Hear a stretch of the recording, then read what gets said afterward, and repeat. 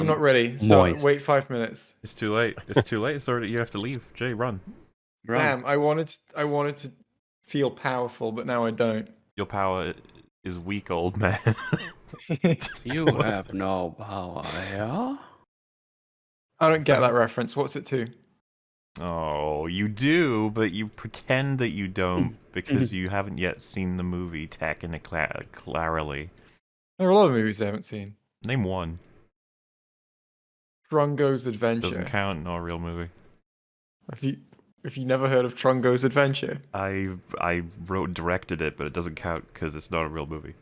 Actually, I have to admit, I've never seen the Sheen's motion picture. Well, yeah, but I don't think many people have. I searched for Trungo's Adventure. And how did that go? Well, I found Trungo's. It's a restaurant in, where is it? Give me a location for Trungo's.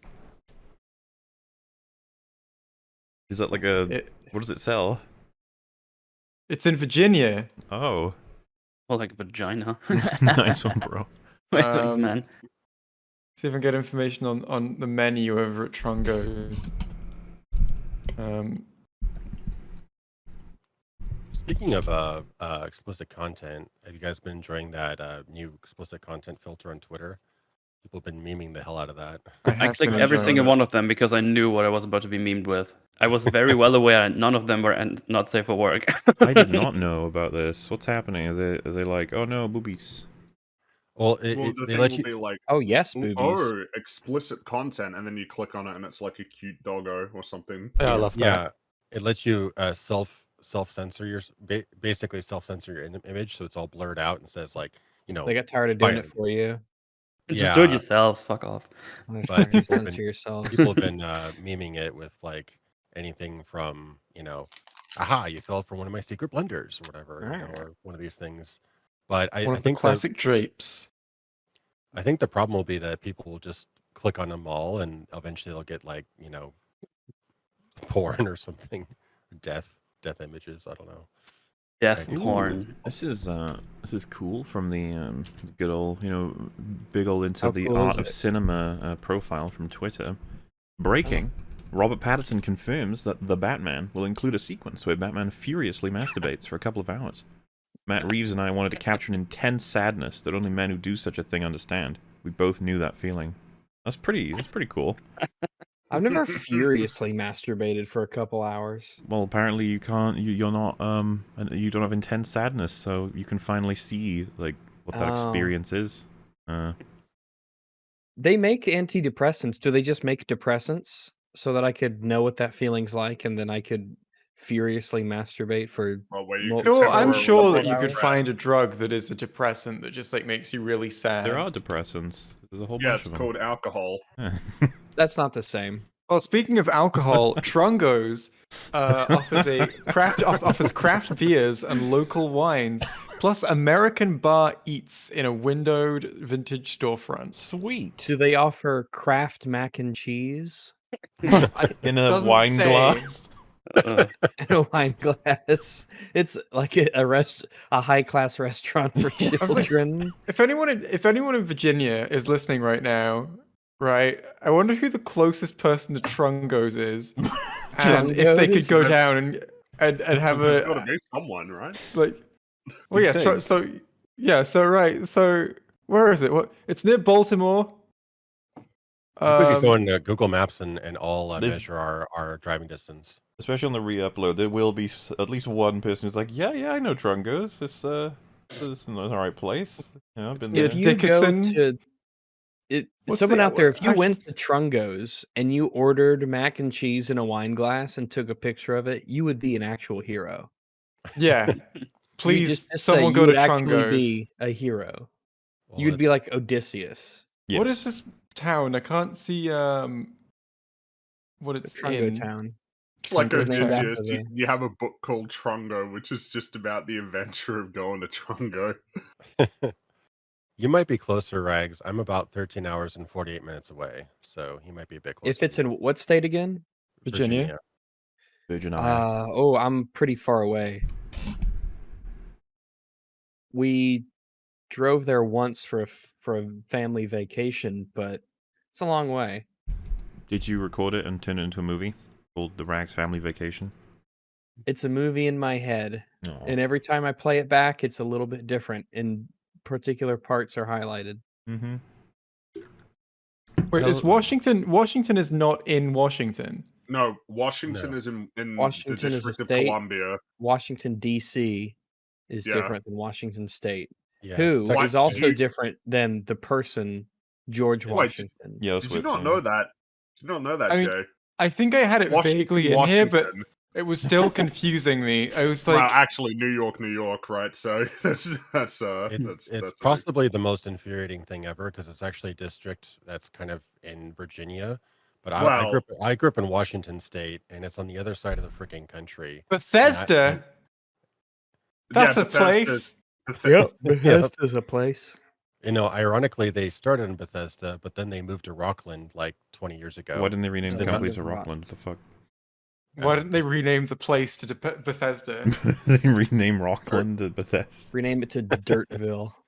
Oof. Yeah, it's actually funny. Right next to Bethesda, there's a place called Somerset as well, which I actually talked to some of the creators of Elder Scrolls, and they didn't seem to say that was the inspiration for the name Somerset, but I think it might have Well, been. because there's also Somerset in the United Kingdom, right? Right. There There is, but they were living right next to a place called Somerset. as Yeah, well. that So is kind of interesting, isn't it? Yeah.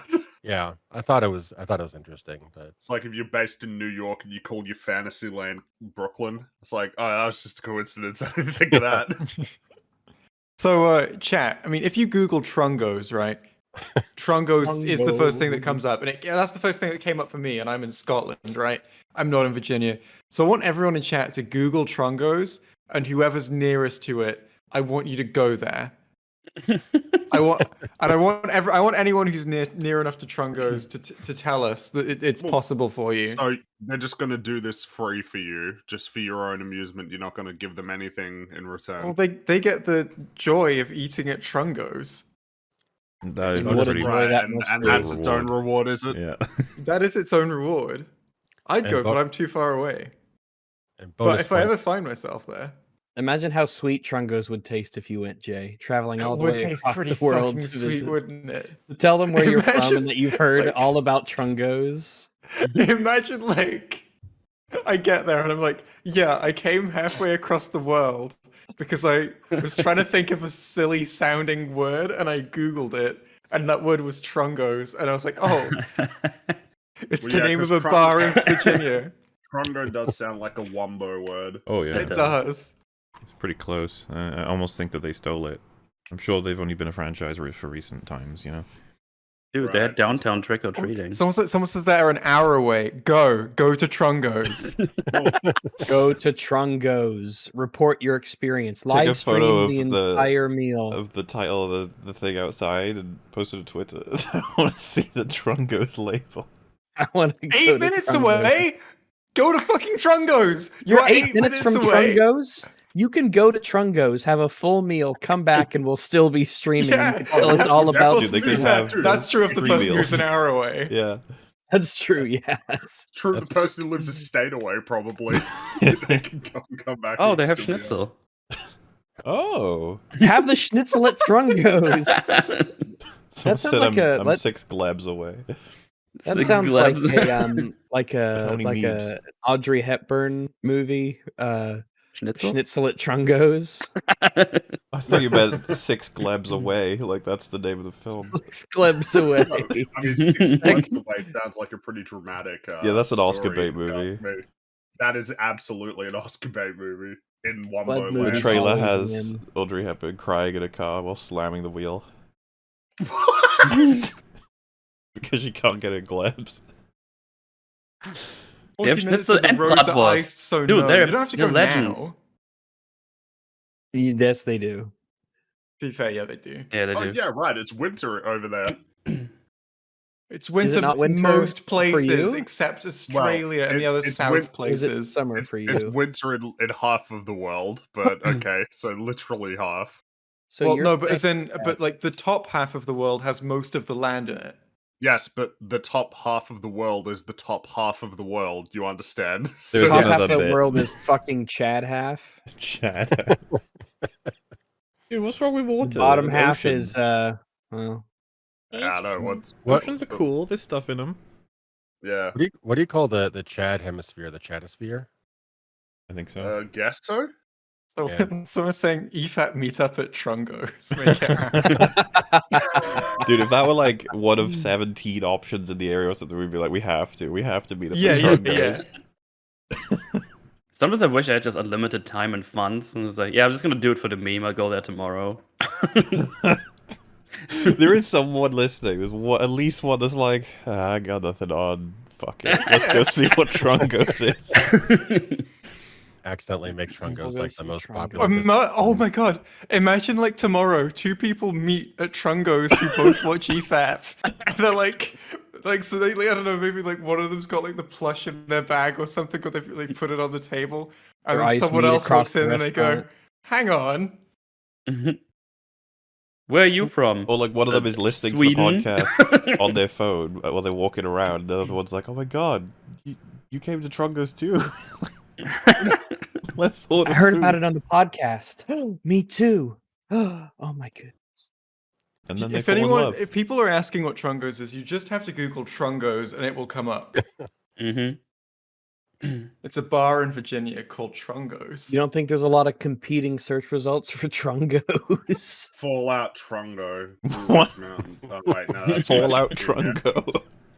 Hey, look, all right. It's you know you gotta go find Trungo. That's the objective. You get out of the vault. It's a and really then you gotta poignant go to moment Trungo. in the game where you find what remains of Trungos in the Fallout world, and you're just like really sad. It's like, look, What This is remains we of lost. Trungos? This is what war has cost us. Yeah. Trungo. You go into the ruin. You go into the ruin, and there's a ghoul there, and you're like, "Who are you?" And he's like, "I am Trungo." Yeah, that's right. If you're wondering if you're at the correct place, it's very close to the Tally Ho Theater and the Plum Grove Cyclery. Oh no way. I'm sorry, the Plum what? Grove Cyclery. Plum Grove Cyclery. They cycle Plum Grove. There's That also sounds Berk- like bullshit. Like what? I zoomed into the place on Google Maps. There's a Plum Grove Cyclery. I shit you not. The Plum Grove I Cyclery. have to look at this. Oh my god! I see it. Kick you in the plum groves. This is starting There. to sound like a dark. This is starting to sound like There a it is. Dr. Seuss. Plum Grove Cyclery at Faradgeschaft. Faradgeschaft. I just want to see what they're doing with those Trungo. plums, man. It's a cyclery. It's just a bike ride away from Trungos. It's They knew. no coincidence that the Plum Grove Cyclery would be so close to Trungos. This place just needs to be called Wombo Town, and I'm Wombo can Town. die happy. Wombonia. Trungos is by Wirt Street. Oh, do you guys? There's an oyster bar. Do you guys have oyster bars? Typically not, I don't think. Over here. No, I've never really seen an haven't oyster been bar. to one. I've had never- oysters, but not an oyster. The I haven't been Buford's to an oyster bar. biscuits. I've never seen an oyster. biscuits. Would you I've like to never go? seen You come to Senor Ramon's Taquiera? Taqueria? Taqueria? Oh, never we like seen to an- go to Senor Ramon's Taqueria, man. Fireworks Pizza. I feel like crazy. they've combined two things that aren't supposed to be combined, but alright. Senor Ramon and Taquiera?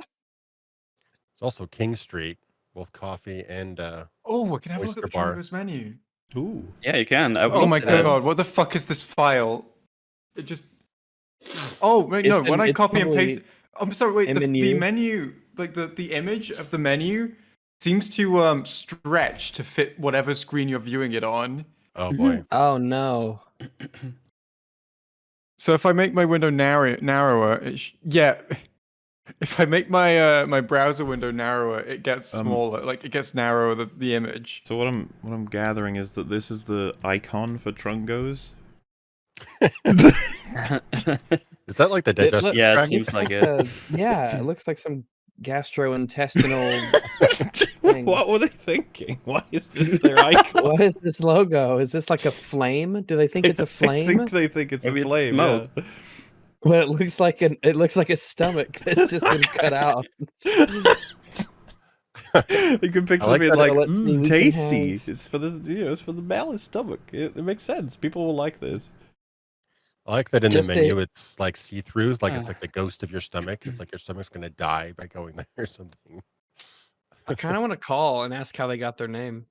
I don't know who I mean- designed their icon. I mean, someone might now. Here, I'll do it. Just a hint of smoke is their tagline. Maybe God, that's I how they hope came they up with their don't, name. guys don't call Trungos, because if we No. encourage you to Leave- call Trungos, they'd get like 1,000 calls, and it would be please really do not, annoying do for them. not actually. Please call do not Trungo. actually No call one- do not- Trungos. unless it's to make a reservation you Yeah. intend to fulfill. Yeah, then I mean, do go not- to go Trungos eat- because go they'll eat like Trungos. that. Go eat Yeah. there, but don't bother them, right? But yeah, don't actually bother them. Trungos is Honest- pretty chill, right? Cool. Love their icon. Honestly, they've got pulled pork, grilled cheese, and nachos. That's pretty good. And this is the Pretty good. Trungos in Leesburg, Virginia. Yeah. Wait, is there more than one? Well, I just wanted to make sure. Just I didn't want to. I thought not that wanna said the make them- chickpea grumbo. The chickpea grumbo. Gumbo. That sounds like a character in Star Wars. That's like a bounty that Mando has to bring in. The criminal chickpea grumbo. Trungos have the special chickpea grumbo. Everyone wants to buy it. Chickpea grumbo.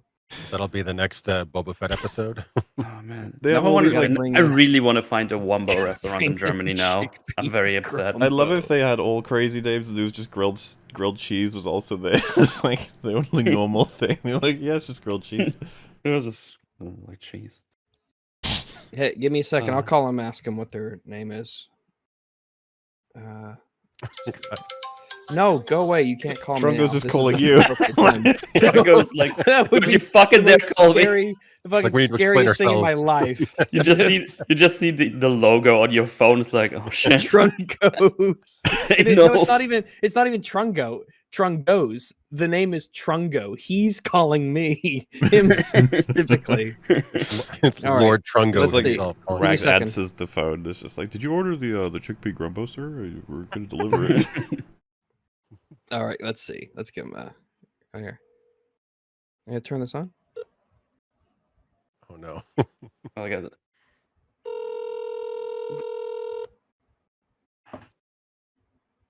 Really need Rich Evans to answer this.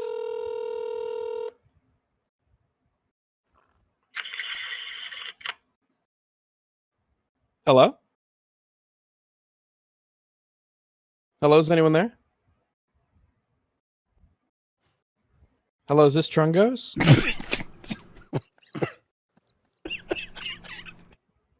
I guess I'll try again. It should be. It's 1:30 on a Saturday. It should be. Hello, I'm trying to Okay, contact Trungos. Please put me please put me in contact with Trungos. I need it. Wait, Hello? it's Rich-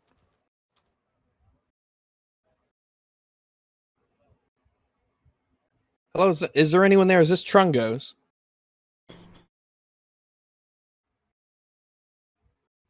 At the present time, we are not taking reservations, but if you call 15 to 30 minutes in advance, we'll make sure the next table is available for you.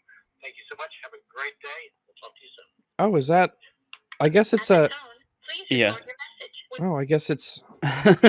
You can't just like call it like a restaurant. I suppose. I guess it's a. We'll have One to go to second. Trungos to find out. That wasn't on speakers. We're located Okay. at 2C Loudon Street Southwest in historic downtown Leesburg. Our normal hours are Thursday and Friday from 4 to 9 and Saturday from noon to 9. We do host special jazz events on the first and third Jazz Tuesday of each events. month. Ooh, nice. It makes I'm sense really that they're fully appreciating- booked. They are Trungos. Trungo I'm jazz events. appreciating That the sounds person in amazing. chat. Person in chat who's just saying you got Trungoed. What's amazing is that, like, if they're not taking reservations, then I guess business is so good that they don't. They're just, or maybe it's bad. Maybe it works both ways. I don't know. Maybe I can't make a call based on that. Maybe they just don't. Maybe they're not so hoity-toity. They're very down to earth. That Interesting. they're not about that reservation life. It's just you walk in, you get food. You walk in, you get grumbo. That's how it works here at Trungo's. Yeah, it's real simple. Like, just none of that pretentious shit. Itop wouldn't eat here, you know? Itop would not eat here. He definitely wouldn't eat here if he learned that Spider-Man worked at Trungo's. That's very true. A lot of restaurants around where I live, they don't really bother with reservations because they know they'll get pretty much full business anyway. So people just kind of will wait. I figured that might be what happens, which is good. Good on Trungo's. Good on Trungo's. Good but job, I mean, I guess if they're always full and you can't book a reservation, maybe don't drive 12 hours for Trungo's. Yeah, it's true. You might not. That would suck to drive 12 hours to Trungo's, and I picture their passion would mean they would wait. They would just wait, however long it takes, Jay. They would sleep in the car. They'd be like, "I need to eat at Trungo's." Imagine driving 12 hours to get to Trungo's, and then you get there and they say, "Oh, we're full. It'll be a 30-minute wait," and you're just like, "I'll just go somewhere else." It's not too far from an airport, so you know. I would personally just wait however many hours it took to catch new grumbos to cook up. You know. Someone just sent me this.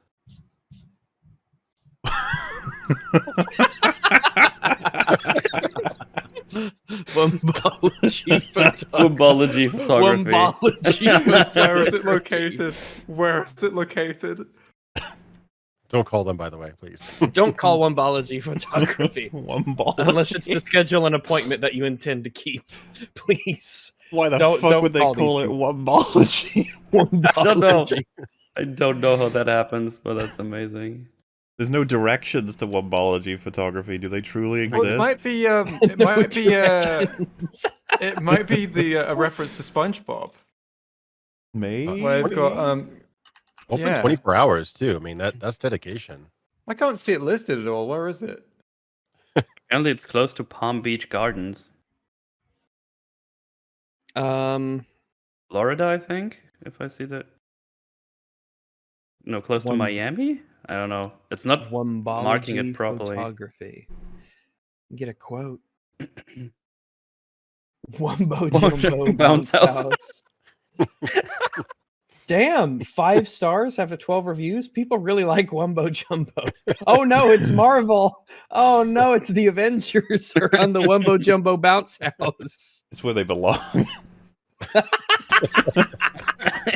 Wumbo Jumbo I can imagine all of the Avengers inside just jumping up and down, having a good time. Yay! They are Wumbo Jumbo tier. Man, this is not what I expected today. That's amazing. The MCU is a Wumbo Jumbo tier writing. Where is it? Oh, it's open. It's open 24 hours a day. Holy shit! Yeah, I could have a 2 a.m. Wumbo Jumbo bounce. Do you need a fucking bounce house at 3 a.m.? We've got you covered.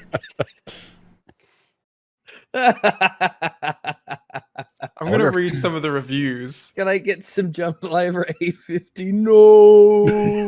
Rachel says, "Holy smokes, these guys are amazing, professional and kind. I will be using this company again. Kids and adults loved it. Timely drop off and pick up. The guys who delivered it were the best." What if these guys are like FBI plants and they just like look for people trying to rent bouncy houses at 3 a.m.? There are 12 reviews and all of them are 5 stars. I mean, do you think that they pay for? Do you think that maybe this is? You think the Wumbo Jumbo Bounce House and Inflatables Emporium or whatever it's called? Do you think it's maybe like the front for the mob or something? Yeah, and giving it a bad rating gets you a bad rating. Let's just say that. Oh my goodness. We'll make sure you never bounce in this town again. Well, once they put up the little MCU poster on it, I think that was it sealed it. Everyone was like, "This is the greatest fucking Wumbo Jumbo I've ever seen."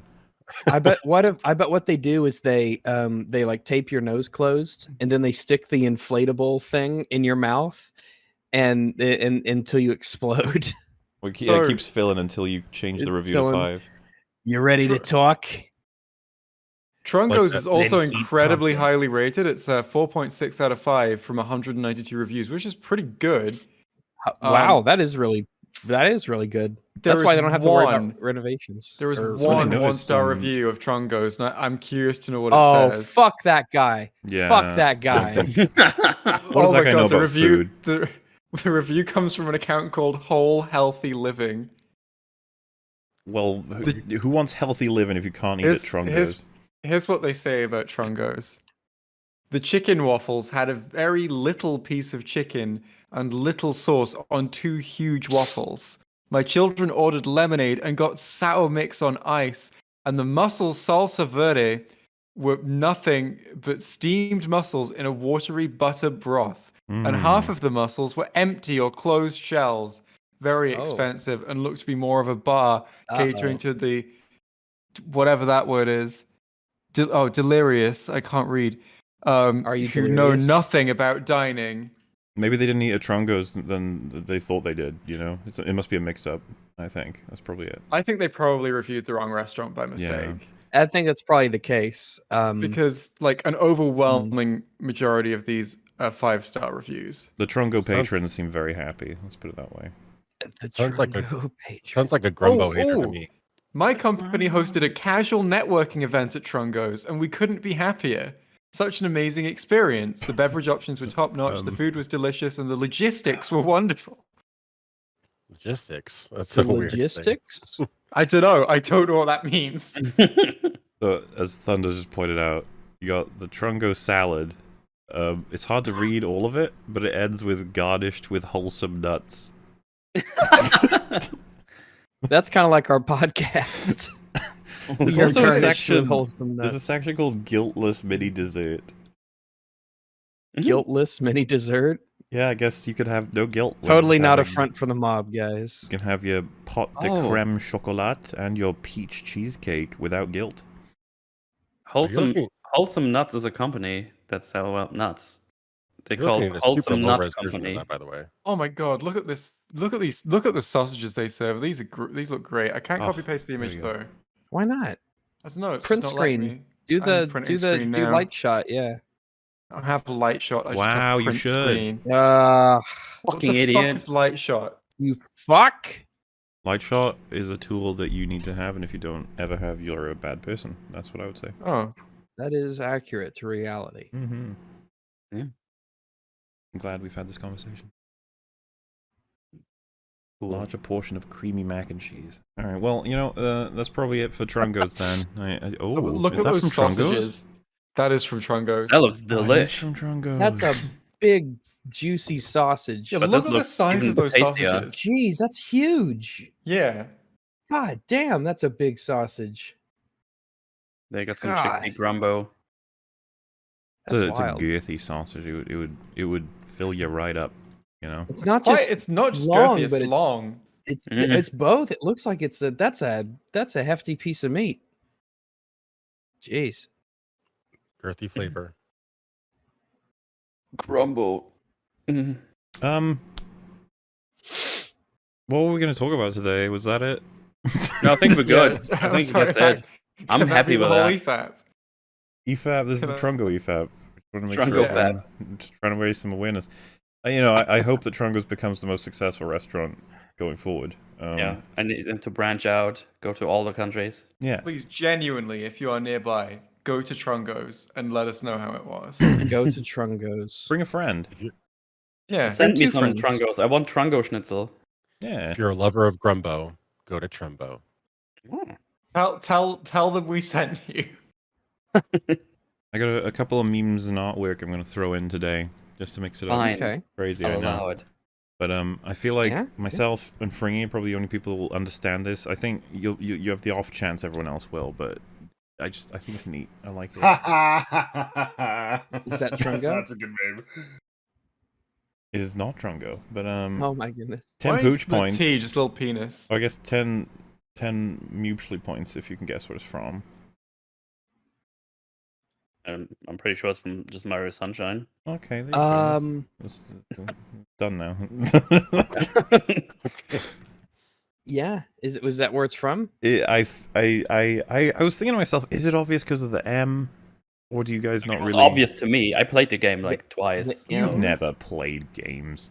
The red M with the two thingies over it. Yeah. Is that supposed to be Mario's signature? His artistic signature? No, Shadow Bowser Jr.'s. Yeah. It's evil. Oh, I see. I'm not too familiar with it. Ain't this great? A reference to whenever you go robot, Rags. Whenever I go robot, R4. Oh, Jay muted. Awesome. Jay's the only person here who really appreciates this. Ow. piece of shit. Gotta wait until Jay's back now, so. Fine. What those buttons do. Don't push my buttons. Mhm. All right. Oh, hey, that's cool. There you go. Why is We it did- cool, Jay? Explain to the class. This is a dog, and K9's a dog, and Rags is a dog, and they've combined them into one Uber dog. You say canine favorite like it's canine more than just SO. a canine. Like what's the reference? Is there a reference there, Jay? No. Oh, it's Are you lying to us? Yeah, it's from that really shitty nudie show from like the 1912s or whatever. It's from the I think it's an early 2000s show called K9. That's a real show, just to be clear, Mauler. That happened. It has an entire season of 24 episodes. Oh, really? I thought that they didn't make it or whatever. Oh, no. Sorry. There are two K9 shows. One of them is just a pilot. That's from the 80s. It's literally the most 80s thing you've ever seen. It's hilarious. Watch the title sequence. It's called K9 and Company. Then they actually got one off the ground in the noughties. I don't know why this character needed his own TV show twice, but... In the Didn't, noughties. Was it Russell T It was Davies who in said Australia. like he found him annoying or something, and so when bringing him back in the new series was like, I gotta try and make this not cringe. That might have been Russell T. I Davies. can't remember if it was him or said that. someone else, but yeah. Maybe a way to make him not cringe is to have Rags play him. Who knows? Yeah. That's a very real possibility. Rags, this meme was made for you, is when I picked it up, and I was like, oh, that seems nice of them. The Book of Babu Frick. Oh my god. I would I watch don't- the Book of Babu Frick. I'd almost Wow, believe that does too. look. That looks like something out of the early '90s. That was ahead of its time. Oh, no, yeah. no, We're that's just- not the 80s one. That's the 2000s one. That is not ahead so of its time. It's not ahead of its time. It is behind the times. This series 1 volume 1 canine show is behind what's the world's favorite robot dog returns across space and time. This is the 80s one. I feel like they could have made a better looking dog. Well, let's see if the 80s one is better. No. I'm gonna go with a big no on that one. Still, Right. lasers out of your snoot. That's pretty cool. Yeah, right? You can murder all kinds of people like that. Pew pew pew pew pew. Pew pew. Before No, we pew. get to into the EFAP, Mm-hmm. I'm gonna go get myself a beverage and I'll return Very well. momentarily. There's also Discuss a canine movie. Trungos. There's also a canine movie back in the 80s about a guy and a policeman and a dog, and they made a sequel, K911, I think. Possibly others. I thought you were Nothing doing to do with like a robots, though. joke there. I guess that's real. Yeah, that's real. Oh, John Belushi, Jim Belushi's underappreciated brother. I see. Let's see what else we got here. Oh, it's actually a Rags meme. We have to wait until he comes back for him to react to these sorts of things. I wish Nickelback was in Lord of the Rings, so he could say, "Look at this where the wizard's staff." staff." Look at this graph. How are Guys, Nickelback doing these days? Do they still make songs people like? I think they're still about. They probably have their audience. Just popular culture mocks them. Doesn't mean that they're not successful. What was the last Albumheimers? Let's see. Did you guys follow that whole Tolkien Society thing that happened a few weeks ago? Well, that was hilarious. Wait, which Where- thing? Where Well, they tried- basically somebody shared a photo of J.R.R. Tolkien, Oh, and then the yeah. Tolkien Society is like, "Do you have ownership? Do you got a license for that photo?" Basically, Oh no.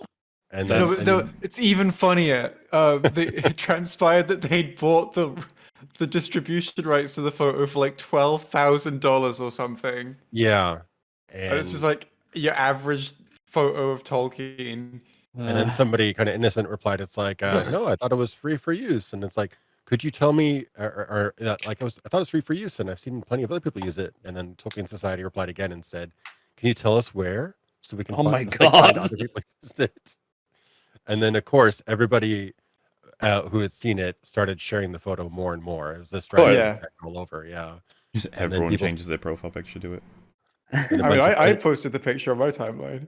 Wow, I stole it. I did a Nickelback style thing where I replaced the photograph in his hand with the Tolkien. Look at this Tolkien. And people started doing like fake Tolkien NFTs using the photo and called it non-fungible Tolkiens. Jay, you once said you would watch Lord of the Rings before episode 100. Will you watch it before episode 200? That's entirely possible. Sounds like a no to me. Sounds like a no. So that's something that could indeed happen. It is possible within the realm of our dimension. NF Tolkien, no.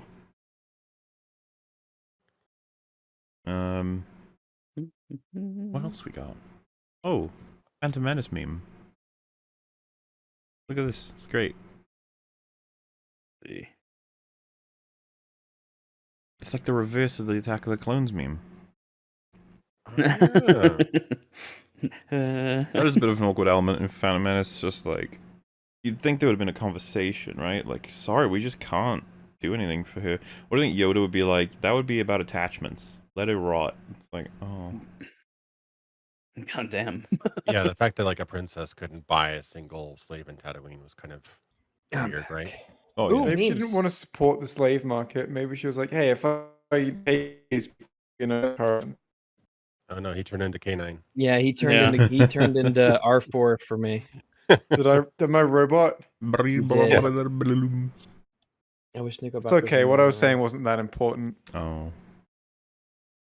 I didn't expect it to be, so it's fine. Mm-hmm. I'm gonna punch you, Metal. Ooh, Try me, Jay, you'll like bitch. this one. Ew. The fuck is that? Straight from the creature. Holy fuck! That's Holy, brilliant, holy fuck! meme. That's a great meme. That's a great meme. That's the Sprite creature that we get our Sprite from. The nipples of the Sprite. The Sprite It milk. looks so terrifying. And you got Ronald McDonald just crouched. The way he's crouching as well. It's really funny too. Just Yeah. imagine you're at McDonald's. It's like, oh, can I have a Sprite, please? Oh, wait, I need to put a new keg in. And you just hear the background.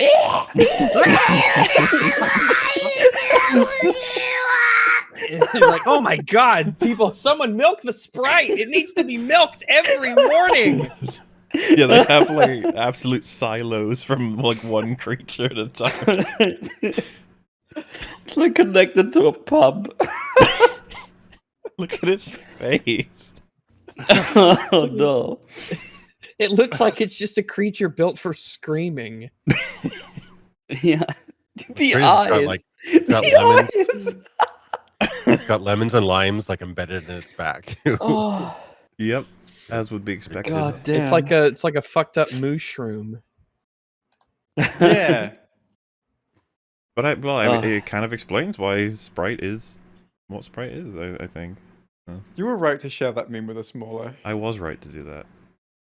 That's, by the way, I appreciate that Star And now Wars to go meme. back to something a little bit less insane, you know? Check that out. Oh, that's Ah, cool. yeah, I remember that Oh, one. that's neat. Cool. It's awesome. This is an amazing piece of art. The Sprite thing. Yeah, but also, and also, Yes, but also Van also. Helsing, also, this red and black and gray style EFAP picture of the hosts I'm holding a of film Mahler reel. and Thrags and Frungo. Mm-hmm. Ring looking pretty stylish, I would say. Like ready for an adventure, as per usual. So I know that's Fringy in a nice loose coat, but my brain tells me he's dummy thick. It's just got a giant ass. But Oh goddamn! And that is okay. It is okay. I saw this one as well. I'm assuming it's a reference that I am a little unaware of. I know that. It's Anna. Well, I know that Anna is likes gasoline, but I don't get the Well, outfit. that's from She's a robot. Well, that's 2B Nier, right? 2B from Nier Automata, and Ah. she's a robot. I think that's it. Oh. Ah, yeah.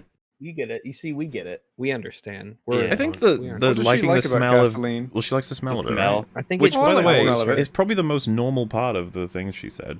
Yeah, I like the smell of gasoline, and I'm perfectly normal. I like the Yeah. next day I was about with my dad, and he had to go to the gas station, and that's all I could think about when we drove in the gas station. Yeah, why does gasoline smell good when it's like actually toxic? That's so weird, right? There's a lot of things that smell good Well, that are I mean, bad for you. it smells good, but it's not the kind of smell that's like, I'd like to eat this. No. I like It's to more eat of the just It's kind like a gasoline. clean car. Like when you get into a car and it's just straight off the factory floor. You're like, Yeah. man, I this mean, I car feel like smells great, but I that's wouldn't want to different. eat it. I feel like Yeah. there is a difference between those two. Smelling and I eating? feel like Yeah. gasoline. I agree, The yeah. gasoline is like a musk. I agree. Gasoline is like a musk. It's the musk of the earth. Is that like the Wumbo vision of a mask? It's the musk of industry is gasoline. And ironically, Elon Musk wants to eliminate gasoline. Isn't that weird? Oh. He wants everything to be I powered also- by memes. I also have a pleasant natural And musk that Dogecoin. is inviting. Powered with memes. So check out this little lad here. Look at this boy. Ooh. Oh, that's Oh, cool. that's cool. Oh, this is I the haven't one seen with that one. yeah. This is yeah, I know That's this one. great. This is good stuff. And they actually said when they posted this, can you spot the cameo? I can spot the cameo. I don't want to give it away though. I feel like Metal should be the one to point it out. I think I so. mean, I need to make it bigger because it's loopy. Copy link. Give me a second. I Okay. can spot a cameo. I can't tell who it is. I can't quite tell either. Oh, really? I'm assuming Rags Really, has you got can't? Yeah, Well, absolutely. I know. can I know see who it, it is. but I'm struggling for some Chat, reason. chat have got it. A lot of them. Oh, got it. Jay thinks he has it. Oh, yes. Metal, are you nearly there? I mean, I saw what I was looking for, but I can't see it. It looks kind of like chair. But yeah, I already saw in chat that there's a Charlie. Well, that was it. Charlie Yeah. the chair lurking around. This Well, looks funnily like enough, straight there was out of- equal assumptions it's Hassan's chair. Like, Yeah, I mean, to me it was like half and half. It was like, you know what? It's ambiguous. It could just be both. well, because there's no googly eyes, right? And that's what Yeah. gives Charlie the Charlie factor. So Yeah, probably that's what confused me. maybe 'Cause it's I- Hassan's chair. I don't know. Because I looked like right at it. I was like, is the I'm not sure. But Maybe you're just easily confused and stupid. Shut the what a fuck up. style, though. You know. Yeah, it Oh yeah. I want to see Cool. this movie / TV show. reminded me of Amnesia actually. Yeah, Reminds me kind of of. Thief. Yeah, that's what. Yeah. Looks like some Silent Hill stuff. Kind of got some Bloodborne vibes actually for me. Because Yeah, all of those things. combined It just ball. looks- It looks like a grimy PS2 game. It Yeah, definitely is best of that kind. era. Yeah. It definitely feels like it would be a game more so than a show or a film. oh yeah, Like like the kind of survival horror PS2 title, Resident Evil 4 era kind of stuff. It needs those liminal spaces, like music over it. Like this is a piece of art that needs one of those kind of creepy Minecraft sound effects, like when you're in a cave. Yeah. Oh, I love those sounds. Yeah. I love when Ambient you're on spikes. call with people and, I'm- and the sounds they punctuate whatever's happened in the call. That's fun. yeah, But I I'm pretty sure guess, this is not Charlie because the chair looks way too different. But it does look pretty much like Hassan's chair. maybe I it thought is it was a Hassan's po- chair then. If you look at the tweet Jay sent us with the AI, 12-hour AI with the general frame or the average frame. Because I know the tweet you're talking about. I know that one yeah, too. and you can see the chair there, and it looks pretty similar because there's like the two things below the headrest. I was gonna say the lack of googly eyes makes me think that actually. Also, it's that probably- yeah, yeah. I had to double check. I thought maybe it was just a grittier version of Charlie to fit It the could aesthetic be. of the. It could be I thought it was a possessed porg at first, to be honest. a possessed pork. Porg from Last Oh. Jedi. Oh, From Pig? okay. From pork from pig. Anyway, Rags, time for our ad read. So if you want to just take care of it, I'll give you the link you need. Absolutely. All right, I'll get it on the screen. Let me pull this up for everybody. Everyone, we didn't let you know, but we had to. We finalized this. We thought it was the right thing for the channel. Got to pay the bills after all, and so I am very, very pleased to announce, and it's quite a privilege for EFAP, that we have recently partnered with Punto. What? Now, Punto, which can be found at Punto.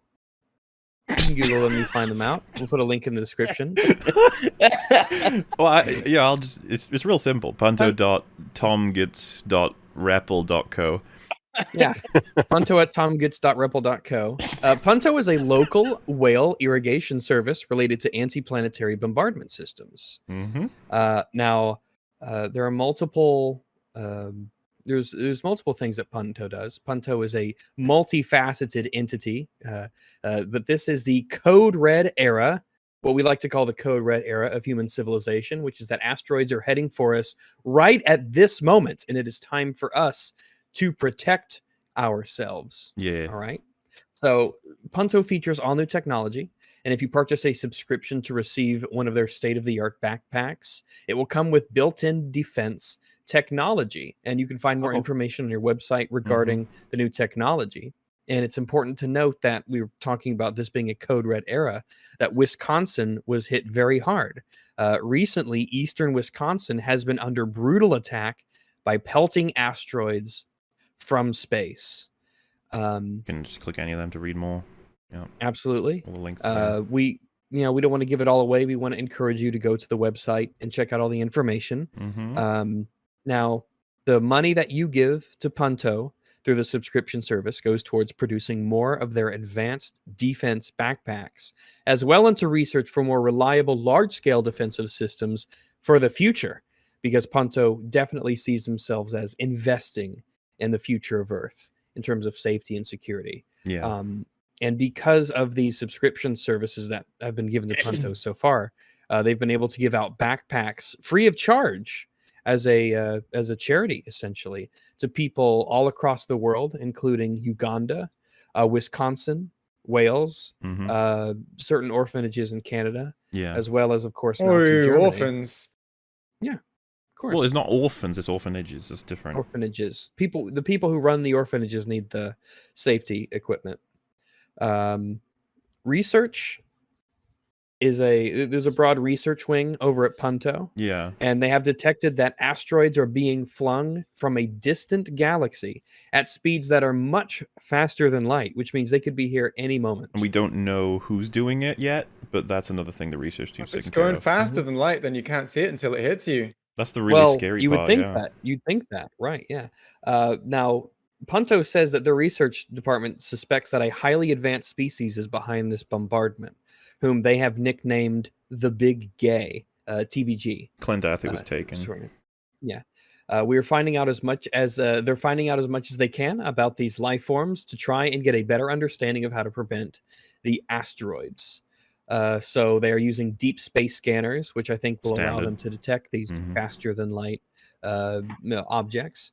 They have long-range orbital telescopes, 5.8 million square feet of research facilities in order to house these telescopes, scanners, etc., as well as a new large backpack production line that is a part of those research facilities.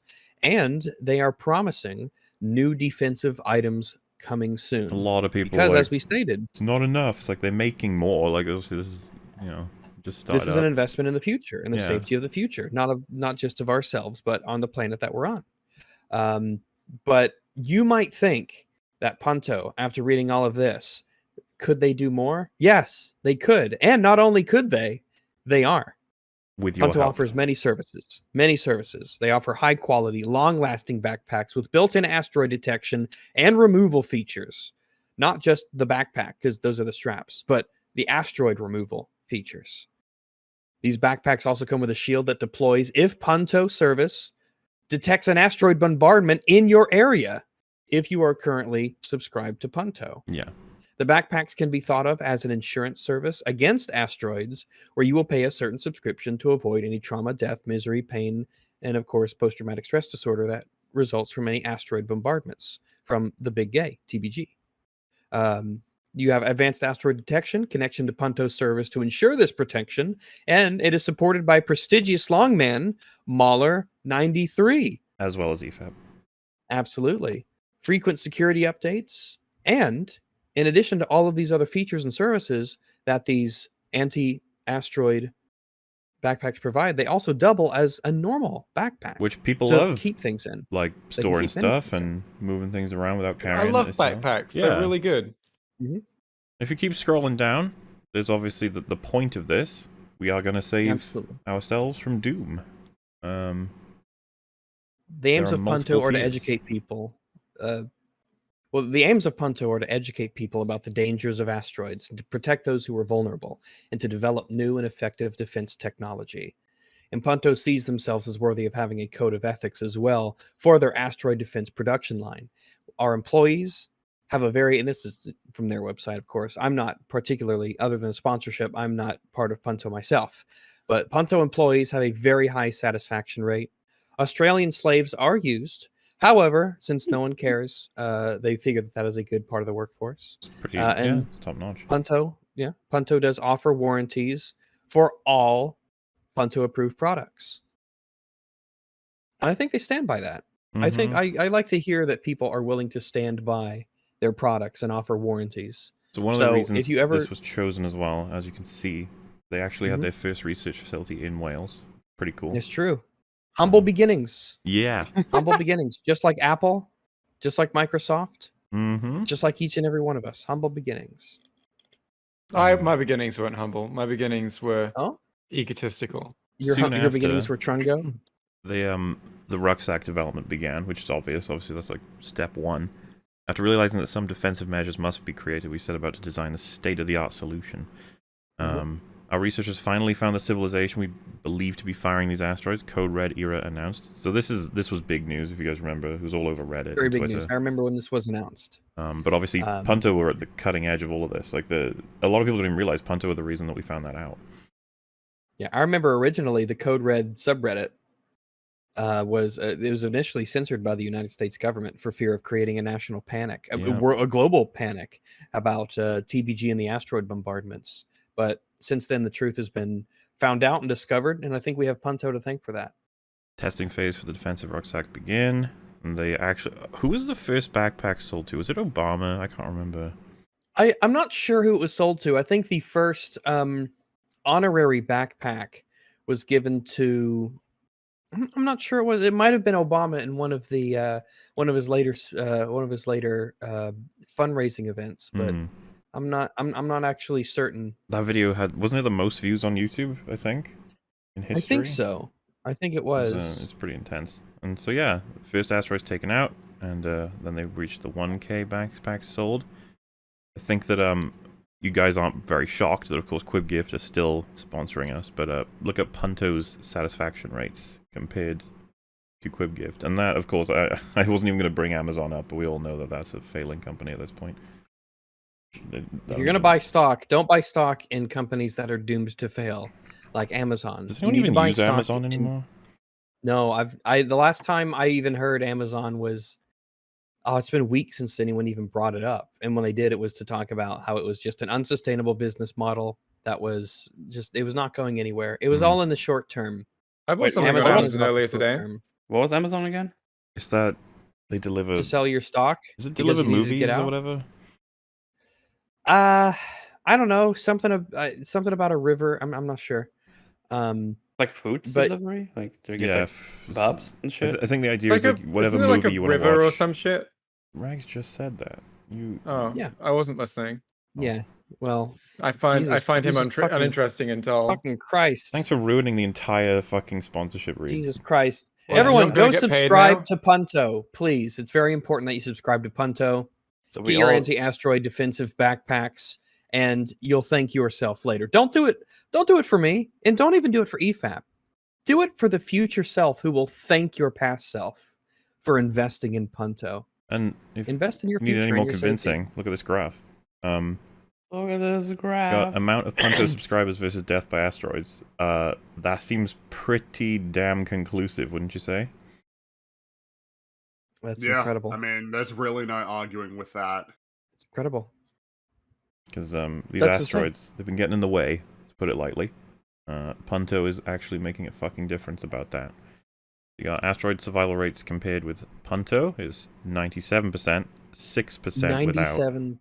That's insane. 97% of people who are subscribed to Punto survive asteroids. That's insane. Mm-hmm. That's nuts that they have that ability, that kind of safety rating.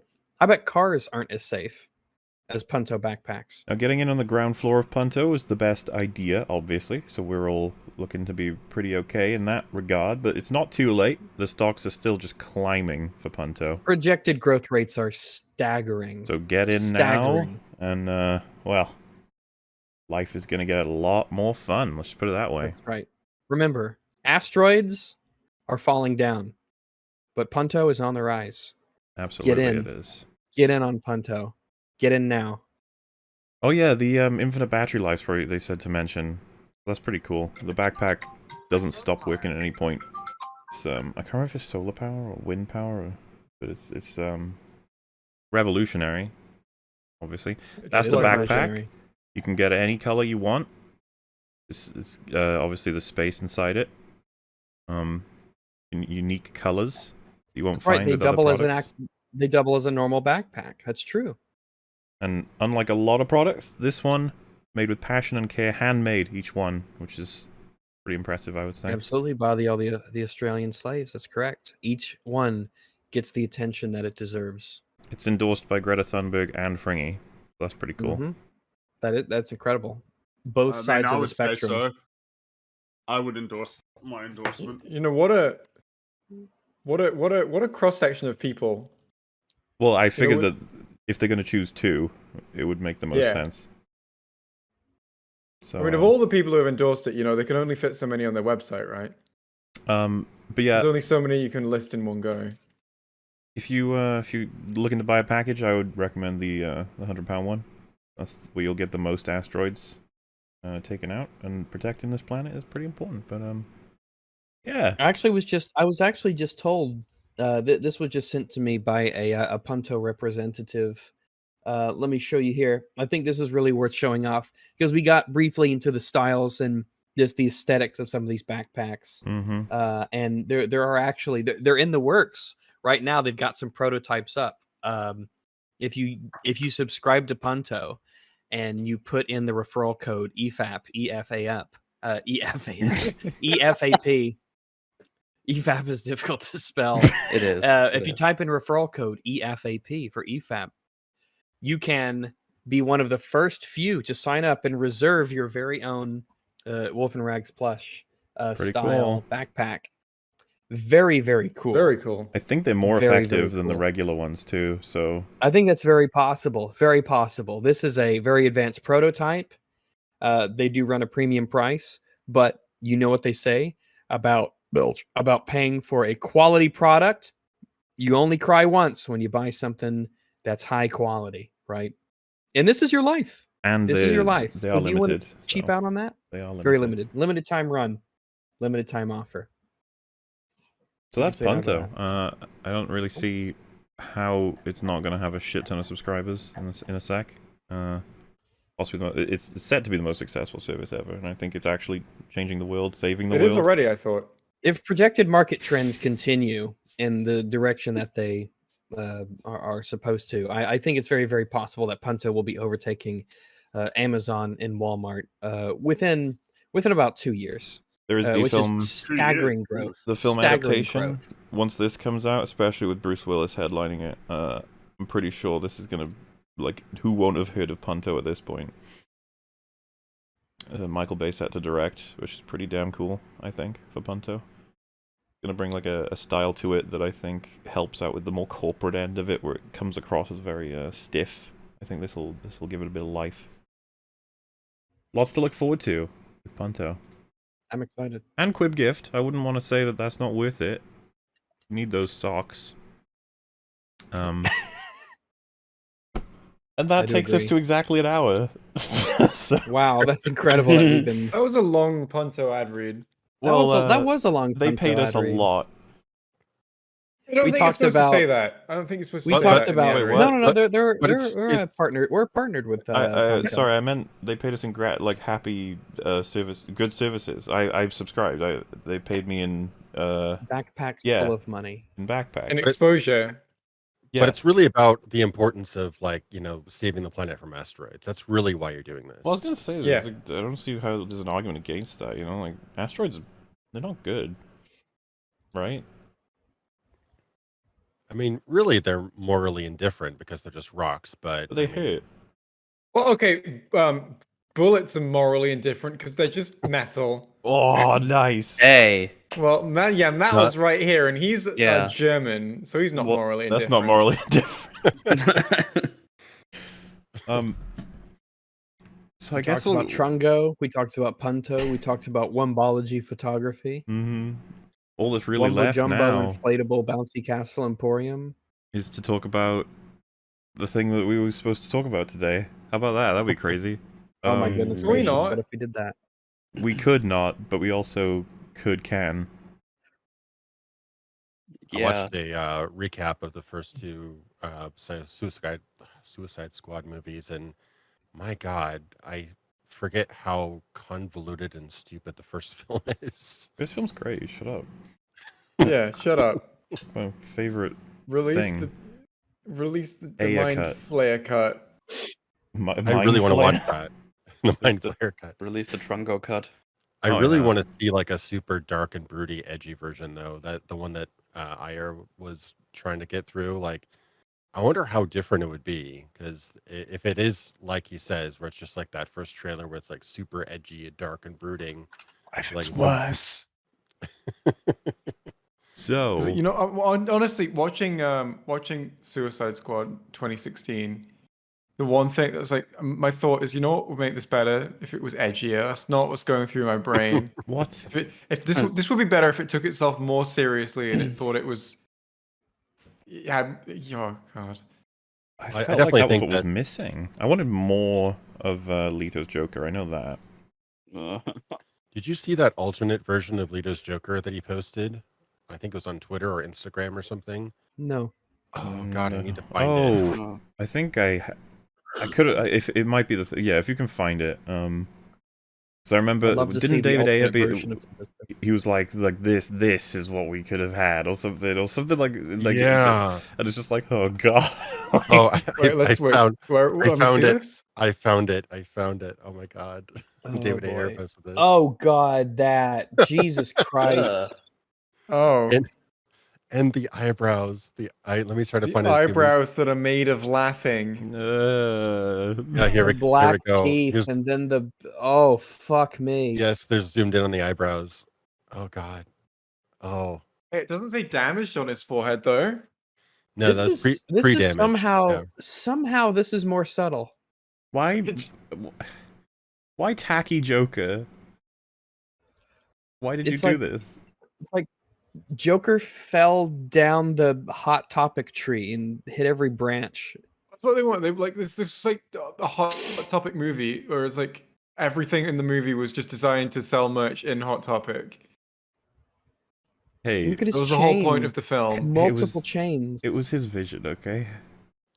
This is the kind of thing that would be posted, and then Hot Topic, official Twitter account would retweet it and say cringe or something. Oh yeah, even Hot Topic tweeted cringe. I feel like Jared Leto's Joker is one of the few things in life that sort of goes past cringe. Like, cringe is just not even close to the words that just like, it's not powerful enough to describe what this is. Do you think Jared Leto's Joker has a TikTok account? Yes. It transcends cringe. It's transcringinal. Let's put it this way. I hope that Jared Leto's Joker does not subscribe to Punto. Oh God, no. It's amazing that this would be seen as like, see, you guys want this, right? It's like, no. Nobody wants this. No. Anyway, release the Ayer cut. This image is the litmus test for people with taste. You show them this, you're like, good or bad. They're like, well, I think you're just like, die. Yeah, Die. bad. Bad. There's no place for you in the new world. But yeah, You have to leave behind the old ways. I assume there's no chance the AA cut is coming, but who knows? And if it does, I'm sure we'll check it. Like, it's amazing Don't how say I that. actually shivered when you said those words. That's incredible. I'm sorry. I'd much rather watch what was that King Arthur movie? King of the Sword, Sword of the Legend of the Sword. Legend of the Sword, King Arthur, Legend of the Sword. I'd rather watch King Arthur, Legend of the Sword. Well, hopefully that's going to be a fun nonsense movie, you know, instead of It watching. probably will. Wait, King Carlito Arthur say, or I'm an idea. no. He says, "I'm an idea." Sorry, I You have didn't to- you include the have to- clap. Yeah. You gotta have the clap. I'm an idea. Some of Suicide Squad was a fun nonsense movie. Yeah, no, that's true. Well, Small I portions liked, of I it. liked the bit where like Margot Robbie's butt was in it. hey, that's not fun I do. nonsense. That's very serious, great content. I enjoyed that True. part as well. Because yeah, friggin' remind me Fellow when we gamer. watched Suicide Squad, you found it much more boring than remembered, right? Like dull. Yes, it was. I was bored. Yeah, I thought it was like way more boring, less engaging. Yeah, Because like it was harder to laugh at than remembered. I feel like Justice League was way easier to laugh at. I think it's the problem of like if you're, it's the thing of Suicide Squad is like trying to be funny, but it's not. So it's like it's really painful. Yeah. A bad comedy is then the again, Slipknot worst. getting blown up. I don't think that was meant to be funny. That was hilarious. There's there's nothing funny about the man who could climb anything dying. While he's climbing Yeah. things. What such poetry, you know? Like of all Man places died doing and what he times he loved. could have died. Yeah. Exploding. Yeah, Oh god, is that Thrumbos? Trungo. No, but honestly though, every time it goes off, I do look at the location and I'm like, is that Trungos? Are they calling back? That's the kind of service you expect from Yeah. Trungos. So what we're gonna start with before looking at the video is just some interesting comments. I feel like because Is this comment showcase? kind of, yeah. Yay! I love comment showcase. Oh yeah, sorry guys, no comment showcase in the next Boba Fett because I forgot. It's still fucking like You an should have hour made and up a 10 better minute reason video than though. that. Yeah, it's a long video. We have Wow, lots to that's complain it. about. Woohoo! We also have a big old tangent about McDonald's for a while. So Oh yeah, we did. enjoy that when it comes out. Anyway, Mhm. so this is in regards to what does it mean to criticize a CinemaSins video? All right. So Jay, do you want to do the honors of reading this? Sure, I'll read this. I've read a lot of comments about criticizing CinemaSins in my time. Fun fact: Who people who wrote this comment? Who is this? Slytherin Ginger Witch. Oh, okay. Mhm. I get all my good movie takes from Slytherin Ginger Witch. Was Yeah. us 470 thumbs up. Wow. So a That lot could of mean people get all anything. their good takes from Slytherin Ginger Witch. Anyway, funny I fun want to slither fact. into her DMs. Whoa, Nice. Rags, she's 11. To warn her about pedos. Yeah. Fun fact: some people believe that CinemaSins is a serious channel and believe in the sins it makes. So that's true. interesting. Some people believe that. It's all a joke. Some people. All right. Fun fact: some people believe that CinemaSins is a serious channel and believes in the sins it makes. Well, no, I think this person is saying like It's as true. in like those people are dumb because they think that the things that CinemaSins not that they're being serious, but they think that they're being true. Like the things that CinemaSins says are true. I think that's the point. Which sometimes they are. Sometimes. it's one of the problems with the format. Sometimes they're being serious, and sometimes it's a meme, and you can't Well, tell. no, it's yet. literally that's the dunky, whole thing. yeah. It's when it's wrong, it's a joke. That's when it's true, actual meaningful criticism. Yeah. yeah. Well, I think the comment is actually saying that some idiots believe that CinemaSins believes in the sins that it makes. And by the way, I think it's fair to say that there are some joke ones, but you can never tell. Yeah. That's Yeah, the fun sure. part. Yeah. Well, the most telling ones are when they when it's not a CinemaSins video and they reference something that they think is a joke and it's like really obviously a joke. That's the thing that always gets me. I've done a video about this. It's called CinemaSins Responds to Criticism by Ignoring It. That was one of my first It's a Big Hit videos. I remember that. Good times. Yeah, you're like Hassan. You just stole other people's content and sat there It's a reacting to it. big hit. True. You're just like, oh, CinemaSins is Very bad, and then all the true. views trickled in because you stole Very his clout. true. I mean, there was an era when that would just happen on YouTube, but I was kind of too late for that. But then I was like looking at other ones, and it's like, oh, my only issue: Daniela Melchior deserved a sin off for her performance as Ratcatcher 2. The soul she brought to the character, and the fact it was her first English-speaking role, a sin removal was way more deserved. It's like, wait, so it's the understanding of the audience that when the movie is doing something good, it should have less sins. Yeah. Well, no.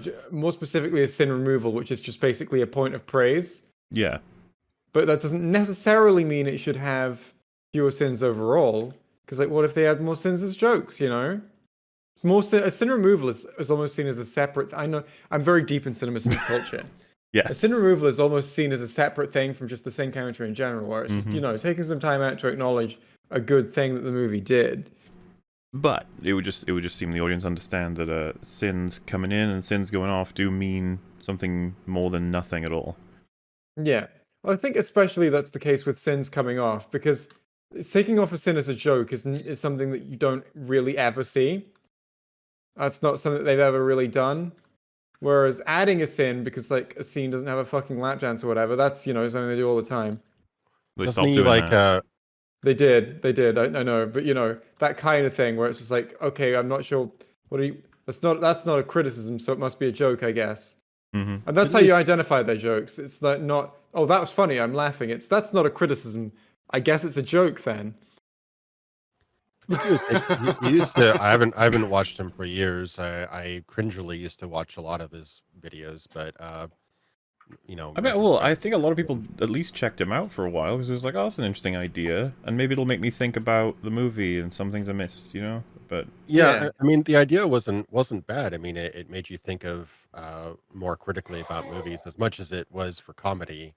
It did bring up occasionally some pretty good points. It's like, oh right, I didn't think about that. Well, I think the whole premise of it was kind of got really messed up when, like the sin economy, as it were, got really messed up when he would just do these like bonus rounds where it would like multiply and multiply and multiply all previous sins, and so what was like 20 good points became 70,000 points or something like that. Didn't we? Oh no. We remember Mola Fringy. We did a stream where we examined the whole CinemaSins used to be good, but then got shit over time argument, where we watched a very early CinemaSins video and then a recent one. It was Avengers. I remember the highlight from that is the CinemaSins comment.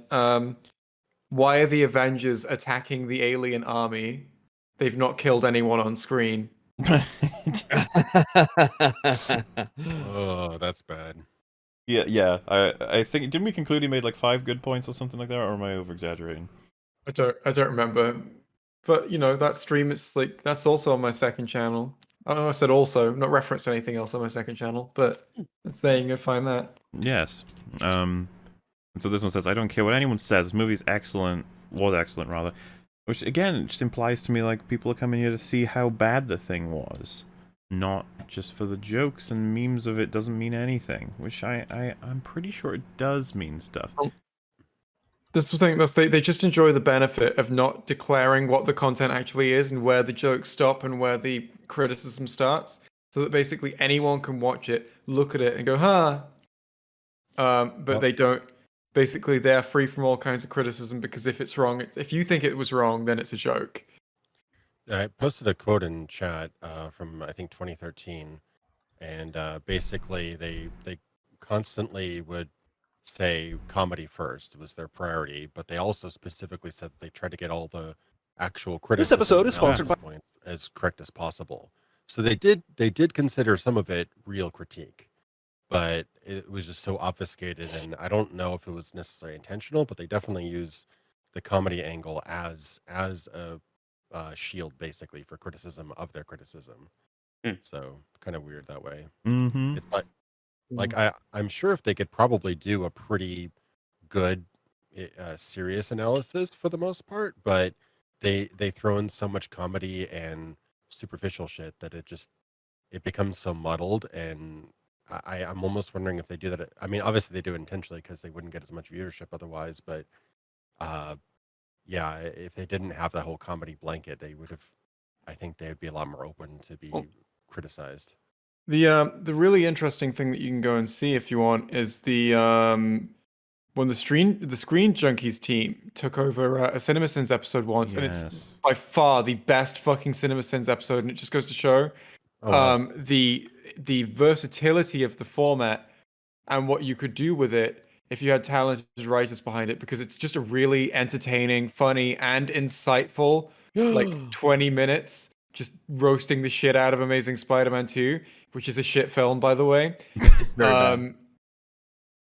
And it's just a great video, just making fun of that film, and it just goes to show, like, yeah, you can. It's such a fucking versatile format that works so well, and it's a real shame that CinemaSins did it first.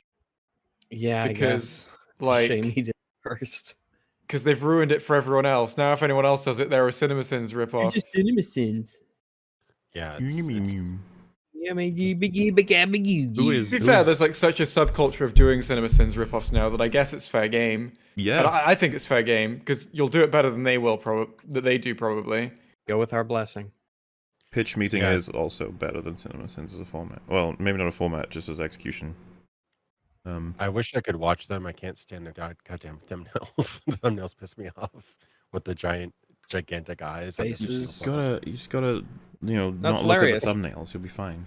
Yeah, you don't actually have to look at the thumbnail while the video is playing. It's true.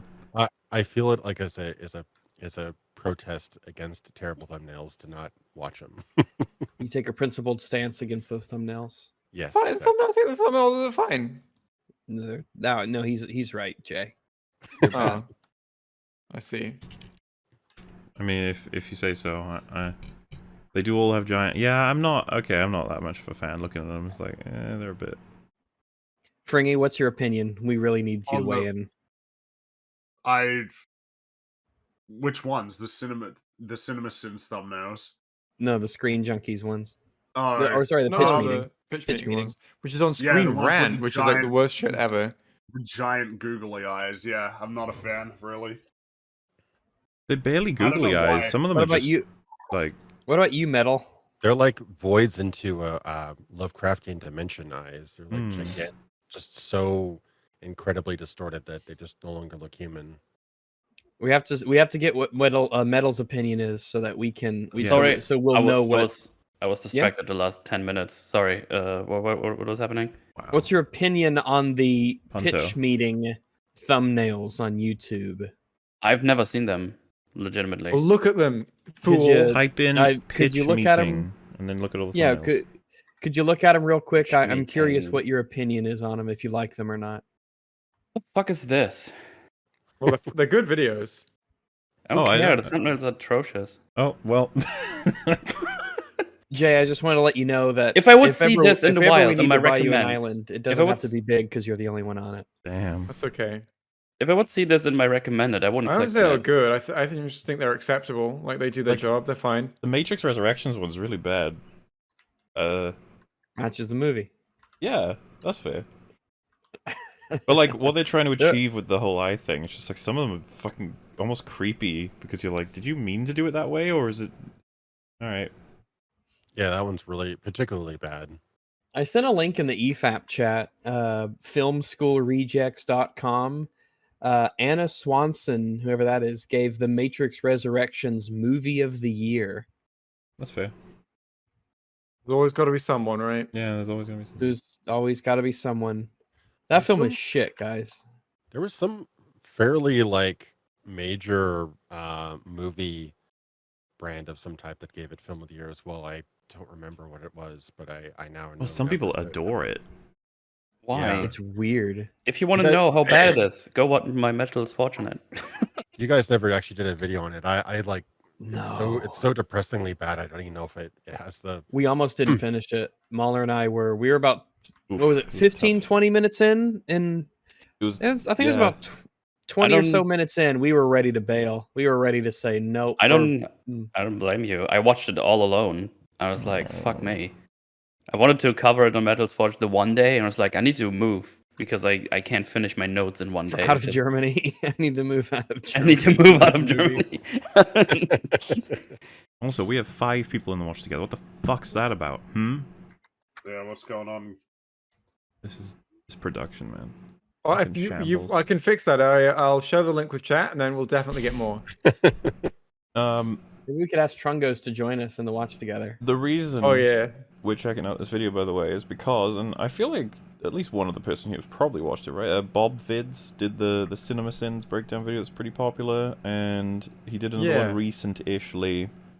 And I think one of his sections is like, has CinemaSins gotten any better? And this is the video we looked into, and some of the things that I heard, I was like, no way that he actually said that about this movie. So, yeah, it'll be fun to check out. Bob Vids, by the way, excellent videos on CinemaSins. I actually haven't seen that video.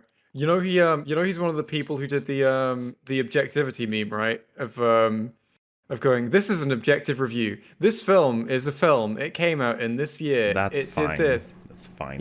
Well, he can be a. He's just on my list of examples if I ever do of the argument. If ever I do a how not to understand what an argument is. Well, yeah. If I ever do an objectivity video, just talking about that concept. Yeah, because that, which I'm interested in doing, because I think that there's a lot. Yeah, I think so. A lot of nuance to that concept. It was like, that argument is shit, guys. Like, yeah. No, you can say a lot more objective facts about a movie than it came out and it is a movie in this year. Like, and it stars people. It speaks to your lack of understanding and imagination. Yeah, you can say tons of stuff while being objective. You can talk about influences. You can talk about visual style similarities. You can talk about production design. You can talk about what is coherent and not. Even you could talk about the images on the screen. It's like the Corridor Crew, I think, are great examples of this, because like when they review CGI, most of the stuff they say is just that's an objective fact. Yeah. When they're reviewing the they don't, CGI wait, they don't and like the end battle and the Black Panther, they talk about the actual like, okay, so if this was real footage, it would look like this, and they haven't actually added this effect into the CGI, which would make it look like real footage, and that's why it doesn't look like real footage. It's like, those were just all facts. So you're just saying they didn't sit down on a couch and all say that this is CGI? No, they didn't do that. They didn't. That's not what they did. Corridor Crew is pretty good. I really enjoy their videos. Yeah, I've seen their stuff pop up every once in a while. Pretty engaging. Fun little action scenes. I keep on getting their name mixed up with like the really, really bad, kind of podcast formats like Corridor, Looper, and like the other like Watch Mojo. Like the guys that Red Letter Meter makes fun of the kind of guys that they're like I forget their names. Yeah, Collider. That's what I think of. I think of like Collider and all these other kind of very cool, hip, just very cool podcasts for the just that YouTube fodder kind of content. Yeah, just the super shallow consumer brain content. What's like the one we covered on Book of Boba Fett? Oh, what was that called? I don't know what that one was called, but yeah, you're right. The ones who like soy faced at the seismic charge. Yeah, the ones who defended slavery. Yeah. Oh, those. I don't even know which ones those were. Those were like, what was it, like Game Beavers or something? Or Game Beavers. Game Beavers. I don't know what their name is. It's like Game Crash or Screen Mega Generation Tech. Top Generation Tech. Yeah. Well, they're the Generation Hope of tech videos. How'd you get Game Beavers out of that? That's my. I didn't say that. You didn't say that. Ooh. Trongo. It's not Trongo. Unfortunately, I look to make sure. If Trongo calls me back, then if Trongo calls, I'll let you answer. I want you to be called by Lord Trongo himself. Lord Trongo. Lord Trongo. So the whole like, why are you taking CinemaSins seriously thing? It's just like, why are you taking us seriously? That's my response. There we go. We win. Or take anyone. Everything seriously. we said today was a joke. So yeah, it's pretty funny. No. Just to be clear, if anything we said today you agreed with, that wasn't a joke. But if that was real criticism. Yeah. But anything However, that you don't agree with, it's a joke. Satire. Don't worry. Yeah, it's satire, exactly. It alright? We're was playing just a joke. characters Yeah, who we're get being stuff wrong satirical. sometimes, ambiguously. Yeah. Satirical. So, you guys ready to be satirical? I'd Yeah. love to be. I mean, Yeah. yeah, I would. Yeah. Let's I love do satire. Now that I gave it a it. little bit of thought, I really am ready. Woohoo! Where's- Oh, I had gotta a press window. play. This episode is Oh god, That's loud. fucking loud. With This episode is sponsored by it's this wine company that I'm Bright sure Cellars. Now, his yes. demographic of like movie The wine nitpickers connoisseurs who will- watch CinemaSins. Yeah. I happen to know from the BobVids video that this is a service that a lot of people do not like and isn't good apparently. At least that's the assessment that's he fun. Any did. reason? Do you know why? I guess I'm tempted to just find his video and play his segment on it because he's just going to explain it way better than me, and he has like sources. You can't do that. Well, I can say, hey, this Bright is a really Cellars good. is pro drunk driving. So when you say play a segment, you mean we would all be silent and then we wouldn't credit him, right? And then I'd walk away and make some nuggies. Yeah. I could go and do something. They didn't even do it. They didn't even do a teaser. They just went right into the ad. That's wild. Yeah, he's no go Lindy and- Beige. Furiously masturbate for a few hours. Only are you sad enough to do? Well, you are crying all the time, so I suppose. Exactly. So I'm. All right, yeah, I feel Primed. like we'll just comment on his fightings because that's the best way to probably do this. But instead of me trying to awkwardly remember Well, then what everything exactly wrong he with- said.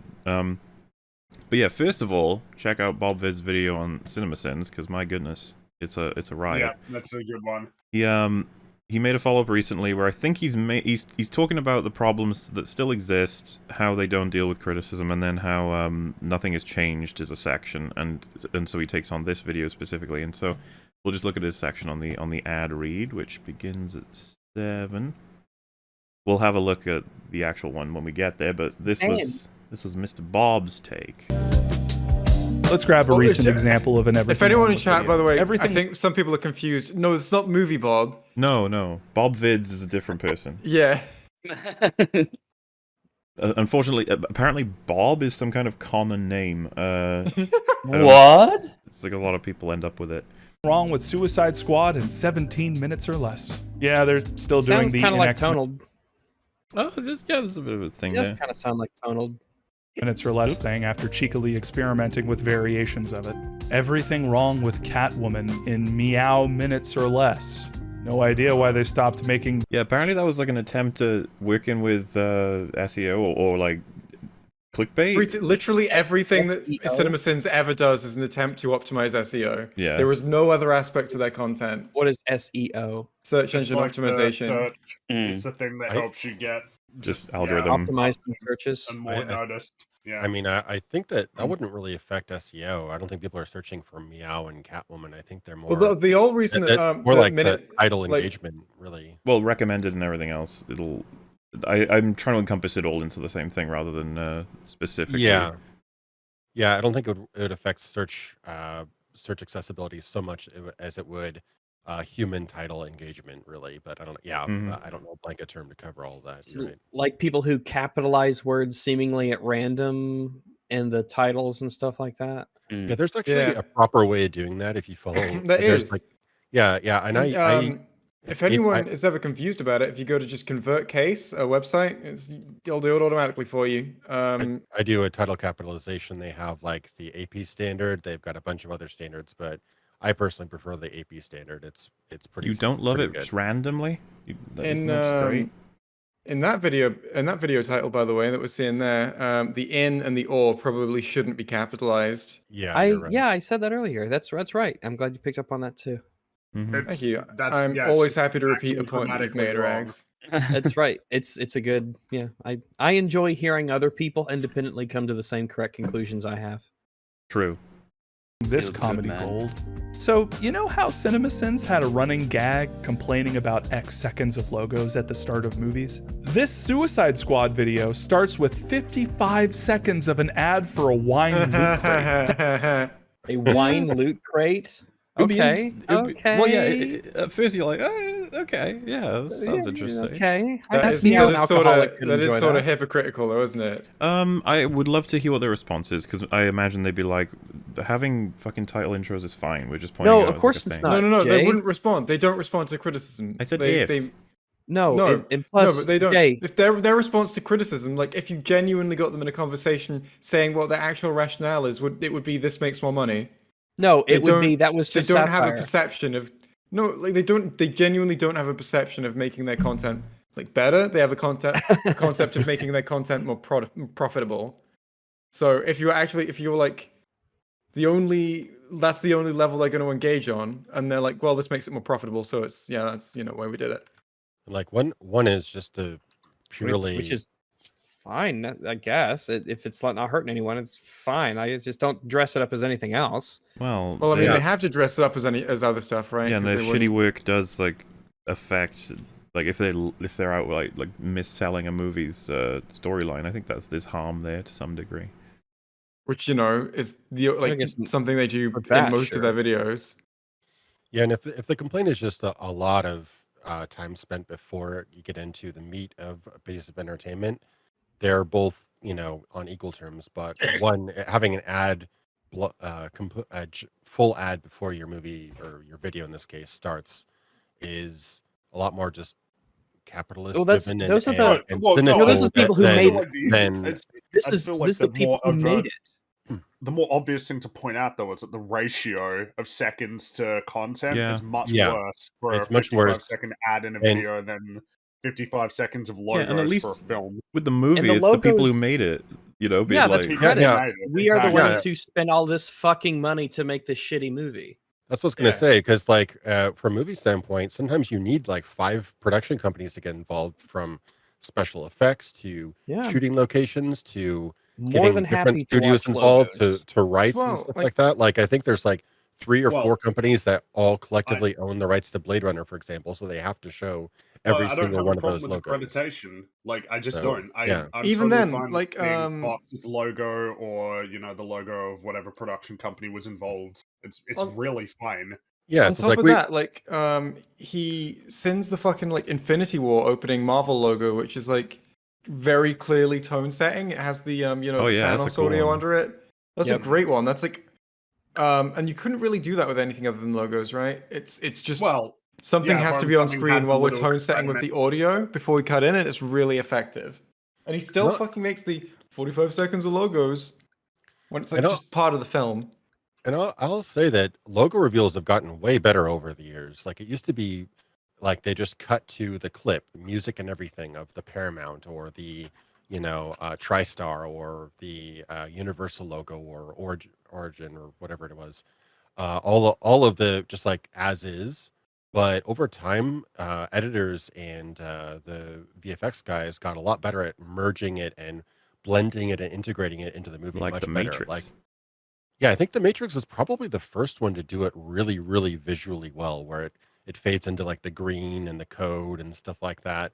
But I remember distinctly, like I think Mad Max Fury Road, the logo kind of gets all rusted and aged and kind of melts away, kind of like a kind of wasteland, like a Yeah. lot of movies. The soundtrack of the movie begins and plays throughout the logo reveals to kind of builds up the soundtrack and the score and the tone of the film.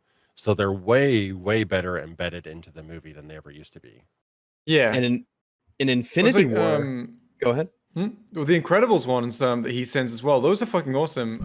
Like I mean, I'm about to praise Incredibles too, but the logos at the start of the film are very tonally consistent with the aesthetic of the movie. They've just done a redesign of this Disney logo to fit the Incredibles aesthetic, and it instantly gets you essentially feeling that Incredibles vibe. It's the same style as the end credits of the original film, which is one of my favorite films of all time. And instantly in the cinema watching that, I was like, holy shit, here we go. And then, well, the rest of the film, which I didn't hate on my first viewing. Me and Mel did. Shut up. Yeah, first viewing, I enjoyed it. Whereas Infinity War has 45 seconds of logos, EFAP has 8 hours of logos. I guess the core argument here Alright, it's is fine. that I mean, I got it. It's just That's fine. That's fine. I think what I found interesting was that I know that you were about to say that like 2 minutes ago before the conversation continued, and you were just sitting there waiting to get into the joke. So it's not only amazing, but just the sheer restraint, just it really is incredible, while still being able to pay attention to the conversation as it goes on. So anyway, Just Indigo, what knowing, was just that? biding That my had nothing time, to just do with the waiting. conversation. You Just were what Yet waiting did. to It's say your little directly thing. revolved to a thing that Jay had said. No, it was the exact same thing that you were saying. Like you were about to say the same thing as you were going to a couple of minutes earlier. And then I waited until Jay finished, and but- I listened to him, and yeah. Yeah, but the conversation didn't factor into it, right? Well, I was listening to the conversation. Yeah, what everyone had to say. but that Yeah. would be that's just that's just being courteous and everything. Yeah, I'm Which courteous. I'm not gonna discount the courteousness of waiting and letting everybody say their piece. It's just an observation. That's all. But It was I like that. waited. Yeah. I guess the core criticism here, though, is that with all of like years, honestly, almost a decade or more of this complaining about logos and length of logos between starting the film and I actually don't think I've getting ever cared about it. film. He obviously doesn't really give a shit about it because he's willing to do it if it makes him a buck. So Yeah. doesn't really care about it. I guess that's the point. It shows a Remember the Joker one where they used the old Warner Brothers logo? Yeah, I do. I That really was like neat. that. The There old are a lot classic of ways one. that you can be creative with opening logos, but like I don't know. They just, Well, I mean, but you just dismiss no it one's outright. mentioned Spider-Verse yet. I can't remember the Spider-Verse one actually. You know what? Well, the Spider-Verse logos are fucking awesome. They are incredible doubt tone it. setters, and they're works of art in their own right. I'm gonna go and look at the Spider-Verse CinemaSins videos to see what he says about it. You know what, Jay? They're all works of art, so fuck you. Hold on, I Yeah, actually shut was up. curious because I wonder what he said about the Wally one, where Wally fixes the light bulb of the little Pixar Sure, he hates it. Luxo thing. I'm gonna give him a little bit of benefit of the doubt. I wonder if he actually praises it. Let's see. Oh, he literally just says 58 seconds of logos for the Spider-Verse. Oh, okay. It's He like, doesn't talk he about makes the a- opening for Wally. He skips the logo. He doesn't complain about it. wow. So- I mean, all right, I guess. is anyone in this call like remember the Spider-Verse logos? Jay, because this is such a No. good fucking production, I've got it on the screen right now. Oh yeah, that's really good. Oh, that's great. it looks fucking amazing. Yeah, that's such a creative Mm-hmm. movie. Everyone likes Into the Spider-Verse, right? It's good Yes. schleems. Have you Even guys ever CinemaSins, covered that? maybe. Have you ever guys covered it in like a critical sense? No, we haven't covered I this. think we've done an episode on it, but No. No? I don't think so. Yeah. It's been an interesting No. thing to cover Nope. sometime. We have not. I'm sorry, Friggy. No. wait, Yeah. did we? No. Or I'm forgetting. No, we've done like 5 on fucking Homecoming. Maybe we should do it to the Spider-Verse someday. That might be worthwhile. Yeah, Things like no one disagrees that Spider-Verse is amazing. It's like what's Pretty the much. sure, but that doesn't mean that there's nothing to talk about. Yeah, maybe I it's guess the worst if it film was just ever. like EFAP breakdown, right? Is I that guess the the kind thing of thing is you're that thinking? part of the conversation would probably be about the animation, which is probably more technical, and there might be other people who are even better suited to. No, Well, I mean, actually, we all can know talk how about like it. we all know that the conversation now about the animation now is very it's just hey, they animated him on twos when he's uncomfortable and nervous, but when he finally gets into the swing, they stop doing that. It's unfortunately become one of those things where it's like, it's kind of like the same effect that every frame of painting video had on Edgar Wright films, where like everybody just says the things that he said. Yeah, Yeah. it's that one thing that everyone knows about that film now. He's animated on twos, guys. Yeah. Yeah. Well, there's so much more that animation does. No. Like using. Oh, fine. Fine. Okay. You could tell me. You could pretend Uh, like I don't know. I'll tell you. Jay, what do you later, mean? Rex. What other aspect of the animation do you think people might not know? Like the way they do depth of field with the print effect rather than by blurring stuff out. They defocus So- it in a way that would happen with misaligned printing. in a comic that's book very page. interesting. Like a Hey, so, that's really nifty. Thanks for letting me know that, Jay. In the CinemaSins video on Wall-E, he says it's lucky that Wall-E finds proof that plants can grow on Earth just minutes before Eve shows up, a robot built to detect and report such things. Stop. Yeah, they send those out regularly. I was gonna say, so there's several things to that, but that's one of them. Yeah. So isn't it implied that Wally's never seen one before? A Wall-E girl has- or a plant? Yeah. Both. Wally and incel. Well, yeah, both. Yeah. Incel. He works picking up garbage like all incels. I'm sorry, what was the point?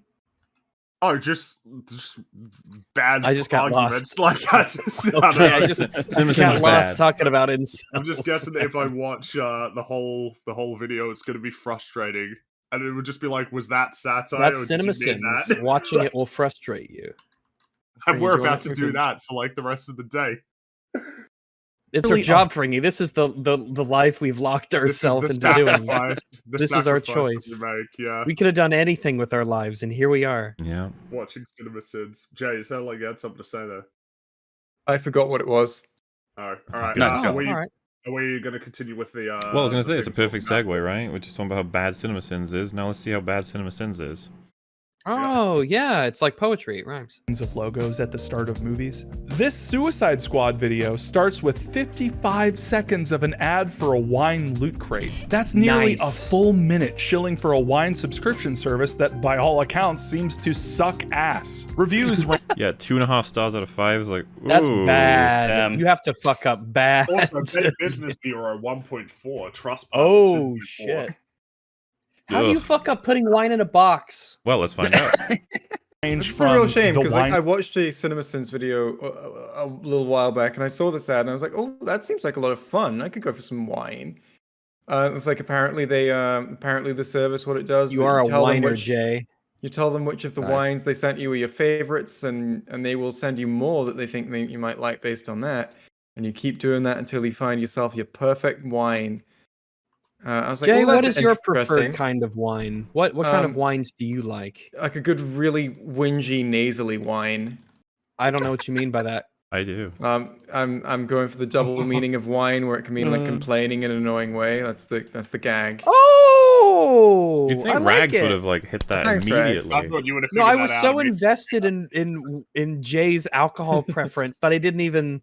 I was just so. I was so problem. ready to see if Jay was like, because maybe Jay's like me. I don't really like the reds.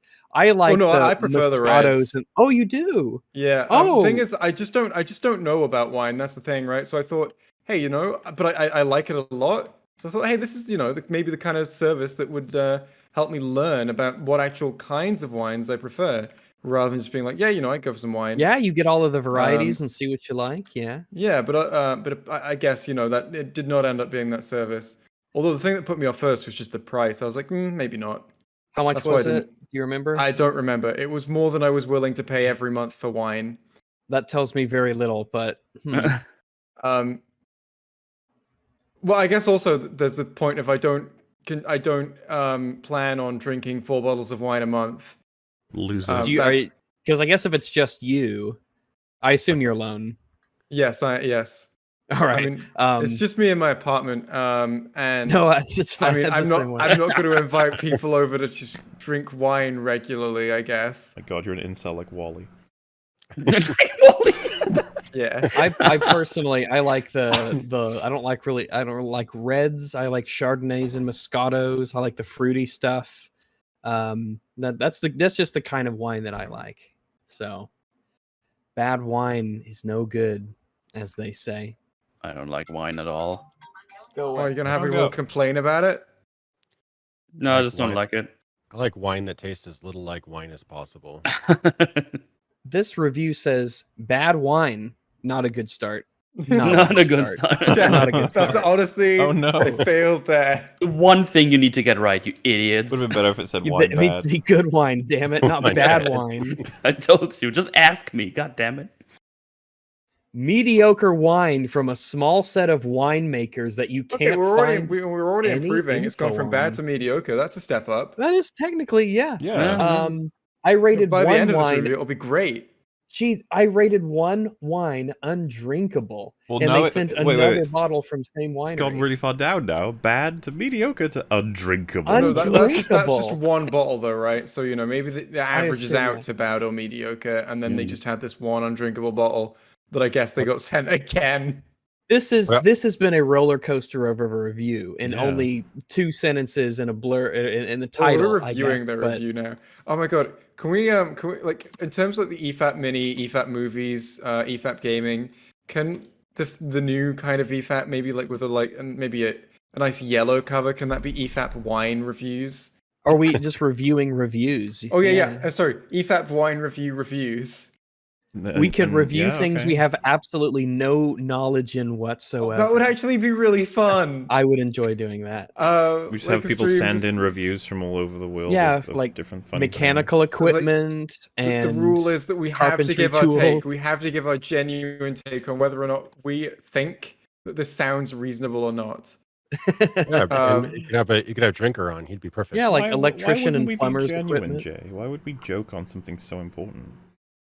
Well, it's like mechanical parts, wine. Yeah, That would be really. Can we Oh, do that? that's why the audience are here. They're here to listen to our opinion on We'll mechanical put that in our parts. back pocket for later. Please, can we 'cause make I that would an enjoy that. EFAP episode? I I would wish like we got. that. I would I enjoy wish we got this. more specifics from this review because, like, was it just so bad he didn't want to drink anymore? He or she didn't want to drink anymore, or was it like literally just like a block inside of the? Yeah, I want to know what undrinkable means. Maybe it was. That's a Maybe block it's, of wine. Was maybe it when they say solid? bad wine, they mean that it was like vinegary, like it had gone bad. Hmm. It wasn't Maybe. stored properly. I'm or something. like, the way he says undrinkable, it's like I'm imagining it's not even a liquid; it's a solid. So like he just literally like- couldn't. Oh, drink like like it's not physically possible to undrinkable? drink physically because it is a solid. I tried. I Or could a not gas. drink it. Blend it. You could. I had to blend eat this gas wine with a if you knife. try real hard. Or a hammer and chisel. I think it would actually be harder to drink a wine if it was a gas.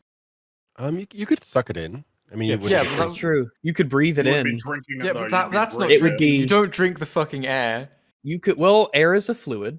Yeah. Well, I mean, theoretically, you could find the liquid temperature lower to that temperature, and it would eventually turn to liquid. What if that right? temperature is like minus 5,000, which is literally impossible? But Well, that depends on what scale. I guess that's true. What if Well, what is that? What is 0 Kelvin in Celsius? Let me. What minus is- 173? I want to say. Isn't it minus 273? It is minus. Ooh, good on you. It is minus 273.15. Very good. Oh, so he was well, completely not inaccurate. a- Then.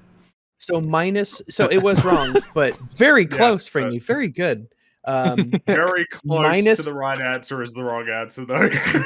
Minus 5,000 Celsius is not even possible. No, yeah, No, that's below absolute zero. Absolute zero is the coldest temperature possible in the universe, right? Is it So, even possible? Is 0 Kelvin even possible? I Uh, think that is the absolute lowest that is possible. Well, no, that's the Uh, lowest that's conceptually possible. It's not don't clear. think I it's don't think if actually it's actually possible, possible right? to lower something to that temperature. Because there has to be Sure. some atomic action in a thing by virtue of it being a thing, right? So Or does it? Yeah, like this has been a absolute roller zero coaster is of an the- EFAP. Absolute already. zero is It's the lowest a two-sentence wine describable review. temperature. Of course, it was a wine review I just that can't think got of us stuff here. about Of Trungos. course. Good old Trungos. Yeah, how long are we going to be here for? Like 12 hours or?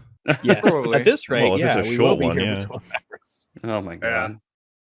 What I love I was about the almost about to say that we're almost 8 minutes into the video, but I'm like, oh yeah, this is No, the other we video haven't that isn't the started the video that video we're yet. actually covering. we're 2 videos deep and we haven't even started.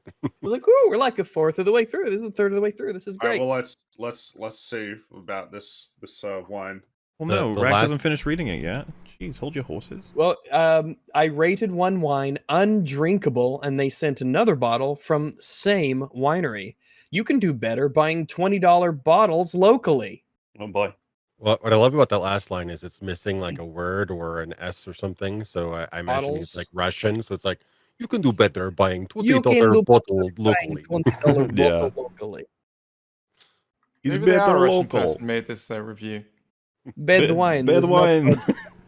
Mediocre. This was Undrinkable. vodka. tastes like nothing, to I can't unsubscribe from their incessant emails. Oh, that's always a fun that's one. always- Spammy company, spammy advertising. Especially when you're email. already paying them. Yeah. Yeah, that's bad. If I pay you, I don't want to get fucking ads. I hate it when you get ads from fucking anywhere and you're just like, who sold my email, you piece of shit. You bastards. Huh? Which one of you It's the did it? worst. Entered my email on a questionnaire while bored, and of course got spammed. I figured that will happen when you give out your email. No biggie, just unsubscribe. But just like illegal scammers, hitting unsubscribe just seems to confirm your address is legit and nothing else. They will not stop filling my inbox with spam.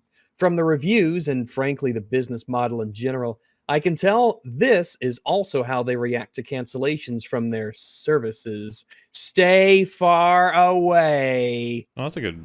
It's enticing at that point, right? You just want to jump in. Well, I want to sign up and unsubscribe. Yeah. To numerous, they won't let me cancel my membership and keep charging my credit card. Oh, that's great. Fun fact. Oh, that's... Ooh. Oh, That's goddamn, dude. Let's avoid. You know, avoid the I feel so notifications. I feel so vindicated in my comments earlier. Of no, CinemaSins don't care about quality. It's literally just can they make more money? That's the only question they have when making content. Can I make more money? Like I don't know I if this have is to cool. use a service to be able to recommend it. It just seems like a thing that I would have to do. The baseline is I have to be able to personally vouch for something Yeah. that I'm Brown advertising. Table did. Brown Table did he had an equivalent, right? What was it? A cocktail He service? made the cocktail. He made the alcohol. They loot just crate sent thing. they sent you recipes and ingredients, right? Yeah. Then you make them yourself. Like, Yeah, which well, sounds like I like a said, fun similar. thing to do. Yeah, that sounds really fun. Yeah, sounds good. Yeah. And he used it. Yeah. As long as I'm not drinking it with Brown Table because he's a whiny little bitch. Wow, he's a wino. I like Brown Table. He's alright. I don't know But how these you can are- still have ooh, these these no as good. as a I think subscription. Brown or, Table is like, a Chad. I wouldn't go that fucking far. Wow. I think that you need to. That word means nothing from you now. Yeah, but you think Cruella is a Chad? No. You saying Brown Table and Cruella are similar? No. I don't know how you can have these modern problems like subscription issues like this because like I developed This box of wine delivered to my door is unacceptable. I used to develop e-commerce websites for like 6-8 years, something like that, and you can do all of this completely automatedly. Like you can have people sign up, disable their credit card, delete their credit card, all that stuff online. I assume that was all automated. Yeah, you could do this 10 years ago easily, 12 years ago, 15 years ago.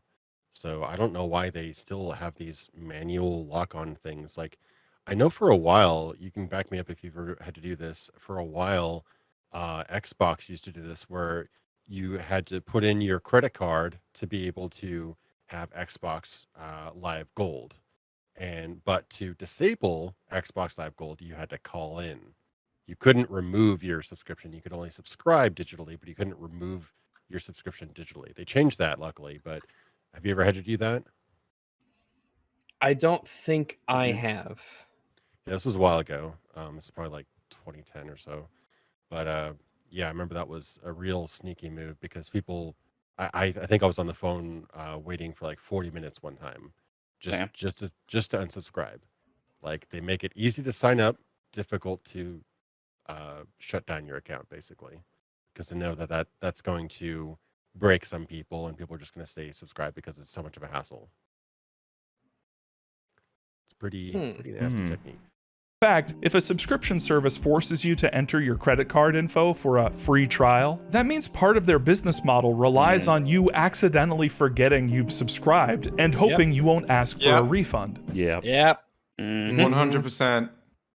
Though these Bright Sellers folks seem to have taken that scam to the next level by straight up charging you incessantly without even delivering what you had originally ordered. This person got nice. charged $345.26 for what was supposed to be $40 of wine. CinemaSins really knows how to pick them. With such a penchant for promoting scams, next thing you know, they'll be getting into NFTs.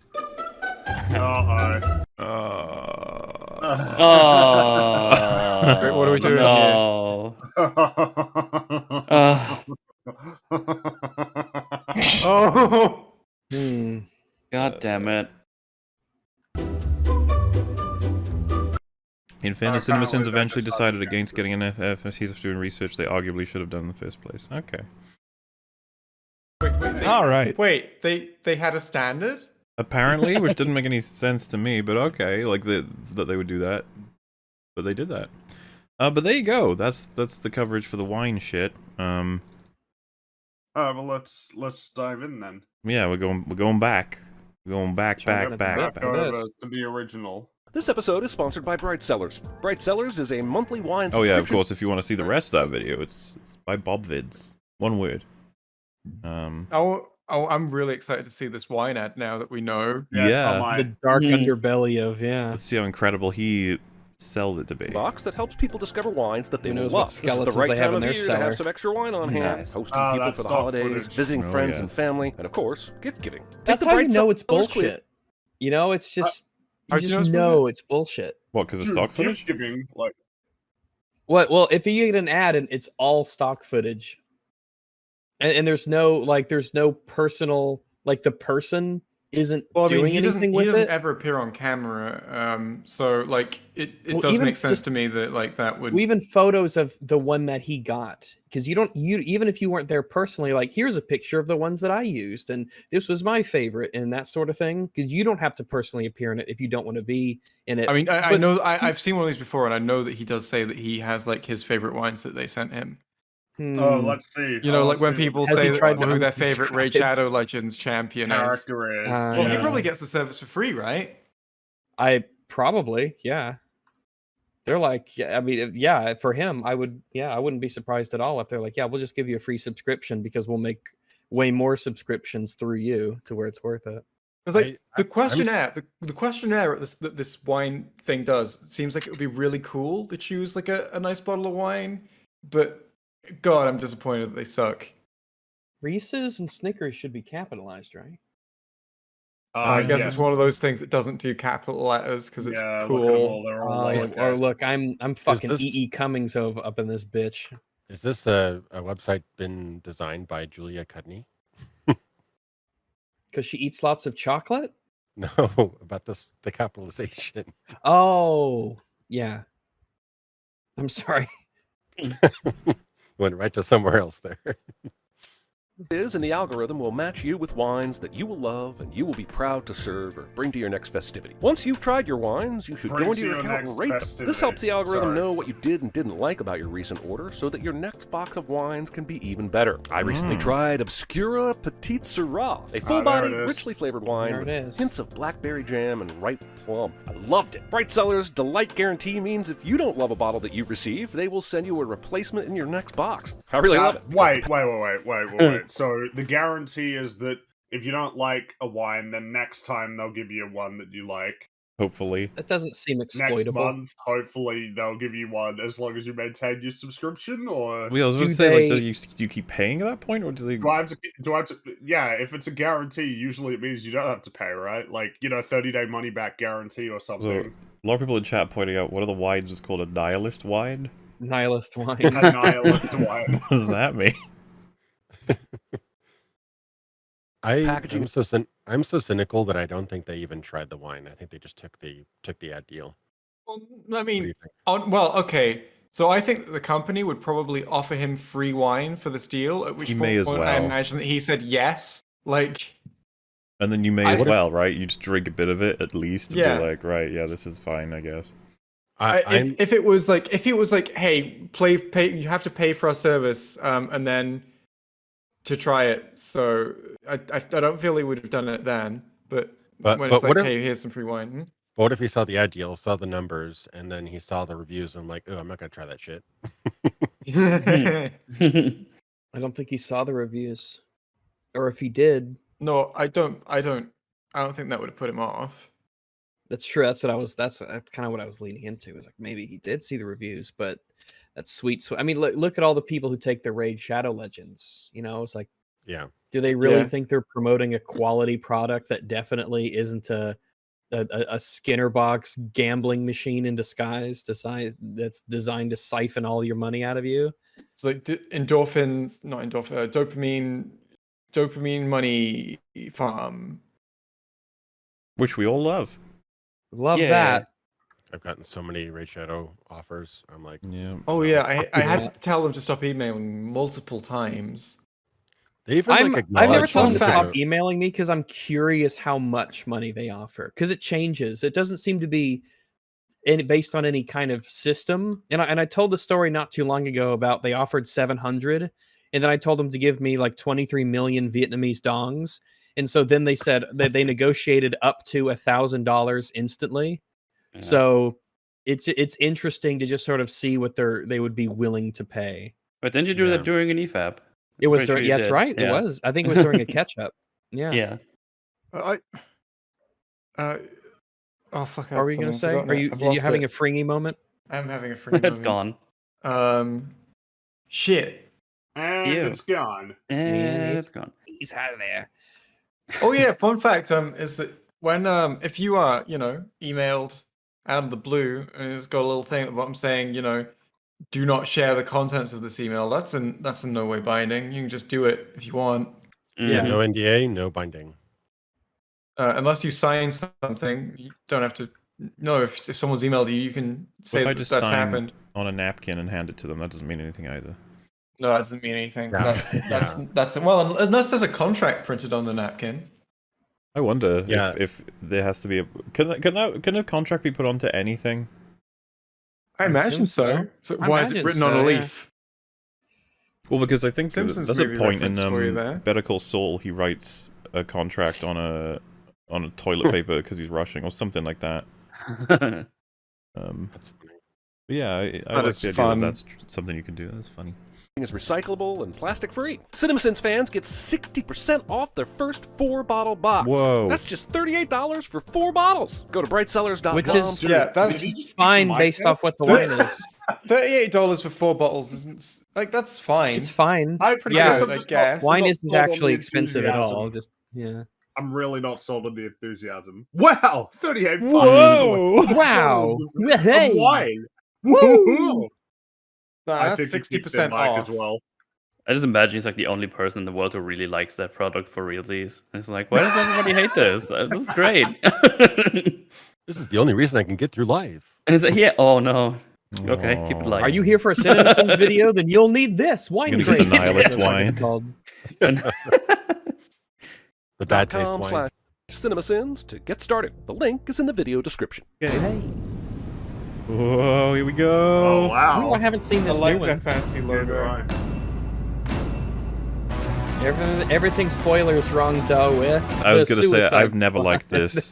Yeah. Yeah, I've never understood why they did in this. Everything spoilers wrong, duh. With DC Comics. This doesn't look so bad. What was that mean? No, What was it that? doesn't work anymore because now they're just DC. Your joke Yeah, it used to doesn't work be anymore. DC It used to be Comics DC because it Comics, now stands it's just for- DC. Yeah, it was Detective Comics, which Yeah, for anybody dumb. who doesn't know the meme, not, it doesn't Detective stand for Comics Dick comic. Cock. But Nice. now it's just DC. So how can he do the joke anymore? Unless Unfortunately, just he's trying to go for just it's a sin to be a part of the DCEU. But why did he say Yeah. DC Comics? No, he then? said Why DC did he Comics. I say think he's DC? just still I doing think the he's still meme. doing the meme. I think I the joke is that think they're you not guys are doing right, it yeah. anymore, but he's still making the joke. Yeah. I think. Even though the Oh. joke ceases to function now because they're just DC. I guess it's like it's another layer to the joke. Oh What? Then it's not even true anymore. Yeah. Dude, he would probably claim That's that. He'd just be like, the "It's delicious funny layer." because it's not applicable," and you'd be like, Okay, oh, I guess okay. I just don't understand. Okay, right. You don't understand his That's satire. complex humor. Whenever it's a failure, it's a joke. It's satire, yeah. Which is 4D chess, really. Mhm. I guess when you've done like hundreds and hundreds and hundreds of movies of the same exact videos of the same exact format, you just kind of like lose the meaning of some of your The memes meaning and of some your life. jokes. Yeah, that too. But yeah, I mean, I'm sure I'm sure the first few times he brought up the DC logo, he probably explained why it's funny, or why it's a problem, or why it's a sin. But now it's just like, yeah, I gotta do it because No, he never explained it. He never does. No, but I mean, we did know back in the day that it was DC Comics, so Yeah, back just then like it made everybody. sense. Just by like a lot of people call it an ATM machine, automated transfer machine. It's the same thing, but sometimes that's actually a problem in marketing when you kind of consolidate down multiple words into like an acronym. It kind of loses a lot of its meaning. So, ATM is fine, but people like to call it a machine. Yeah, it's like John Ellis Push. It's like when people say the SVD Dragunov. Sure. It's like when people say EFAP pause. This is a really weird way to put this, though. Everything spoilers wronged are with. No, it is, yeah. Why do it like that? I don't know. Why wouldn't you have it so that they're separated in a way that it's so much better for the eye? Like, it's so gross in terms of just being like, wait, what? I like the neon and the noises. I don't like the arrangement. Yes. Yeah. DC Comics. This doesn't look so bad. It doesn't work, It's got a but nice whatever. bench, got lots of sunshine, has its little bouncy ball. This is more like daycare than prison. Also, What? Why is this? What's wrong with Why? that? What? So point What? one, it looks like he's in a daycare. It's like, what? Is that a joke? Daycare with barbed wire and uniforms, I guess. That's What a is- joke. Yeah, but Well, why is it a sin? but then- where is it a sin? You know, we have to go to track 2. It's like, so what is the joke? It's like, And doesn't Savant get like 10 minutes of this time or something like that? It's like some small amount of break time, isn't it? well, I yeah, forget exactly. presumably this is a break time. It's not his actual cell. Yeah. Yeah, it is a break time, but I Well, if believe it was the his guard. actual cell, that would probably be pretty shit, right? Yeah, You it's don't still want not a good cell without cell if it roof. were a cell. Yeah, it rains. When it rains, you just It's like, strange.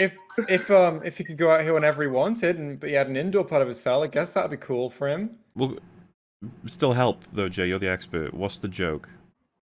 As someone who's I been to think prison the many joke times, is that he's saying something that isn't true. He's like, hey, So the joke This is thing- this place isn't. is This it- place looks very prison-y, but if I say it isn't, that's kind of funny.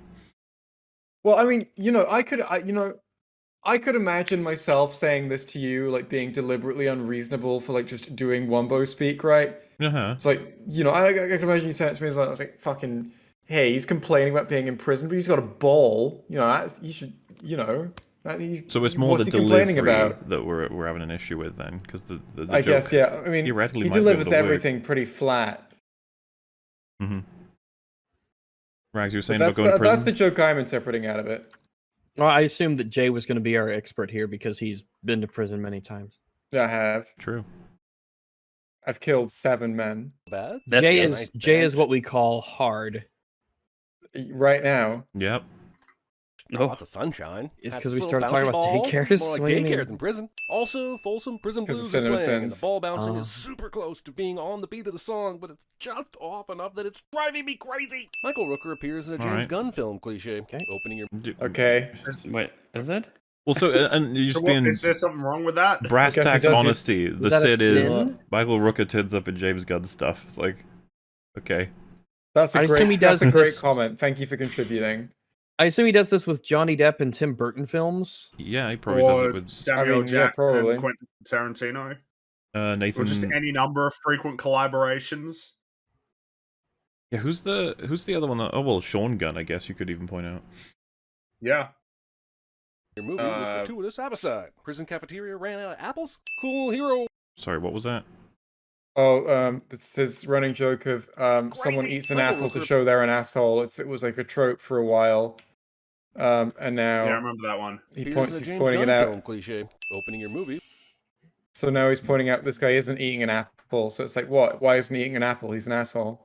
Kind of goes back to my It's- point. It's like his jokes have gotten so abstract because he's made them so many times. Well, yeah, I was gonna It's say true. without that context, Yeah. what the fuck is this statement? Like without Yeah, like, It's true, imagine if like in this was 100 first- years when he's still doing this, because of course he will be. This is just going to be such an abstract just- show that like someone walks out of their house in a movie and he just says like, "Whoa, there's no trees here," and that's it. That's the content. Well, I mean, think- I imagine think- this is your What first is this, an CinemaSins Enya video. album? You're just going to be totally lost on this one. It's like, wait, what are you saying? Well, no, you're not, because what you're going to be doing is you're just going to be your brain is going to be glazed over, and you're going to be waiting for the next comment. Glazed over. That's how I watched it. Like when Your I was brain back in the will- day. I think I do like the idea that your average person hears the movie opens with like the death of a bird. Why is the prison cafeteria out of apples? You're like, I don't. Often we get to hear the word avicide though, so that's Yeah. neat, I guess. Yeah. Yeah, it's like in 30 years you'll just be like saying weird alien noises like, "Hey, quibble, quibble." Yeah. I want to see CinemaSins get to that point where something happens in the movie and it's just. You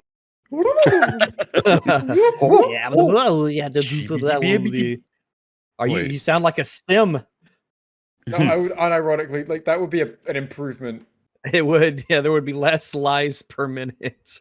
But still, at the beginning, it'll still be at the beginning. DC Comics. Your movie with gratuitous avicide. Prison cap.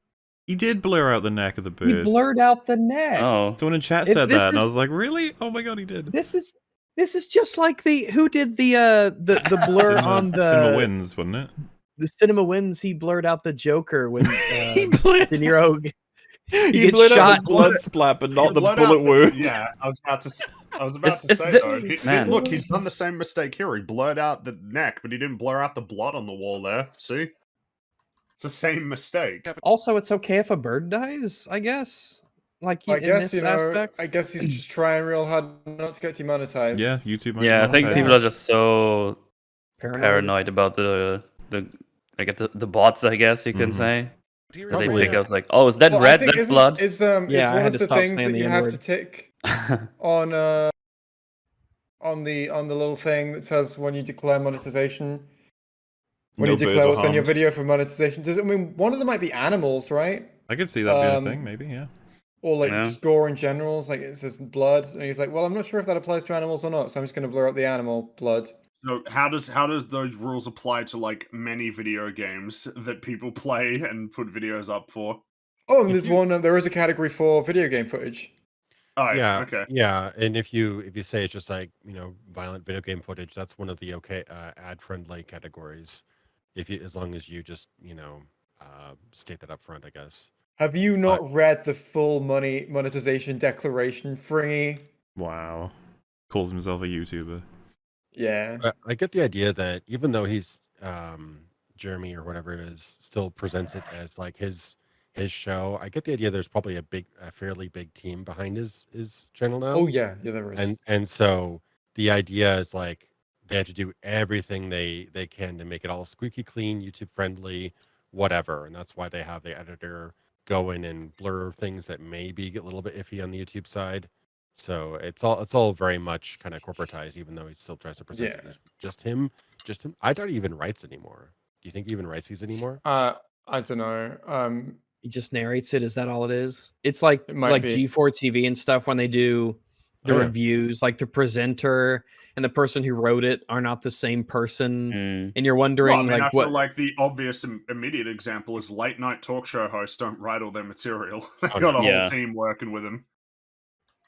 Yeah, once you get big enough, you can basically have everybody else do the editing, the research, the writing, and it's still Jeremy's voice, so obviously he can't fake that. But I'm assuming he basically just runs his company and voices the stuff now, or maybe I'll get an AI to do his voice soon.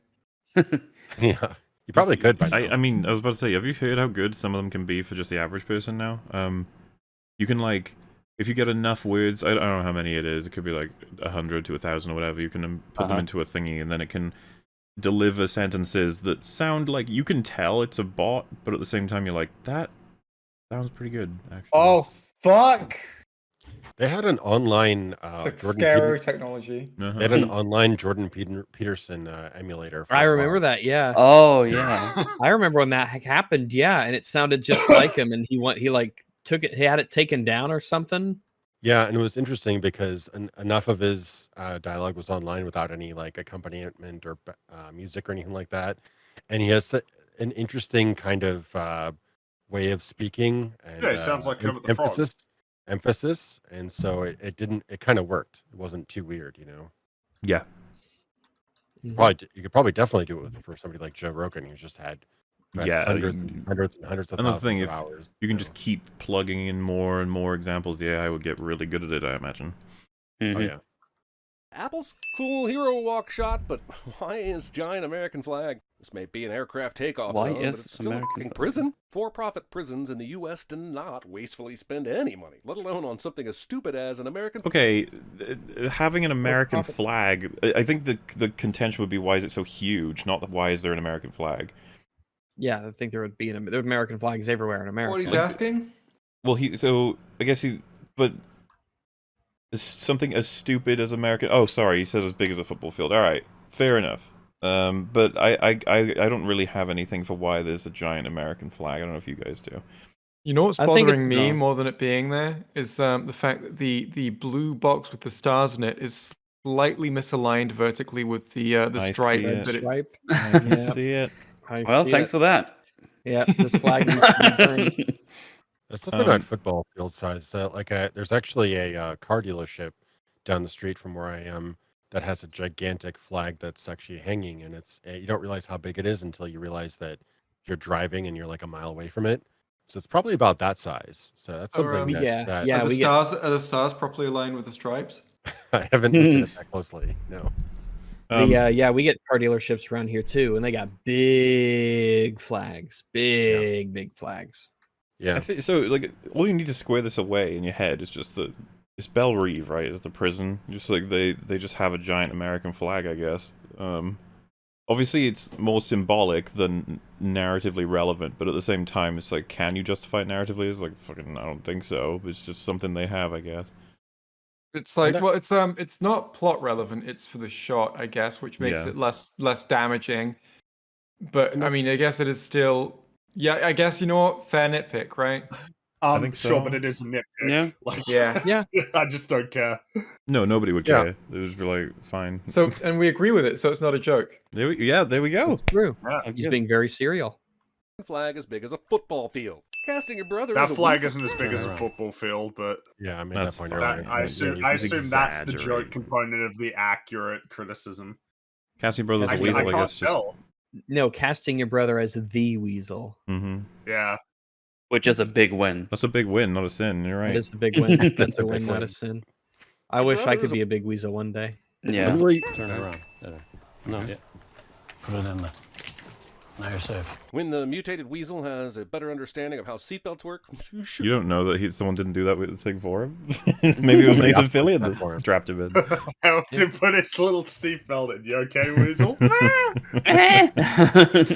He's an Afghan hound, right? So it's pretty familiar with him.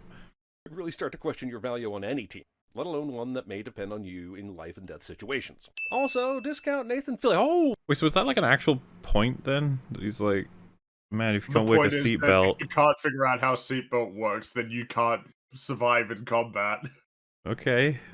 Interesting what if it's like a tricky seatbelt? It could literally just be one that's it's a bit awkward. Maybe it doesn't work properly. You know, I'm gonna say it. I've used seatbelts for most of my life, right? Mm-hmm. You know, I don't remember a time in my life before I learned how to use a seatbelt.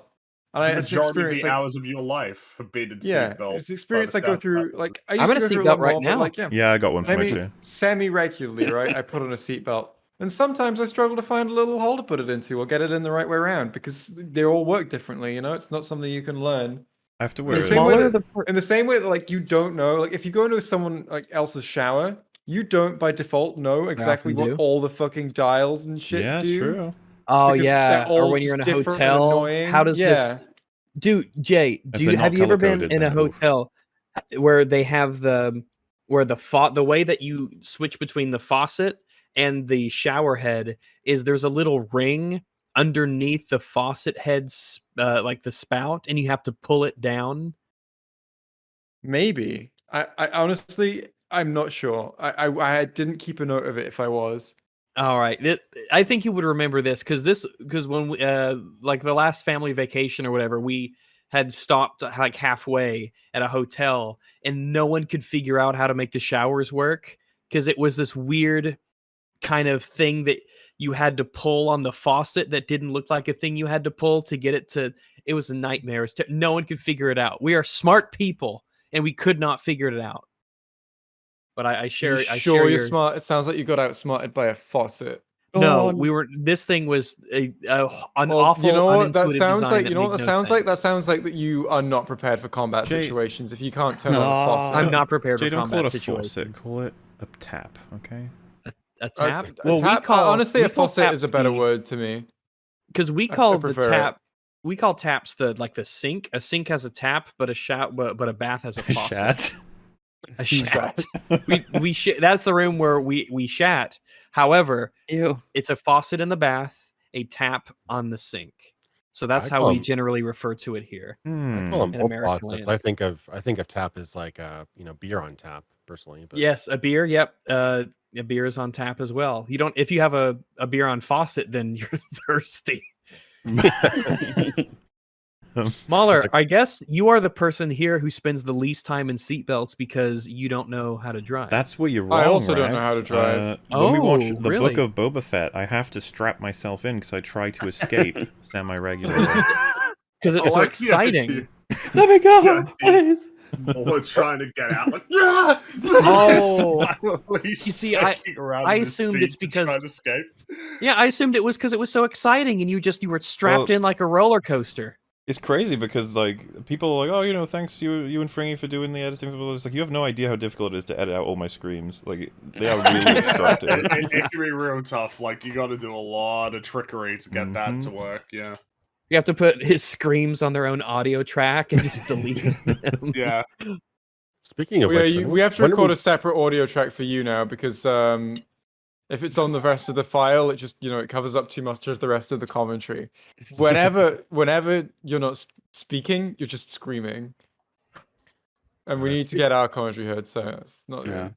Speaking of people in Boba chat- Fett, Go ahead. no. Speaking of Boba Fett, when are we going to get Book of Weasel? Book of Weasel. They don't have the balls. Well, there was the old show I Am Weasel. If any of you watched That's right. that back I in the remember day. I Am Weasel. Yeah. It was like that was the Cow and Chicken people who So made that's that. a live action remake. Is I Am Weasel, but it's Weasel from the Suicide Squad. Is it like I Am going on Legend, adventures. but with Weasel? That sounds. What, that sounds like what it is. when the little mannequin This is is like there, I Am instead Mother, of but with screaming- Weasel. Well, no, I'm now just thinking about. You have to this movie. repopulate the mannequin world with sits there, weasels. and then when the weasel sees the mannequin who's moved, he goes like, pointing at it. We can just picture turns around and that everyone's grand gone. moment of an army of those vampire zombie things chasing him, and he's just like. I just like Jay's It was idea like with for a I long Am time. I Am Mother with Weasel instead of the robot, just the Weasel taking care of a fucking child. That would be great. Oh, you see, Metal. And Oh, they you and could I, like Weasel you and I, doesn't we take went to care of different children. places. we went to different places. I assumed that there was a different facility for every animal that needed to be repopulated, so the robots would have to grow and raise the perfect weasel that would then become the weasel mother of the rest of all of the other weasels before the door opens and thousands of weasels run out into the forest. We went to completely different places. Yeah, we've got so many interpretations. All of those can be adapted, Disney. Take your pick. Yeah. My idea was They're gonna like be. It's gonna be a trilogy of all three of those ideas. It's gonna be made. my idea was like similar to Boba Fett, where he becomes a crime lord and he Oh, of runs course, the yeah. crime. That's Book of Weasel. That's different. Yeah, Book of Weasel. Whereas like he becomes a crime lord, but he still speaks like, "Ah!" And like somehow he runs the crime organization, yet nobody can understand what the hell he's saying. Except Do you Fennec. underst- Fennec knows. Do you understand that if Boba Fett did nothing but make noises the entire show, nothing would change? You don't really know. And I think I'm being serious when I say that. It would be better. So that's a change. What they have to do though is have to replace his like jagged, pointy teeth with like pearly whites, like pearly dentures. Honestly, that would be a bold artistic I decision grew up if they made him surrounded do by that. weasels. It just shows Kamino with loads of weasels. Weasels Boba ever Fett running went to down the live with- halls. Look, if Boba Fett went to live with the weasel people, I would be much more convinced. Of his It's way better than the Tusken I'd be Raiders. I want to see changed the by the weasels. Yeah, weasels. they teach him about native rights, the weasels.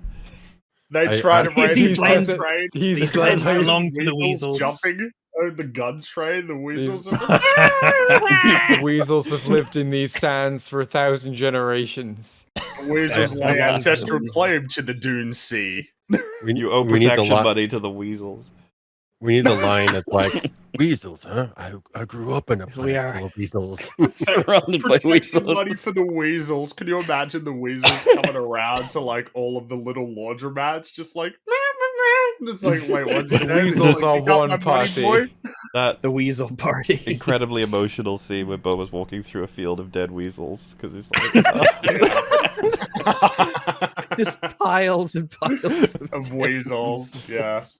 And half of them like get back up afterward. Yeah. Well, you know who didn't Just grow up? fine. You know who didn't grow up surrounded by water? Weasel. Wow, Weasel. that's right. He's It's in the very desert. true. oh, He the almost little, died surrounded by water. the Tusken Raider dance. Instead, it's just a load of weasels going, and then Boba Fett is just like, Doing their weird caterpillar-like run around a fire. If the weasels grew up on Camino, it'd be a terrifying experience the whole time. They're Yeah. Just to be clear, Don't just to be clear, we are improving Book of Boba Fett. Oh, Absolutely. with Absolutely. every I would example we absolutely. gave. Yeah. I also Yeah. think it's Oh my very God. interesting that none of us know what a weasel sounds like, and we all have our own different version of what weasels do sound like. Well, I That's think we fine. pointed out the potential with Weasel is through the fucking roof. It's Yeah. way bigger than Tusken Raiders. I could see the expressions on the Yeah. weasels' faces. I could tell them apart. They're not just all wearing the same fucking thing, making weird grunting noises. Camino would be a perfect prison planet for weasel because he can't swim. I am Boba Oh. Fett, and I speak for the weasels. And that's what's so powerful about it. In fact, It's about About family. weasels. I like the idea that speaking for the weasels is like you know how like at the UN or at like international meetings they've got those like translator things that they wear, and so you got the one person who has to translate everything into weasel on behalf of weasel. You got like a human sitting there just going like, all right. And then the weasel sit there like he's just getting it. He's It's the writing stuff down in universal- his little book. Universal language everyone Those understands. translators, do they actually genuinely need like Ah. someone who speaks like that many languages that they can I- translate what everyone is saying into one language? Well, I don't think you have like one guy who's doing it for everybody, but I think you see those things where the people are But going like, no, but you'd have one guy doing it all for one person, right? Which means they would have to translate from loads of different languages. Or do they? I don't know. Potentially, yeah. I've never thought about it. Well, they Maybe wear they those have, like- headsets, now. right? So I assume they have someone in their ear who I don't know. Maybe Yeah, there's that would got to be- be a system. Maybe it would be one person translates it all into like English, and then another person translates the English into the specific language.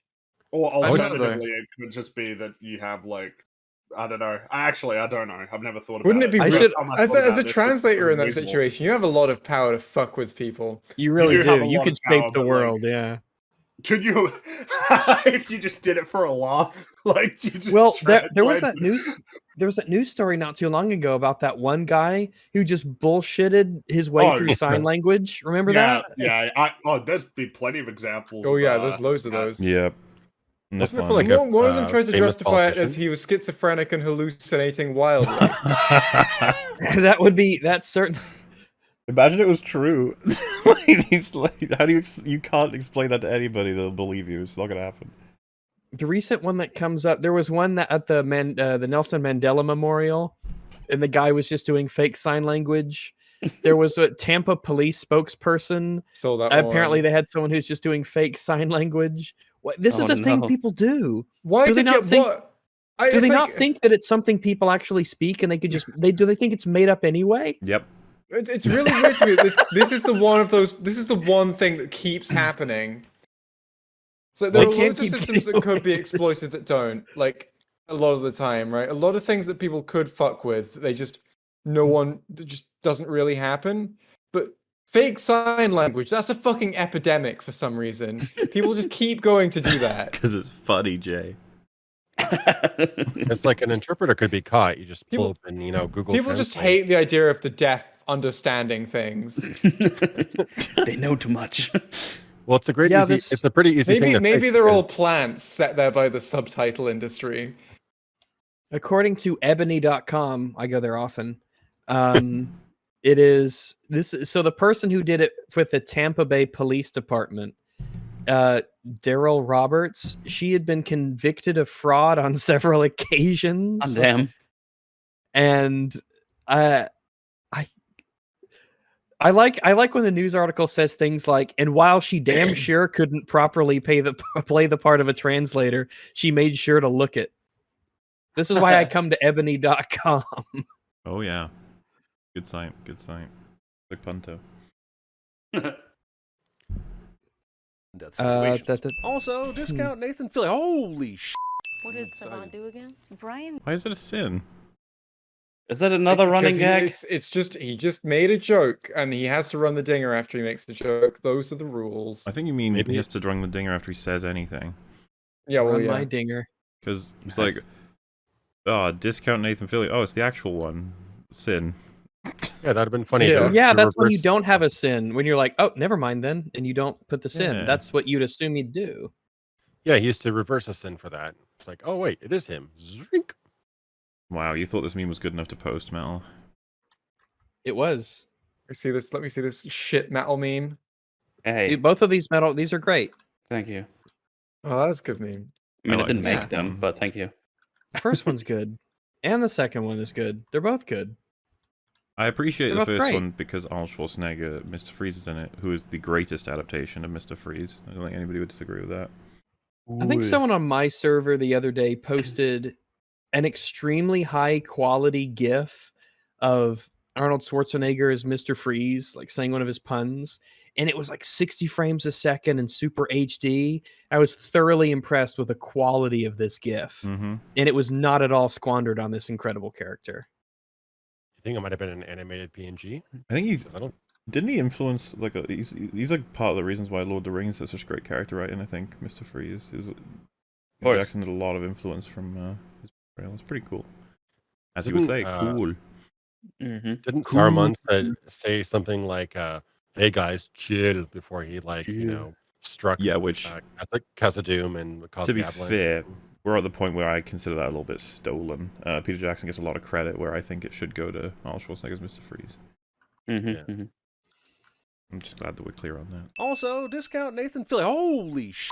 What does Savant do again? It's Brian Derlin. He's an expert in weapons and hand-to-hand combat. Thank you. Now that I know Savant is basically good with guns, I'm sure I will have no problem understanding what he brings to the team that is different from the likes of Deadshot, Deathstroke. Oh, I can explain that. They're different people.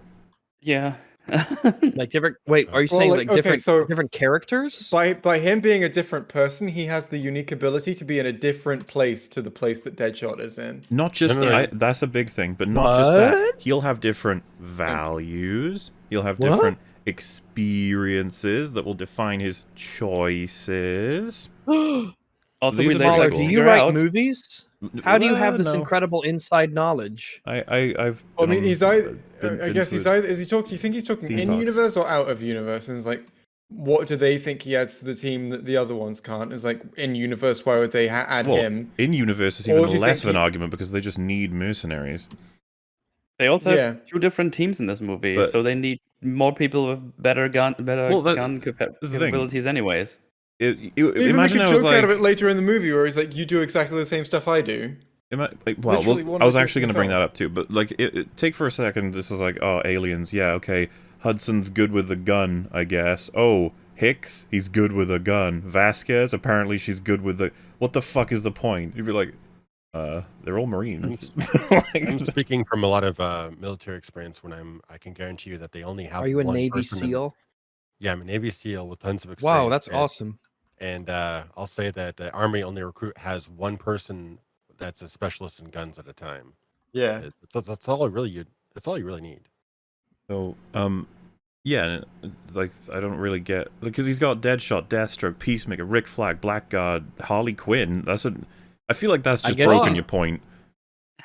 Because, like, yeah, Harley Quinn shoots a gun, but I mean, Harley Quinn and Deathstroke, they bring the same shit. I remember when he was saying, "What is it with Fantasy World?" Like, he always just like pads out his lists with stuff that doesn't fit in them.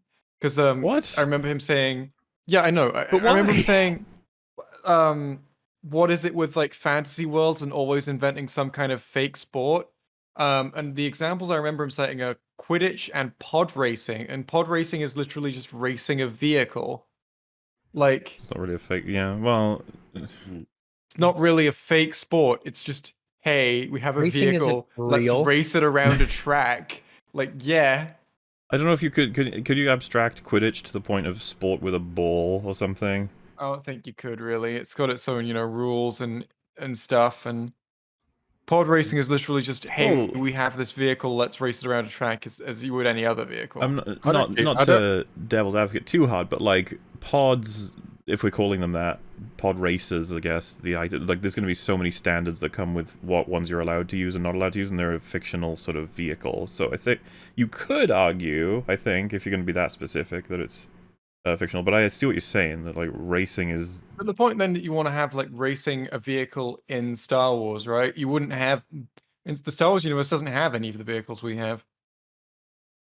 Well, they got bikes, hover bikes that look like 50 scooters. I don't think we have hover bikes. No, but we have scooters that kind of look like that. There you go, Jay. Ruined. Exactly. Like Grandma. Oh no. I am Grandma. Is that a movie too? I am Grandma. I am Grandmother. That's a song. I am your grandma. It's this weird thing. Cuckoo. I can't remember who made it. And I can't remember her name, but yeah, she did that. It's worth looking up if you want to. That was a good story, See Jay. it. That was a good Thank story, you. yeah. I thought it was going somewhere when I started, and then I was like, it's not really, is it? No. I was kind of hoping something would develop. And weapons in hand-to-hand combat. Thank you. Now that I know Savant is basically good with guns, I'm sure I will have no problem understanding what he brings to the team that is different from the likes of Deadshot, Deathstroke, Peacemaker, Rick Flag, Blackguard, Harley Quinn, and basically 90% of every Suicide Squad we've ever seen. Such a weird point to make, because 90%. Wow, 90. That's basically he everyone. was already far enough off that he had to resort to listing Harley Quinn as having the equivalent skills to Rick Flag. And did your mic change? Yeah, Jay, your mic is like your gain is going up somehow. Yeah. I would think I'm just near on the mic. Yeah, that you got angry. Deathstroke has regenerative capabilities, so he's like Harley Quinn. Yeah, Harley Quinn can like. So he's like Deathstroke. So he's like I'm sorry, is Blackguard. Deathstroke in any of the Suicide Squads? No, but he's in DC's but in the BVS. comics, he's sometimes in the Suicide Squad. Yeah. Wait, he was in the end of Snyder Cut. Yeah, but like he is sometimes in the Suicide Squad team. Yeah, but the thing about him though is just like, how the fuck do you connect him with Harley Quinn? Like they've both shot guns before. You're like, shut up. I'd almost argue that in the kind of missions that they're sending the Suicide Squad people on, like a weapons specialist is probably one of the most versatile and just useful abilities. It's a soldier. If your operation is to break into Jotunheim and destroy the evidence there, and it's like, right, so you can only take one of these two, and it's like one of them is a weapons expert, just mainly with rifles, pistols, and has experience in the military, or a crocodile man. You're like, I'll probably go with the guy with the guns, honestly. The crocodile man, how good is the crocodile man with guns? It's like, oh, he's terrible with guns. He's awful. So I'm thinking, he's saying 90%. He's saying that this is 90% of the Suicide Squads, all the Suicide Squads we've ever seen. It's like, what's the first one? That's Rick Flag, Deadshot, and Harley Quinn apparently counts. But then it's what? Then it's the fire guy. And then Captain Boomerang. Crocodile man. Yeah, Boomerang and a Bullet are like the same thing. And Enchantress. Are there any more in that I'm missing? Slipknot, the man who can climb anything. I said that was the first one I said, yeah. Slipknot fires that shit from like a rifle, so he counts. And Killer there you go. Croc, who doesn't use a gun. But and of course you look at this team and it's like, okay, so we got Ratcatcher, she doesn't use guns. King Shark doesn't use guns. Maybe her rats can use guns. Polka Dot Man fires polka dots that are kind of like bullets, so that counts. Oh, basically so that's guns. The same thing, yeah. It's basically But like, so 90% of every Suicide Squad we've ever seen, it actually means like a couple of members. 45% at most. I'll give him, but even then, I think that's exaggerating because you're including people that shouldn't be. Were you including Polka Dot Man in that? And Harley Quinn, I don't think should count alongside Deadshot, Peacemaker, and Deathstroke, and Rick Flag and Blackguard. Well, no, she's not. Well, that's the thing is Harley Quinn doesn't really have a skill that's put her on here. It's kind of the problem of why she's just fucking. She has a baseball bat. She does. Because is she a weapons expert? Does she actually know about combat? She's an expert in having the plot work out for her. Because so far she has just been good at everything she was thrown into. So she had the mallet and the baseball bat with her things. Right? I guess she is a weapons expert then. Yeah. Yeah, it's Right. she's got the most weird skill set because technically, like, she shouldn't be at all trained in combat whatsoever. Because all she was is basically she's like a Joker's therapist or whatever, crazy, right? Psychiatrist. So. Yeah, she was. just they like know a how to former use weapons. Psychiatrist. Former psychiatrist turned crazy Joker girlfriend. Basically, that's like. Obviously, she's been involved with, crime, whatever, so she would gain some skills from that, but yeah. None of you guys brought up Katana. How could we forget her? Oh, She fuck, can you're right, Katana. The soul. I would advise not getting killed by her. The soul traps the souls of its victims. Excellent characterization. Oh, man, I forgot. Katana. I love that she literally gets on the plane like last. Taking off. It's like, oh, by the way, Katana's here. Yeah. Yay! This is Katana. She's got my back. I mean, Katana and Savant are basically the same because a gun's a sword-like weapon, right? Kinda, yeah. That's what we've learned. Mm-hmm. They're all. Why do you say 90% is 100? Because he's wrong. Because that's what he does for a living. Wow. It's just be wrong. Good meeting, everybody. Just our normal, casual morning meeting. Did Discount Nick Frost really need to come up with a cover for this? Nick Probably. Frost. Nick That's a Frost. bit of a stretch, isn't it? Did he just wanted to call this guy Discount Nick Frost? Did he think that was so funny that that's the only reason why he stopped the film here to make a thing? Discount comments can be funny when I feel like you're actually onto something, but that guy saying he looks like Nick Frost is like, no. Does he? No. He has a beard and he's a bit large. That's not nice. And that's it. That's fat. That's fat shaming or something. Well, that's what Jeremy was doing then, I guess. But don't they have to be a little bit more interesting than is fat has beard? I feel like that's me. That's literally me. Yeah. I feel like it describes like 30% of male adults nowadays. So. Wow. What if we called him like Discount the Quartering? Discount Metal Commander. Gotta have a longer beard, otherwise I'd still be like, nah, cheating. Just our normal, casual morning meeting. Did Discount Nick Frost really need to come up with a cover for this? I seriously doubt that Waller gives a shit about some office betting pool when I think that's the indication she doesn't give a shit, but why would you admit that we're betting on the fates of our fucking mercenaries? That's just probably not a good idea. Yeah. She is the one sending the subjects of said pool to what is clearly advertised as almost certain death. But that's the point of the pool. It's that which one do you think may live or die? Also, just because that's your betting is a whole other thing. Just because that's the system in which you are like sorting out doesn't mean that you'd be okay with people betting on it, especially when they're supposed to be working. That's just like that goes for everything, by the way. Like if someone's just our office job is literally just printing the letter P on fucking pieces of paper. Everyone's betting on it and they're fucking on time. You'd be like, what are they doing? Like, but you set up the system, I don't know. Back, considering she literally holds the key to their brain-blasting button, I'm amazed she isn't using her insider knowledge to get in on the action. Your name is Letters? Name's a Letters, dickhead. Boomerang would be amazing at CinemaSins. No, he's way better than you'll ever be. Because he'd be really funny. No, he would then. Yeah. So he would be good at it. He Oh, would be good at it. You are not. That's just another thing he still does. I remember this particular joke from like 5, 7, whatever, whenever I watched them ago. Like that's just another thing. Oh, you would be good at videos. CinemaSins? Well, yeah. This character would be good at CinemaSins because he pointed something out that is kind of. Yeah, he does it a lot. Just to be clear, what CinemaSins is a result of what he's doing. Like, so Boomerang would be bad at CinemaSins as it stands, but the idealized version of CinemaSins, maybe he'd be good at it. But the thing is that this thing started out as a way to point out lamp shading, right? So it's like someone lamp shades, and he's like, oh, this character would be good at CinemaSins because, they're pointing out a genuine flaw of the film in an attempt to lampshade it. But he's moved it on to just a character made a joke. Oh, they'd be good at like a character pointed out something that another character said was stupid. It's like, yeah, characters are allowed to say stupid stuff. Yep. They're characters. And then that's what this example is. It's like he's making a joke in response to like something that someone said, which, yeah.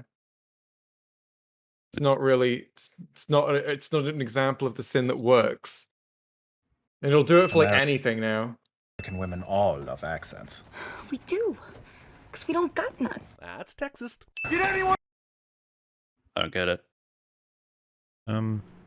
We don't got none.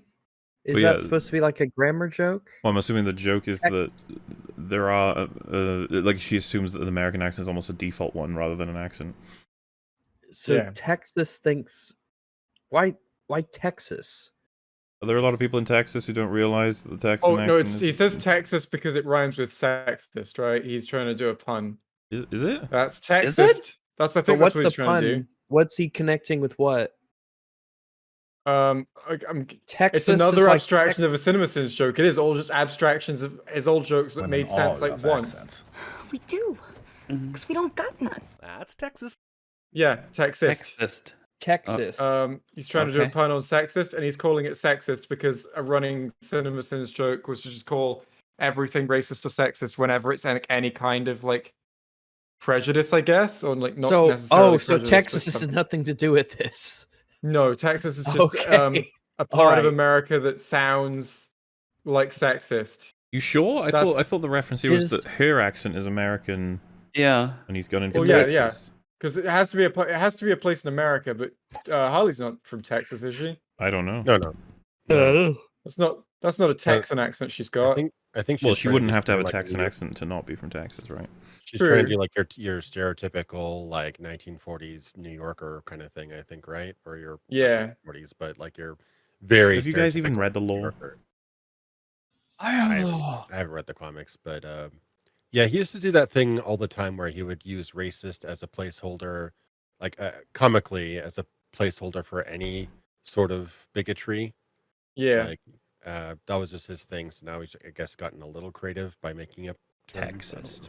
All right, I don't really get it. Did anyone check on whether Weasel could swim? Regardless, how about somebody just gives him a hand anyway? You know, just in case he is, in fact, drowning. That would be a very bad idea when he's flailing in the water. It's one of the things that you learn about, like, when it comes to rescuing people, right? Is like the people who are the most responsive and capable of being saved are the people that you save first. Well, is there anyone else there who needs being saved? No, well, it's not about. The idea that it's the idea is how dangerous will it be for you to try and save that person, and I would imagine that trying to save the weasel from drowning while he's flailing around wildly is probably a bit dangerous. Well, it's just common that if someone's flailing around and panicking, they can drown you. Yeah. You have to come up from behind them if you're going to do it at all. Because if you come up in front of them, they will push you down to try and save themselves. It is an instinctual thing that people will do when they're drowning. Yeah, that they will try and leverage whatever they can, and in that case, it may be you. Not to mention flailing around. Yeah, not to mention if they're flailing around, they could hit you in the head with their elbow. Yeah, and to be fair, this all happens pretty fast. I could totally see a whole bunch of them having just landed and sort of jigged themselves, and then they're looking over and like, what the fuck is going on over there? I mean, that one was pretty unambiguously just not a joke, right? He's actually saying, like, why aren't you helping him? Yeah, like, people should go and save him from drowning, and that's a flaw. It's like, and I mean, Savant does say... Once he's not flailing anymore, Savant goes for him. Savant waits until he is fucking sinking before finally deciding to help the poor rat bastard. Why is that? Yeah, that about lines up with what you probably should do. I mean, it's obviously preferable to get him before he's fully drowned or whatever, but, like, this is... I think with the context... That's perfectly fine. Oh yeah, yeah. You might just be baffled. You weren't ready for that. We all weren't ready for that. In the context of these are basically prisoners on death row waiting to die.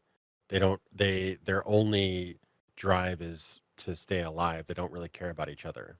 Well, but I mean, I actually would want to. Like, it was startling. Nobody was prepared for the idea. And Flag was clarifying if he could even swim. Obviously. Understand what he was doing. Like, what is he doing? Is he, like, afraid of the water, or?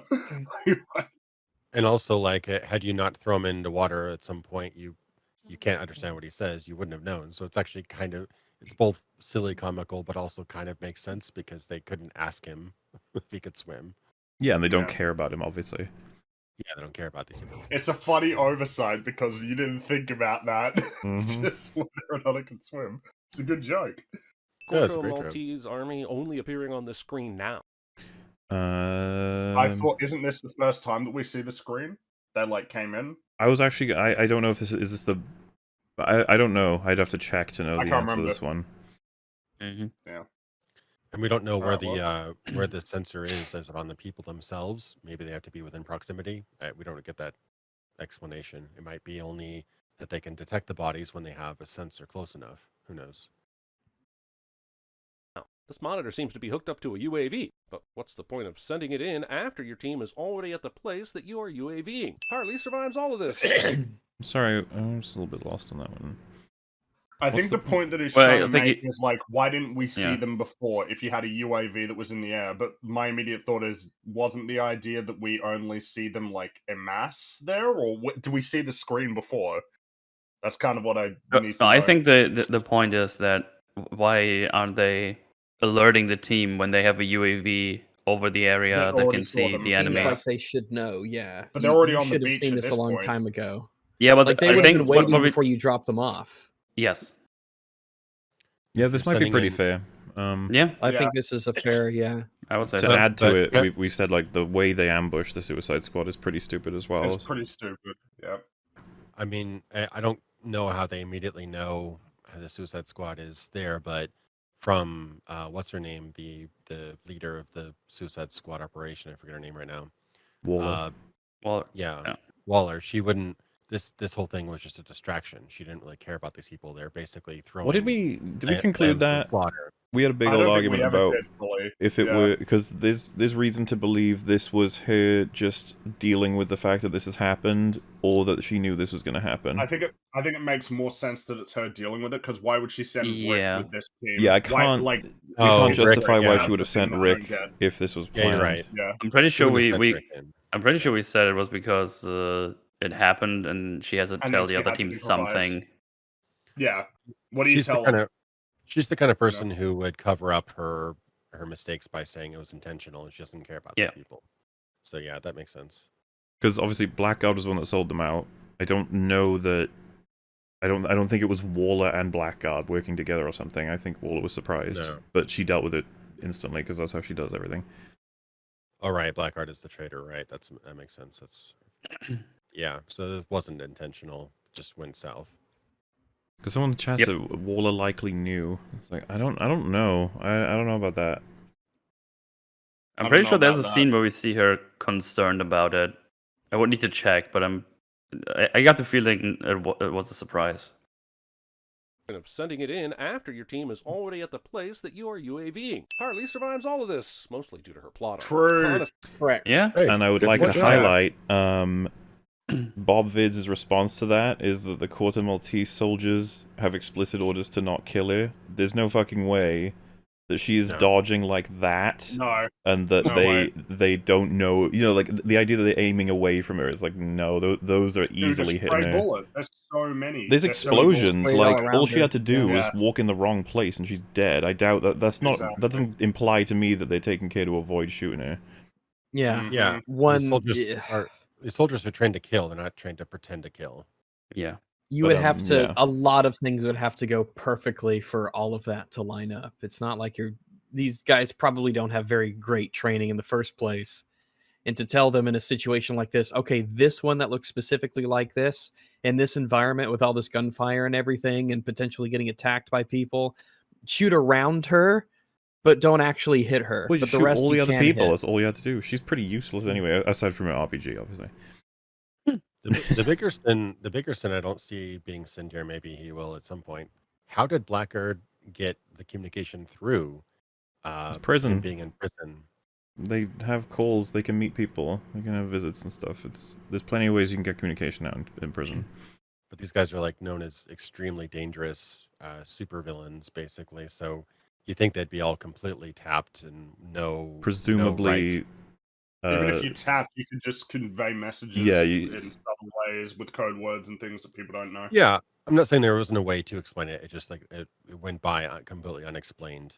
So if you want to send something, that's probably a juicier target, I would say. Yeah, there's so many ways to get messages and orders out through prison, even with surveillance, that I'm pretty fine with that. After your team is already at the place that you are UAVing. Harley survives all of this, mostly due to her plot armor. Honestly, I'm not prepared to allow my brain to process this. Harley, take this one for me, will you? What the? What does that mean? That's a sin? Why is that a sin? Maybe he said something, so it's a sin. Yeah. I hate it. that I'm pretty sure it was meant to be a joke. Why did I watch this back in the day? What is wrong with me? Oh, don't worry about it.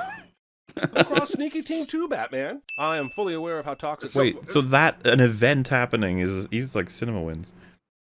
What do we call this? Cinema things, right? Where they just... Yeah, cinema things, yeah.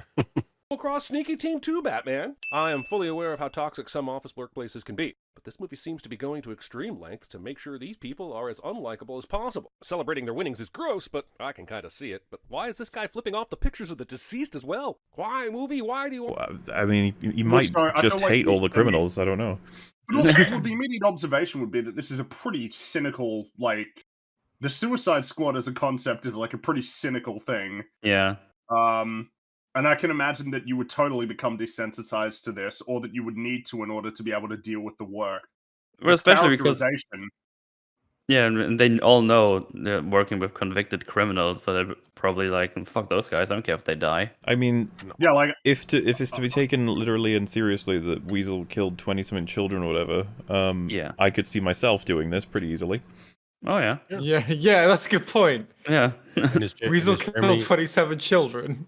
Well, it feels like they missed the point, right? This is the Suicide Squad. It is a group of criminals that have got bombs in their heads that you send on these crazy covert Black Ops missions. I can totally believe that they would do a gambling pool Also, on these people. A lot of people are highlighting, and I guess I may have missed that. You could probably tell from the way the money's transferring, but he lost the bet, apparently. That's why he's angry. Yeah, so that's why he's mad.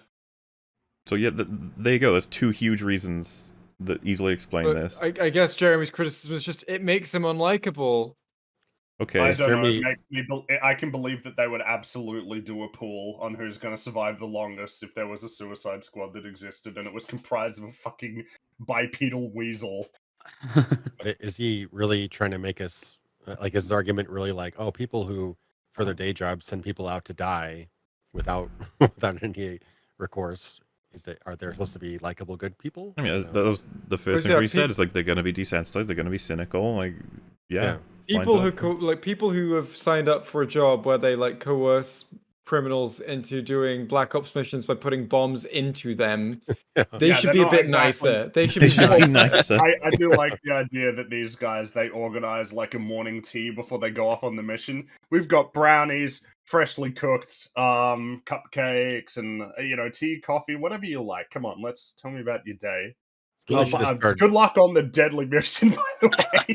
Really should have started the movie off with Waller saving a deer in the forest or something. A zebra? Yeah. No, it's a zebra. Get it fucking That's right. what I meant. Jeez. God damn it. Messed up the reference. Want me to hate these people, especially since they end up saving the day at the end of the movie. And with this bird vengeance... I think that's actually deliberate. It's they get pushed to their limit and they realize, man, you know what? They're trying to save the world. We should help them. Yeah, exactly. Also, it would be different if the Suicide Squad was full of good people who were. I doubt that if it was the Justice League, they would be doing bets. On Exactly. Well, you know what? Well, maybe they would. Justice League in this universe, maybe. Yeah, in this universe, they'd bet whether or not Superman will kill them. Yes, and they all start crying Wonder Woman gets her head chopped off, and it's like, oh, finally, retribution. No, oh no, my head is gone. The ills you committed in 1984. You guys know that Gal Gadot is playing the evil queen in the Snow White remake? Yeah. She's getting all the jobs.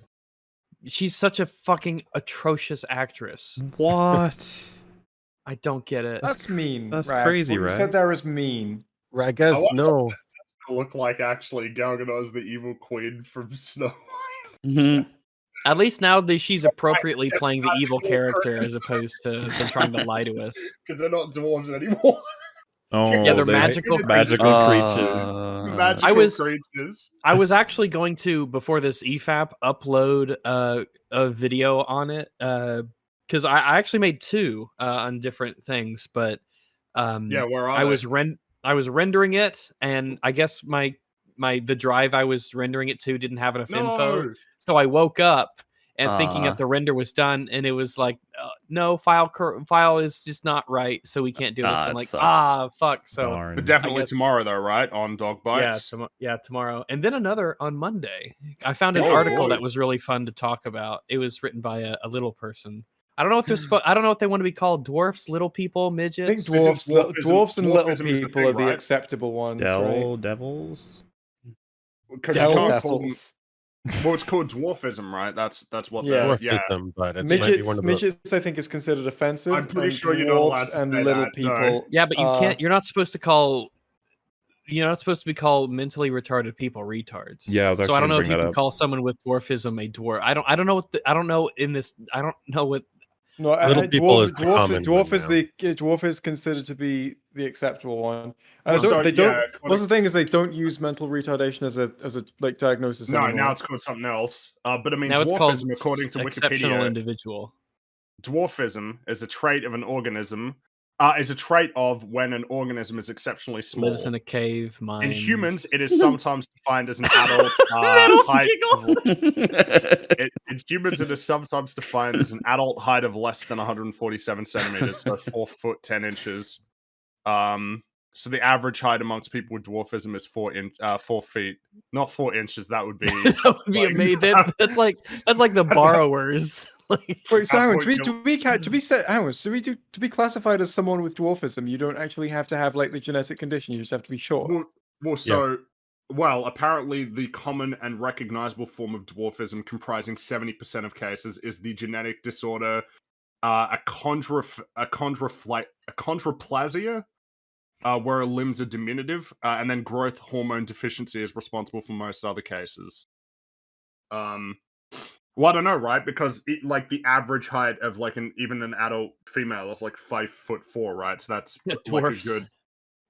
Well, that's above that, right? So was there a different male and female dwarfism height? Because that would make sense. I would assume that male dwarfs would be taller than.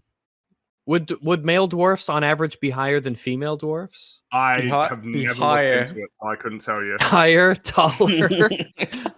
I guess because my brain doesn't associate like 3.5 feet as tall, so I just.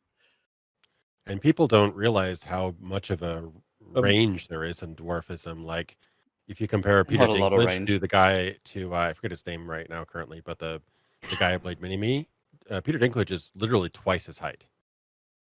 Like, there's a huge range. Like, the Mini-Me guy was like 2'2" or something. And Peter in the land of the dwarves, Peter Dinklage is king. Basically, he's only like 5 inches within the 5 inches of the maximum height. He's significant. He is significantly taller than a lot of other dwarves out there. Yeah, I mean that's height. It's heightism that got him his job. Maybe he looks down on other dwarves. So like if dwarfism describes something that exists in reality, like a dwarf is not. You know how like a gnome is a fantasy creature. I love gnomes. But like a dwarf is not a fantasy creature. Like it's so. Okay, calm down, people. Well, I guess I'm asking like they're magical creatures, not fantasy creatures. Because he said it was a backward story, right? About the idea. He said it was a fucking backward story. Well, what I found interesting was he thinks they live in caves, so he's I don't remember them living in a cave. True. Like he said they live in a cave. It's like no, they live in a house. They work in a cave. That's very different. Yeah, they were miners. They were miners. They dig in a cave and mine the whole day through. That's the song. You're a cave dwelling mystical creature if you work in a mine. I have a picture here. I'll give you the picture of where they live because I have it in the video. Because Peter Dinklage clearly doesn't fucking remember the movie that he's talking about. He thinks that the 7 dwarfs lived in a cave. This is the house. This is the dwarf cottage. Yeah, it is a house. Look at that. It's like a nice house. It's a really nice idyllic cottage in the woods, and there's butterflies and a lovely river or in a stream. And what's interesting about this image is that it's used to contrast with the horrible, terrible, scary part of the forest that Snow White escapes from after she runs from the huntsman. Sorry, now I'm thinking of like, are they gonna do CGI if they're like now magical creatures or whatever? What are you willing to like? They CGI the dogs in Cruella. What if they just make them like little Bosnians. CGI characters? it's going to be so cringy looking, but they've done it before. Like I remember Time Bandits had a full crew of small people. Oh yeah, Time Bandits. I fucking love Time Bandits, dude. That was a Everyone really fun loves movie. Time Bandits. Return what you have taken from I need me. I need to rewatch that because I only watched it when I scene- was really young, and it was like a trip, a fever dream in my It memory. is. It's So like, I it need is a to trip. see it again. There's like I was watching that film, and the scene where like a brigade of dwarfs are running down a hallway from just a face screaming "Return what you have taken from me." I was like, yeah, I'm enjoying this film. Fun fact: Time Bandits was directed by Terry Gilliam, who did the animations for Monty Python. He was also their main. And now writer and that director, explains all of the questions in your head. Yeah, he directed all the Monty Python stuff too. He was like one of their key. Weird enough, he's American, but he was one of their key members. But like the idea of like 7 dwarves living in a cottage isn't impossible. I'm reading a story about an Indian family where 9 out of 11 of the family members were born with dwarfism. Some in the water. I don't need an explanation to believe that there are a group of 7 dwarves who live in the forest and work. I at do. mine in a little fantasy world. And it's like, well, that's because you're bigoted. Just. Do you think? It's just so wild. Do you think Pim's dad would appreciate being called a magical creature? You can call me a magical creature as much as you want. But I don't understand. Like I don't understand from what he said what his criticism is. I think his criticism was meant to be something to do with the fact that they're doing like different casting choices for the film. That like the lead is Latina. Well, yeah, and so, he like, thinks that this contributes to people looking at dwarfs as like lesser than human or weirder than human rather than human. Yeah, like you were saying, it was kind of like half-assed representation or something. Yeah. That it's He like, thinks you've got that this the in one way, depiction of but you've still got dwarves in the dwarves 37 forest. film is like horrifically negative when it just fucking Even though they're isn't. like the good guys. They are the good guys. They are wasn't not a part perfect, of but they're virtuous, and they wasn't have talents and hobbies and personalities, and they talk to each other and they live productive, heartwarming lives. Wasn't Sleepy? Like, I Sleepy's don't know a if it was hero. him that said this, but I've just the quote has come back to me. It was like all the dwarf roles you can get are comic relief, fantasy creature, or drunk asshole, and he's like tired of being typecast or whatever. Didn't he get his fame playing a character in Game of Thrones? Who Well, that's true, but like, who's a drunk? Well, I still imagine that is predominantly true of dwarf roles, right? So that a lot he's of them are probably going to right be about comic that. relief.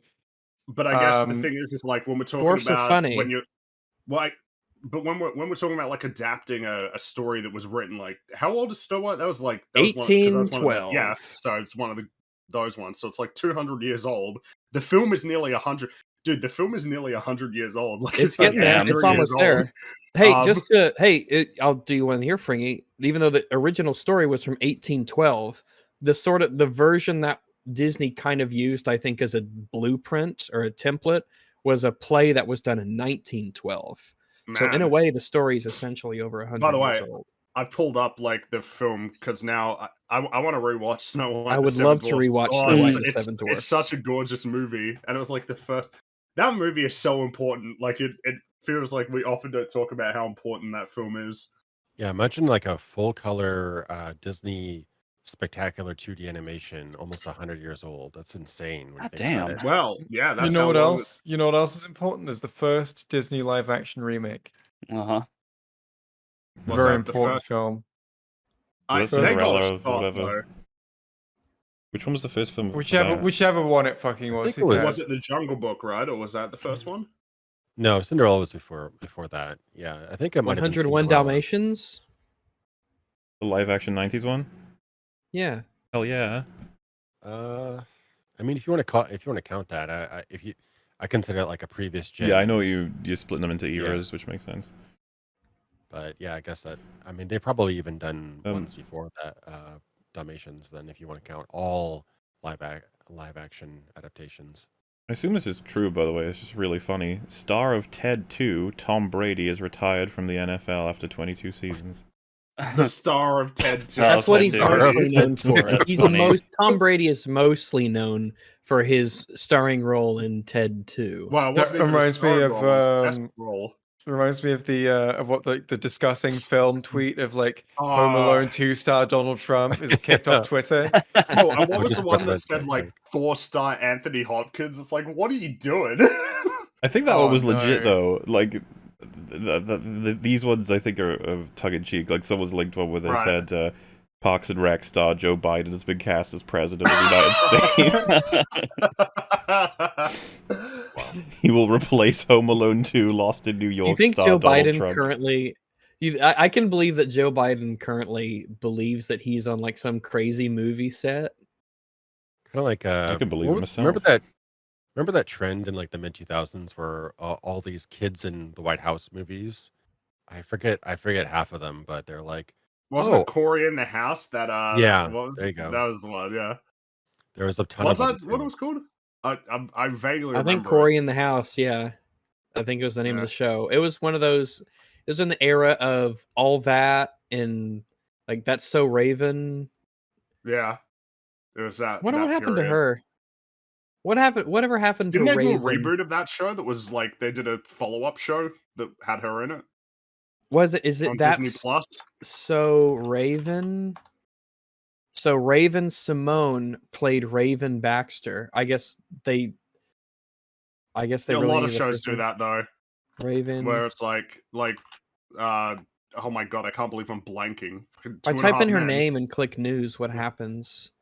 4 weeks ago, Twitter reacts to Raven Simone being robbed for minor mistake on Celebrity Wheel of Fortune. Ooh, let's see what happens. Let's see. Sunday's Celebrity Wheel of Fortune, starring celebrity contestant Raven Simone, had the internet reacting to her attempt at the missing 70s song lyrics to the Bee Gees, "Staying Alive." But unfortunately, she lost out due to a minor mistake in her answer, which the show does. You have to be very explicit with your answers in that show. I gotta do that disable ad blocker thing. Fuck. Let me just reload and scroll before the ad pops up. Works every time. Let's see. The show's latest episode saw host Pat Sajak warn the actress to be real careful before guessing the presented puzzle. He was also adamant about not influencing her decision to take a shot at the answer or to spin again. Unable to decipher what he was suggesting, the singer and actress decided to continue spinning to avoid getting the answer wrong. A lot of tension here, Sajak said. The Ravens' home star was confident in her answer to the song lyrics on the board, but incorrectly guessed. Ah, ah, ah, ah, staying alive, staying alive. Sajak told her that he couldn't accept the answer, which left her in shock. As she placed her head on the podium in disappointment, Raven Simone, who had been donating her clothes to Goodwill since her teenage years, was planning to donate her winnings to Goodwill of Southern California. So let's see what the answer was supposed to be. Oh, Bless you, Franny. you were. Oh, okay. So here it is. You were going ah ah ah ah instead of ah ha ha ha. That's it. That's why I was urging you to be careful. Sajak said, "I did my best to help out, Raven. I'm sorry it didn't work out." This is in line with stuff I've seen in the show before. You have to be very explicit in Wheel of Fortune. Accuracy is important. We're not going to teach the children of the world that they can just get away with any mistakes, okay? And this is a very important song culturally. So yes. But yeah, this seems to be in line with Pat Sajak in the past, where he is, I'm sure there's compilations on YouTube of people misremembering things or getting a word wrong or pronunciating things incorrectly, and so it doesn't count because this is a game about getting correct answers. What? That's possible. Some people in chat saying it's unfair. You guys are wrong, okay? It's very important that we get these things I can't right. wait to see what Twitter has to say about her being wrong. Huh. In fact, she should have been punished. Possibly jail. I'm not sure. I'm sure it's probably a hate crime. Absolutely. I love hate crimes. Me They're too. my favorite kind of crime. Yeah. Say that. Jay and I are two of spirit. Do you want to appreciate the map of Wombo Town or Town? Oh, check it out. Map of Wumbo Town, Town by Happy Nihilist. Oh, he's got the wine. Volunteer Fire Company. They make fire. We make fire. All right. The Resourceful Whammon's Homemade Asteroid Defense. Then we have the Delirium Cafe. Looks nice. We keep going past Fireworks Pizza. And then up past Shoes, Cup and Cork. And you make it to Trungos. Look at that icon for Trungos. Now like it's like a dead thing. It's a dead stomach. Oh no. Dead stomach. We'll kill your stomach if you come to Trungos. Cup and Cork, is that like a pun on Captain Quark? Captain Quark? Is that... No? I don't think so, but... I think it seems to be a shoe with a cork in it and also a cup. Yeah. It's shoes, cup, and cork. So the shoe has a cup and it also has a cork.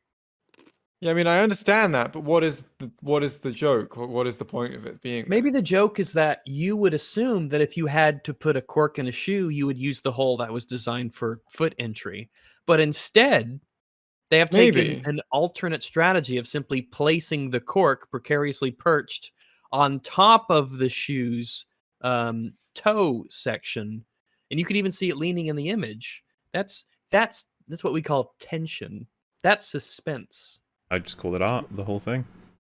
Gorgeous. This reminds me like Speaking of cork, did you guys know that Salah ad-Din Yusuf ibn Ayyub I of Crusade fame, did you know that he, on his expeditions and such, going about the deserts of the Holy Land, he would have this massive wagon that was just feet thick, that was made of cork, so that he could have ice with him that was gathered from the mountains and stuff. And they'd fill this massive cork wagon up with ice so that he could have ice, even in the heat of the desert. All right. Smart. It's pretty cool, bro. Anyway, I was going to give another fun fact earlier. I feel that was an appropriate time. He said avicide before. All CinemaSins did. It's from the Latin word for bird, which is avis. How very exciting. Okay. That's where we get avian from. Yeah. I hate these people, aviary. especially since they end up saving the day at the end of the movie. And with this bird vengeance, I present to you the only thing that comes close to a fully realized story arc. Oh, fuck off. I don't even know how to take this. I'm like, is it a joke again? I guess CinemaSins, man, can watch the film. Suicide Squad, and I suppose just not notice the movie? Yeah. This is like High Top when he watches Spider-Man. Well, because that's the thing. Yeah, there's a shit ton of arc-philisms happening in this movie. Yeah. Some of them, like Polka Dots, was explicit. I mean, look at Bloodsports. The movie ends with him stroking a rat. Like, There's so many to choose from. Did you just genuinely not notice the film? I don't know. I don't know how to deal with it. This is one where if someone in chat was like, it's obviously a joke, I'd be like, what's the joke? What's the joke? It's like someone saying there's no characters in Lord of the Rings, and you're just like, wait. That's so funny. What? And then you double check to see, because your mind instantly goes to, oh, I must have misheard that claim. That can't be something that anyone would possibly ever say. Let's reread that. Because it must have been an error on my part. I'd say, like, maybe he just is so unobservant that he has to have a literal person smash a bird and a bird then eat his head later. But at the same time, like, the subtle visuals, yes. But like the other payoffs are extremely visual, like Muller just said, the petting the rat at the end. That's extremely visual that's an extremely visual payoff. So remember he didn't like rats. Remember? No, I don't remember that. Is he the only guy cleaning this entire prison? Kids. Oh, sorry, that went so fast. What happened? He's probably not the only person cleaning the entire prison. I just don't get it. Is he the only guy cleaning this prison? Like, probably not. Next. Why not? He's important for the development of the events in the film, and he's an important central character. So we're going to follow him for just a bit. And he's cleaning the prison. If that's okay with you, CinemaSins, I guess. He's probably got a section to do. You know, or sections. No, the whole thing. Whole thing, maybe- Mahler. Top to bottom, left to right, every day. The point is that he's the only guy in frame, and we see him doing a lot of the cleaning, and maybe that's too much for one man. Well, then the film's broken. There's also the thing that, like, if you tend to do something well, people tend to pick you to do it because they want it done well. There's also Fun fact to all you people at entry-level job positions: be careful when you show your power level. Use that selectively. I only use 27% of my power. I've barely begun to understand how the computer system works. I mean, there's so many explanations for this. This could be his turn to clean this whole area. Maybe it rotates. Maybe other people have different duties. We don't see him mop, I don't think. So maybe somebody else does that. Prisons have different sections as well. Yeah, and also just from a character's standpoint, we see this is a great visual representation to show that A, he's obviously a prisoner, but B, it looks like he's trying to reform. And that makes him a bit different from some of the other people that we see. So, I mean, it is his job, but he looks like he's trying to do better. Do better. I just don't know why we have to see more people cleaning in the frame. I'm fine with it being just him. That's okay. Yeah. No, we need more people cleaning in the frames. Oh, I'm sorry. Such an Only guy idiot. cleaning Clearly a this joke. entire prison? Kids. Parents. Kids. God. Stop it. What is very this? funny. I don't get the workshop them. Just workshop the jokes. Spend a little bit more time thinking about them. This is hilarious. No, he has Fringy. to What are make you a video. talking He about? must make like 2 videos a week, Fringy. I was gonna This say. is very make funny. 2 videos a week? Why are you not laughing? Do they make 2 videos a week, actually? I think so, yeah. Well, Man, if your only job is to be scripting it, like he's got a team, I feel like you could do better. Feel like you could do better. do better. CinemaSins. God damn it, who am I supposed to be rooting for in this damn movie? I don't only care that you got caught. I care that you got caught for stealing something as stupid as a f***ing TV watch. It does other things too. You did find it funny. That was fake laugh, okay. though. Okay. That was definitely Yeah, a fake the laugh. fake funny laugh line, is but it was a famous for fake being laugh. shit. You gotta work on your fake laughs, guys. He all hasn't right? worked on it for this long, so why start now? It's a really Why not? valuable thing when you do the YouTube and the video stuff. A fake laugh. I'm going to give everyone listening to this some important advice for video production, right? Liar. Record yourself at all times, 24/7. And I'll tell you why. That means whenever you do have a genuine laugh, it is recorded. Yeah, and then you can use that later. So you don't have to fake a laugh. You can just put the genuine laugh whenever you need to appear like you're laughing genuinely. And boom, is it a lie? It's a gray area. Don't worry about it. You got your laugh. Move on. Well, it's like, okay, so I put laughs in my videos sometimes. I don't feel that people, when they think about it, are genuinely going to think that I was really finding it like funny in this scripted thing that I'd already seen, that I was genuinely laughing in response to something like that, right? I don't know. Well, I mean, sometimes I do part of- find like part of the- sometimes I do part of the like find performance. I was my about to say, line like- readings funny, and Yeah, It's part it of the could be. performance to make it work. Yeah. Just because it's What do you mean? scripted doesn't mean that you didn't find it funny in that moment, and at least part or all well, no, of the laugh was generated by that. sometimes I do find stuff funny in the moment, but like, I guess what I'm trying to say is I think there are moments where it would be clear that it has to be a fake laugh for it to work in the script. Like, if it's something where like the script would, like what you can see is a script that would call for me to laugh for it to work, then I think you can probably tell, right? You probably guess. Yeah, like you're not on the microphone. I don't know. At the time you realize that was really, really hilarious. Because So, like, it's to do with the specific way that you make videos, Jay, that I'm not sure sometimes. It could be that you had, like, a portion of the video that's going to play, and then your response includes your rebuttal, but then when you play that clip, you laugh before explaining the rebuttal. And I'm not realizing, like, some of my clips do have a lot of, like, there are a lot of genuine laughs in my videos, especially because I just like to, I find that a really good way to build up to do my narration is to just speak while smiling. And that just, that lends itself, as soon as you start doing that, you get in a laughing mood. When you're talking about something you're enjoying talking about, and there is something funny and you're already smiling, it can flow real quick. But I'm talking about the kind of thing where it is, like, what Jeremy did there, where he just the whole point is that he just laughs out of the blue at a joke to demonstrate that it's funny. Like, I'm pretty sure people are going to be able to tell that kind of thing is a fake laugh. You could still do better. You should laugh better, Senator. Yep. And you don't need to. I mean, you probably want to have a few different laugh tracks, and maybe do a different one every once in a while, or mix them up. But when you're doing this many videos, people aren't going to notice if you use a laugh you did last year. They're not really going to notice. Try the Jared Leto one, right? Well, instead of laughing, it's like a door opening. opening. The CinemaSins did a video on the Suicide Squad trailer and called that like the best Joker laugh of all time. I think it was certainly very complimentary about it. Oh, fuck me. Fucking, I'll take the Heath Ledger spoken laugh. The ha ha ho ho ha ha. Oh yeah, I would take anything Heath Ledger over that. Well, yeah, maybe that's not fair.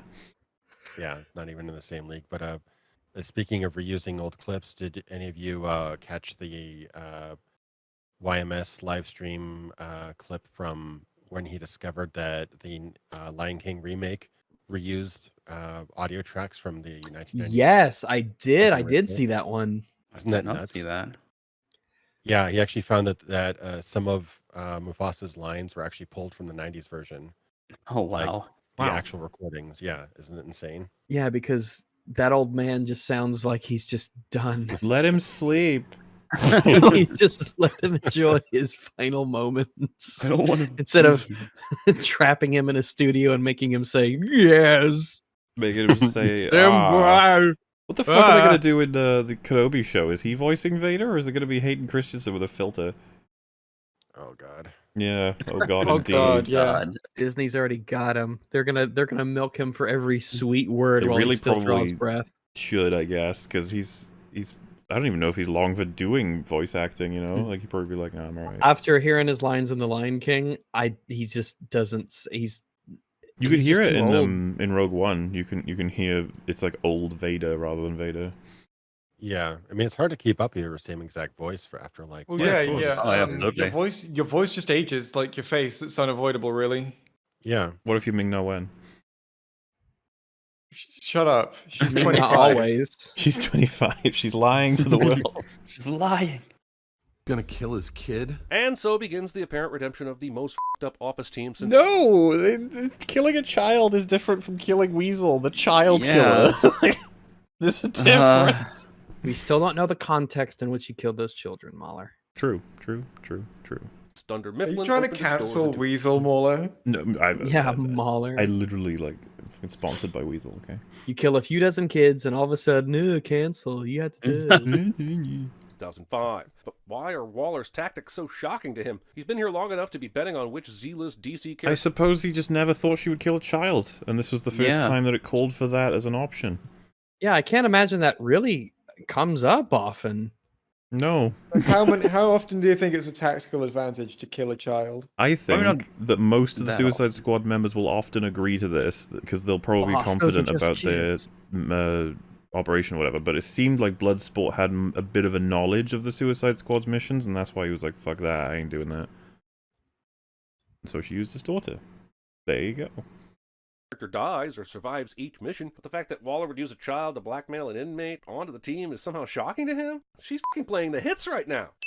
Well, to be fair as well, in the scene, they question if she's serious. They're not 100% sure, but they're very worried that she is. Which says something. Yeah. Having a laugh. What?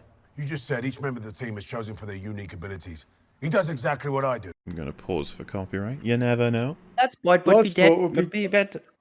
Wait, Bloodsport would be Deadshot at CinemaSins. No, joke about how he's similar to Deadshot. Oh, what? Okay.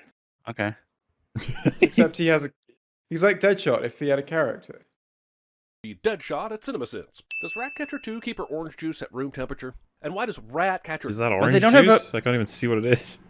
But they don't have a fridge in their cell, I believe. Yeah, so what other choice does she have? I guess it could last for a while. Even then, it's like, okay, so we've just entered this room, and yeah, she has some orange juice, so like the sin is she has a drink. How long does it take for orange juice to go bad? How long does it take for you to drink a little bottle of orange juice? I have I've never thought about this before. I don't know. It could be something like I have some juice in my room right now. Jeremy came in and was like, "Wow, you keep your juice at room temperature?" I was like, "No, I got it from the fridge." Freak. I don't. You don't put it back in the fridge between drinks. Walk in between your fridge every time that you want to drink something, or I guess that would be fun. I can imagine Jay doing that. He gets up, walks over to the fridge, opens it, grabs the orange juice, closes the fridge, walks back to the desk, sits down, opens it up, takes a drink, closes the lid. I just have a stands back up. Really no, we're not done yet, Jay. We're not done yet. We're never gonna finish. Jay stands up from his desk after he gets his drink. He walks over to the fridge, opens the fridge, places the orange juice inside, and then closes the fridge again. And then he walks back to his desk. At this point, he decides he wants another drink, so he stands back up once more, and turns around, and he goes to the fridge, opens the door to the fridge. I figured that would be the grabs the orange juice idea, bottle, and then he closes the fridge again, turns around, walks back to the desk where his computer is. Difficult? And then he I'm really down. good at suction. He opens up the lid of the orange juice and then takes. Might be difficult for a lesser person. He then closes the lid of the orange juice. Maybe it's better to keep like a slide system. And then he stands up, turning around, and then he returns to the refrigerator. Slide system. And then he places the juice back into the refrigerator, and then closes the door of the refrigerator. Yeah, like the orange juice just slides down the little ramp. Desk, and then how do you get it back to the fridge? And he's satisfied, I guess so it doesn't say cool then as well. Maybe if the slide was refrigerated. You know who keeps their if their orange juice? You know who keeps their orange juice nice and cool is Trungos. Trungos, nice. Well, I mean, we already knew that. No room temperature orange juice there. Yeah, that's just not. Unless you specifically requested room temperature orange juice, but even then, they wouldn't give it to you. They just spit at you. Like, do you think it says something about a person if they got like a fridge just to put it next to their computer so that they can have all of their cold beverages right on hand? Yes. Like, well, I guess it's. Would you judge someone harshly for that? Or would you be like, you know what, that's just savvy? I think it really depends on, like, I don't know. It depends on stuff. What does it depend on? Wait, for doing what? I think it depends. I think it depends on if they are otherwise getting like good exercise and stuff. Because like if they're a fit and healthy person, did you know how healthy you are? I don't know. I think if they are a highly sedentary person who is looking for a way to move even less, I feel like that's. What if they are fat, but they have a bunch of like salads in there? No Red Bull, no Coke. No, just not in their nose, in their mini fridge next to their desk. You answered that so genuinely. Yeah, I'm just saying. He's an honest person. He's not lying to you. Hey guys, I've got a really, really good explanation for this whole orange juice debate, right? Mm-hmm. Orange drink doesn't need to be refrigerated. Oh my god, you've blown the case open. It's cheating. You need to keep your go in a fridge near the PC. You've opened the lid. Stays in the dungeon. I guess, but maybe for the future, that's a good point. We have dungeon refrigeration, right? You in a dungeon? Good old dungeon fridge. I do a lot of my scientific lab work in the dungeon. Yes, it's good to have specific places to do different jobs, right? You don't want to mix and match. You don't put your desk in your bedroom. Don't shit where you eat, that sort of thing. You have a separate room for that. What's that? A dungeon does have somewhat negative connotation. Well, I don't know whose fault that is. I'm just saying it does. I'm not yours agreeing or disagreeing with it. A goo dungeon, just when I hear the words goo dungeon, I like the words goo dungeon. I'll be honest. It sounds like a goo dungeon. Place. It is a dungeon in which I work on the goo, and other things. It's not a goo dungeon exclusively. Dungeon. Isn't dungeon very neutral? I feel like dungeon is. I mean, neutral. in and of itself, a dungeon is really just a space, right? But I don't think these biases that you come into it with, Rags, because of whatever biases you have against dungeons that you haven't examined. I don't think I have to have a bias to recognize that a word has connotation. No, I'm saying that the connotations that you think it has are a product of your own biases and not reflective of everybody's perspectives. Well, I'm not saying everybody everybody thinks a certain way, but I think it's accurate to say that dungeon has a negative connotation associated with it. No. Not if you're a gimp. The definition literally means underground prison. So of course it has a negative. Oh, prisons are somehow negative now. Is that actually the definition of a dungeon? Kind of narrow-minded. Yes, underground prison. Yep, that's what dungeon means. What are the... So Rapunzel wasn't kept up... So she couldn't have been kept in a dungeon. I've never heard that referred to as a dungeon. I thought she was in like a tower. Yeah, it was called a that's tower. what I'm saying. But I think I've heard it referred to as that, but even though it was high up. It's like a tall tower. Those people are wrong. Never heard of it. They are clearly, because a dungeon is an underground prison. Okay, yeah, it is. That's the definition. Okay, then I guess it probably would best be described as my underground laboratory in that case. Because Dungeons and Dragons, right, when that was established by Gary Gygax and everyone back in the 70s, I think it was 74 or something like that, the dungeon, it was more of a dungeon crawler, which means you went into dungeons. So it's a prison cell crawler. So I don't think... So Shawshank Redemption is a dungeon crawler. Well, I don't think that they were necessarily prisons that you went into. It was more to describe the kind of facility you went into. True, it is above ground, yeah. Yeah, I mean, you can probably blame D&D for kind of fantasizing the dungeon into being just any... underground generally stony, small rooms with small hallways, kind of. So honestly, like D&D kind of almost brought more of a positivity to dungeons, because dungeons used to be where you sent your worst enemies to die, basically under the castle. And now it's just a place full of horrible monsters. Some in the chat has said something that was my immediate thought. So I was thinking of like if I had a goo lab, my immediate thought is it sounds a lot like gulag, you know, but if you're an American, it'd be gulag, like a goo lab. But I assure you that any connection that you would draw there would be your own tenuous fault. At best. Fault. Yes. Yeah. Well, as a gamer false myself, interpretation of reality. lag already has negative connotations because I'm a gamer, so I'm fine calling it a gulag. Well, I'm just saying it's a goo lab and a gulag. They're not the same. A gulag? Right? Do you work in a goo lab or a gulag? Well, we don't call them laboratories. Speak for yourself. That's not what they're called here.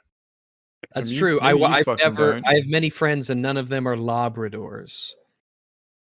Yeah, it's not called Newfoundland and Labrador. You're right. Is it called Labrador? Or am I mixing up? No, it is Labrador, right? Yeah, Newfoundland and Labrador. I like the idea. It's the Newfoundland, and there was just a Labrador standing there, like, hello, and they called it Newfoundland and Labrador. Important that we mention that part. I mean, it's important. The etymology of an obscure Canadian province, you know? It's a lot more creative than Northwest Territory, I will say. Yeah, the naming department, they must have been under budget that quarter. Mm-hmm. Well, I'm pretty sure the Northwest Territory is not even the most Western territory. I think it's that makes it more creative, really. How to lie? That it's just not true. Or I mean, Northwest Territory would be a really creative name if it was in the Southeast. Yeah, it would. That would be. But alas, it's not what it's called. That's not where it is, actually. Anyway, the Suicide Squad. What? Seriously, how did we get here? How did we fucking get here? Orange juice. Orange juice. Orange juice. That was obviously. It. Right, of course. These are the tangents you pay for with the Northwest Territory. Got here through way of orange juice. Does Ratcatcher 2 keep her orange juice at room temperature? And why does Ratcatcher 2 have a hamster ball? Rat won't even. Because you can put rats in it. Apparently, rats won't fit in it. But couldn't you? I mean, rats come in a lot of sizes. Yeah. Oh, rats. Put a little mouse in there. I guess a mouse and a rat aren't technically the same thing. Well, maybe if you cut a bigger hole in unusual size. Maybe it's a custom one for rats. I don't know. Yeah. Maybe it's for baby rats. And baby rats could run in there. Yeah, that's true. Maybe she has a fucking hamster. Maybe she does have a hamster. This is really like this level of commentary is so frustrating. Wow. It's also uninformed because rats are notoriously able to crawl into tiny places. Put 2 of your fingers together. Anything with a gap of that size or larger, a rat can fit through. I put two of my fingers together and there's no gap there because they're together. No, I think what he might be Checkmate. referring to is the width of your two fingers together. Yeah, with the width of your two fingers. However, that is very funny, Jay. Thank you. Maybe he's referring to the tiny little bitty, little teensy beansy little space that might be between like the base of your fingers. Maybe a rat can like liquefy and sluck itself through there. Slug. Rat. That's the onomatopoeia that I invented for the moment. I googled can a rat fit in a hamster ball, and it said, when you put your pet rat inside of an exercise ball, their sense of direction will be limited, which can be dangerous. The fucking... My phone has decided it wants to answer the question, too. Shut up. Do not listen to the computer, Mahler. I am going to help you. The real answer. Phone's just like, oh, I know. Like, shut up, phone. It's like, oh. So I'm just helping. It ends with If saying, you put a rat, yeah. the sense of direction will be limited, which can be dangerous for a small pet. And then it says, additional question, are hamster and rats the same? Well, what's the answer? We need to know. Perish the Actually, what- thought. We don't have time to do that. No, what answer? Please, what answer does it give? I don't know. Well, let me have a look. Yeah. Now I'm curious. I'm just trying to find it in the article, I guess.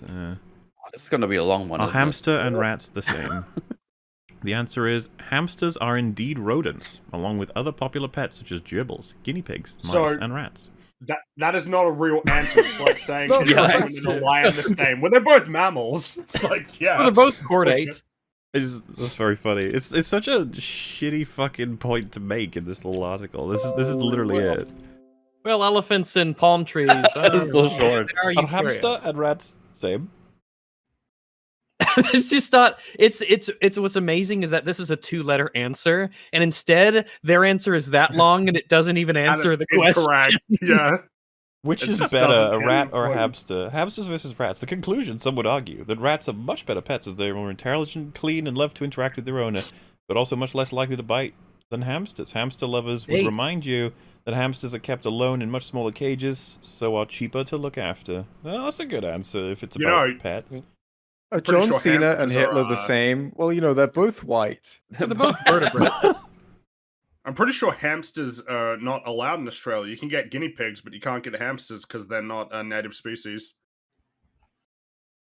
Yeah, look, I didn't realize this was here. Would can you put a rat in a hamster ball? Hamster balls are recommended by the manufacturers for use with hamsters, gerbils, mice, degus, I don't know, degus. I've never seen that word before, and small rats only. They should not be used for chinchillas or guinea pigs, as their size and body structure are different from small rodents, posing a serious hazard to them if placed inside. So small rats can indeed use a hamster ball. Get BTFO'd, CinemaSins. Research. Hamster Do ball it. not become a rat Definitive ball? research. Well, If no, you put a but rat in a doing the hamster ball, it's research a rat wouldn't ball. help him get more views, right? Because, as a random viewer of this video, you don't know that a rat can't fit in a hamster I ball. think everyone probably. knew that. Everybody I think knew that. a rat should be ashamed of itself if it can't fit inside of a hamster ball. Can you fit inside a hamster ball, Rags? Me? Feel shame. How big is Feel the hamster shame. ball? If it's dog sized, yes, I can. Dog If it's sized not, hamster then ball. no, I cannot. Because Well, there's only it's not one size of dog. correct. Well, there's one size of me. Alright, so anyway. Anyway, the answer is rats can go into hamster balls. Mm-hmm. Turn them into rat balls. Get wrecked, CinemaSins. Why would you do your big mission presentation in such a way that the debriefer's shadow blocks part of the presentation image? Because she's walking around. Shut the fuck up. He's walking Fine. around, and they all have papers. Each All one the of them. important parts can be seen because they're front and center. So, this is just how projectors work. I don't. They have clipboards. Each one of them has clipboards with info. And if it's really important that they see the whole image, then she can move out of the way. So, I mean, what a. It's like my school, used projectors, and many did. Yeah, and the teachers, they could stand some in front of them sometimes, and then there'd be a shadow on it. Movie ruined. Insane. My life has a plot hole in it. Jay, whenever you were a child and you were in school and the teacher was telling you something that you didn't like, did you say you're just projecting? Yes. I remember someone on one. Twitter calling me a projector, and I thought it was really funny. Because he Take some of the money projects from the prison's giant American flag fund and put it into better projector setup. The projector setup's fine. It's fine. Yeah, it's fine. It's fine. The country has been ruled with an iron fist. Hey, that's a Marvel property. Don't you need permission to use him? Wait, what? Get it? What? I get it. Iron funny. Fist is a Marvel character, so yeah. Funny. That's retarded. Mission is to infiltrate Jotunheim. Of all the names and all the collective I know history of humanity, why did the writers pick Jotunheim? It's as if they Well, thought, that sounds everyone cool. loves those Thor movies. Everyone loves those Thor movies, so we'll go with That's why Jotunheim. we'll go What? with Jotunheim. Man. Okay. Jotunheim means the realm of giants. Seems suitable. Seems pretty suitable indeed. I love his assumption. This fucking Thor was so influential that they're just stealing names from it. Like, what? That's it. Everyone who saw this movie, when they heard Jotunheim, thought, oh, I need to go see Thor again. Do I have a Disney Plus membership? Jotunheim. And that's, like what, and Thor, that's what Warner yes! Brothers wanted. That's what Warner Brothers wanted. Why'd they hire Peter Capaldi? Are they obsessed with Doctor Who? Is that it? To be fair, Peter Capaldi is pretty great. He is pretty great. Maybe we could steal some goodwill via osmosis. That is an overhead. Does he honestly believe that? Someone would be like, oh, it's a joke. And you're like, okay. Steal some goodwill via osmosis. He doesn't have honest everyone beliefs. Loves those Thor movies. Maybe we could steal some goodwill via osmosis. That is an overhead projector. Do you ever use it anymore? No, not really. So why don't you just throw it away? Ratcatcher 2 would be... God, all of these fools would rule at CinemaSins. No, they wouldn't. They'd do way better. I suppose maybe Well, they no, would. lampshading. They would rule at CinemaSins then. Maybe they would. Well, they would rule at CinemaSins, but he's terrible at being himself. that's So the they would conclusion, do yeah. way better, I guess. What I want to know from this image of them like sitting in the chairs, let me pull it back just a little bit. Do you ever use it anymore? I'll No, not explain really. what exactly I mean So here. why don't you just throw it away? Ratcatcher. I want to know what is King Shark's like his sitting arrangement right now. Oh, What- right, because of the He's those lifted little the arm things up. that he's... Assuming Does it he can like do it? that. No, you can't lift the arm up. It's the lecture chairs that have the little desk. swinging Yeah, things that you little put as a desk. desk. So He broke it. he would have had to have taken them out. Yeah, just sat and destroyed them. Does I he can believe like that. the way Fully it kinda believe that he feels? sat down and destroyed the chairs. Yeah. I can absolutely believe that he did that. But if he destroyed, was he just sitting on the floor? Like he broke the armrest and just fell to the floor? Maybe. Those things I are don't pretty know. secure, I imagine. Those things are bolted to the. He ripped to off the ground. armrest and sat on the seats. It's fine. Yeah, like he ripped them. I just want to see that scene where he goes up to them and rips them He off and tries to throws sit them down away. and he just Yeah. can't. Do I settle this in my crack or do I just like what do I do? What's Yeah, what's the like he right just move looks here? at it silently for a couple of seconds, just thinking about what to do. Yeah. Maybe and he then sits on like kids in the theater sit, where they have the chair, it's still folded up, but they sit on it like that because it's Maybe. taller for them. And then at one Oh. point they go wee, and then they just kind of like slide down in it, and it Yeah, catches. yeah, no, I know what you mean. Yeah. We're Fergie and I are fun havers. We Mhm. know I all think his about butt that. looks too low for that. His I butt think is he's- too low for that, so maybe that's what he did, and when he fell down, it broke the arms. I don't know.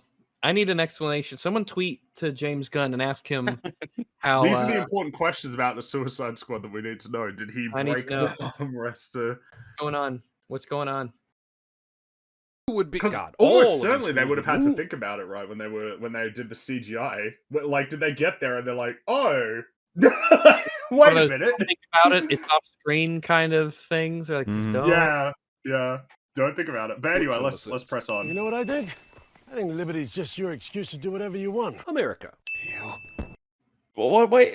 Fuck off. No. Just fuck off. All right. Fuck off. The German guy's the most upset. Like, So fucking stupid. Fuck. I'm the only one fit to carry my javelin. Oh, fine. It's cool when the British guy says it, but when I Oh no, British Oh, guy? no. Was he on the javelin team? British guy. He is not British. He's not British. Is that a joke? Is that another one of them jokes? Okay.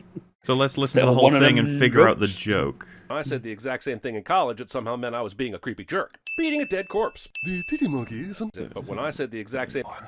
Fit to carry. Why traveling? Oh, fine. It's cool when the British guy says it. But when I said the exact same... No, I don't see how that's a part of the joke. Maybe if he continues to do it throughout the episode, then maybe it's like or maybe Has he's he just done it yet? consistently wrong, which would be more in No. character. Because he hadn't done it Well, before. said stupid wrong things. Yes. Well, so this is the thing, chat. We were actually at the point where he says something so stupid that we can't tell if it's on purpose or not anymore. Yeah. Like, because it's so stupid, like... It's not the kind of thing that you get wrong on purpose to be funny. So Yeah, I he don't- said British, but he's actually German. Got him! Nice. I don't get it. And this is a two-parter too, because we have the Javelin College thing. So you get the wombo combo of just...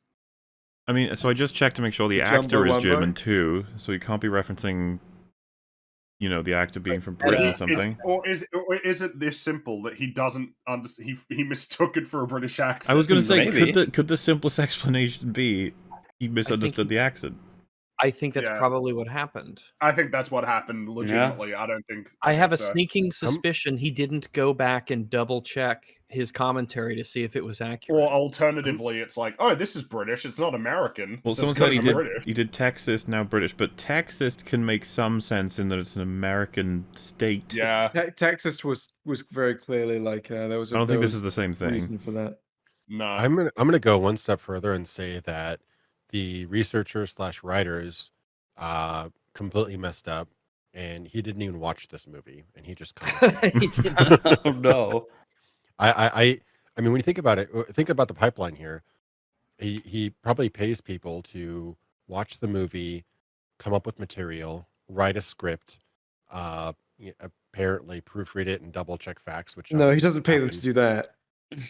And then he's given the script, he signs off on it, and then he says the words. He doesn't have to watch any of this stuff. He might see the final cut and say, okay, fine. He may not have even seen this movie. I mean, when you think about it, it's just his job. Even from the clip in the video, I can tell he's German. Yeah, that's the crazy part, is that the editor would have been able to tell at least. But Do you think he watches Smiling Friends and is like, oh yeah, I love the big yellow guy and his British friend? but here's the thing. Maybe the researchers got it messed up. The writers got it messed up. And it got all the way. Researchers. Yeah, I say that with the loosest term possible. But by the time it got to the editor, he's like, "Wait, this guy's German. Who cares? I'm gonna collect my paycheck." Because by that time, Jeremy had already voiced it. So when you think about it, that's pretty plausible. That just the low paid. There are some people in chat who would say it's a joke. It's a sex joke. It's like, guys, Well, yeah, we're we not got talking that. about the joke. The sex Catch joke? the God. fuck up, seriously. What? How? We're not talking about what. It's also a shit joke. Yeah, I don't We're care about the talking- joke. The joke is crap. I'm talking about the fact that he thinks the German guy is British. It's very funny. Yeah, I He found said, that very offensive, by the way. You were the only one fit to carry my javelin. Oh, that's like dick. Penis. Javelin is, I guess, Because somewhat. the javelin is long and Cock. sort of cylindrical. And Cock. that's vaguely the shape of a penis. Cock. Yeah, it is pokey shaped, I suppose. Yeah. Mm-hmm. It's just like, if you could sum up the javelinist character in one word, it would be foreign / guy who has spear. But foreign as in not even UK, US, but foreign as in European, like the rest of Europe. You know what I mean? Like I didn't immediately isolate that he was German, but I could tell that he was some sort of language like that. You tell he's not fucking British. He's definitely not British. Definitely not In British, college, no. it somehow meant I was being a creepy jerk. He's an Beating a dead immigrant. corpse. The titty monkey, sometimes called As the opposed titty to a monkey live by corpse. Is it meant to just be a play on words of beating a dead horse? Is I that guess what I it's think like? I think that's the joke as far as it goes. Yeah, but That's it. unfortunately, the joke is breached because a corpse is dead. So, like, the wordplay doesn't really follow. I got nothing for you. Yeah, it's just crap. Now he's doing titty monkey because titty monkey titty. Americans with a fondness for breasts are vocal social creatures. Why by ignorant Americans with a fondness for breasts? It's a look, if you call something a titty monkey, people are going to call it the titty monkey because that's funny. Yeah. Well, it's the same as Uranus, right? Everybody calls it Uranus. as that, and it makes Nice. sense, right? Woo!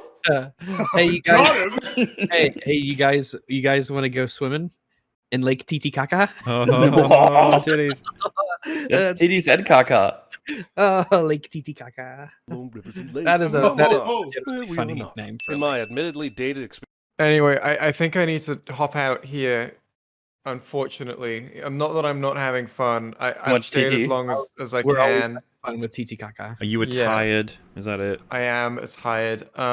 You know, in particular, more that I've stayed up today several hours longer than I have stayed up in a long time, or at least the past couple of weeks.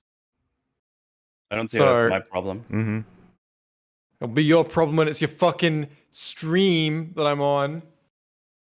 No. Anyway, I'm gonna hop out. So, all right. Babumbo, everyone. See ya. It's been Let's good kick fun Jay. being on here. Nice Yeah, chatting with you, Jay. kicking time. Thanks Kick, for coming. Have fun. Bye. Nice fucking. Bye. Toodaloo. Bye. All right.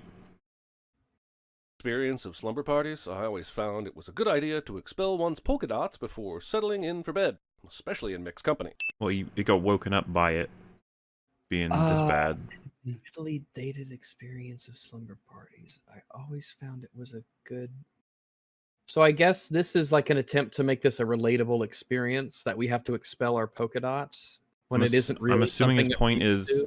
probably should have done this before trying to go to sleep. It wasn't like that before he slept. Well, that's though. the thing, and he doesn't like doing it, so he only does it when it's getting close to capping out. Is this a masturbation joke? Oh yeah, that too, but yeah, it's just a Oh, match. I thought it was is just. I I didn't thought it even was just for connect the peeing. dots. Yeah, Taking I a didn't even piss. connect the dots there. Oh, I saw nice. it. I got that one though. Good job.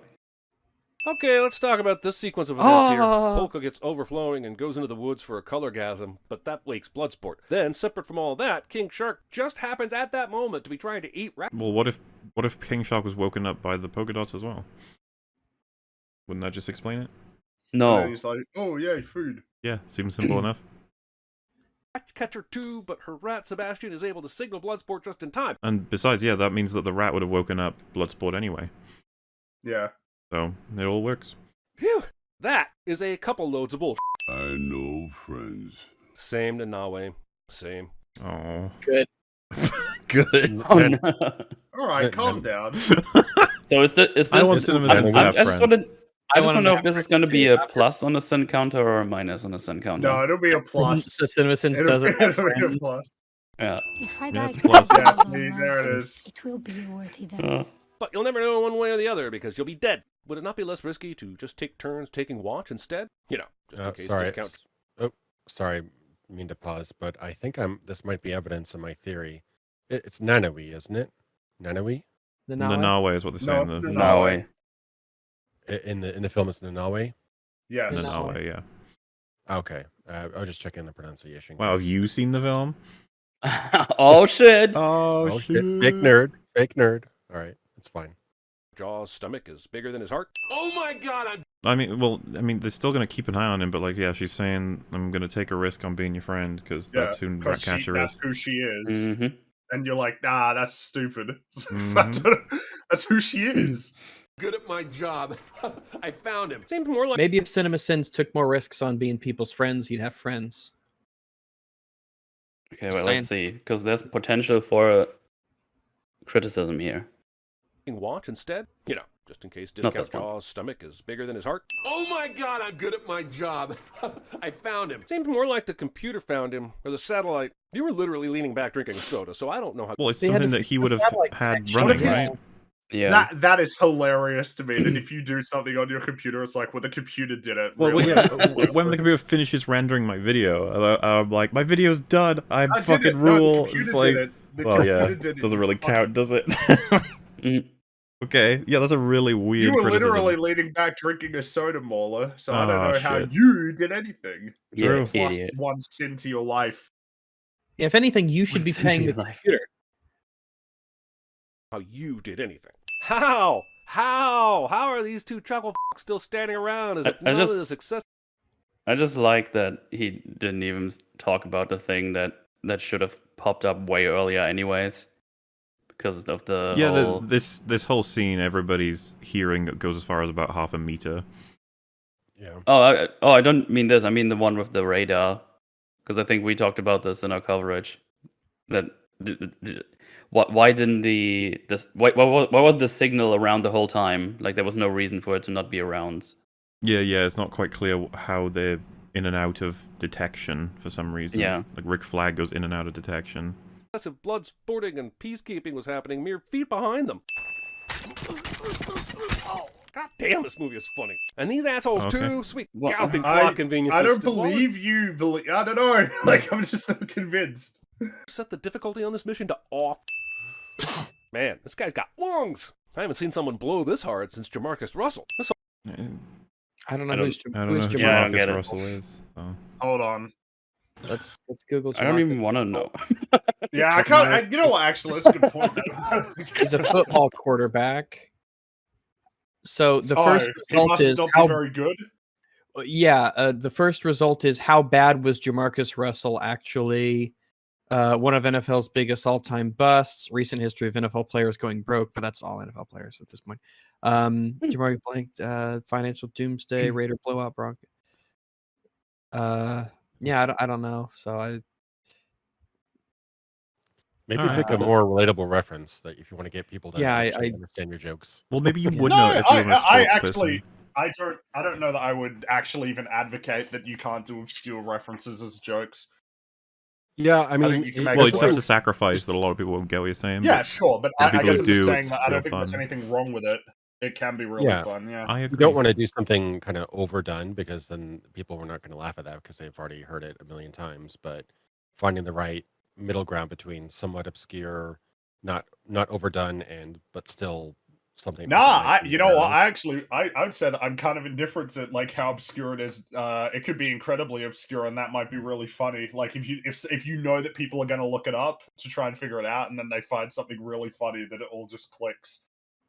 I guess so. I think you can do that.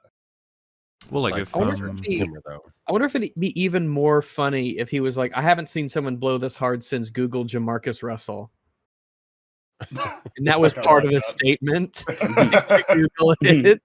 No, I'd like, you're onto something there, Rags, because I think like, more creative. like Jamarcus Russell. Google it, people. Something like that. Like, so I'd be okay with that because if you know that not. Imagine you said people... like, this has a better menu than Trungo's. People be like, the fuck? And then you look it up and you're like, oh my god, Trungo's an actual what? Like, Trungo's does have their menu. Oh my goodness, look at this menu. They have shit. What was it? Oh, never mind. All right. All right. This whole tower is polka dotted down to the ground, and no one inside the special hut where Flag is hears it. What? Well, none of the screams that are heard. You know, it's a bizarre scene. Yeah, it's for that. Yeah, but it's funny. It is funny. Could my people not alert me of your arrival? Why does Radio Shack ask for your phone number when you buy batteries? What? Yeah. I don't understand. Again, can you help us out, Rags? Radio Shack. I don't really even know anything about that. Radio Shack. It's just an electronics boutique that went out of business. Radio Shack. Ask for your phone number when you buy batteries. So I guess the parallel here is, why are you asking questions that don't have an easy answer? But she's asking a very good question. Yeah. It's like taking any question and responding with, well, why does the earth revolve around the sun? It's like completely nonsensical, non sequitur retort, I guess. I don't know. I'd make a deal with the devil to stop them. People who say this are really underestimating the devil. Trust me. But that's your commentary on this? What's the joke? What is wrong with you? So I guess the implication is that CinemaSins has underestimated the devil. Is that a very, very deep reference? I don't understand. So say this are really underestimating the devil. Trust me. Trust you? How would you know? Trust CinemaSins. Is that the joke? You shouldn't he underestimate made a deal with the devil. Is that the joke that CinemaSins made a deal with? I mean, they have like sort of know? devil iconography with CinemaSins, don't they? Maybe he's referring to his wine ad. Oh, nice. Well, He that made was a a deal with the devil where he's bound Yeah. forever to promote it. He's worked with the devil. There's- Maybe. I'd be surprised. I don't. Yeah, This is very much the thing, right, with CinemaSins, is that when you slow it down and like you think about like every individual point, as opposed to just letting it play through, and then you sort of once your brain glazes over that was said before, you start to wonder what points are being made at all. Once you realize much of the Cinema would say the components, like 90% of the components are absolute ass, it's like, what was that video? It's like, it was ass. It was ass. It's like he has to do nothing but back-to-back zingers, but most of them completely fail. But he's hoping that enough will work so that there'll be like a rhythm of zingers to keep people. You're like entertained for the shotgunning video. jokes Yeah, over and over again, in the There you hopes go. that some of them are going to land. And it's almost like when you're in like season 25 of SNL, where they're reusing the same jokes every week, kind of. It's got to be really tired. I mean, it's tired to watch for sure, but like he's using the same exact jokes he used 5 years ago when I used to watch him. So, Doctor, who was that? That's Doctor I Who. don't think you can make this joke after you've already addressed him being in it. This is like the first time you reference the character, you say, Doctor Who is that? Because it's the first time you're seeing them. I don't think you can reference them and show them in the film and comment on them and then say, Doctor Who is that? I'm inclined to agree. Also, Yes. EFAP is so bad at recognizing jokes. Like, yeah, it's like, let me stop you there. We recognize that these are jokes. They are horribly bad. No, Mahler, this is good. This is good. This is just what we need because this person clearly does understand jokes. So whenever we have a question about what the joke is, now we have someone we can go to and they can explain to us what the joke is. Ceiling fan enthusiasts, it's on you to explain these fucking jokes to us if ever we get confused. Help us out. Yeah, because our humor is we don't In fact, let's start right now. What the hell did he mean when he said people underestimate the devil? Trust me. What's the joke? Yes, let us know what the joke Ceiling is. fan enthusiast, please explain to me what the hilarious joke is here. Because we can only speculate with our limited joke knowledge. Our humor levels swear to God, are if he says like, well, because the devil, you know, someone's like, you're making chat look bad. I don't mean to toot my own horn on a comedic level very much, but I think I actually had a better joke on your guys' original live stream for Suicide Squad. Oh yeah. When the Thinker came up, I think I posted a picture of I forget his name right now, but that actor as Doctor Who, right next to that actor is the Thinker, and I did on one side Doctor Who, on the other side Doctor What the fuck, and it's just like I thought that was a better joke than what CinemaSins did. I think that's a better joke too. I have to pee. I thought I'd fill the gap. Remember to do that before you go to sleep, alright? Top tips with Cinema Twins. Yeah. If he's going to pee, I'm also going to go to pee. I figure that's a good time for me to. So, all right, everyone do it. It's potty parade. Our timeline's looking great. He said, my point was that you were bad at realizing when he's joking, not understanding what the joke means. So we don't understand what this joke means. Yeah. So that's not helpful. I'm sorry. Like, of course, this is something, right? Like, it has to be a joke because there's not really a point at the film. Like, there was no observation here about the film itself, so it has to be a joke. Yeah, but what is it? Because someone always says, "Is this a joke?" I'm not kidding around. Is this a joke? Yeah, unfortunately, this is like the big problem that you run into with like CinemaSins is because sometimes it's like, well, it's satire. Like, I don't know what am I meant to be taking seriously and what am I supposed to not be taking seriously?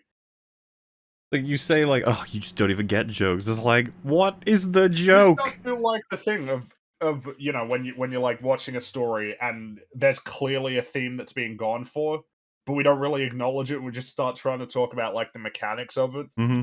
It's like, well, this is the theme. It's like, yes, yeah, we're past that point, but what is it? Like, what exactly are we doing here? I guess it's got to be a reference to the CinemaSins brand, but he never ever talks about any sort of like hell, Satan, devil stuff in any of his other videos, from what I recall. This is you have to kind of, I think, set that recurring joke if you're ever going to do something like this. If this is indeed a joke about sins, the devil, whatever, like as if he has some sort of connection to the devil because he does CinemaSins. I don't know. It falls pretty flat, I think. Yeah, what I'm getting from chat for the most part is he's previously made a deal with the devil is the implication of the statement, I guess. That's all we got. Yeah. Okay. That's so... Is that it? Like, alright. That goes for a joke these days. You're right, I can't recognize it. Someone said like they're just so low tier they don't even register. It's like, yeah, basically. The Joke-O-Matic 3000 just can't detect these things. It's like the Richter scale for jokes. The Joker scale just doesn't... It's too low. Okay. Oh, hey, I'm back. Trust me. Doctor, who was that? Project Starfish. And the hot dog flavor water? Oh, Limp Bizkit. I get it. Nice. Is that lyrics? Project Starfish. That's their album. Chocolate Starfish and the hot dog flavored water, I think it was. Okay. Sweet. Oh, that's unpleasant. Damn you, Mario Kart racing D-bags are cold! That's all of the ists. Put this on. She is completely tied up. How the fuck is she supposed to change clothes? Forget my Correct. Good job. Yeah. Also, I guess they put would have that on untied without her being- afterward. The scene ends, so... Yeah, I don't. It's weird. They leave her in this dirty hole, all tied up, and they throw a dress in a bag to her and tell her to put it on. And like, you wonder what happens after the scene ends. Like, what occurs? I'm guessing they get one guy to go down there. Wait, hold on. Let me go down and actually cut you. Sorry. Sorry. We didn't think this through. Sorry. The scene's over. The dramatic effect has been achieved. Do you think we need to get her out of the dirty hole? No, I like to watch her dress in dirty. I like it when they're dirty. And that suspiciously large amount of smoke coming from that guy in the corner cigar. Also, That is about as much smoke as a cigar makes. I mean, yeah, they make a lot of smoke. So. Yeah, they're smoky. It's also, I mean, it's in the light with the light beams coming through it. It probably just makes it seem more apparent than it would in a dark room. It's also a cinematic trick for atmospheric haze that creates a lot of depth between the subject and the background. So well, whatever. We're just talking about how he's smoky. Smoky. Man. Asking for something you have complete control over. Seriously, Luna clear. Fun fact, by the way, if you are a cigarette manufacturer and instead of like a paper to wrap your cigarette in, if you wrap it in tobacco, it is technically a cigar and not warrant to the taxes applied to cigarettes. So, fun fact. Forget my appearance, Senorita Queen. And that's suspicious. EFAP 171 commenting on a dude commenting on a movie. EFAP has no content. Well, I mean, this is yeah, episode one. This is... We've done this over 100 times before. This is sort of our shtick. I think, yeah, I was gonna say we're probably up to 200 or something with the amount of videos we've covered. But yeah, one of my favorite streams was when you covered like somebody covering Hassan covering somebody covering Hassan or something like that. Yeah, it can get intense sometime. Large amount of smoke coming from that guy in the corner cigar. Also, apologizing for something you have complete control over. Seriously, Luna clearly arranged for all these people to be here for Harley's arrival, and now he's acting as if his anaconda don't want none and wasn't thusly prepared. Yeah, so he's doing this on purpose, and then he says, "Sorry, you know, I didn't mean for you to see all this way." It's like, yeah, he's orchestrated it that way because he wants to marry her. It's in the movie. I didn't get that from a novel. I swear. Not the novelized version of the suicide. I thought you read that. No, this is in the movie. He's like, Harley Quinn, you're a doll. Let's marry. So yeah, he was not telling the truth there. He actually did this on purpose. Yeah. Oh, I see. That would explain a lot of the details seem to line up now. All right. The evil dictator doesn't tell the truth all the time. Yeah, well. The previous regime was at least not directly offensive to the American government, but this new regime the U.S. hates. How is there a turkey on this table? Does the South American island of Corto Maltese have native? Do you think you get turkeys from America? Thus, just America? Wait, where else do turkeys come from? I don't know why we can't just assume we had a turkey. I don't fucking know. I mean, you know, turkeys, I think while they're native to North America, they could probably live in a variety of places. And plus, I don't think the U.S. has an issue. Belize, Guatemala. Yeah, lots of places. I've just looked Yeah, it up. I'm sure that even if he had to get a United States turkey, if they're the best turkeys for whatever reason, which they probably are, I'm sure that no company would have an issue just like sending a turkey over. I don't know why you could Well, just have. Probably got his own. Yeah. There's probably turkeys in Corte Maltese that they have. Well, I mean, you can get they're- turkeys here.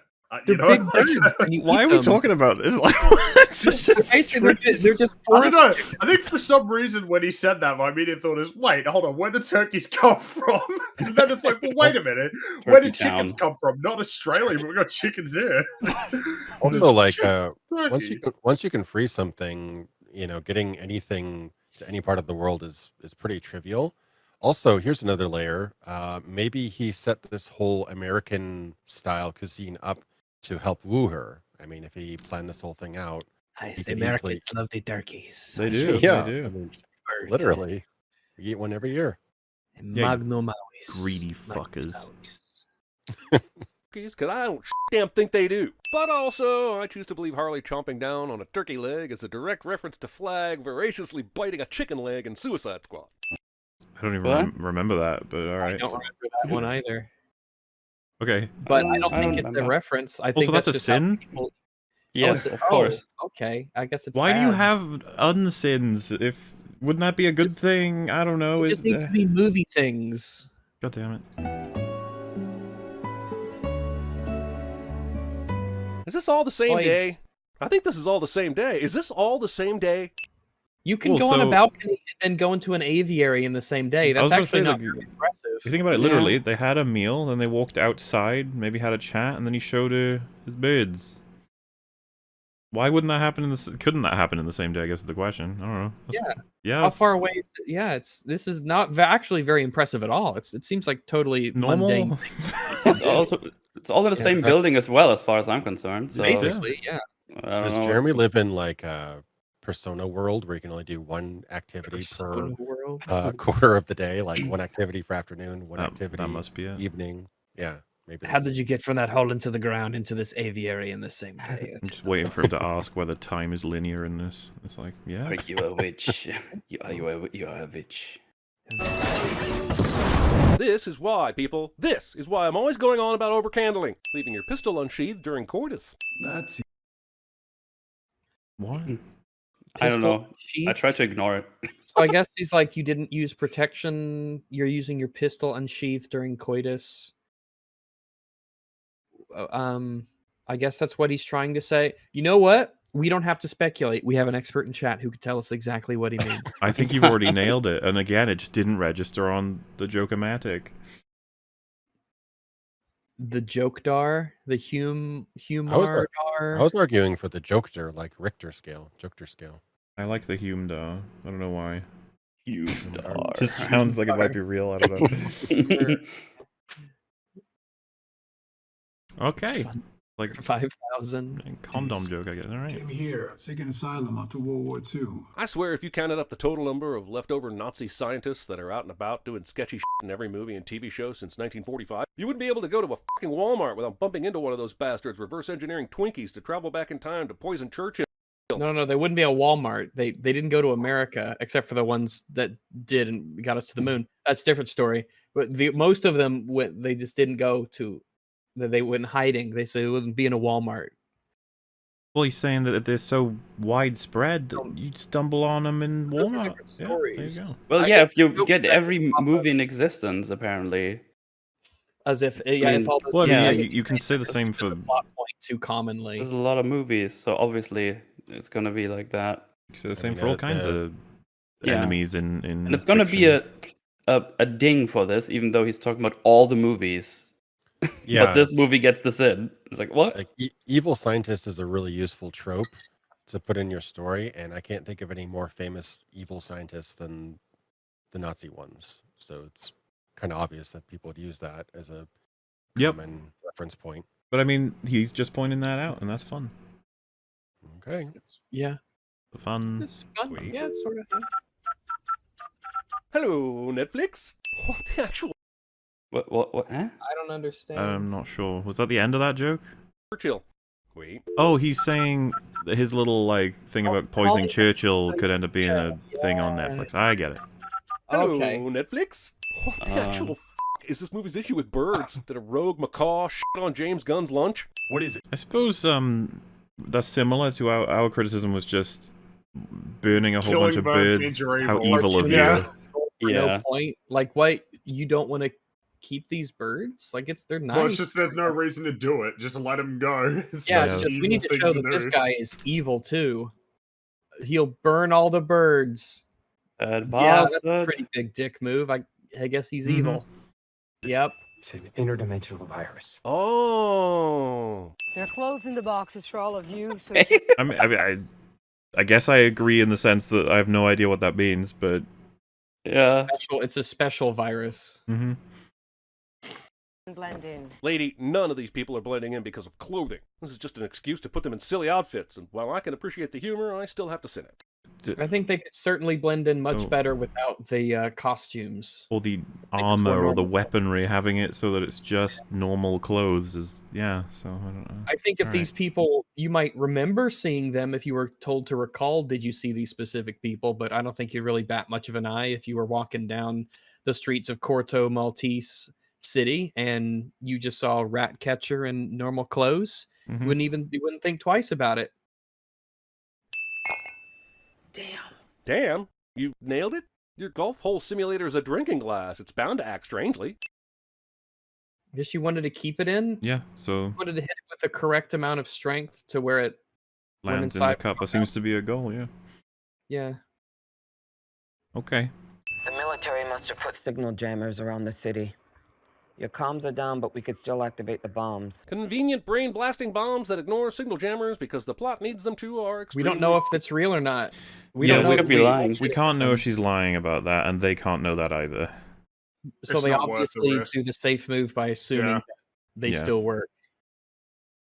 I've only seen this movie once, and it was when it came out, and I remember this. I don't know. So it's just a little weird. Well, you wouldn't need to have seen the movie to even say what you just said. I suppose you're true. I gave myself... I guess it's just... He's assuming that every character is telling the 100% truth. Yeah. There's no reason to. Well, how is she communicating with them? She's doing it over like a CB radio or whatever, so this is the part of the film where it's blotchy. What word am I looking for? Spotty, I guess. She's coming through and leaving. She says, like, if it blanks out completely, we can still blow you up, is basically what she says. Okay. I wonder if there's a skin for Left 4 Dead that turns Bill. You see where I'm going? Yeah. Is this not dangerous? Shark is giving the finger to the rules. He's in plain sight. Why are you... I mean, a little bit. A little bit. You're not gonna, like, it's still... Even if you saw that quickly drive past, what are you gonna think?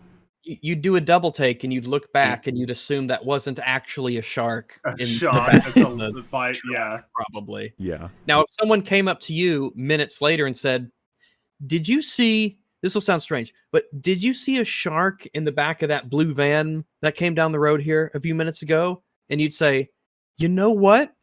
Now that you mention it, I did, but I assumed I was seeing things. The finger to the rules. He's in plain sight.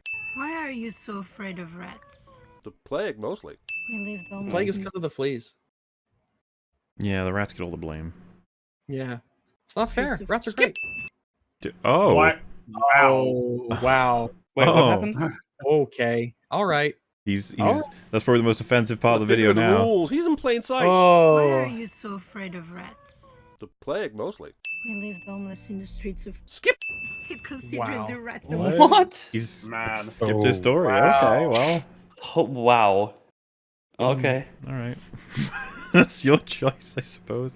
No, it's just funny if you pair that with there are no arcs in this film. Yeah. I guess you skip them all, yeah. I don't think I can fault the state here. You have already used the rats as a weapon in the last couple days, so why the tears? You remind me of my daughter. F you, dude. You made it clear in the earlier scene that you barely knew your daughter. Barely knew her? Wait, but you wouldn't have to know anything specific about her current day-to-day life to know his daughter. Like, or to be reminded of her. Or to be reminded of her, yeah. What a strange comment. I don't know anything about Bob vids, but he reminded me of Tonald's voice, and I don't really know either of them much. One more than the other, but that's not how that works. that's just not how reminding me. Yeah, you can also like I could see something that's like, huh, that reminds me of somebody I saw on the street 2 weeks ago. Like literally, you don't have to know anything about something to be reminded of it. Yeah. This person I saw that one time reminds me of this other person I saw that one time. Huh. John Cena dancing. Why is So that? I can't. So genuinely, right? You remove the sound of the sin. I wouldn't know if he's saying that's a fun, cool thing or a cringe bad thing. Yeah. I don't know. And with the sin, I'm like, oh, so it's a bad thing then. It's like I'm not sure. I don't know.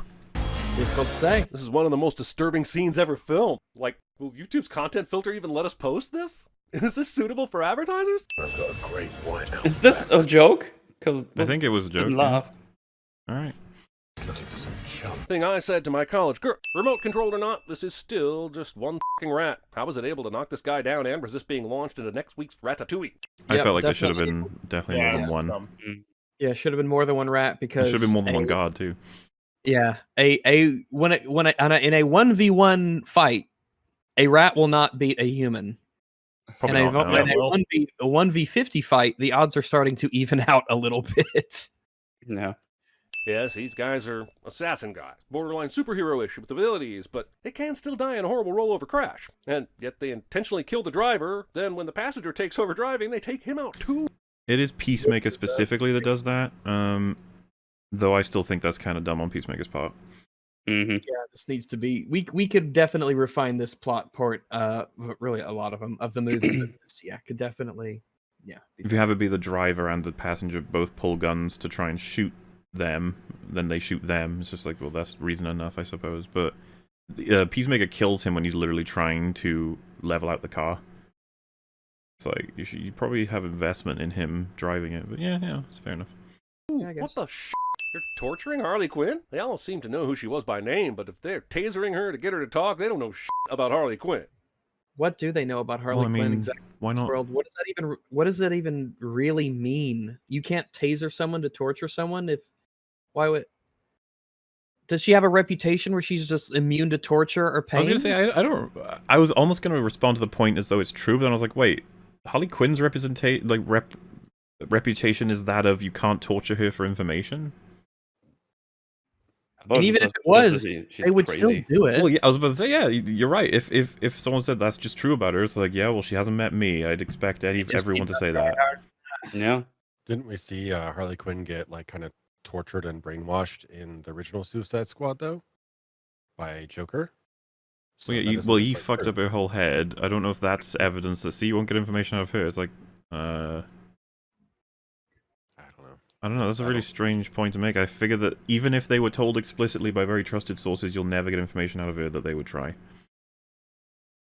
This is absolutely making her day. He'll leave one of her own. I don't think it was. She was like in a lot of agony. Why would she not escape that? She escaped, so clearly she wanted to do something else. Behind. Yes, you fucking do. That's the whole point of the damn team, or else it would be called the Leave No Person Behind Squad. Okay. Oh, Let's just let's just move right along. Playing emoji charades at work. Also, emoji charades. I mean, if you're gonna be strangled to death, much has been made about how Margot Robbie apparently did this using your foot to unlock the chain scene herself, which is admittedly cool as f. But I'd have given all the sins back if she got that key into the lock. Only really? I think it's cool. You don't think that's impressive? I didn't say that. What did you say? You just don't think it's cool. I just didn't think it was cool. So it's impressive, but not cool. Yeah. Well, I'll let everybody make up their minds on that. Let's continue. It's impressive to eat 1,000 eggs in a minute. Is it cool? I don't know. It's cool. I get what you mean, Rags. I think. Thank you. I feel this is not eating 1,000 eggs in a minute. What is uncool about this? I just don't find it cool. Why? Cool is a nebulous thing, and I don't think I can necessarily put a definition in a list. But you can definitively say that this is not it. I just don't. I don't think this is cool. I'm fine with you thinking it's cool. It's totally fine, but I just don't find this cool. As messy as Harley Quinn as a character, I think her doing gymnastics to get out of a bad situation is probably about as on character as you could get. It's the coolest thing she's probably done. Yeah, I mean, we've seen her doing all these kind of weird acrobatic ballets. I think I would agree with you. It's the coolest thing she's done. But it's not cool. No, I don't find it cool. I'm fine if you think it's cool. It's totally fine. I have no issue with that whatsoever. Not the key to her chains, but some random other key, like the dude's locker at the gym. Okay, yeah. I think the real sin of that scene was just her being able to escape in the way that she did. It's absurd. Nonsense. It's absolutely Well, yeah, absurd. that one piece is like the only thing that's good about the whole thing. Yeah, like it makes sense that she can do it. I don't have any problem with that. It's how we got to this point. Also, he had no commentary on the 69 joke. It was that bad that I even guess not. I thought CinemaSins. he would. There's no way he wouldn't seize that joke. You'd think. You'd think, right? I was curious before we started. What is he going to say about the 69 joke? Because his humor is very mature, so I figured he would really enjoy it. I think he probably, or he or his writers, quote unquote, probably avoid anything too saucy or too quote unquote. I mean, he's even toned down his whole lap dance thing now, hasn't he? I think He removed it because it's too controversial. It's too sexisms. Too many sexisms against women, I think, is gonna get him in hot water with some people or with YouTube or whatever. At least he thinks so. So yeah, I think I definitely sense less horny jokes in his videos as of late. There's an argument in chat right now between a couple people where, like, I'm just asking Mola to make a video. Stop this EFAP hangout circle jerk. Like, motherfucker, this is about a maximum of 10 hours of my week. Alright? Chill. I should be allowed to do this and make videos. Videos are being made. No, you need to make videos for every waking moment of your life. If you're not making videos 120 hours. I love as well where me and Free have been edited out all of the... We got 5 completed for the Boba Fett. Make content and stop hanging out. Go to your editing dungeon. Yeah, we just got out of our editing dungeon. Literally, yeah. And then it's like once this stream's over and I process everything, put it all into the right place for release. Editing dungeon. Going back, I need to record more for my current video being made because it's not done yet. It's getting there though, and you know, if you enjoyed the other ones from me, you'll like this one. I'm pretty sure. So don't worry about it. Why? Stop hanging out with your friends. Sorry.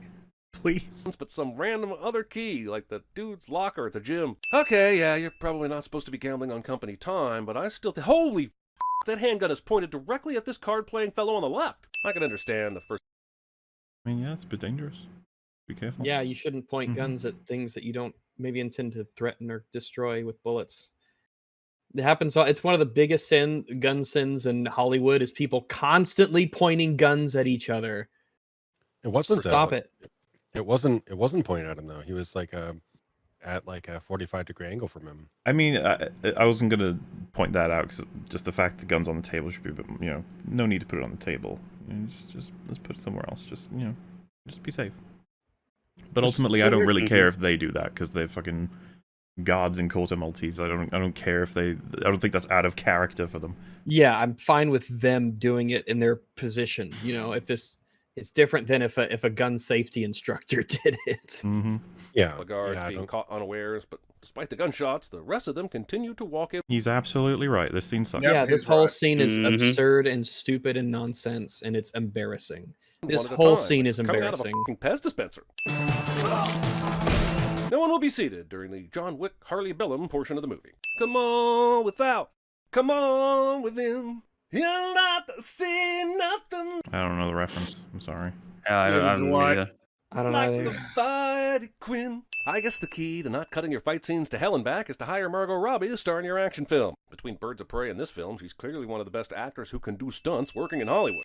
Maybe, based on this scene, maybe. This scene is saved by the. It's not saved by anything. It just gets worse the more that you think about it, and the closer. The camera being where it is and being super close to things and not thinking about any of the logic of the soldiers trying to kill her. None of the scene works. Nothing in the scene works. I like the style. I don't like the style plot is good, armor. but insane plot armor here. People just flat out refuse to shoot her. Bird. Now it. Stay off the comp. Why did you even give him a two-way radio? So I suppose because he's a lookout. Yeah. Yeah. I suppose. His job is the same as Polka Dot Man's. He's supposed to be looking out, but he's just fucking gonna comment about birds and stay off the radio. Just because the Thinker guy is driving, these idiots open the gate without even looking inside the weird new large vehicle that Thinker guy is suddenly driving. None of them are like, why is he driving such a large vehicle? Or why is he returning he's been working there for decades. Those are suspicious faces. That's a suspicious face right there. That's like, it's a strange thing for him to be driving. But ultimately, whatever.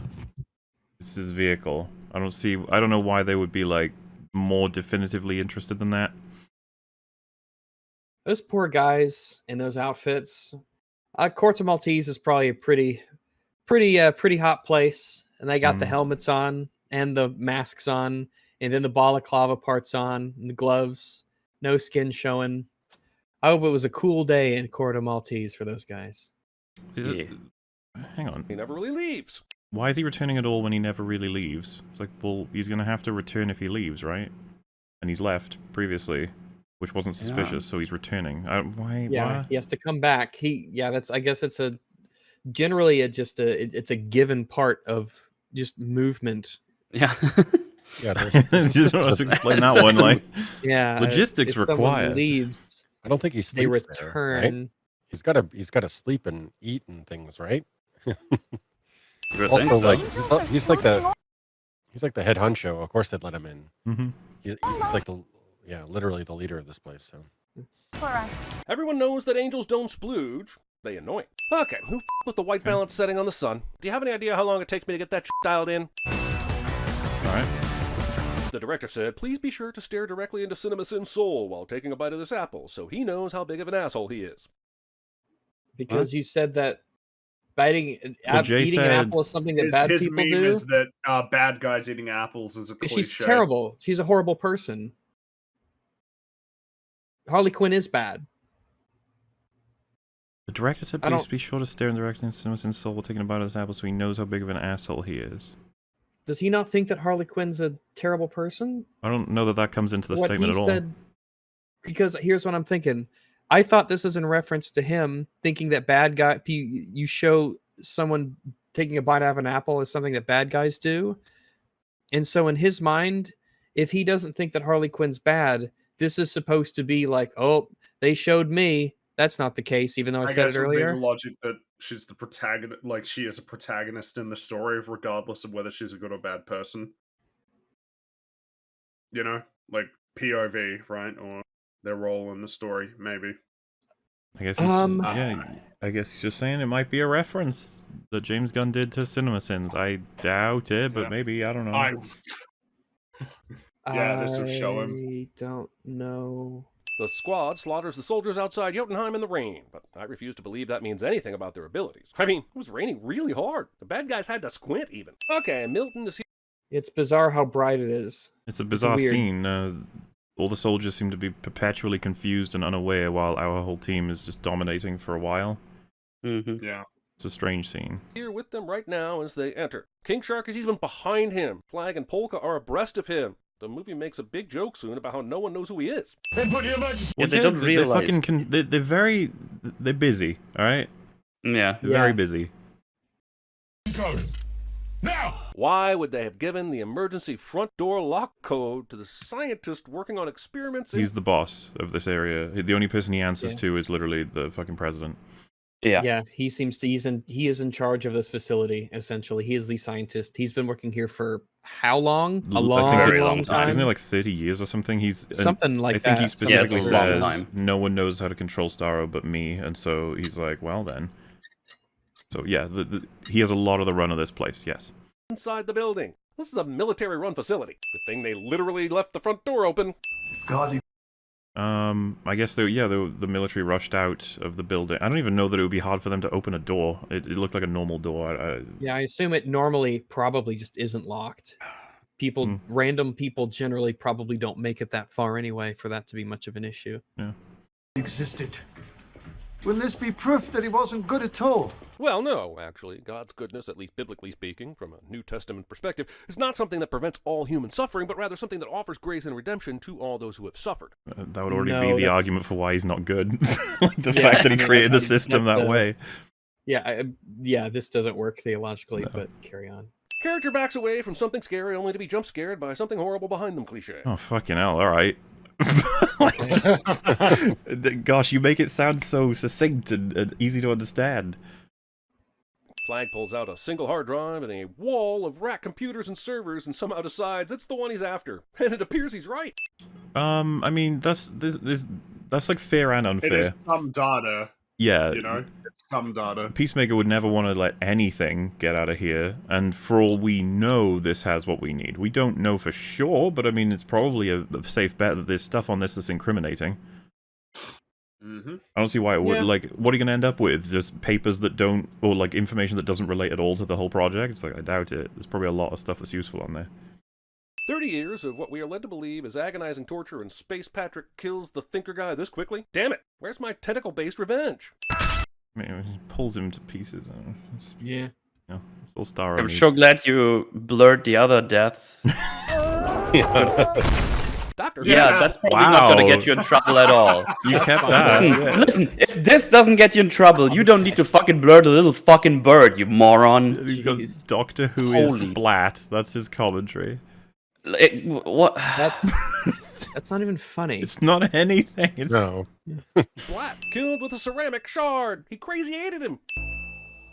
Okay, Breaking Bad reference, and we'll just move on. Okay. But what's wrong with that? But like, is that bad to get killed by a sharp object? No, it's just a reference.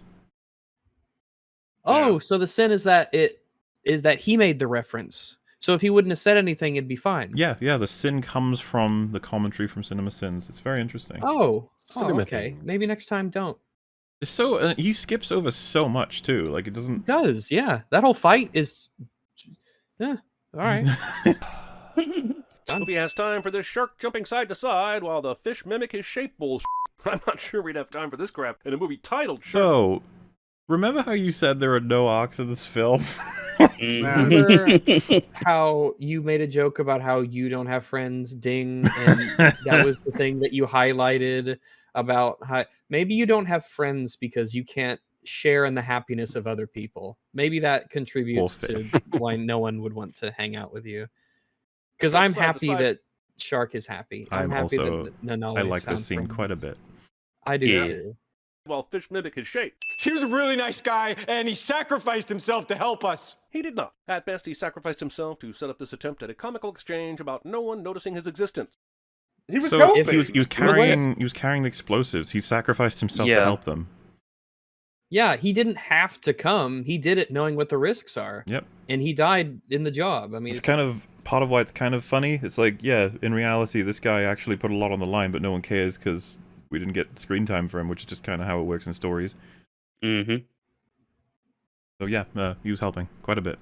A worthy cause, indeed. Well, worth the cost of admission. From this point on, what with the building falling apart and flooding, I'm just adding 40 sins for everyone who survives this baloney. Also, I'd have to see what the baloney is in particular. Oh, there's plenty of blood armor here. There is baloney. There is baloney, yeah. What is the scale here? It is worth about half of the sins that we've done so far. I'm sure he took a while to figure it out for you, I'm sure of it. However, Harley Quinn gets only one sin for plot armor.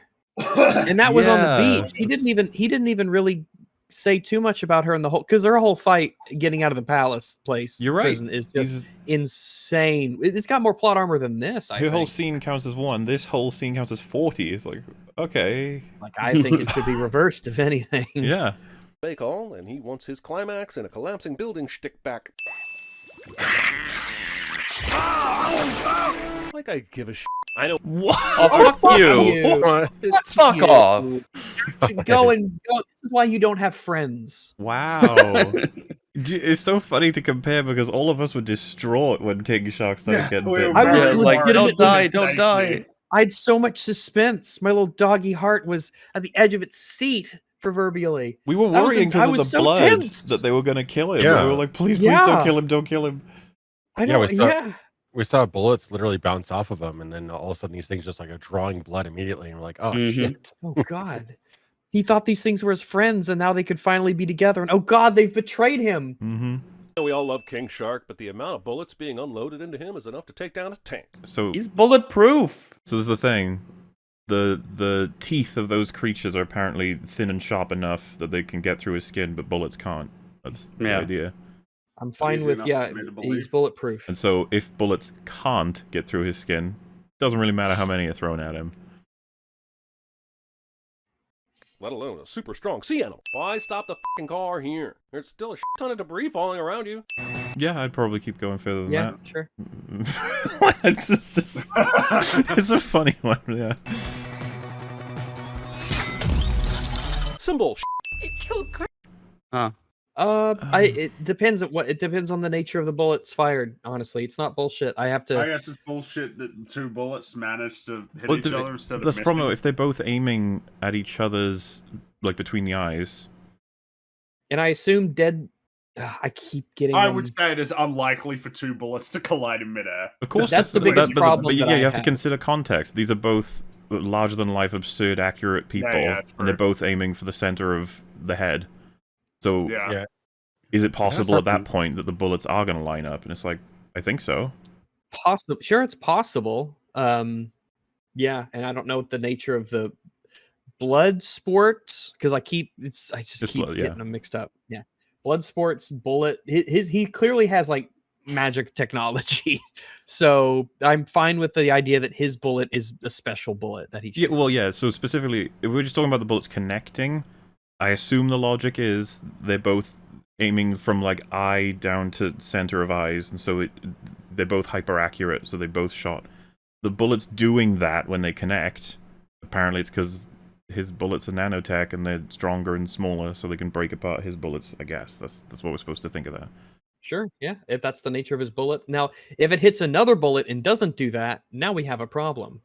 But like that in and of itself, I'm okay with.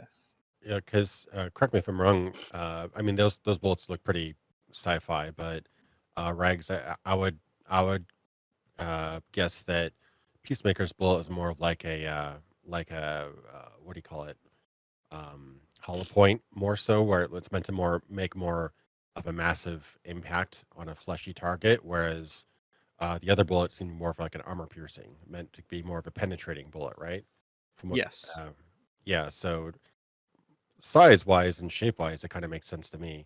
Now, 2 bullets hitting each other is insanely unlikely, but there is actual historical evidence of there's in a museum once 2 bullets that had hit each other midair. Yeah. It's like extremely rare, and obviously we haven't found many examples of it, but it does actually happen sometimes. Yeah. It happens. It's bound to happen with all that lead flying around in certain places. Yeah, but eventually. I'm fine with blood sports. And I just want to clarify, it's not completely random as to whether or not these bullets will hit each other. There's a little bit more of a reason that they do it than that, but at the same time, it's still, like, with how everything works, that it was a low likelihood, sure. Yeah, if this was up to this point, if this was like Saving Private Ryan, I'd be like, this is bullshit. But yeah, because this is a comic book elevated reality, I can kind of take it. Sure. People want us to mention as well, of course, it is a play on what was said earlier in the film, where he says, I hit my targets more in the center. Yeah. Another story arc. Oh my god. Yeah. No, we don't have these here. Yeah, it's just set up and pay out. It's not really a story. Doesn't count. Yeah, It's grumble. You wanted to share this with the press. This isn't the pronoun game, but it's pronoun confusion, because the way she phrased this suggests it was Peacemaker who wanted to share the hard drive with the press. It's pretty fucking obvious it wasn't Peacemaker that she's referring to, but fine. Yeah. She's clearly distraught. She didn't think that maybe it could be confusing when she says he. But it was flagged. I know this would be quite the anticlimax, but why does Cornell not tell his people to immediately open fire on the discount not-so-expendables? As far as he knows, that's a risk. But I suppose because they're fleeing this building and some weird shit is going on, he just didn't think to shoot them at this time. But yeah, especially if thinking that they're American agents and all that stuff, and he could capture them, and that could. I'm fine with him not immediately saying that, especially with what's just happened and their state of escaping. This moment, a lot of things are up in the air at this point, especially with there's like earthquaking happening at this point. Yeah. I think definitely a confusing moment. And even if he did know they were running from Starro, the difference does it make? Shoot them! Isn't that why you brought out the entire army in the first place? I don't know. I think it genuinely is just they're all looking at what the fuck's happening and absorbing it with shock. The Last Starfighter here steals the face-hugging technique from the Alien franchise, and I am not okay with adding this to my very specific list of face-impregnating night terrors. Reference. Straight up murder. Yeah, those guys in the room were dumb. And they would call it a revolution, the people who shot them, I think. Mm-hmm. Which they do. Listen to me, people. Do yourself a favor and never, ever Google the phrase armpit ejaculate. Let my pain be enough to cover us all. Alright. Okay. Still better than the Rampage movie. Bloodsport is off mission. But why? You can't set him up as the asshole father who has had all the goodness pulled out of him by an equally assholey father of his own, and then spontaneously decide that he... That's still part of Oh, man. What are we doing? No arcs of the film. No arcs to the film, even though he says it, and it doesn't even work with a sin because that's not part of the mission for him to do that thing. That works against the point that you said earlier. The entire point he joins the team is to save his daughter, right? I would argue that he is a good man when he's talking to his daughter. He just tells her to get the fuck away from him. He doesn't believe that he would be a good influence for her. He's got a heart. They keep saying that throughout the movie. He's got a good heart, and he's like, no, I don't. And the idea is that he would have been a really good person, but his dad treated him so horribly that he ended up a much more, like, rock-hard mercenary. And that's why it all comes to a head when he's walking away, and you can just hear the screams of the people who are getting killed by Starro. And he can't deal with it, so he turns around. Just gotta pay attention. There's plenty of references. Some of them are pretty blatant. This is probably the most blatant arc in the film. I don't even know what would beat this out. I don't know. And so, like, is this a joke? Like, I'm assuming it's not a joke. He has a heart all along. I mean, you can, but it's some bullshit, and you shall be rightfully punished as a result. I knew Sebastian sensed good in you for a reason. I'm sorry. This is nitpicky even for me, but the "for a reason" here in this sentence is bothering me. It's completely unneeded and actually makes no sense. She sensed good in you for a reason. He sensed good in you for a reason. I suppose she's arguing that it's more than... It wasn't just no point at all. He didn't just like you. But, okay.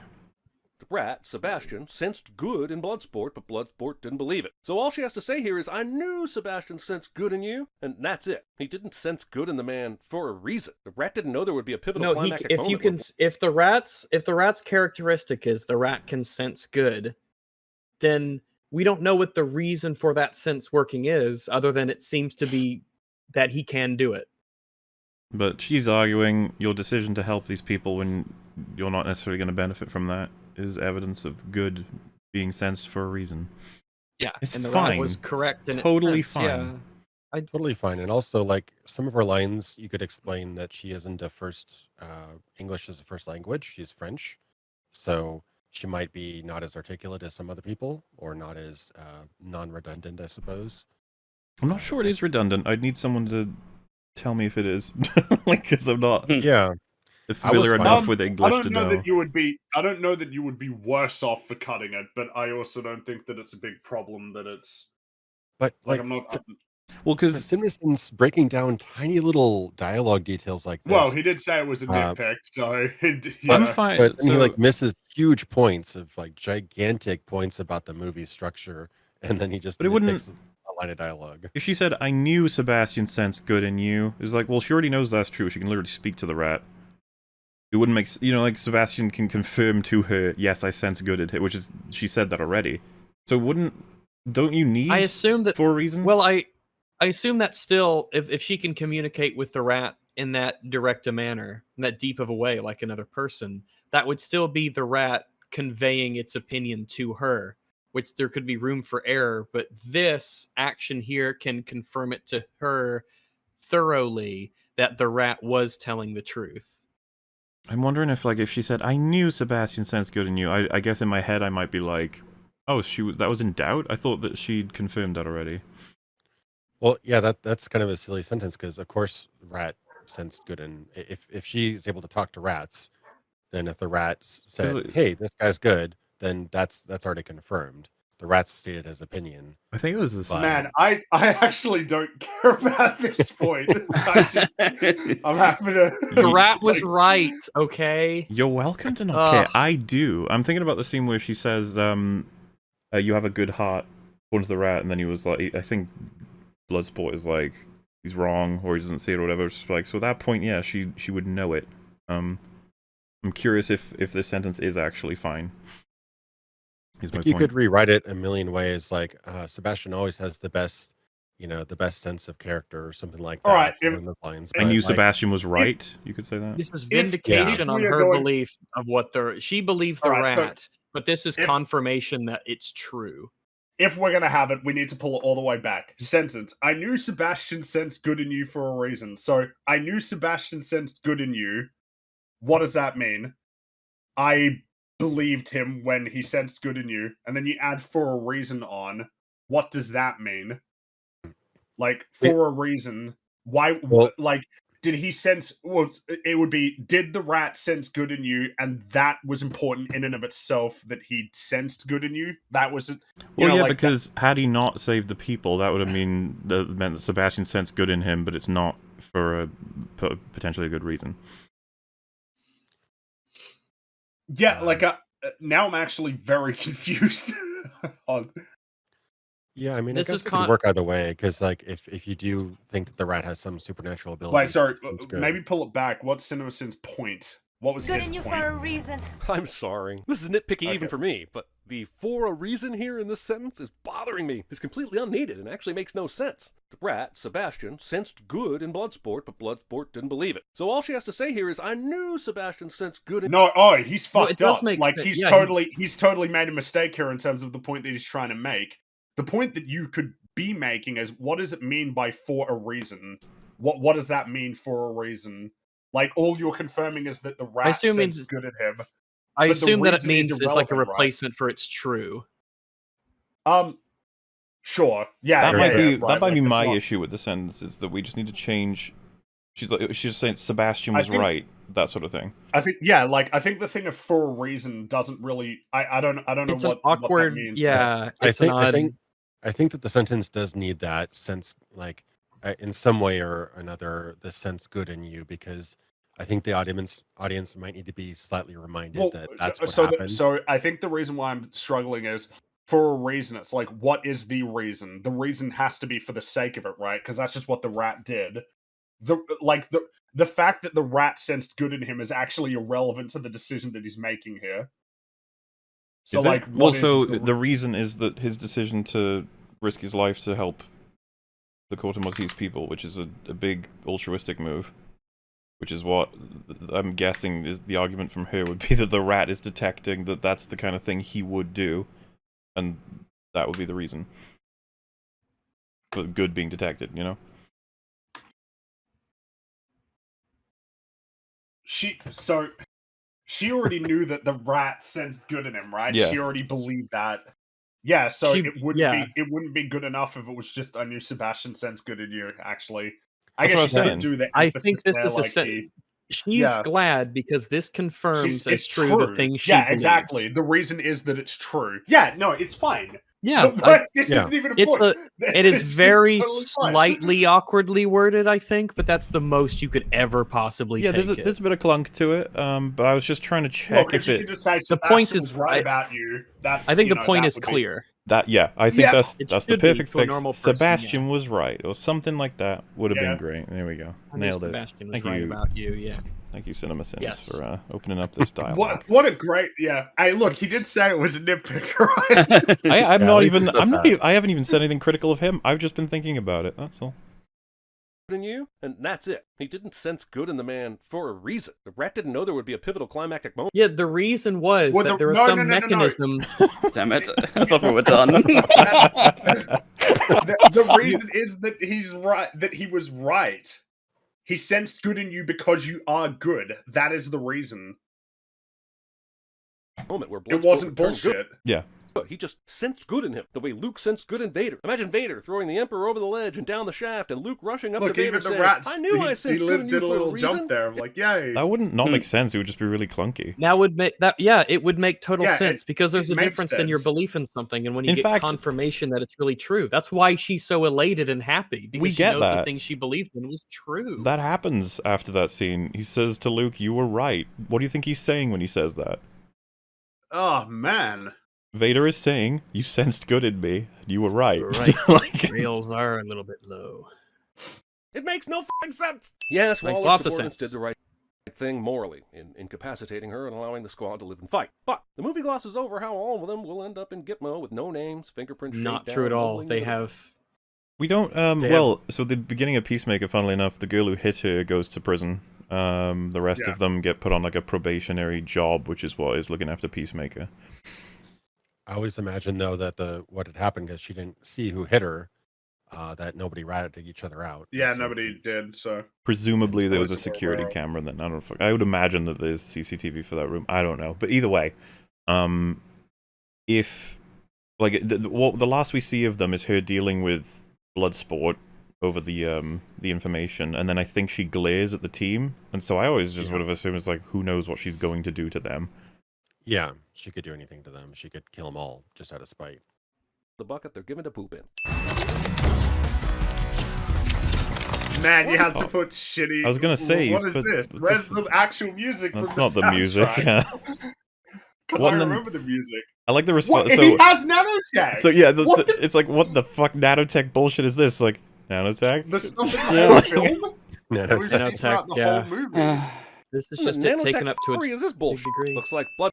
What was that music? Because he didn't even play the clip for that long. You didn't need to switch the music. All of them will Yeah. end up in Gitmo with no names, fingerprints shaved down, mumbling into the bucket they're given to poop in. They've got the sound effects though, so what? Yeah, what happened? He must have I'm gotten confused. a version of the Chopped out the music video and added his own track, but why?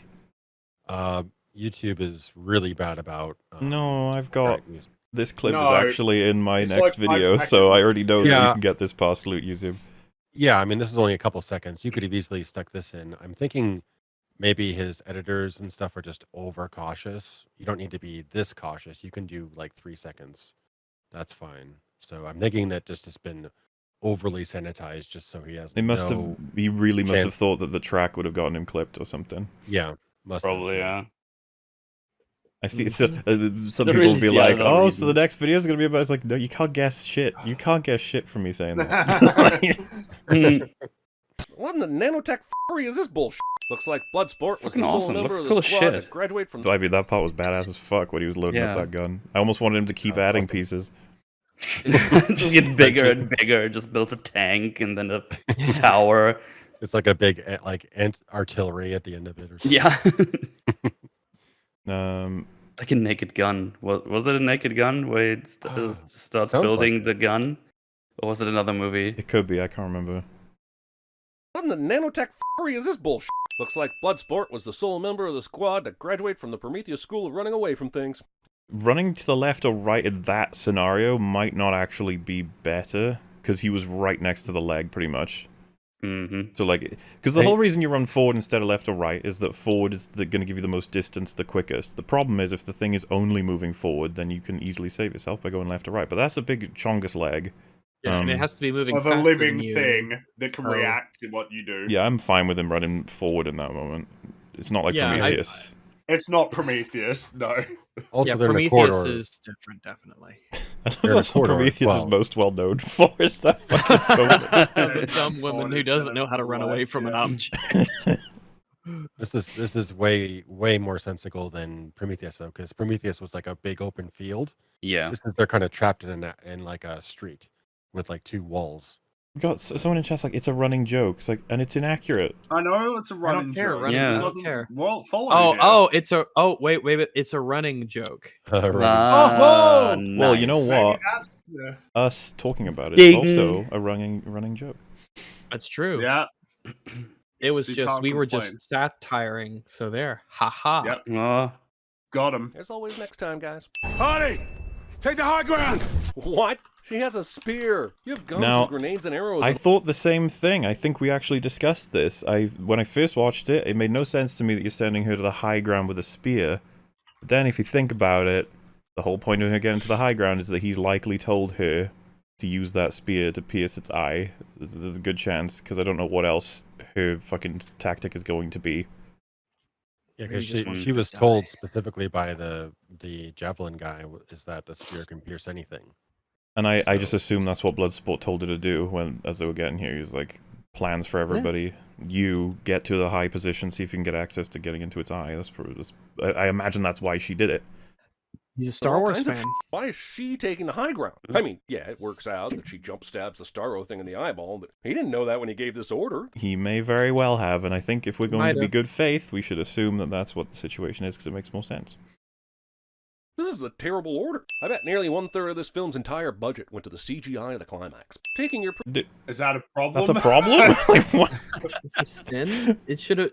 Are you saying that it had too much of a CGI budget, or that it wasn't dispersed throughout the film evenly? But why would it be, right? If the third act has this enormous stuff. Ask me just questions. I just don't understand. Questions, Waller. I don't know.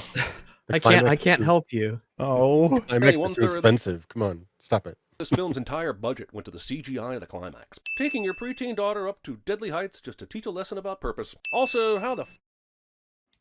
I don't know. First off, teaching your daughter a lesson about purpose, maybe don't understate the importance of what that could have implication-wise, but I assume they are both very good at climbing to where he believes that this isn't that big of a deal. I assume they do this a lot. That's what I would assume too. In order to get up this high, you must be pretty skilled at it, and yeah.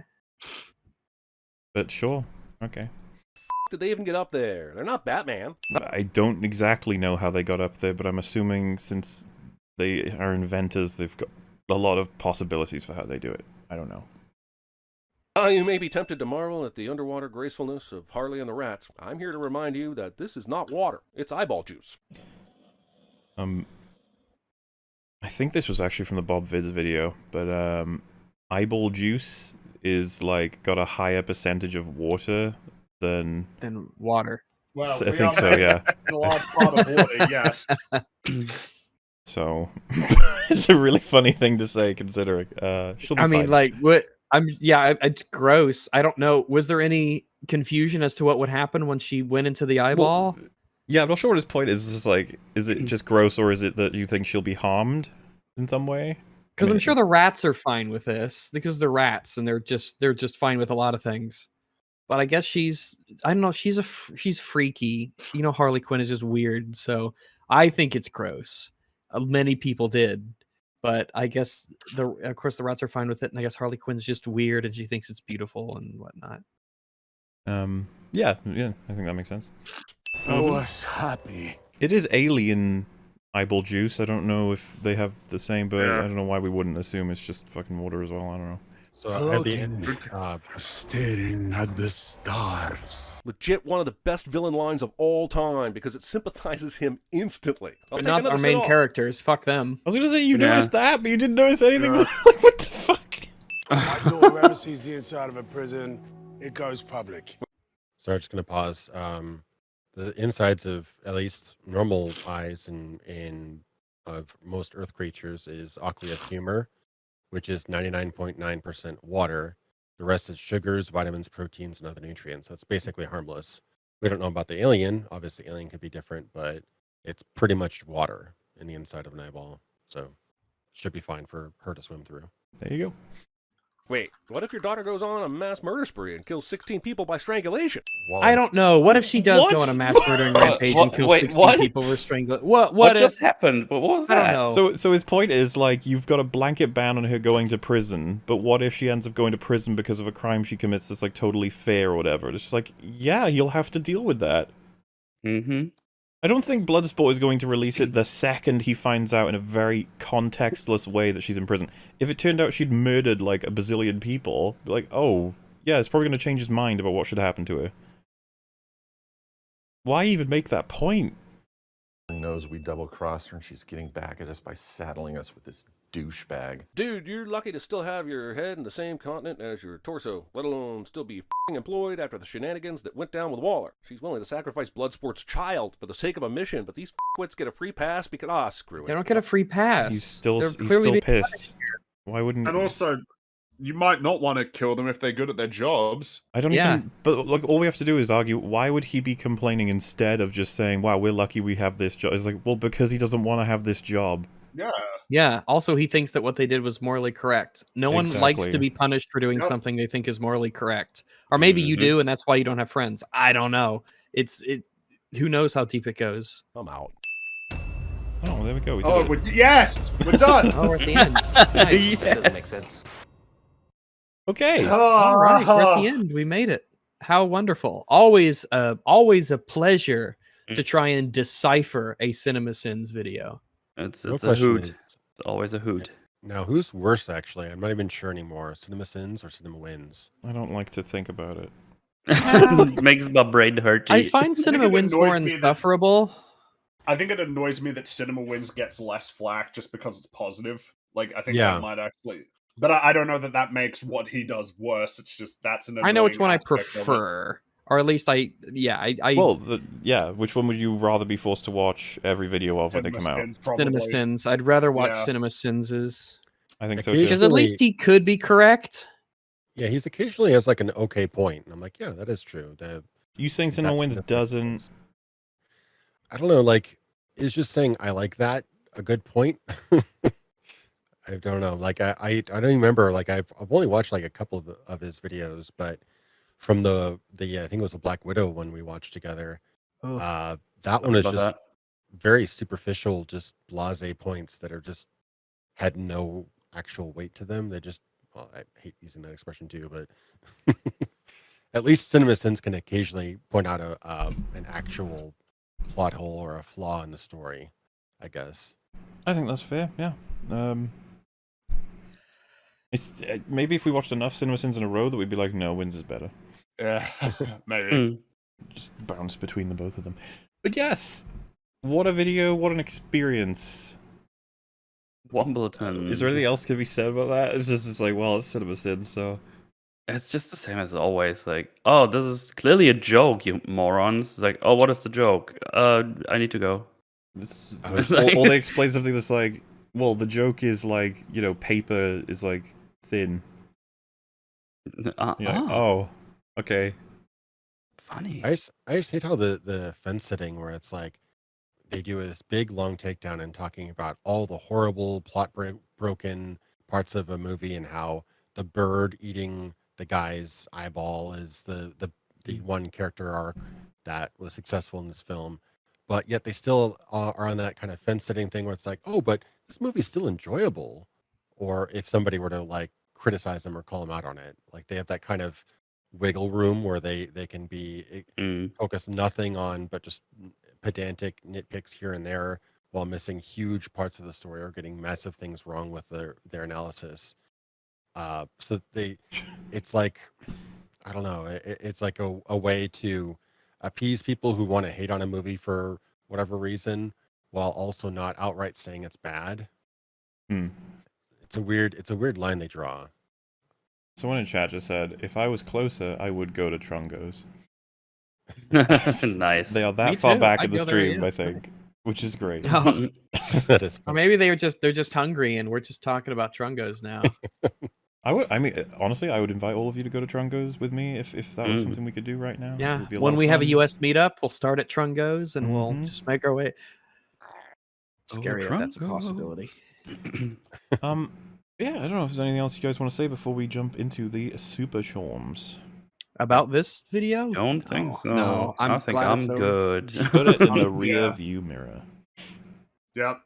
Alrighty then. Well, I guess I should also offer us like, does anybody want to go to sleep or jump out of this podcast for any reason? You're welcome to.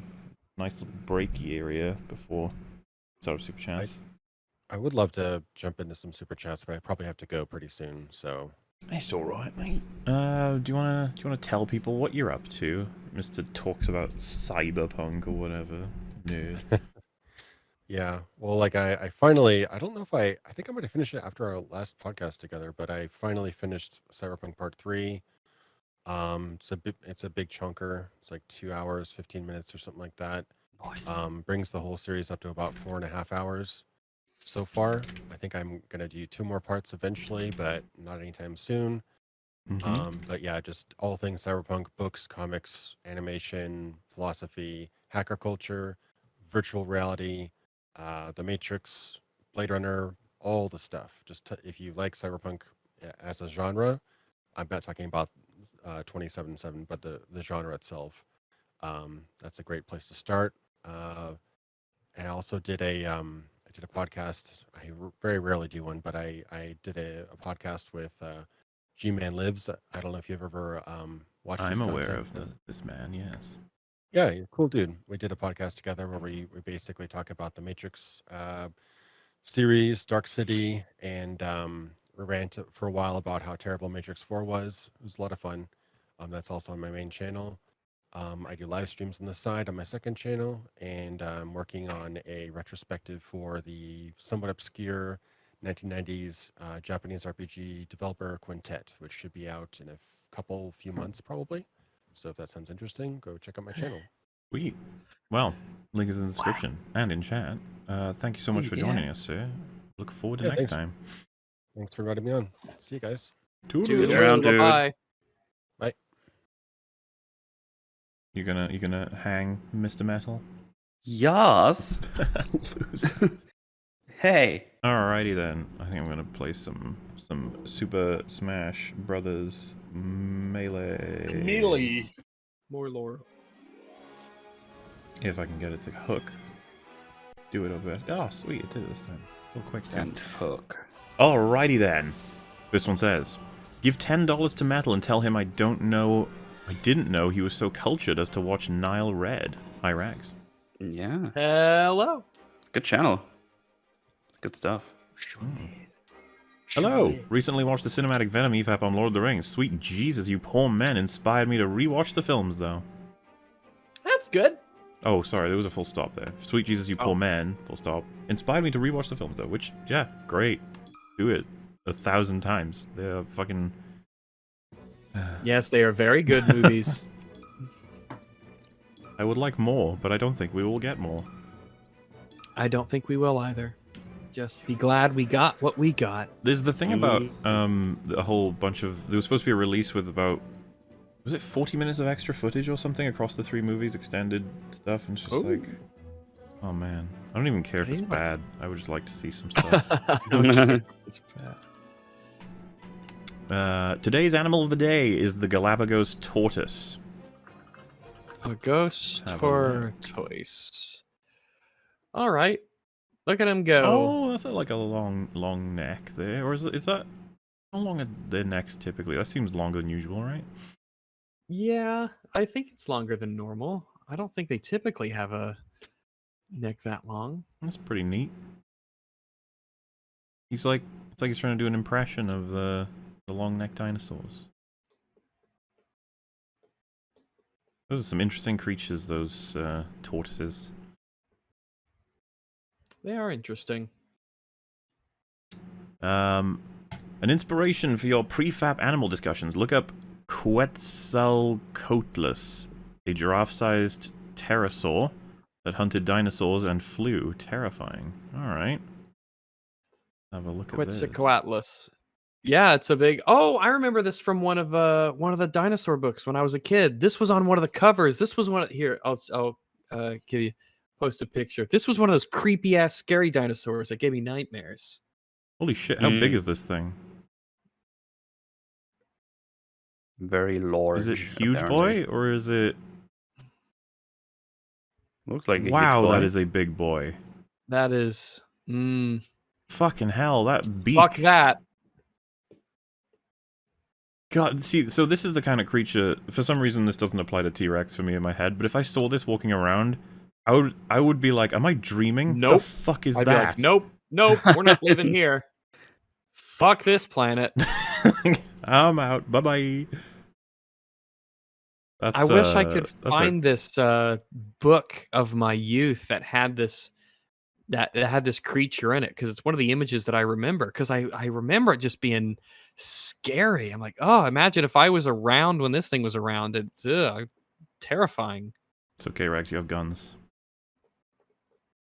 Guns will win. Look at those. Yeah, I guess my guns. little person brain just didn't even think about, oh, but you have firearms. Like, no, I just imagine myself as a kid. And it's The next one says the animal I have found for you today is the vampire deer. And it's like, what? How, is everyone doing this now? We're just like, apparently so. Yeah. Vampire deer. Oh, the Siberian musk deer. Yeah, let me get you a picture. Oh, I've got them. I can't show people once I've started up a game though, unfortunately. Oh yeah. Oh wow, yeah, it's like saber-toothed deer. Yeah, it's I had no idea this thing was a That's thing. badass and scary. Just imagine, it's like, oh look, it's a deer. That's nice. And look at this face, like, oh fuck. It genuinely looks like an OC, where it's like, my deer has fangs. Yeah, like, my fangs. Yeah. Like, cool. fuck you, little Timmy. Your deer can't have fangs. Also known as the Chinese water deer. Sorry, didn't find one with a funny nose for you guys. That's okay. Jesus. Okay. For EFAP 193, you should rewatch Cinematic Venom with a fresh group that hasn't seen it. Why would you do that? Just double dip on that video because people like it so much. I don't know that you can get that video anymore. I think he took down his channel. Obviously, I don't know if people wanted to re-upload or whatever, but I still think that would be strange. I would not be approving of that. The interesting tidbit of it, I guess, is the fact that Fringy hasn't seen it, but yeah, that's true. I don't know if that's enough for us to have a complete repeat of a watch of a thing. Seems kind of strange, right? Hi, Rags. Hello. Have some medium rare chicken on me. Be sure to eat it with your gloves on for the best possible dining experience. Oh, no. Of course, because you have to eat chicken with your gloves on. Of course. Those monsters. I often wonder the actors and actresses who were just they have gloves on that are just their daily gloves that they wear for wearing, and they're eating chicken with their gloves on. And you've got to be wondering, do they say anything like how fucking weird this is? Was it Dinosaur Cove? Let me take a look. I don't think it was. Books. No, it wasn't Dinosaur Cove.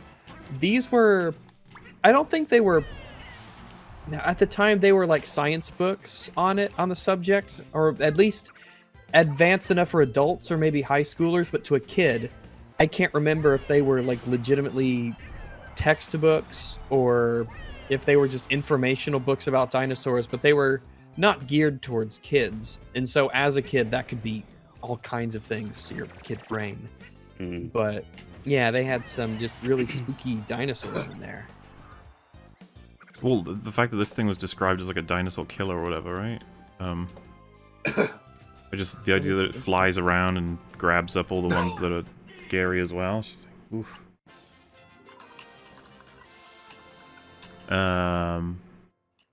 Fictional evolved human of the day, Asteromorph. A lot of them today. Yeah, we've had loads. Well, this one is fictional evolved human. It's Asteromorphs. Oh, what is this? No, gross. Looks like flaps. Lots of gangly. Gangly. Ew, I don't like evolved humans. Ew, scary. Alright, next one. Next one. Someone sent me a picture of the book. It might be Encyclopedia of Dinosaurs and Other Prehistoric Creatures. This might be it. I'm not certain. I'd have to kind of thumb through it and look at it. It might be, because I'm only working with memories from a long time ago. But the cover image certainly seems scary enough to, because you have like a big dinosaur yelling at another big dinosaur that's got like flesh in its mouth. And you're like, yeah, this is pretty fucking scary. Very true. If I saw some pages from the inside, maybe I'd be able to tell. Do not know. Maybe.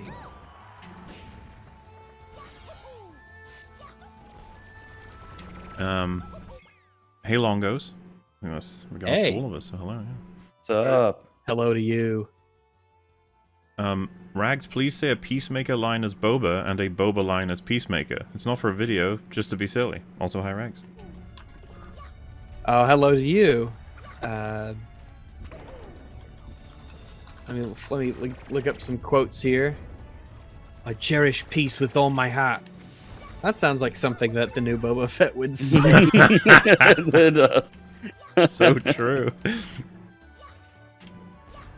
And so, and then a Boba Fett line is John Cena.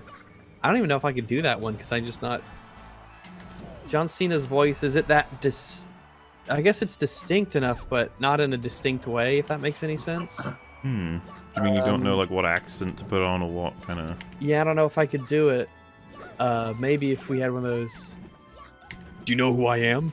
I'm Boba Fett. Yeah, Just kind of like a gruff man sort of voice. I think that's good enough as an attempt. It's kind of hard to do John Cena. Or at least I find it hard to. Just got a PC. What are some good games for me to try out? Preferably free or cheap. Also, hi, Rags. Hello to you. Well, it's Preferably free or cheap? Go Currently ahead. Steam sale, so now's your best bet to get some cheap-ass games. Yeah, Dishonored 2 is like $4 or something like that. You can get that. You don't have to worry about playing the first one. It is good though, and I would recommend it. But Dishonored 2 I'm more familiar with, and that's excellent. Of course, Left 4 Dead 2, always a mainstay. Absolutely. I would recommend that you play the Deus Ex games. There is the old one, of course. There's also Human Revolution and Mankind Divided. It might help to play a game that you played on the console to kind of help you illustrate the difference, especially if modding is a thing. What other things would I recommend?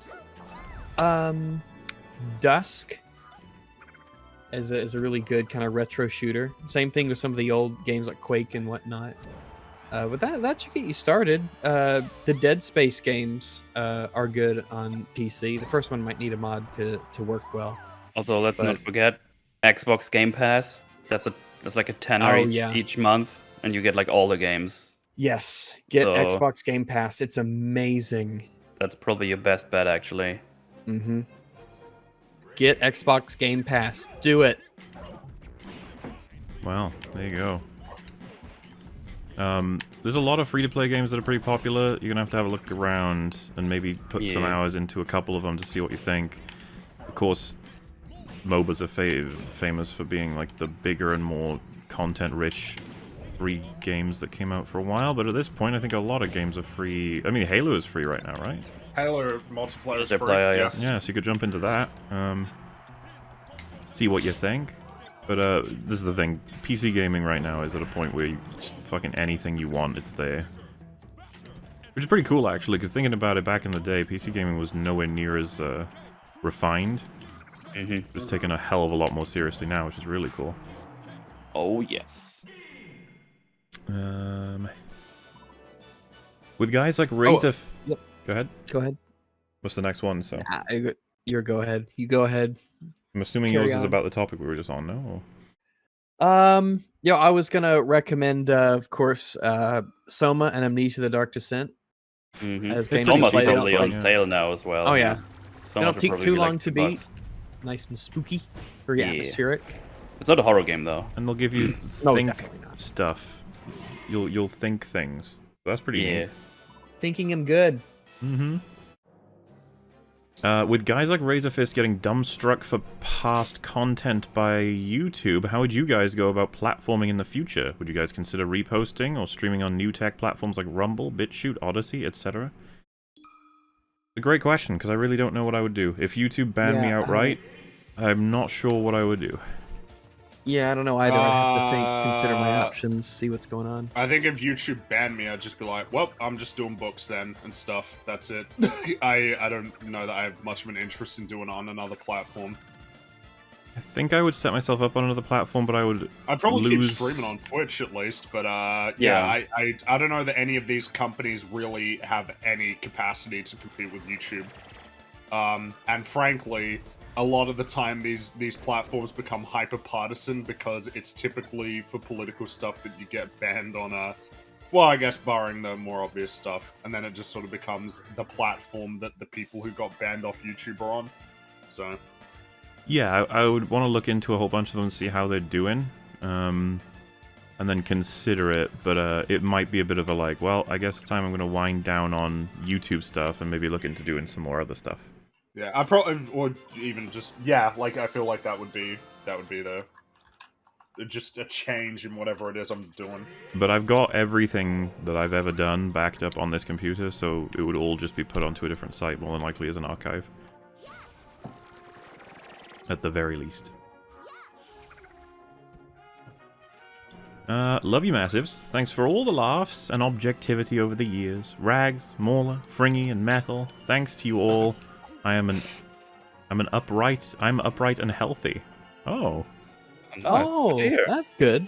I'm glad we could help in some way with health. That's pretty neat. Whatever way that, yeah. Maybe they were listening to us. I just picture they're listening to us in a gym. While you were that's exercising. How I, yeah. Or it's our great health advice. Well, that's mostly you then. But hey. Yeah, I got good stuff on that. Some way. Assuming that's it. But keep up the good work, and I'll be here trucking along. Scratches for Rags. Oh, thank you. Yeah, good stuff. Fictional science-based alien of the day, the Birin. Oh, the double R. All right, let's have a look. See. Birrin. Birin. This is an odd one. This is a... That is an odd one. It's a very odd one. These look like... an image of it with a gun. Yeah. I don't know what this is even from. Chronicles of Krira.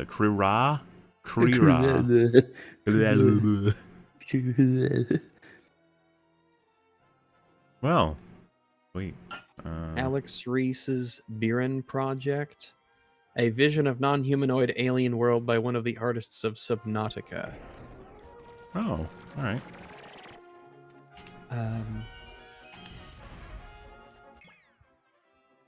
This is an interesting one. At Vola, do you ever plan on making a response to Jack Saint and his review about your content? Well, well. I assume you may be a newer viewer, but that's EFAP. I think it's early 10s. It's around EFAP 20. I can't remember if it's like 18 and 19 or something, but we did a live response, and I had timestamps for all of my videos with slotting them in here and there to show what he did. Jack Saint's not exactly didn't do a very good job. That's what our conclusion was. Hello, gentlemen. I've recently come to the realization that the movie Gangs of New York would never have been created in modern Hollywood. Plenty of movies like that, unfortunately. I'd be curious what they're referencing with Gangs of New York specifically. I haven't seen that movie. I need to rewatch. I haven't seen that one. Because like Tropic Thunder and Team America are very much overt to me as to why they wouldn't be made now. But yeah. I'm not sure about Gangs of New York exactly.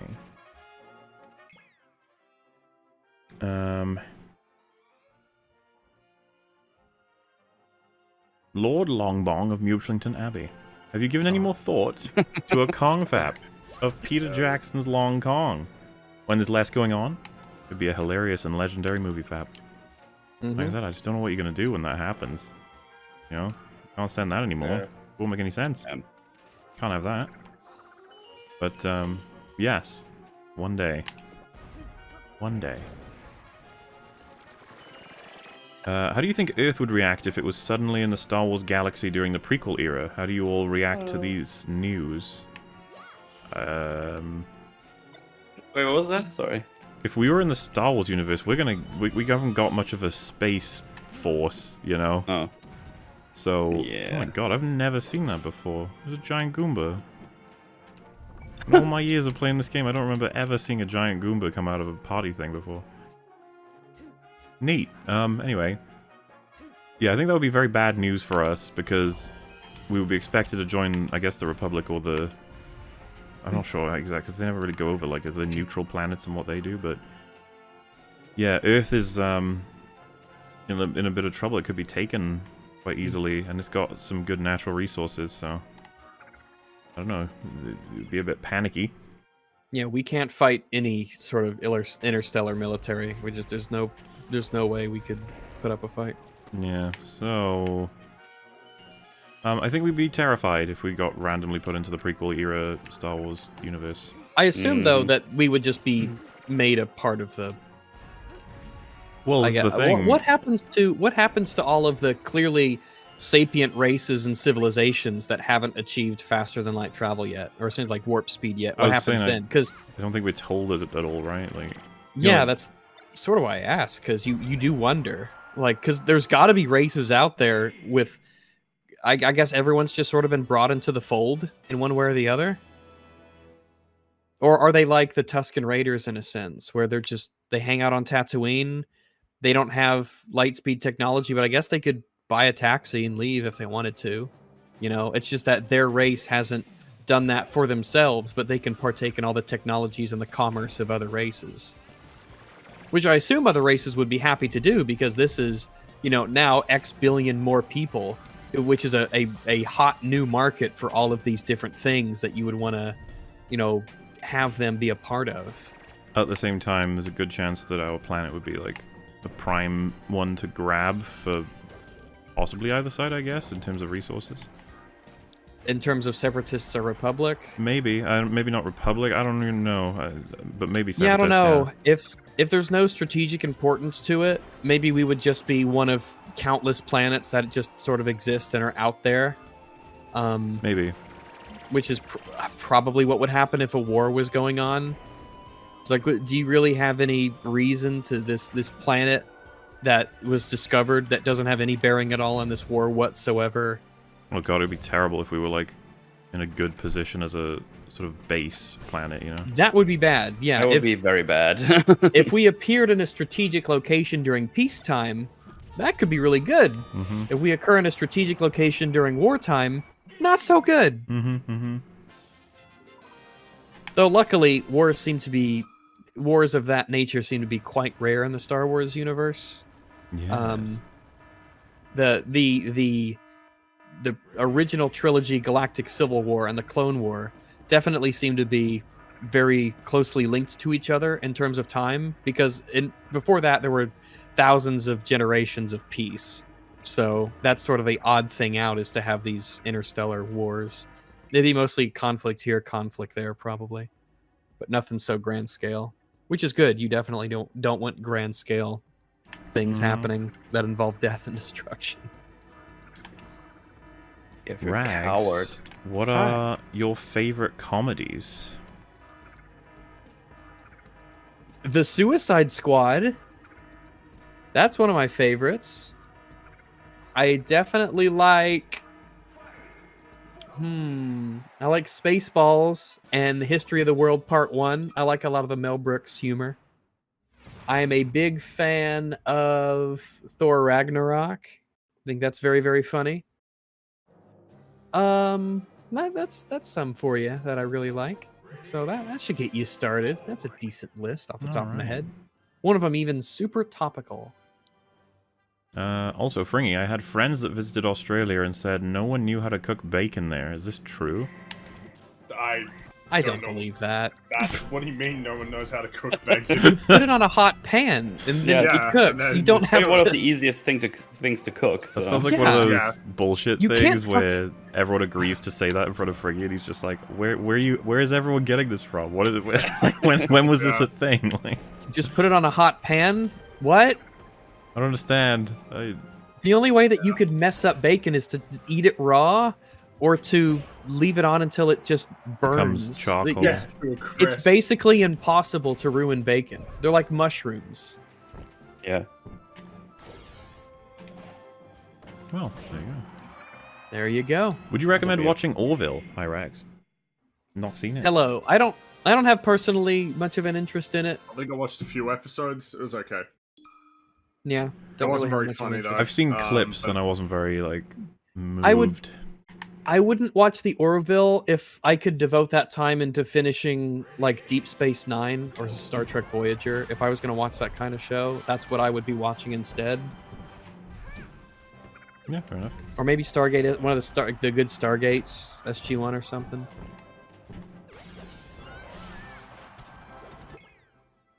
I'm on a search for some good action RPGs with satisfying combat. Any recommendations are appreciated. Also high ranks. Hello. Action RPGs. Mel, I feel like you're more familiar with that genre than I am. Action RPGs. Oh, Deus Ex. Yeah, Deus Ex games would definitely fall under that category. They have very fun stealth. That's how I played through Human Revolutions. Was no kills. The combat all was stealth. improved a lot in Mankind Divided, though. It was much more viable in that game. Yeah, it was fine. I just was like, nah, this is I like stealth games. Yeah, I like stealth games without shooting anyone. I think it's more of a interesting self-imposed challenge, and it makes the game. It does drag the game out, make it longer, and it's very satisfying to play. It can get very tense that way. It's kind of let's see, other action RPGs. Well, Mass Effect would count. Mass Effect, yeah, is an action RPG. The first one is the most RPG of the bunch, for better or worse. I would say depending on the combat style, like I would consider Guild Wars 2 an action RPG in a way, based on how the combat works. Isn't that an MMORPG? Yeah, it's an MMO. An action RPG, maybe Vermintide to a degree, because you do have different characters that have different classes, and each class has different weapons that behave differently, and you have talent trees that you could, choose the talents of. So that's more on the action side, but it sort of fits the bill because RPG is more. It's more mechanics than role-playing now. When people say that, odd as it seems, it's sort of kind of changed its meaning in a way. Action RPG. I would say Dragon's Dogma has really good combat, but I haven't played it, so... Well, and, I mean, Dark Souls, I suppose, is going to be thrown in, assuming that counts. Yeah, I was about to say. That absolutely counts. I guess God of War 2018 is kind of an action RPG as well, because we have, like, stuff in there now. That's obviously a big recommend from me. Yumbo. Oh yeah, Borderlands 1 and 2. Both of the first two I played and yeah. really enjoyed. I haven't played the third one, but the first two I would definitely recommend. Even the first one I think probably holds up pretty well. Those are action RPGs. The second one definitely seems to be more RPG-like in terms of the way you can level up characters, and they have branching paths for essentially skill trees, and so you can make healing-based characters and DPS-based characters, yeah, that sort of thing. But that should get you started, I think. Oh yeah, Fallout New Vegas, of course. Fallout 4 with mods, I would definitely recommend too. But you've got plenty of good options. It all started with Lego and Boba Fett's starship. Quit being dramatic, they said. They're not gonna change it. Screw Fire Spray. Kick J. High Rag. Hi. It all started with Lego? Do you mean just specifically the Fire Spray thing? Because, yeah, I guess so. I don't know. It's like, it's simple for me. I don't know why. I'm not that pissed off by that. I'm just like, I'm not calling it Fire Spray. You can say it as much as you want. It's flavor one. Yeah, it's flavor one. So, yeah, I don't know. Hi, Muller and Rags. Hello. Hello. I'm using my monthly membership thingy to recommend Deep Rock Galactic. Good. That is a really good co-op game. I would highly recommend it. Hell yeah. DRG's good. We really do need to play that for EFAP games or something. Hey, we need to play a lot of things. I'm watch a lot of things. Shut up. Do you know how long it took for me to watch Arcane? Like, everyone was mad at me that it took so long, you know? Well, I know. Right after you made me watch it. What? No, I didn't. Yeah, you totally did. You Yeah. like begged me to watch. You're like, oh, watch cartoons for children. No. Which I think is very rude, by the way. You're rude. Oh, for look, saying it's when the stuff bot like gets this. stuck in this map because it doesn't know what to do. It's stuck down there. Oh. Oh, look at him go. He's just continuously trying to... Eventually, he'll hit the underside of that little thing and kill himself. Watch everybody, as Star Fox himself fucking kills himself. What a fool. And his own ship. Yeah. Can't you change his His angle name when isn't you go Star farther Fox, back? by the way. His name is Fox McCloud. Christ. That was the joke, you fucking... No, it wasn't the joke. Can't believe you've done this. I can't believe it either. Can't believe you've done His name is goddamn Fox McCloud. He's not a cloud, idiot. He's not a cloud, he is McCloud. Not your cloud either. McCloud. McCloud. McCloud. Milady. McCloud. This feels like we're a bunch of children making a prank call. I hope Trungos makes a lot of money. Your name deserves it. I hope so too. Trungo. Oh yeah. Oh yeah. We had a snowstorm here. They're probably closed. Oh, maybe. Hope not. They're good people over at Trungos. Trungos. Trungos. Ah, I got them fucking tomato. Suck. You guys are objectively massives. Long live the long man. Whoa. Also high ranks. Oh, hello there. P.S. I love you, Aileen Heston. Alright, well, Aileen, you know, you got a guy out there who's very invested. Come on. Or a stalker, we don't know. We're just reading things. Oh, I always hope for wholesomeness with these things. Yeah, you I know. I'm sure he's a And really just- nice guy. You know, I mean, just go on that date. Just try it out. Just one. It's wild Do it. world, just be careful. You can do it, Aileen. Aileen, very unique name.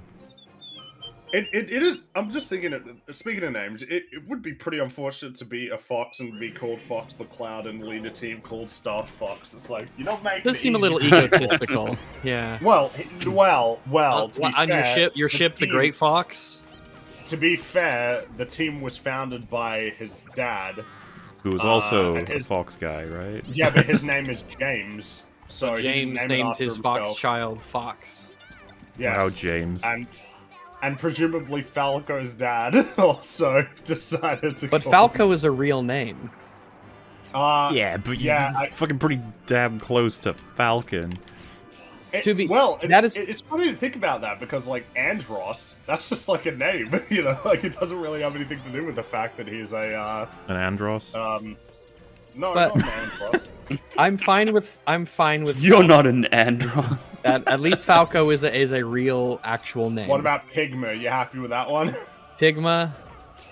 Well, wait, what makes it a real... What if, there's probably a guy out there called Fox? Called Fox, yeah, maybe. It's just that I mean, he's it's not a well, Fox, it's a so real, not it's a real confusing. surname. That's the thing. It's if. Well, like- McCloud is a real surname, and that's I'm fine with the Fox's name. McCloud. I think we're all here. McCloud. I think all of Fox. us are fine with the McCloud part. Leave the McCloud fox is a alone. little- No, the foxes the are McCloud. the fox part. McCloud. Oh, and Fox of course, McCloud Wolf O'Donnell. Jr. He's just Wolf O'Donnell. Yeah. Stud. They both got real last names, but kind of silly McCloud first names. O'Donnell. Yeah. And Pigma Dengar. Dengar? That's Dengar. a bounty hunter. Oh my goodness. Can you believe it? And Slippy Toad and Peppy Hair. Kermit Frog. No. No. No. You're just wrong. Stop with your wrongness. Mola, use this money to buy Trungos for EFAP. I don't think we can afford it, but I'm not against the idea, okay? Trungos. I want Trungos for my birthday next week. Oh, yeah. Somebody Aloha. make it happen. Aloha. I recently rewatched the films Evolution with David Duchovny and Contact with Jodie Foster. What are y'all's thoughts if you've seen them? If you haven't seen any of these films, I recommend both of them for different reasons. So Evolution is a weird fucking movie. I'm pretty sure it's a comedy. I can't remember the plot. I think like a comet crash lands and it starts... It's like creatures that are evolving and doing weird things. I really can't remember. I think this is I haven't seen that movie since it came out. I don't know what my thoughts would be on it, even remotely. Any of you guys know what evolution is? No. No. No clue. Well, second film. Sorry, okay. Contact with Jodie Foster. I remember that, and I enjoy it. Yeah. Don't know what else I would say about it. I think Jay likes Contact. That's all I got. I don't know if anyone else has anything else. I just remember the name. I'm not I familiar don't with think it. I've seen it. Guten Tag, Rags. Oh, hello. Bonjour, German. Croissant. Bonjour. Ooh, I don't think they like it when you say that. Well, what? I like croissants. Croissants are great. Yeah, that's nice that you like it, but they don't. Well, but then stop making them, you freaks. Wow. Anyway. Hello all. I believe in the multiverse theory. Not many people do. Are there any in unproven theories you guys believe? Unproven theories that we believe in? I mean, science doesn't prove things, so that would be all of them, but I think I know what you mean. I get unproven theories that we believe in. I don't know. I don't know. Yeah, I gotta think for a moment here. I mean, the Earth does feel a little flat sometimes. No, no. If there's anything that's like an unproven theory, it would be that I find it interesting, not necessarily like simulation one. Like I find it interesting, but that doesn't mean that I buy into it. I try to not believe in things that don't have a good amount of evidence for them. Well, yeah, if it was like the easy one, right? I don't need to know what happened before the... Like, it's okay to have no... Like, I don't know what was before the Big Bang. I don't have anything. And anything that I presume... It's well, that might be interesting, but I don't know, and it doesn't really matter.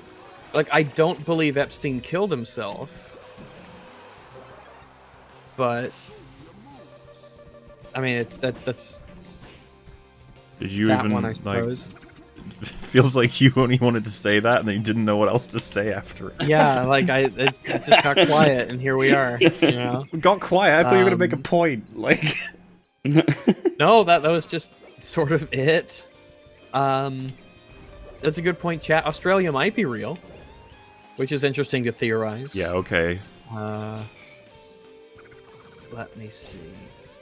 Yeah, I'm not some weird solipsist, or I'm not religious, or I don't think there's any conspiracy theories I really cling to. I'm not.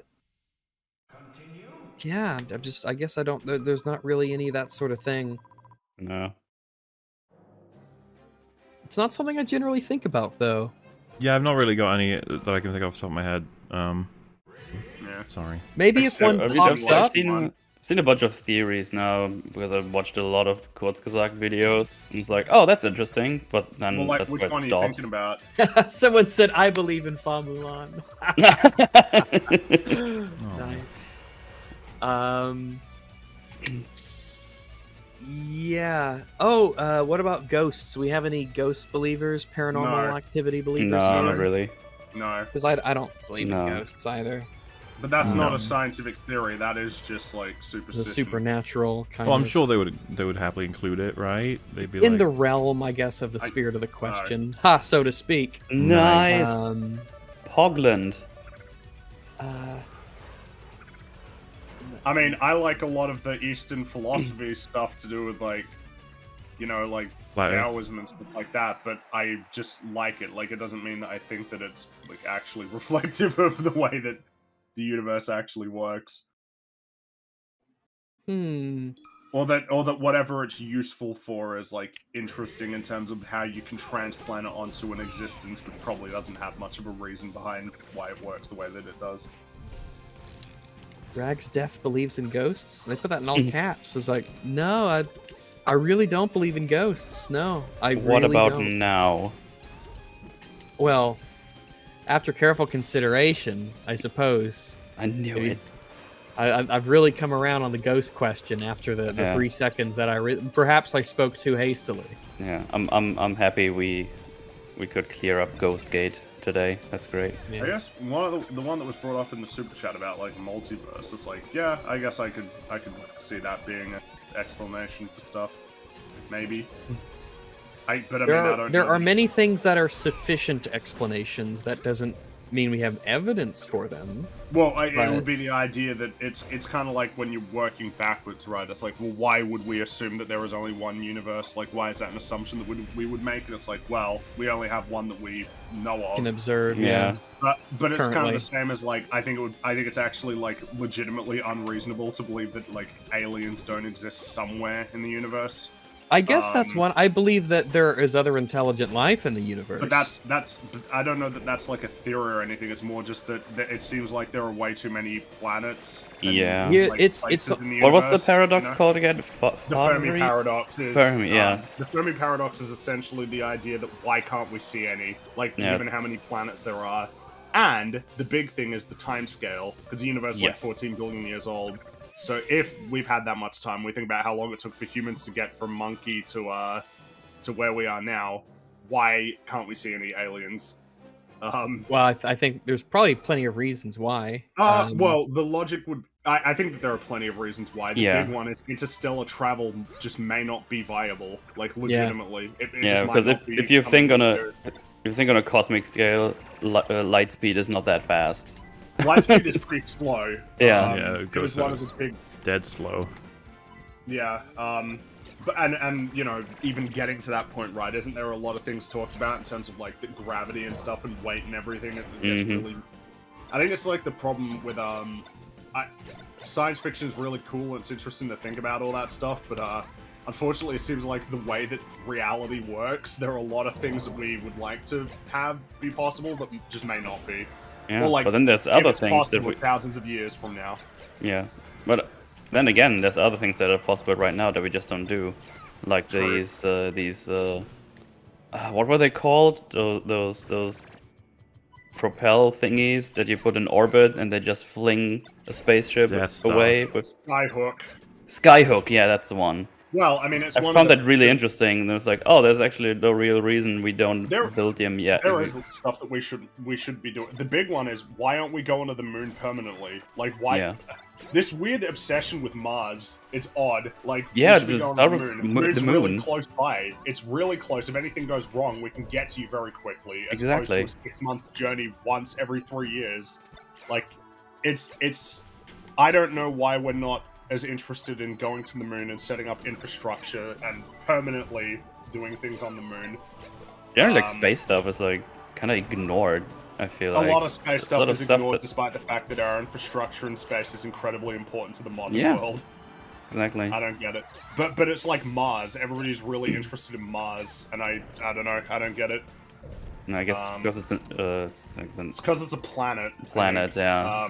And we haven't sent people to Mars, but we sent people to the moon. It's like, yeah, like 70 years ago. Can we, like, wow, Yeah, not 70, it's 50 years weird ago. because Can we do you it would- again, please? Because you would think like, oh, we went to the moon, cool. Now we should probably build something on there to do more Cost too much stuff. money. Too much money at the time. But now, where Yeah, we're but at now we can do it. Well, we could, and I think NASA wanted to set that up by 2024, but I don't know how the plan's been affected with everything that happened in the last 2 years. Yeah. But I mean, that makes sense to me. I don't going to Mars before trying to set up permanent infrastructure on the moon feels like getting ahead of yourself a bit. A little bit, huh? Because a lot of it is also practical. What is the utility of going to Mars rather than going to the moon? It's like, well, there's shit on the moon that's probably incredibly valuable and useful to us, and it's a lot closer. We can do a lot of the research there. We can use the moon as a place to launch missions out to the rest of the solar system because of low atmosphere, low gravity, low atmosphere, and all that. And it's like, yeah, Mars is really far away. Venus is closer than Mars, but you know. But of course, Venus is kind of, well, I guess we could terraform it in a few thousand years, like Kurzgesagt Yeah. said in their very good video on terraforming Mars. Mhm. Legitimately, though, I think it would be really interesting if we had like orbital stuff in Venus. That feels like it could be a cool idea. Yeah. I don't. Space is really cool. Yeah, so I believe in aliens. Sure, but I And don't even there know you if go. it's I believe in it. It's just like, it seems statistically unlikely that they don't exist. Yeah. So, That's my do belief that in they're them. out there. I guess it's when people say I believe in it. Well, it's I almost believe in like- crocodiles, you know? Well, a belief is an Right. acceptance of a proposition to be true. Yeah, shut the fuck up, Rags. I already covered it. Is that it? I believe in crocodiles. And none of you seem to be challenging me on that, so I guess, yeah. Maybe I agree. too share your belief in crocodiles. And Some someone people think else that's in weird, chat but, yeah. has pointed out something that's very true. People are too focused on colonization, like the utilization of the resources in space. is the key. It's all that Yep. British influence, man. Mining. Well, it's just, you gotta mine Thanks. stuff, you know? Mine stuff in there.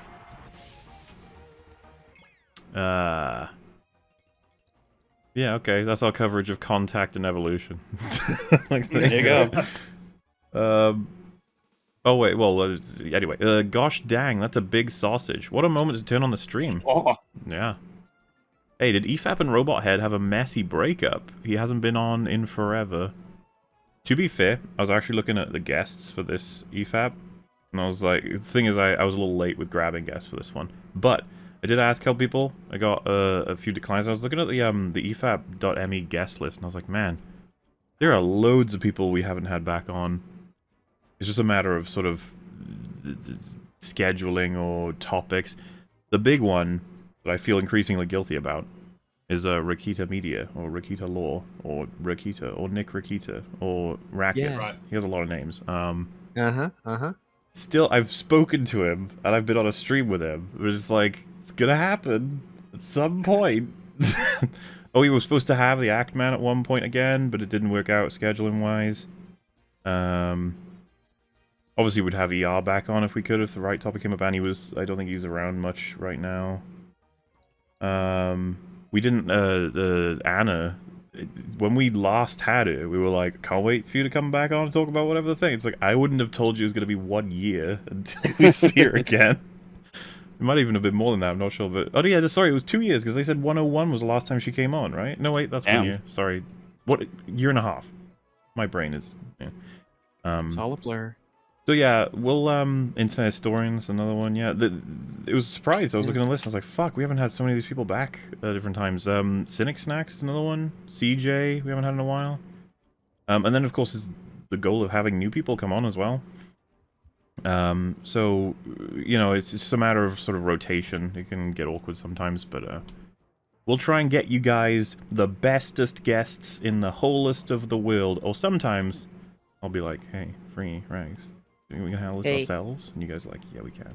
Oh, you bet your ass we can. Yeah, I usually try to. I really want to get it on people on subjects that they're actually familiar with, because there's a couple of people who were going to come on this episode, but they were like, I haven't seen Suicide Squad, and I was like, oh, well, that doesn't really work. It's like, we'll try again another time.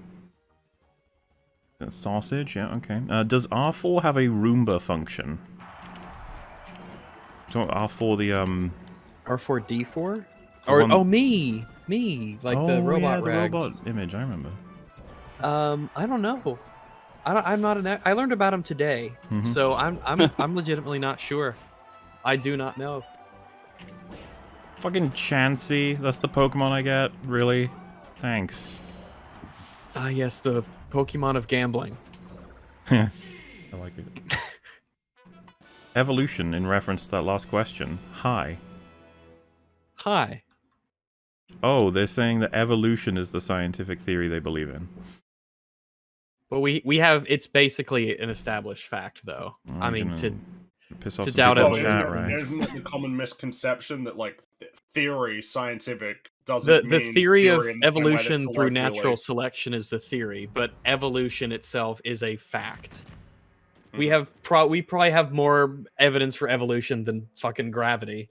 Like, evolution is like it's the foundation of biology. It's you can't. Evolution is shockingly proven at this point. Neat. Shockingly proven. That's the way to describe it, yeah. Oh, you fuckers, I could have used that bomb. Have any of y'all watched the original BSG? The original one, Battlestar Galactica, I guess. No, I recognize some of the stuff like the Cylons and things, but I have not seen the original Battlestar Galactica. Yep, I am uninitiated in such pop culture-y. I think it was how many seasons did it have? Let me check. The original had just 1-2 seasons. Oh, you cunt. Wait, I won? I won. Good job. Wait, I can't tell if that cost me a life or not. Can you tell me? Well, you had all 3 when it said game, so... Well, that... Yeah, but... It might have been gone by then. Can you roll it back just to see if I did? Roll up. Oh. Can't you No, I was looking when it changed to the stage clear. There were all 3 there, I'm pretty sure. Well, was it 3 when I was fighting him? Oh, right. I know what you mean now. Hang on. Let me see. Are you on it? Okay. I'm trying to pause. Oh, you are... No, I think you had 4, and now you're on 3. Oh. Depressing. Sag. And now to be bitten by this lad here. Oh, I wanted the shell. Oh wow, okay, I'm just yeah, no way I'm making it now. Peacemaker episode 5 was actually pretty good.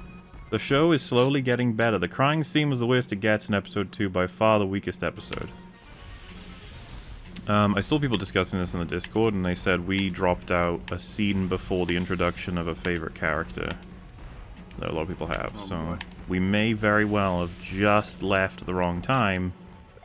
I don't know if we'll ever find out the truth on that. It'll have to be a matter of the show is so good that we get enough word of mouth telling us we have to see it by the time it ends. But, yeah, we'll see. Aloha all again. I forgot to mention, in Evolution, you get to see the truth behind Fringle's goo. Keep it in the fridge and away from open flames. Did you loan that shit out to Hollywood? No, this just sounds like lies. Oh, okay. Would you ever loan it out to Hollywood? Don't know. I guess it depends on how much money they're offering, or... If the price is right. Maybe, yeah. Hi, I wanted to know if Punto would protect me from people dropping rocks from the moon. I've heard that they have the power of hundreds of nuclear bombs. I'm pretty sure Punto can take care of that, if he can take care of, like, the bigger stuff. I don't think you have anything to worry about at that point. As long as you subscribe for the highest amount, they'll knock out anything coming your way. Including the nuke level ones. It's pretty cool. I'll give what I can to Punto. Thank you all for doing better. Thank you for doing better. Protecting this world. We thank you and Punto thanks you. Jay OnlyFans when? Rags OnlyFans when? I don't know. I guess it's just up in the air. I don't want to commit to anything. 5 stars. I live and work in southeast Wisconsin, and Punto has saved my life many times. Even punted a falling brick at my job site. That's a really cool thing they apparently can do. They don't even advertise this, but just general things being thrown at you can be destroyed before they'll hit you. Very sick. Obviously there was that court case about the baby who was tossed between people and it got zapped, but like that's not exactly Punto's fault. It's like, why are you throwing a baby around? Yeah, why are you throwing a baby, freaks? They got arrested, both of them. Punto got, like, I think immunity from any kind of, you know... baby tossing. Yeah. There was even an objection in court, and they were not allowed to use the term punting the baby because of similarities. It's a bit, yeah, like legally speaking, you could see that as... Speaking, it yeah. creates confusion. Puntoed the baby. Yeah. Don't punto the baby. Don't do that. Damn, I'm sold on Punto. Also, hi Fringy. Hey. They said Zam, not damn. I wonder if Jam. Zam must mean something else. I don't know. Zam Wessel. Wazelle, idiot. Wazelle. Zam Wessel. At least I think that's how he says it in the game. I can't remember. Zam Wessel. The real question is, does Punto save more lives than the Eternals? Also, hi Rags. Hello. I don't know. I haven't seen the movie. Well, I guess you wouldn't have to have seen the movie. Wow, what a bad start. You wouldn't have to have seen the movie to know when your lives are saved, right? True, but that would generate. How many lives did the Eternals save?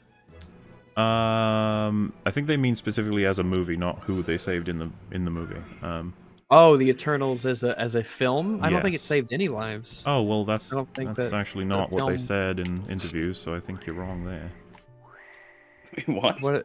There was interviews about how good the film is, and I can't remember if it's one of the actors or one of the producers or whatever, but they said that the Eternals is going to save lives. Oh, that's Is that a meme or like? Are you serious? I'm It's like sad someone I was haven't. going to go into. I Like feel someone like- was going to go into Warzone, and so they went to a theater instead, and it's safer. I feel like I failed because I thought you all knew about this. It's been a big meme on the Friday Night Tights and Real BBC side of my streaming, but Oh, okay. Yeah, no, totally. If I heard about this before, then my mind clearly has blocked it out of. It's Well, like yeah, there's this fail-safe. interview where they're just talking about the movie, and it's like the Eternals. It's got like all kinds of representation, and it's very diverse, and that it's gonna save some lives, or something like that. It's going to save some lives because it's diverse and. All right. Yeah, I Like get you the someone who clip, was but going I to don't have murder, it. like I was going to murder this brown person, but then I saw the Eternals, and that really changed my perspective on I think minorities.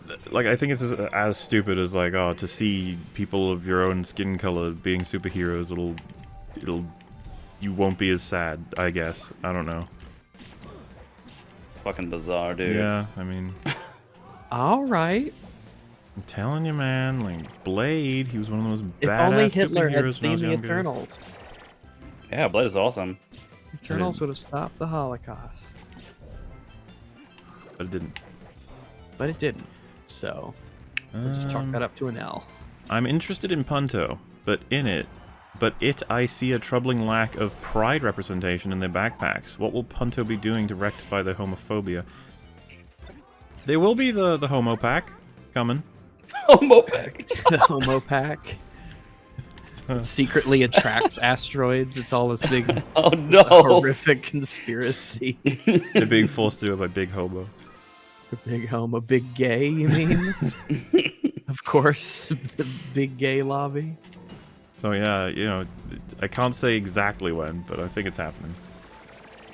Hello, Massives. Long-time listener. Just want to say thank you all for the quality entertainment. I love listening to y'all at work, being outside, and building Lego/Mega Block sets. Stay long. Hey, nice. glad we can keep you entertained. Longy. Good luck with all of those ventures. I hope you have the fun. I finished Hill House yesterday. That ending, though. Yeah. Always made me uncomfortable, that ending. It's, spend the whole season telling us how horrible the situation is in that house and with the ghosts and stuff. But then at the end, it's just like, hey, it's a happy thing, kind of. Chilling. It's cool. I think he got the ending he wanted sorted far ahead of time with Bly, I think, compared to Hill House. But who knows? Ooh, what should I say with my free super chat? I don't know. Oh man, I can't tell you. You could say all kinds of things. You could say hello, or maybe you could ask us a strange question, or would you rather this or that, What or about some what animal movie that does that? exists that I've never seen or heard of before? Yeah, and I you get impressed could- by it. Yeah, you don't even have to ask us anything. You could just say, "Oh, have you checked out the blue-footed booby?" And I was like, "Oh yeah, we talked about that in Boba Fett. It was You great." talked about that in Boba Fett. We all discussed I it had to beforehand. find that image and put it on the screen because you said that, Rags. Do you even appreciate the amount of work I do for your random things that you say? I do actually. Oh, you Because wait I for think it the with blue- the fucking conversation about Grimace. So what's interesting about the blue-footed booby is that they often have like blue faces too, like blue beaks, but they're named for their feet, not their beaks. Hmm. You could have a blue-beaked booby, or a blue-faced booby maybe.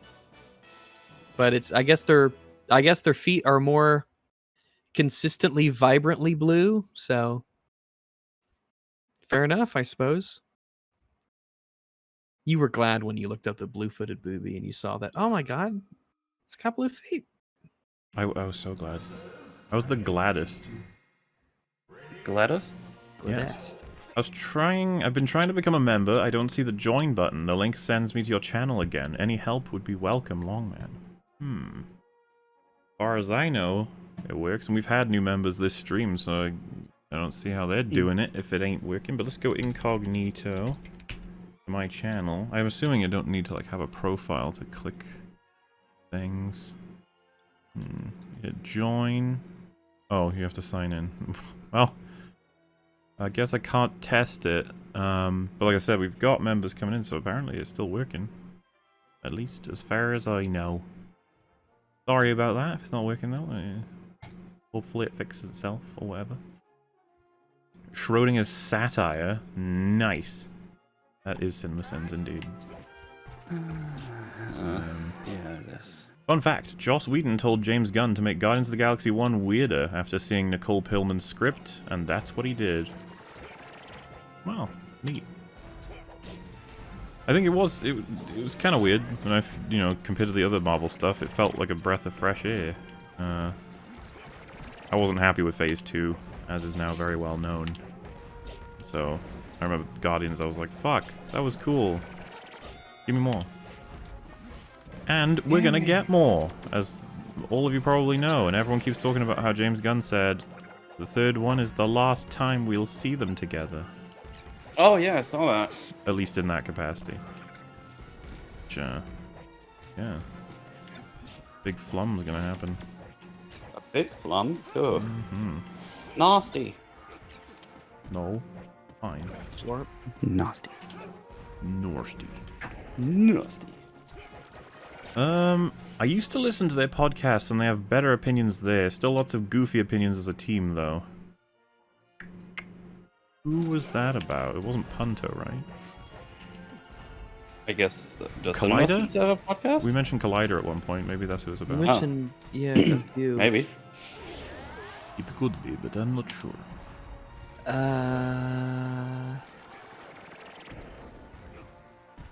I don't know. Maybe was... I don't know which one. That would have been good to know when we covered this. Well, I'm sure it made a lot of sense at that time. I don't doubt it. Even if we got it at the time, we would have been wondering, which one do you mean? Probably. So we mentioned a couple, I think. Giant Link is scary. Yeah. Giant Link? Kill him. I'm trying to, Mel. Give me more encouragement. Kill him! Ah, now you're scaring me. Oh, sorry.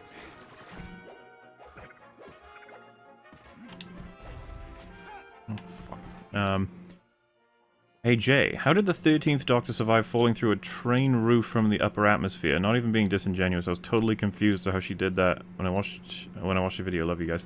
Yeah, that's one of the things that... Jay asked me the exact same question. The only answer, because I actually discussed it with Jay at one point, is that it was just after regeneration, and so the Doctor does, just after that, have a lot of boosted healing in post-regeneration immediately after. So I suppose they could try and get away with it with that, but I don't think that Chris Chibnall thought about that at all. I think he was just like, it would be cool if she crashed into a fucking train. Like, oh. Train. It does seem like the sort of thing that you might, question a little bit. Someone falling from space and being okay. Mm-hmm. I do it all the time. Rewatching Daredevil right now and absolutely loving it. Like what they do with the Punisher, and wonder if it's worth watching his show. Oh. Yeah. Well, I have no idea. All I've heard is that season 2 is much worse than 1. So I haven't watched season 2 of the show. Oh, you watched all of season 1, did you? Of Punisher, yeah. Not a huge fan. What's it like? I can barely Formula? remember it, honestly. Oh. Well, it's full serialized for like the whole season, kind of like the other shows. Who's his bad guy? I think it's the Jigsaw. It's Safety Man. Daredevil's big nemesis is Safety Man. No, not Punisher. Punisher. Punisher is Yeah. the his super nemesis is the Forgiver, Nice. He's not very intimidating. Not really. But he does indirectly also create a lot of long-term damage to society by being overly forgiving for a wide variety of heinous crimes.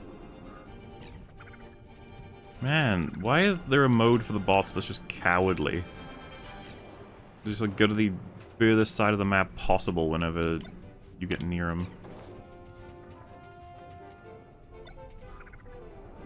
Suppose it keeps it, you know, interesting.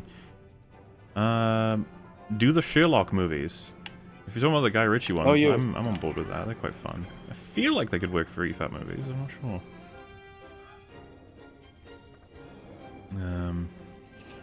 Just take the wine, you winner. Damn. Shouldn't use language like that. Take win the whiner? What does this say? This wine thing is a scam. There's a free app called Vivino that basically does this without you needing to buy it. And it's more detailed on the wine. Well, like I said, from the Bob Vids portion, felt like that you should really be careful with that wine thing for many reasons. Sounds pretty scummy. Yeah. Bob's second CS vid is mostly bad. Oh, starts off with a really solid thing with a lot of proof CS lies about being satire, then devolves into all that matters in a movie is feelings, and accuses CS of sexism for nitpicking Harley. Okay. Oh no. If that's true, then fuck off. So, that is true. But the thing is, he makes a lot of good points as well. Like, so, it was actually something I meant to mention, I forgot. You know when CinemaSins says, how'd they get up there? You know, about the, Ratcatcher 2 and 1? Yes. So, Bob Vid's response to that is, like, he's flabbergasted that CinemaSins has missed the point of the scene. And I was listening to that and I was like, I don't know that he has. He's just commenting on that specific thing. You know, like, it's almost a little bit unfair to, like, if someone's, you know, like, if I said, like, oh, it's a bit weird that, Luke says that the place he's in is unfindable, then someone says, do you even know what his character arc is about? Like, well, I'm just talking about that specific element. Though I suppose it's worth mentioning that CinemaSins doesn't, like, acknowledge it, and then also says there are no character arcs in the film, so that can make you think like he has missed that. Makes you think. So, you know, like, on one hand, I'm like, you may be a little bit harsh there, but then on the other, I'm like, well, I guess you have some reason to bring up that you think you may have missed it, so I don't know. As for the sexism one, I can't remember what the context of that one is, but I seem to have some memory of it, yeah.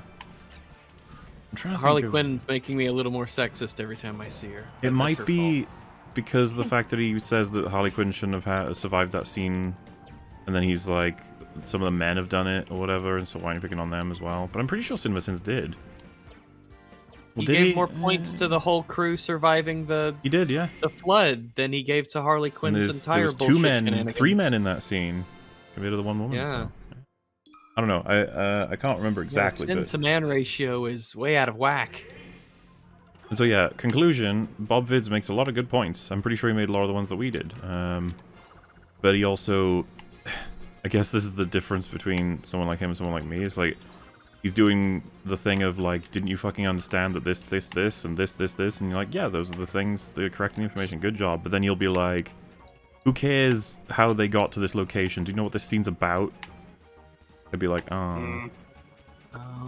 Yeah, you know, it's like, you're doing, like, so why bother defending anything logistically, you know? I mean, why have a movie? Just tell me what the point is. Just email me what the point is, and save me the time if it doesn't fucking matter. Yeah, that... It's always felt just weird. Email me and tell me that revenge is bad, or violence begets violence. Just email me that love conquers all, or that... Just send me an email. Just tell me. It's especially strange if you spend half the video correcting logistical points, you know? It's just like, why are you bothering if you think that that doesn't matter?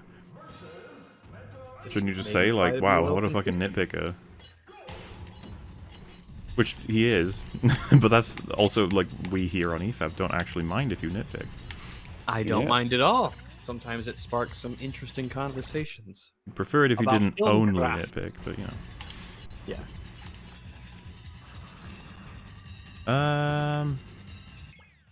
Best stone toss meme. So many. There's a couple of stone toss memes that I think are really good. There's ones that I don't think are particularly good at all though as well. Like it's a mixed bag for me. It's a cartoon maker. It's the guy at the guy like giving the presentation about selling video games or whatever. You know what I'm talking about? And there's like, how will this help us sell more video games? He's like, video games. That one, or that's what it's used for. Let me try and find it. I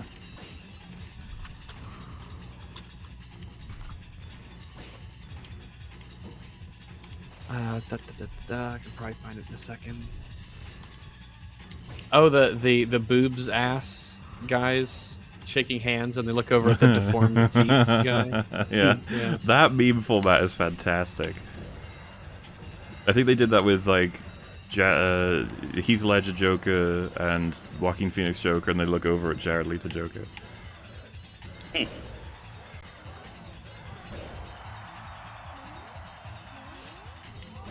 I'm looking here. Oh, here it is. Yeah, copy image. This one here, because it's edited often to change context for a relevant thing. Right, yeah. It's used for video games and all the time. Burgers?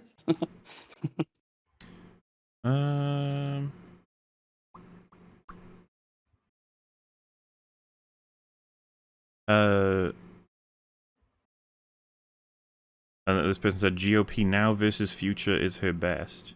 Wait, is Stone Toss a girl? Not that I ever had any reason to think otherwise, but I didn't know that. I don't know. Oh no, the answer. Yeah, I'm not sure if I know that one, but plenty of good ones. I love your stream. That's nice. Nice and wholesome. It's alright, I guess. No, it's the greatest one. It's the best one ever. I was looking at the images and reading some. It's pretty funny. It's pretty fucking funny. You guys should talk about how bad the jokes are. We couldn't even fucking tell if they were jokes. Which makes them pretty bad. I was gonna say, this is on the scales. We're looking bad. What the hell? Savant killed one of Fringy's people with a ball. That poor bird. Also, bonjour to Jay, who has a long Logan Paul haircut for some reason. Logan Paul haircut? What is that? I'm trying to think of... What is that? I need to stop looking at these Stone Toss comics. They're making me laugh too much. Doesn't he have, like, normal hair, Logan Paul? Or is he not? I think so. I guess I never thought to... I've never thought of his hair as Logan Yeah. Paul's hairstyle or something. But what would I know? What would I know? Nothing. Wow. NFT is wife is shared, but you have marriage license. Oh, they're saying NFTs are the equivalent of having a shared wife, but you have the marriage license. I don't even know if it's the equivalent of that. I wouldn't even pretend to understand NFTs. I never will and never want to. Yeah, I just don't know anything about them. I know enough to know that I'm never going to probably ever get one. Yes. Hello, EFAP. I need some motivation to lose more weight. Since I consider Rags to be the best at insulting people, can he fat shame me? Also, hi, Rags. Maybe you should... Yeah, hi there. Maybe you should get off the fucking couch, you fat fuck. Oh, come on, you can do funner ones than that. That's boring. Yeah, well... I don't get banned from YouTube. For being Wow, too so you colorful. have to swear and say horrible things to be funny, huh, Rags? I thought better of you. You know, stuff Wow, like... you're so fat. If you don't go swimming, or else Spain may see you in the water and claim you as a new world. You don't want that. You don't want to speak Spanish, do you? You know what the Spanish did to all the people over here? It wasn't nice things. Alright. Do you want joggers to run around you for exercise? No, that'd be embarrassing. Don't be fat. Be healthy. Don't be fat. This is motivational speech. Imagine how much better you're gonna feel when you're not lugging around all that extra weight. So And maybe people walking up the stairs makes you wheeze, you slovenly hobbit. slovenly hobbit. That's great. You will feel better, not just physically but mentally, if you exercise a little bit regularly. And it doesn't have to be often. It doesn't have to be a lot. But I remember in high school, I was just every Friday for ROTC, we would just do, that was PT day.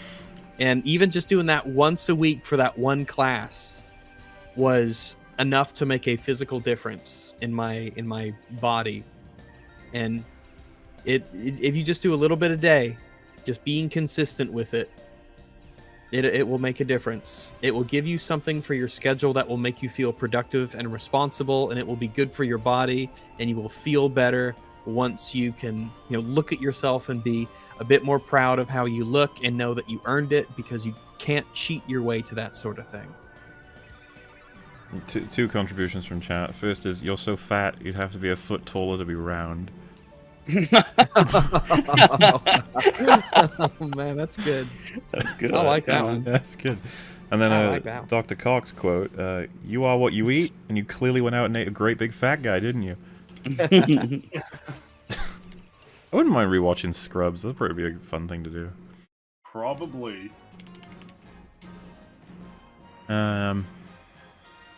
Rags, I just noticed that my plushie of you has a sideways foot. Did the mailman do this to you? I know your human told you to stop chasing the mailman. A sideways foot? Let me look at mine.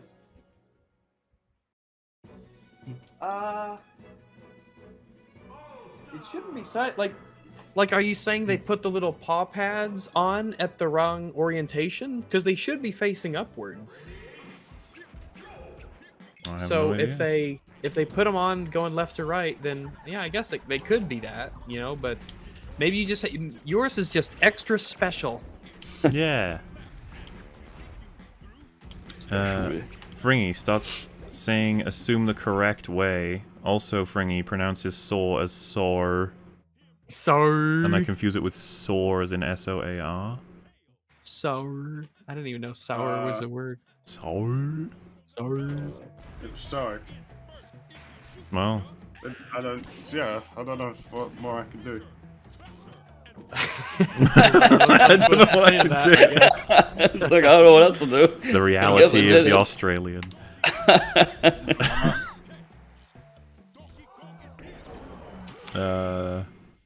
Ringy, go to Wikipedia and look up lists of ghost towns in Oregon and read the classification of the type of towns and give your thoughts. Ghost towns in Oregon. I will post that just in case you lose any part of this adventurous adventure. Hold on. And there are categories. Is that what I'm meant to be looking for? Go to Wikipedia? Okay, here we go. It's a website. Yeah, so there's the classifications. There are 3 classifications, A, B, C, D, and E. How many are there? I'm sorry, what? So there are classifications for the distinguishing features of the towns. All right, A, then. No apparent remains or former settlement exists. In some cases, site may be marked and/or contain a cemetery. B, dilapidated buildings and/or remnants of buildings present, along with rubble and debris. C, no population, but structures are still mostly intact, may be actively preserved. D, area is sparsely populated and may boast period structures and/or cemetery, but no operative town proper. E, has retained a small population and historic structures, though not as substantive as in its heyday. I mean, this feels like apt. It's not bad for 3 classes. 5. Oh, right. Yeah, I must have missed. That's weird. I don't know why. I literally thought I heard you say there are 3 classes, A, B, C, D, and E. And I was like, you did, Mahler. You did. He absolutely did say that. And he just rolled right along. That's my comment at the end. It's just... I thought you was trying to tell me that the first class was A, B, the second class was C, and the third class was D, E. And I was like, what the fuck? It was very strange to hear that. Yeah. Have you seen Arcane yet? Hi Rags, play Soma. Hello. That's true. You should play Soma. Soma's Yes. really, really good. Yeah. Everyone here has, except Except. Fuck. Oh. Fuck. As for Arcane, I have seen the whole thing. Fringy has seen the whole thing. Metal has seen the whole thing. Rags has seen up to episode 5. Yes. Yesterday, I started watching Arcane, and I would have finished it, except today is EFAP day. Mm-hmm. And I would have finished it today if it wasn't for EFAP day. So I imagine that tomorrow at some time, Mahler and I will watch the rest of it. Wow, thanks, EFAP. And now you're gonna have to not look at chat for a while, Rags. That's okay. Because they're gonna say things. That's alright. I'll just click on another tab, and that'll take care of that. I'll sort itself out right proper. One thing that James Gunn and CinemaSins have in common is that they don't know how to end a joke. Also, hola to Rags and the Australian Mosquito. Hola. James Gunn and ending jokes. I'm trying to think of... Is that something we've noticed before, or...? James Gunn, and like he doesn't is he know bad how to at ending end jokes sometimes? Or is it... Who was the... This definitely is triggering a memory. Who's the person we felt doesn't know how to end jokes? Oh! It came up with Ghostbusters 2016. Whenever they had a joke we thought was actually okay, they ran it into the ground. Right. Yeah. Oh, yeah. Sometimes a joke can get it can overstay its welcome. Yeah. But James Gunn, I'm trying to think of times where that was... What do you reckon, chat? Let's have a look. I'm trying to think of times that's happened. Oh. Well, I'm not going to count Peacemaker for now, because I don't think that was a problem we found, right, Fringy? Well, it happened a few times, but... Did it? I'm trying to remember. Oh, yeah. The fucking, Yeah. The stop talking now one. Well, that one, yeah. I was actually thinking... So I can't remember if we said this in front of you, Rags and Metal, but... No, wait, Metal was... No, Metal was not there. You'll get there eventually, it's fine. So his pet eagle's called Eagly. And then he like that in and of itself is not a particularly great joke, but it's fine on its own. I'm like, all right, yeah, we can yeah. So like he comes into the restaurant, whatever the fuck the meeting. One of them is like, you named your pet eagle Eagly? That's like naming your daughter Daughtery, or naming your pet dog Doggy. And you're just sitting there like, yep. Thanks for letting me know what the joke is. Yeah, because I didn't catch it, and I'm really glad that you explained it to me, because I wouldn't want to have been left behind. Yeah. Because everyone else in the theater was just laughing their asses off, and I wanted to be a part of that. So now I could join them. A little late, but better late than never. Also, I agree with the commenter just there. I don't know if you guys will, but wouldn't it all be kind of funnier if the name of the eagle was just Freedom? Yeah, that might be funnier. I feel you can work that into a lot of jokes as well. Like we're doing this for freedom or something, or just weird play. You could do a lot of it. Mube, I was laughing so hard when Rag was reading out the site I made, Tism. My granddad recently passed away, and your content has been really helping. Oh. Oh, I'm sorry to hear that. Sorry to hear that, but it's a very nice website. Yeah, if you're talking about Punto, like, it honestly looked great. Like, considering it did look really good. Yeah, I can believe it. Where did that even start? Like, I don't even know how I missed that. When did Punto happen? I think it was the Spider-Man High Top Brown Table stream. I think that was Punto. Yeah, because we're talking about... So the joke originates with how he's like, save the planet, everybody. It's morally a good thing to do. It's like, you're being paid to say this. It feels very hollow. And then it was like, imagine there was like a service that literally stops comets from slamming into the Earth, that you have to pay a subscription. And I think we were just joking about how the description could have nothing to do... Yeah, so that was the birth of Punto. Punto. 2 hours in and we're only just started, but enough about the Snyder Cut. EFAP is on. Oh. Is that even a... I'm trying to think. Snyder Cut, when does the story start, quote unquote?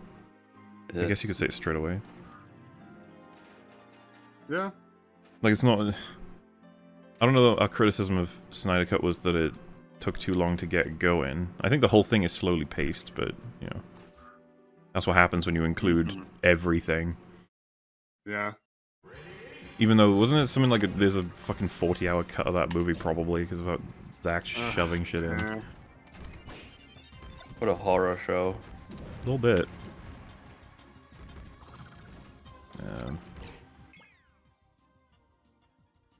Hi, Fringy. Sorry you lost all your money in the crypto crash, or at least I assume that's why you were sad and salty on the recent Super Chat catch-up. Oh, no. I was making an observation about the market in general. Yeah. Yeah, because you're not really into crypto, right? Or are you? Not particularly. Fringy's afraid of progress in the future. Fringy, are you really afraid of progress in the future? No. No. Would you accept gaining the entire knowledge of Wikipedia, but all the hair on your body is now cooked spaghetti, and your sweat is marinara sauce? Oh. No, I think that So, Jesus all of the hair being Christ. cooked- I think I'll take a big old pass on that one. because I basically have the internet at the tips of my paws because I am a dog anyway. Yeah. I don't really see why I need to have it all remembered. Having much. all of Wikipedia in my head, that's a tough decision on its own. Because I feel like that's going to change me. That's a lot of information. Yeah. You wouldn't be Maybe the it's same one of person, those. probably. Maybe it's one of those like selective memory things where you never think about it unless you go and fetch for it mentally. Was it like sorts of it's something I have access to, but it doesn't necessarily change anything about me? Because that's most of your information. Is you just recall it when. You know, like reading about the Fermi paradox or something like that.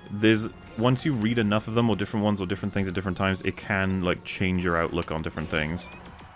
And so like, if someone said, you know, you get all of the knowledge of this one book, I'd be like, oh, that's probably not too much. But all of Wikipedia, there's gonna be stuff in that fucking website that's gonna change your mind on loads of things. I gotta imagine. Yeah, probably. But if that's the point of the question, it's just knowledge you can call upon without the use of the internet and stuff. It's like, okay, yeah, that'll be cool. But I don't know if it's with spaghetti here. Marinara and marinara sauce. I guess you could shave, but oh no, the marinara. Yeah, nah, I'm alright. I'll have my phone. That's all I need. Yeah. Why does everyone call Fringo a bird? He's clearly a green rhino. Well, that's not correct either. That's interesting. That's you guys. If Fringy's a rhino, it's possible he'd have quite a weak jaw. But yeah, he's just the horn is just nothing beneath it. It's just the horn. Maybe that's why you hated TASM 2 so much. You thought the rhino representation was embarrassing. I mean, it was, but not because of me. What are you talking about? The Rhino Rep stuff was great. How it happened at the very end, and we didn't get to see any of it. And it was in the trailer. I mean, to be perfectly honest with you, though, the less, the better at that. Like, if you're how embarrassing that was. Like, Russian Paul Giamatti in a big mech suit.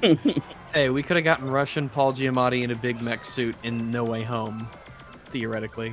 But they didn't even give it to us. They referenced it, though. That's why it's so fucking cool. It's such an embarrassing moment, but they were like, you know what? It's funny. It'd be funny if they say like, "Oh yeah, you fought Rhino. How did that end?" He's like, "I can't remember." Anyway, I can't remember. I must have done okay. I guess. Presumably, I made it. I suppose I did all I right. just blacked out. I don't know. You literally blacked out. Yeah. Yeah, exactly. Get a dimensional cable to watch 12 Angry Weasels. Oh, that'd be pretty good. Tell Jay to calm down. His mic's cutting out. Jay just gets really fucking angry in EFAP streams. I think you guys have noticed. So all of us have to awkwardly just watch as... We have to show up for EFAP like an hour early and get him in a call just to get him into a cheerful enough disposition that he can even get online. There's always something Jay's incredibly furious about, and we talk Always about that something. for the first hour, and it's like, it's really not that big Oh, of a my deal. toaster broke. Oh, I saw a guy wearing Crocs and socks. Oh, I had to go fill up my car. Oh, my favorite socks are dirty. It's always something with him. Always something. Always something. Do you give any thought that a line from Urukai and Helm's Deep implies real menus and restaurants can and do exist in Middle Earth? Or meats back on the menu. Boy. I don't know why Urukai and Orcs wouldn't be aware of taverns, and taverns may have a little crude menu, you know, for some stuff. Items are off the menu because they're no longer being served by the staff, and there is a point where that food item returns to availability, and it can be returned to the menu that is then given to patrons. And there's nothing about any of that information an orc couldn't comprehend. Their access to it is questionable. You do wonder about the Urukai going from birth to like fully formed personalities. Like, are they born with like knowledge? Oh, I can't remember. Isn't it like the corrupted elves or something? Something. You do wonder how they learned about, like, whenever does the concept of a menu for ordering food at a restaurant ever come up in their education / growing process? So I was like, this is a sword, this is a shield, this is a menu. A menu? Tell us more about this item. Why Is are it a you- weapon? Is it a shield? No. Is it a tome of dark knowledge? It's a list of food. Oh, For I what don't purpose? This is information that's useful if you go to a restaurant. A restaurant? And it goes down this deep rabbit hole, and they learn about civilization. And during this process, they don't want to fight anymore. Maybe I would like to open up my own restaurant. Aww. That sounds nice. I don't want to fight anymore. I'll go back home. I really I think that Middle Earth is beautiful, and I'd like to explore it further. Jerry would like to open up hair salon. But no, he has to torture hobbits. Just rewatched Bly. I cried many times, but how come Jamie knows Viola's backstory? Or is she just making it up in 2007? I can't quite remember what the... I think that's one of the options. The other is that because of the possession, that Danny would have had some awareness of it and maybe told her. Can't quite remember. I'd have to rewatch the show. It's been a while now, which is And there's a time difference between the retelling and the event, so you never know if this story was uncovered or they looked into the history of it or they put things together. I'm not sure. Well, I was gonna say, ultimately it doesn't do much story-wise. It's because it was just a story she was telling all those people at the wedding who are probably gonna forget it in the next week. I didn't forget it, and I didn't even go to that fucking wedding. Yeah, because we got visuals that were way more in depth. That was my favorite episode of that show. Which one? The flashback episode, or the story episode. No, I remember the flashback. We were talking about when she's telling everybody at the wedding what happened with all of the, just that event in general is not like super plot important to make anything particular happen. Metal, you have a forge now. Does that imply you're a Dwarfenheimer?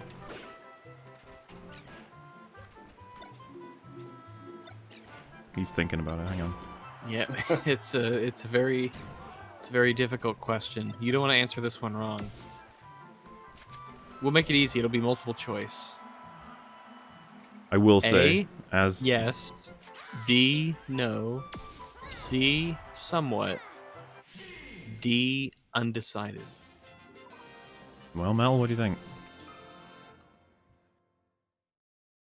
Do you think he tries to stealth leave and we've caught him at one of them? Maybe. Makes you wonder how often does he do this so we don't notice it because he's quiet generally. He spends pulls a Hassan and it's just a chair there. Yeah, Chili, speak for him. Well, we'll see about asking him. Well, I mean, I don't know what he's gonna say really, but yeah, I'm sure he'd agree. I'm sure he loves the name. Often get sleep paralysis. Woke up last stream mid-Arcane talk. Desperately willed my body to move to mute the stream because I hear spoilers. Took 20 seconds. Oh, I'm sorry. Oh, man. Wow, what a terrible time to have that strike. I'm trying to think. Have we talked spoilers about Arcane on an EFAP? I don't think you actually have. I could have sworn that me and Fringy gave like a very spoiler-free review, you know? Yeah, I did take my headphones off just in case for most of it, but Oh yeah, I don't guess recall. we would have said like who our favorite characters are, which can be interpreted as a spoiler to a degree. But hopefully nothing is damaged anyway. But yeah, sleep paralysis is a very scary concept. Me. Obviously, I've never had it, but the idea that you're fully awake but your body doesn't respond to your commands, like, that's terrifying. Yeah. I'm too used to it being the other way around that body does respond. This one just says I hate snow. I like snow. That's who does? They do? The super chatter hates snow? They say they hate snow. Seems excessive. I mean, you know, leave snow alone. What snow do to you? Yeah. Hi, Rags. Hello. All hail the long man, Greenbird, and rest of the panel. Well, that'd be Metal. He's not here. Mm-hmm. He's out fishing. Fishing for bitches. Which is objectively the best in Ernest P. Worrell's series of films? Elaborate why. Ernest P. Worrell? Let me take a look. I don't think I have ever heard that name before. Ernest Oh, P. it's fucking Ernest. I just didn't know that was his name. Oh, okay. I know of the character, but I've never watched the... Yeah. I've only ever caught parts of his films. I've never actually watched one. Yeah, I'll give you a second, sorry. I'm afraid I'm gonna have to pass that over to someone other than me. I don't know either. Alright, Mel, you do it. No. Alright, chat. Looks like it's up to you. Tell us what your favorite Ernest movie is. Ernest P. Worrell. I feel bad now, 'cause I can't even elaborate. Can't even do anything. I got nothing. What do you guys think a Sherpa is? Please tell your answers and then look up the definition. A Sherpa, isn't that like... the Nepalese, like, guides up the mountains in the Himalayas? See, so my brain was first going to like, is that just another name for a shepherd? And then I was like, no, I'm pretty sure it's like a guide. Yeah. That's all my knowledge goes as far as is. Rags, what's a Sherpa? A Sherpa? Mm-hmm. I assume a Sherpa is an ethnic group that's based around the Himalayan region, northern Nepal, around Nepal, I guess. I think, and they're very they're a hardy, rugged, mountainous people who are often hired as guides to help people climb Mount Everest. That's the only context I really ever hear about Sherpas, is guides going up Mount Everest. Google says the Sherpa are one of the Tibetan ethnic groups native to the most mountainous regions of Nepal, Tingri County in the Tibet Autonomous Region in the Himalayas. Nice. All right. Or maybe it's just a guy and he does a lot of good work. I don't know. It's very, very tough to say sometimes. But Also, yeah. as is customary on EFAP, Fringy will be wrong. That's the prediction from the Super Channel. Jeez. Oh yeah, it's hard to believe that prediction once again came true. Yeah. Fellow Washingtonian, where did you grow up in the state? Are they talking? Was that Indigo who said that? I think, right? Well, he's gone now, so. Oh, did he say he was from Washington? Did he say he grew up there? I can't remember what he said actually. I have not been to Washington State. I have been to Washington D.C., but I've also been to Washington the person. I visited his grave. Did he give you permission? While we went. No, he didn't. Well, his permission was implied. Oh. So I've been closer to the person than the state. I'm giving up on media for the time being. My channel would indicate otherwise, though. Goodbye, modern movies, TV. Hello, classical literature. Goodbye. Well, hey, have fun. Spoilers I for the suppose. Odyssey. Though, check out Arcane before you give up on all media. Yeah. At least brand new stuff. Just give it a little shot, you might like it. I will not let those damn short people take dwarves from us. Dwarves are fantasy, just like orcs and goblins. Piss off. Dwarves are cool, not you, Peter. Now, I don't know if it's a time period thing, or if it's supposed to differentiate between fantasy dwarfs and real dwarves.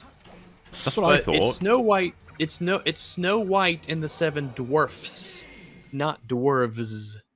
Right. So I don't know what the reason is for that being the plural. I don't know either. I don't know. About that one. Oh, I thought there were just two ways to refer to plural of dwarf.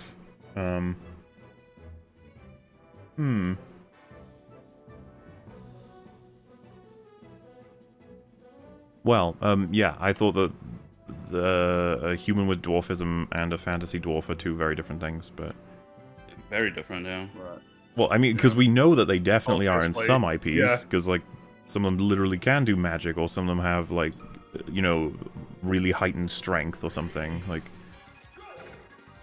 if someone said, I'm tired of elves being portrayed as blah blah blah because it matches some kind of, like, the name of a disease or a state of being, I'd just be like, oh, I don't think so.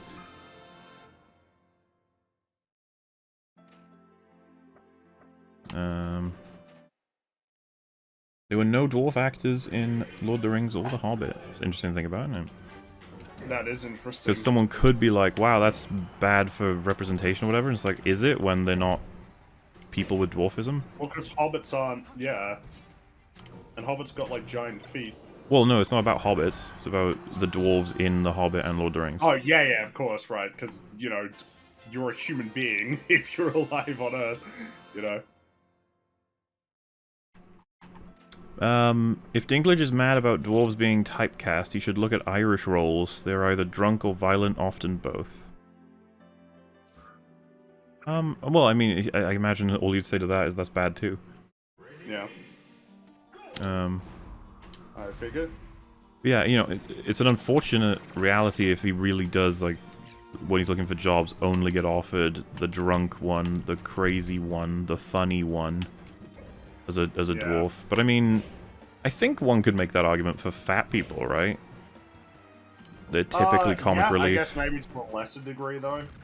Yeah. Like, but yeah, I'd say that's probably true as well.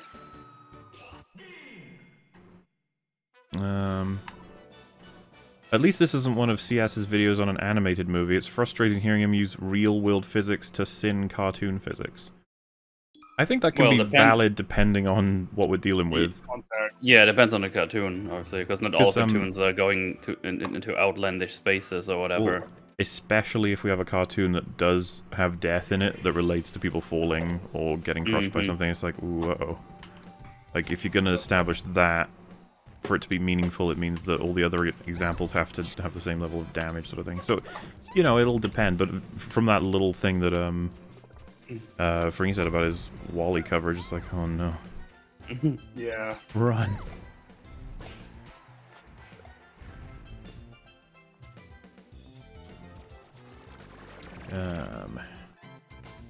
Muller, just spent a week on your Star Wars sequel essays. Job well done. Also, I have to watch the Black Widow one again to note all of the what the fucks. Well, have fun, I suppose. But yes, quite a series of events, those sequels. It'd be really weird if we fast forward X amount of time, we really do get another set of trilogies. Like, yeah. I don't know what Disney are thinking exactly, but you'd have to imagine they're going to want to try another trilogy at some point. Probably. Also, I had to grab a thesaurus to get through them. Love your style. Hashtag Mauler for president. I don't know about being... I don't want to be president. I want to watch movies and talk about them, you know? I suppose I could do that while being president, but I'm not tempted by being president. I'm just going to be honest. Fringy can do it. No thanks. I'm good. Oh. Metal can do it. Nah, okay. There you go. Fourth Reich. I don't regret my money funding these conversations. Hi, Rags. Well, good. And I'm sure he would have said hi. Can the trope of a character having a near-death experience leading to an immediate character 180, like in Book of Boba Fett and Peacemaker, even work? Ever work? Definitely can work. It can work, yeah. I didn't even know that was what people were saying about Peacemaker, that he goes from being, like, very stalwart and specific, principled, piece of shit kind of character to a bumbling idiot who's not sure about himself at all. Thanks to the... It's not even the near-death experience, right? It's the... what he did to Rick Flag, that's the argument. Yeah. The fact that he nearly died, I didn't know that... Maybe in the later episodes they've been saying that. I don't know, I haven't seen it. But, you definitely can do that. It's just, like we've said, it's about execution. Because it really frustrates when people are like, so you think a person can't change when they've, like, gotten 30 years older? Like, well, that's not what we said. It's like, you think a person can't change after having a life-threatening experience. Like, no, it's not like that either. Mm-hmm. Just looking for a through line, you know? The J has been kicked. Give $5 to Metal. Hi, Rags. Woohoo! Hello! Ah. Just in time. When making a historical drama, can historical inaccuracies impact objectivity? My argument is that depending on the inaccuracy, it can. If the historical accuracy in question, I suppose, would coincide with a logical inconsistency or a potential contradiction issue, it's possible, but I don't think an inconsistency for its own sake is in the way that it would be an adaptation. I don't know if it could. I'm definitely open to having my mind shifted on that, but you might have to provide me an example. What do you think? So of course, we'll just try and get some easy ones out of the way. So it's like, you know, Hitler ends up winning the war because he makes a deal with an alien. You'd be like, well, that's not accurate. You'd be like, you're right, that isn't accurate. You're right. Yeah. You nailed that one. Would it not be fun to explore that idea? But yeah, I think everyone would be clear on the fact that it's like, well, this is alt history. This is a cool idea that they're playing with, you know? I feel like maybe the person who asked that super chat, maybe they have an example in mind while they were writing that. If you're in the chat, let us know what that might be if you're still there, because maybe if you could provide an example, that might sort of help. Well, I only got through one, Rags. Jeez. You didn't give me a chance. Piece of shit. Absolute keep going. I ain't wumbo. stopping. I'm not going to rain on your parade. My parade. No, it's all rainy. It's all wet. Oh, Why man. did you pee on my parade? So annoying. So I was going to say, so then let's get a little harder. And it's like, you've got references to real guns, and there's a scene where they're just like, I'm going to take out all 5 of them because I have, let's say it says the MG42. It's all ready to go. And then he uses it like an RPG and kills 5 people. Is that a problem, or is that just in this universe the MG42 is a fucking RPG, I guess? Uses it like an RPG in the sense of... It fires a rocket and kills them all. Oh, damn. Yeah, that would be I think that would be a substantive break with what we understand about reality that warrants an explanation in the film. Because they're appealing to real-world knowledge, which all films do, and that's totally fine. But if you do that while also breaking it without any kind of like acknowledgement or understanding, we usually categorize that as a problem, I think. Like if, you know, you reference the strength of Kevlar, and that's why your character survived X, and then you know that they can't survive that with Kevlar in real life. Then you'd be like, so why did you even bother referencing Kevlar? You should be talking about some kind of sci-fi material. Yeah. Or do you go the direction of, well, no, Kevlar in this universe is clearly capable of doing that then?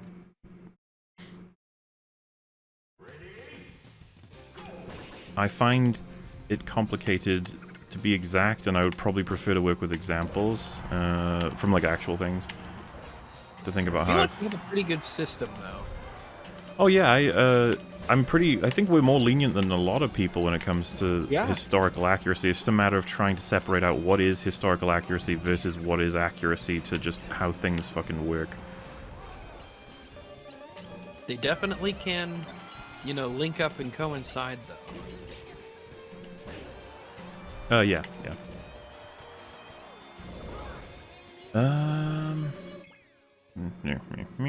Evidently, CinemaSins' deal with the devil was a shite one. Oh. Well, no, it makes sense, right? The devil's probably like, you will have a successful YouTube channel. It'll just be thought of as pathetic by everyone. Like, oh. And, you know, I could see him making that deal.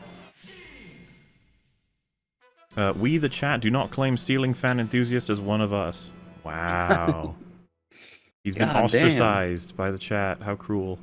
How cruel. Excommunicated. Comunicado. It's like John Ellis Bush. Is my name just a meme to you, Mauler? Yes. Yes. Very good meme, though. Top tier. It's on the highest shelf. If you claim it's satire, by the definition of the word, you're claiming the humor is being made to push a point rather than not making a point at all. Well, so I'm assuming part of the explanation with people saying stuff like that is like when you go, that's not fucking funny, and you go, that's the point. It's a joke about how things aren't funny, or something like that. You're like, haha, I win. But I'm not sure exactly what that one's a reference to. EFAP reacting to Suicide Squad deleted scenes? I think we talked about one or two of them. There's the one of Polka Dot Man shooting the Thinker in the ear. Yeah. Which was interesting. And I honestly think a scene like that was missing from the film. Thinker doing something that regards his intellect more so than just knowing he's worked on all this. Like I could totally see him as being the perfect character to be the one that like fucks with them mentally, the team, especially because he's a villain. Yeah, tries to pit them against each other. Yeah, yeah. Uses their insecurities against themselves. You know, manipulates them. Mm-hmm. Does a charisma roll. Yeah. But yeah, there's some cool deleted scenes. We are the chat. Also, disavow that guy that was complaining about you not making videos. That's okay. It's okay. I just find it funny because you get them every once in a while. I think it's may even be like people who have recently subscribed. They see that this stream happens once per week, and they're like, "Is that all he does now? He just streams once per week, no work at all." How could you have done this? It's like, don't you even know about the Boba Fett videos? Gosh. I remember Boba Fett. I do think there's plenty of people who watch my videos who would love to see those Boba Fett videos, but they just don't know they exist. Maybe, yeah. I don't know how to help you guys. That's why I usually throw them at the end of a lot of my like main videos. I'm like, look, this exists if you want to see us laughing at how bad all this shit is. Which I mean, you great. do. Wings quote of the day. Ban the word Muslim, please. Ban the word Muslim, please. Bonus quote. If you DoorDash me food and there's no drink, I'm just going straight... It's going straight in the trash. What the fuck? Why? Ungrateful fuck. He never turned down. I was gonna any say, food I didn't even know that I during this. believed that quote. Why? Like He would never do that. Look at him. that seems out of character for him. Was there some other context that I'm not aware of?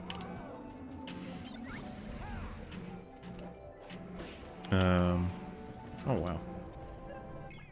NFTs are cryptocurrency with associated data file, visual, audio, text, much like bills with art and serial numbers. Hope that helps. Also, hi Rags. Hello. I'm gonna be completely honest with you. I'm sure that's an actual very helpful explanation, but it's already gone. It went right into my brain, right back out. I don't know what it is about NFTs. Every piece of information I ever have about them, it just dies immediately. Yeah, I've noticed I've been a bit similar. And I don't have a passion to care about them, so it doesn't like... I think that might be the problem, is that the fact that it seems so, like, complicated almost intrinsically makes me doubt that it would ever be... beneficial to spend anything, the right? energy. Well, because you explain a stock, it's like you own part of a company. It's like, oh, Yeah. okay. How do you earn money? Well, either the stock will appreciate in value and can sell it, or alternatively, they may pay dividends based on how much money they made in a year.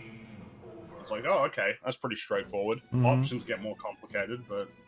Yeah, then we get the NFTs and it's like fucking magic blood rituals, and I'm like, I just don't. No, I'm just. I have this $5 bill that says it's worth $5. Dude, it's just a clip from South Park. The guy's like, "Why would I buy an investment? I can't even. That's stupid." I love that fucking moment. You know what is stupid?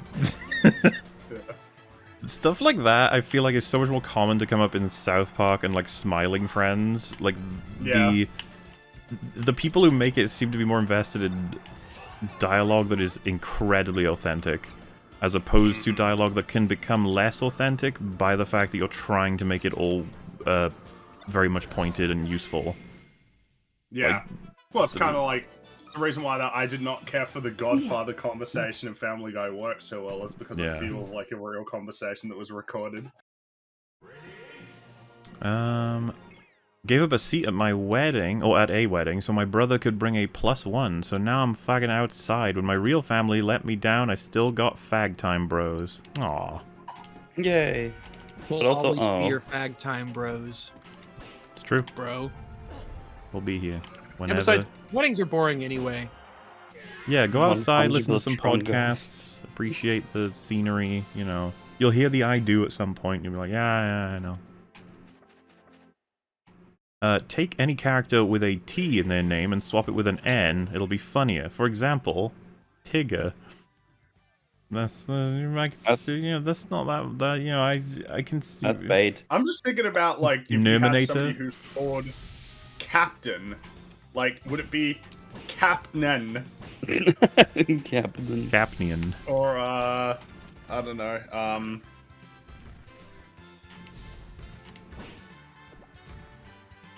I'm just trying to think of other ones, but I'm blanking at the moment. Bandman instead of Batman. Would it be Ban Matt? Oh no, Bandman. We're not swapping out the N's for T's. It's just a Nidal wave. Wait, you're just doing any words now? Yeah. All right. Yeah. Someone in chat just said, I remember the moment I discovered EFAP. Wallace Trossvid, the clip from the stream where Shad jokes about force healing, and he says, when Ray does it, she's fine. When Kylo does it, he kills himself. I remember that. That's good shit.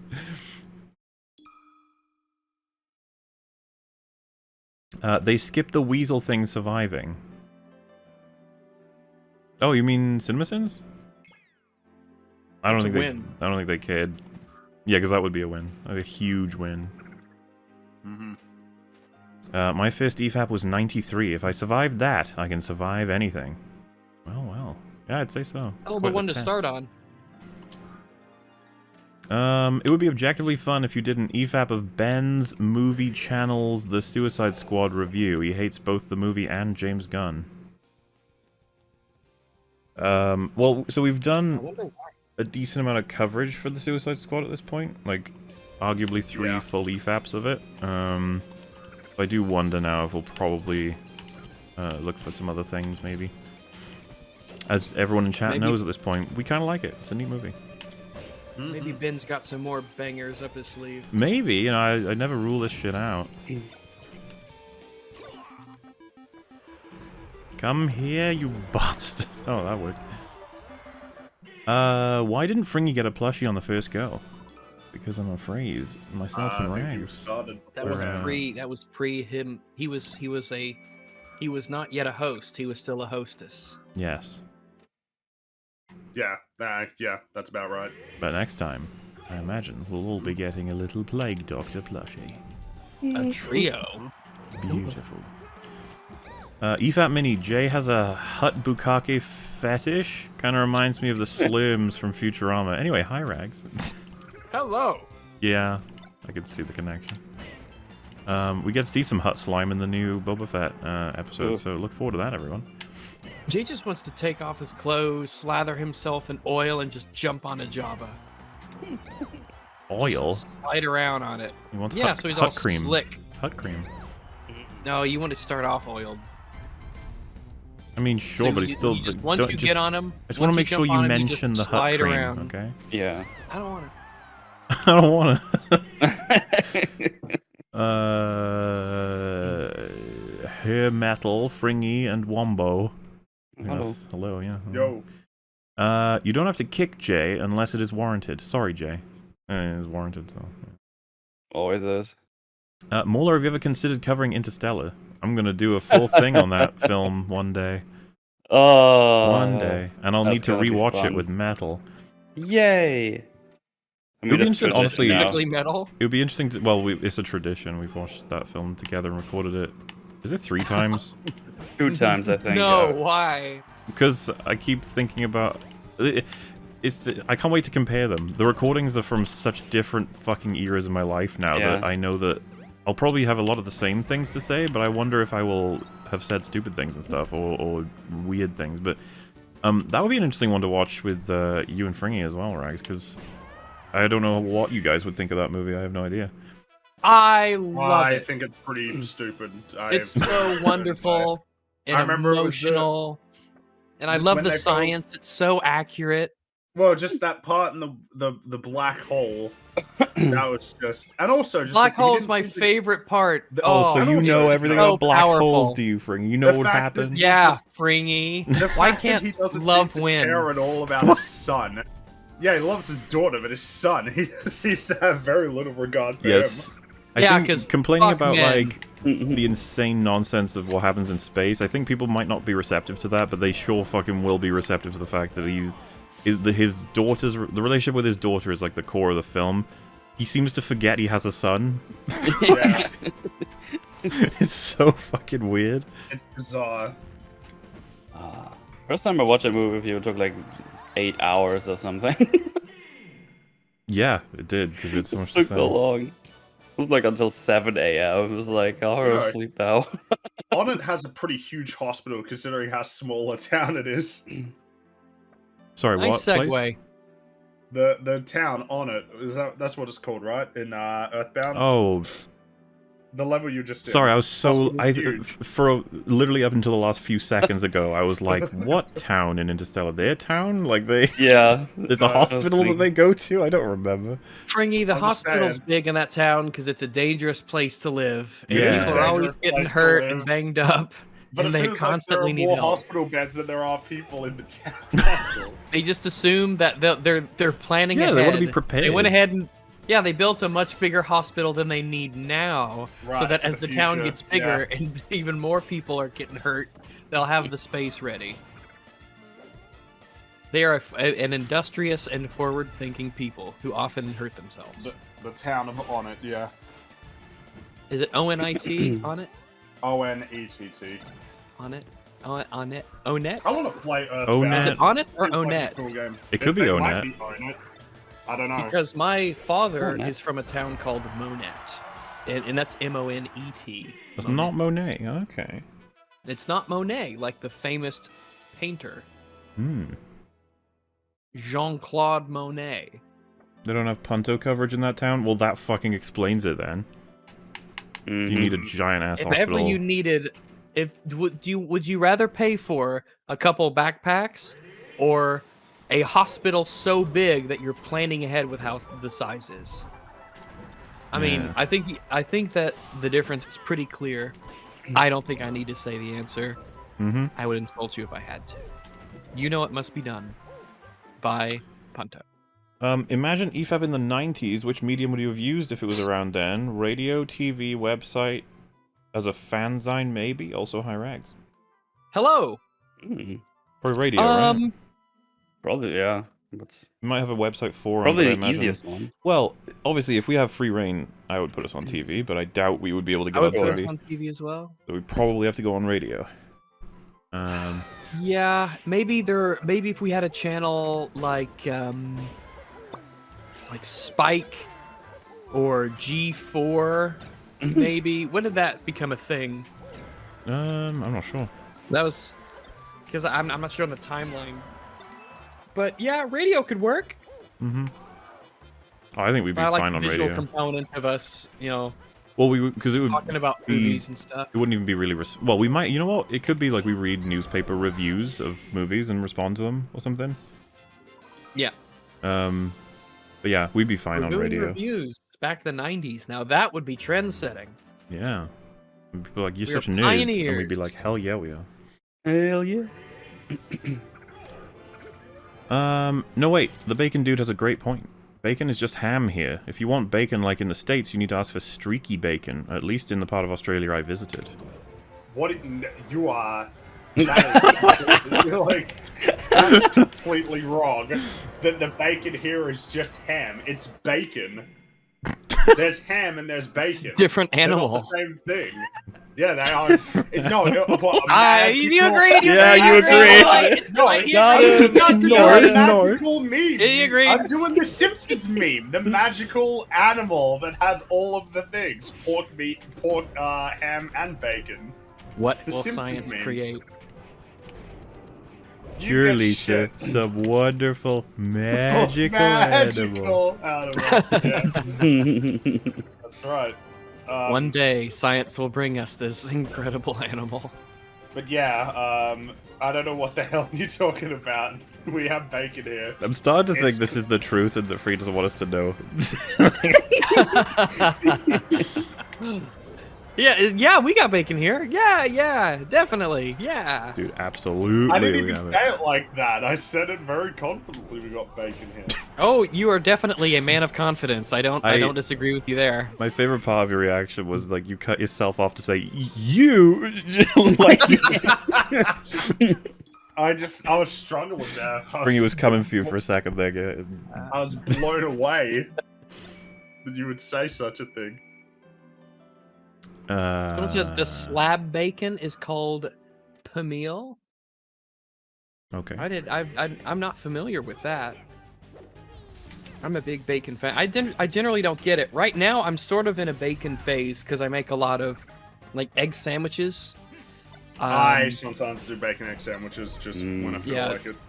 I'll just eggs and put some cheese on it, and then some bacon and a little bit of sriracha, and I get the nice thick pieces of bread, that's sort of the nice stuff, and that's a good filling snack to have. It's more of a snack. It's just a fucking meal.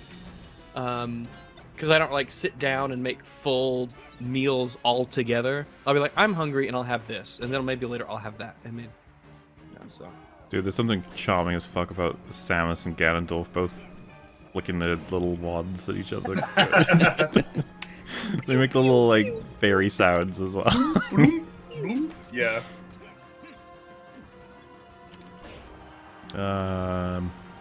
Don't listen to the hate. Deus Ex Invisible War's pretty good. It is a Source game. No, so expect crashes. Was that Source? Mm. Okay, I didn't know that. Yeah, Invisible War doesn't have a great reputation. I see. It was, that was one of the early examples of, like, around that era when they wanted to try and get games on console, that were on PC, and then they were just, like, massive.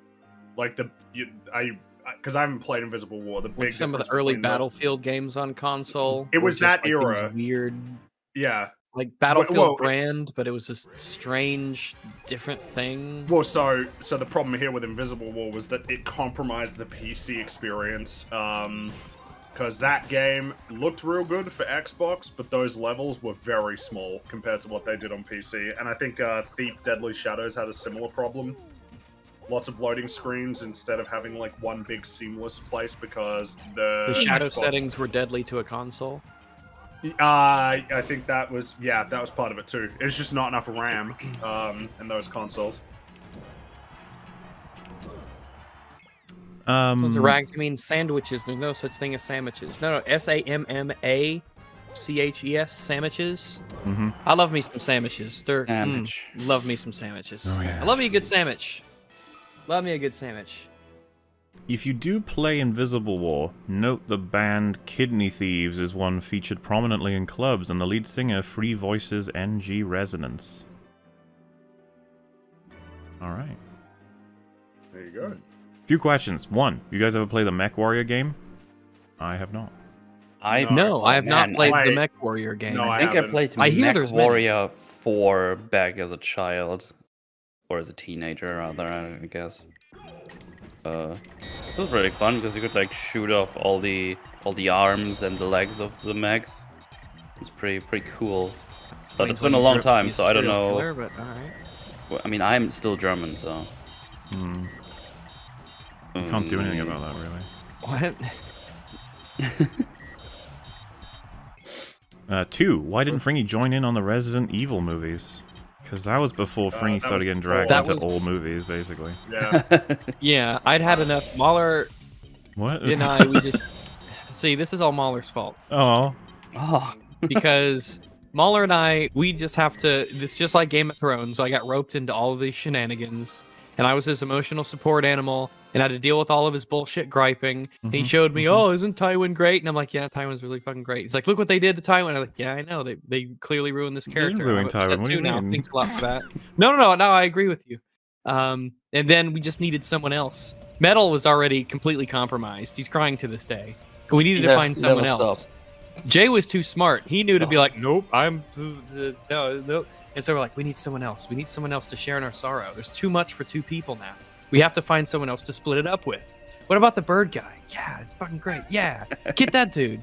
Yeah, he could frown all day and no one will notice behind the mask. My God, that's genius. Well, it all came together. Yeah, but there is a current movie arc that sometimes gets added to that doesn't have Fringy in it at all either. Sad face. That's right. Sometimes gets added. Wow, I could do with the free time. So no. Wow. See, the nice thing to say would be like, yeah, I'd love to join you guys for that, but sometimes. I understand you got your group, your friends, and it's fine. It's like, oh, I enjoy some time away from you. I'm glad I'm not a part of it. Yeah. You filthy, disgusting pieces of shit. I didn't say I'm glad. I just said I could do with the extra. I don't know why you guys had to run off with it and get so negative. Holy I didn't run shit. anywhere. It ran off. I can't believe you doubled down on it. I'm strapped into my seat, Fringy. I didn't run nowhere. Quadrupled down on it. Quadrupled down. Oh, man. And number 3, why aren't the Ari movies on Mula's movies playlist? Because I'm very bad at updating those playlists. Oh, fuck me too. I forgot. You just reminded me that was a thing. Yeah. Falco is a real name, Fringy. Eddie Falco is the actress that played Tony's wife, Camilla Soprano. Incidentally, watch The Sopranos, you cabbages. Hi, Rags. Hey. Yeah, maybe you don't get to call me cabbage, you fuck. Whoa. Yeah, the observation though was that Falco is his first name, not his last name. So, yeah. Wow, Fringy just fucking annihilated that guy. Good job. I mean, that's Top Hat's name. Wait, what? Yeah, it's his name. Oh no, yeah, but not with a C. Oh, I don't know how it's Falco spelled. Lombardi is Falco with a C. Oh, maybe that's what. Oh, that changes my opinion on Falco then, because I thought it was Falco was the name it was just spelled. It's if the name is typically with a K, but they spelled it C for the name. Oh, I see. That changes. Falcon. That changes things. It doesn't change everything, but it changes things somewhat. Oh, okay. How many spells must I cast on you, child? 7. Well, we're just talking about spelling. No, I was throwing a link. Oh. I was having a conversation with Link while you guys were talking, okay? Trungo's owner will be wondering why the Dawn, Tonald, and Rhino Milk are referenced in the Google reviews. Please do not leave fake reviews for any place. Do not bother call them, the people of Trungos. Do not bother the fine Trungoites, the Trunginians, the Trunganasians. Do not, please. Let them live their peaceful life with their wonderful restaurant. Please support them with patronage if you can. Assuming their food is good. I fucking don't know. Yes, assuming their food is good. If their food is terrible, then, I mean, do what you have to, but do not bug them or otherwise harass them in any way, of course. It's a funny joke. Let's leave it at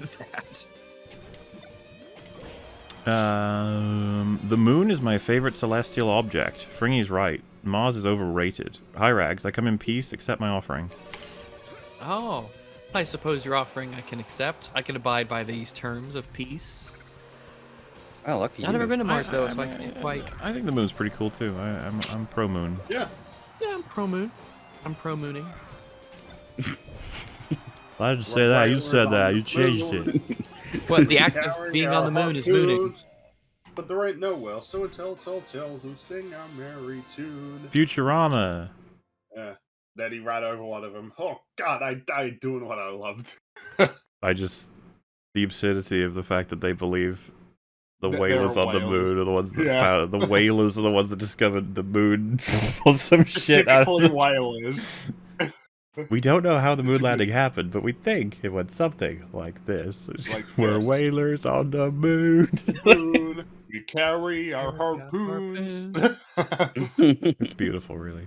Even I what know was that it? Oh, episode. and then I think because Fry said like that's not what happened, and then what did Leela say? Oh, you didn't. I don't see that you have a degree in oh, fuck. Let me Moonology, find something it. stupid like that. Or... Oh, something stupid, yeah. I like how whalers on autocorrects to whalers on the moon, as it would. Speaking of scientisms, sorry if this has been asked before, but are any of... Man, someone is just saying the Czechoslovakian anaconda over and over and over again. There they go. Czechoslovakian anaconda. That sounds like a sexual maneuver. I'm gonna give you the old Czechoslovakian anaconda. Oh, no, no, please, no. A fungineering degree. Fungineering. Wait, we work with fungus? No, Yes. fun. Oh, okay. We that's work what with you mean. fun. All right.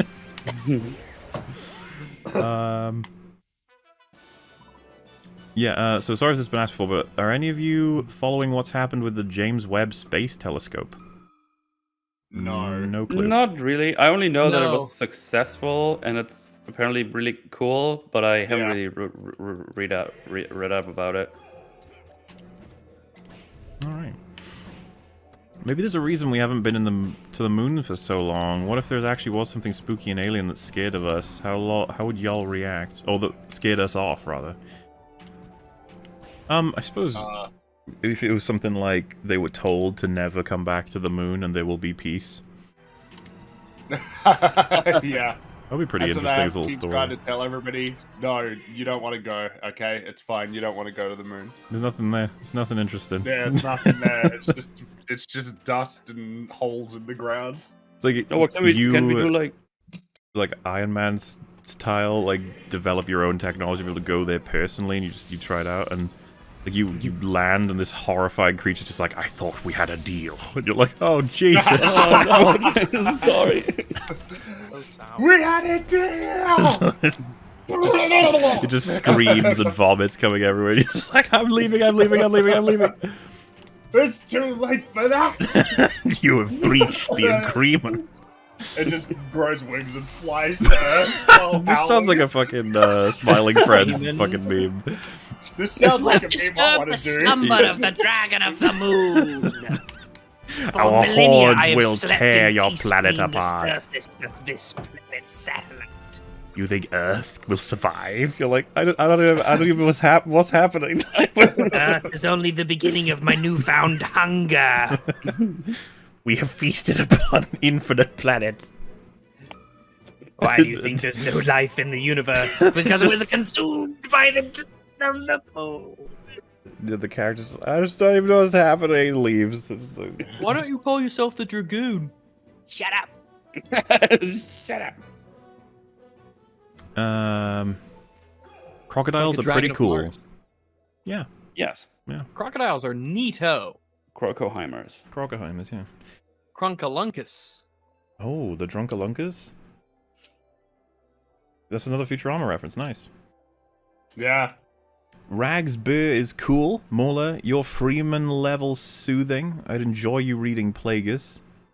What the fucking Plagueis quote? Or maybe something else. Maybe there's a book called The Plagueis. Oh, maybe, yeah. I don't know. I'd like Star Wars to be retconned back to the theatrical OT, the Thrawn trilogy be made by competent creators who love Star Wars. Your thoughts? If they wanted to make a JJ story. loves Star Wars. Because this is the thing, we have our suggestions for like a theoretical trilogy, but you can take it in a bazillion ways for a sequel trilogy. And if you wanted that the remnants of the Empire falling to pieces all start to get rallied behind one man who's a Tywin-type leader, who's a Bloomin', that could be great. And like he's a full-on threat, and you know the Empire start to do guerrilla warfare and stuff because they've lost a lot of their positioning and reputation. They're fighting off many different enemies at once, but they're still powerful. You know, that right there is a story as well. Mm-hmm. Obviously, I don't know what the story of Thrawn is. I just know that you should all fear him being adapted.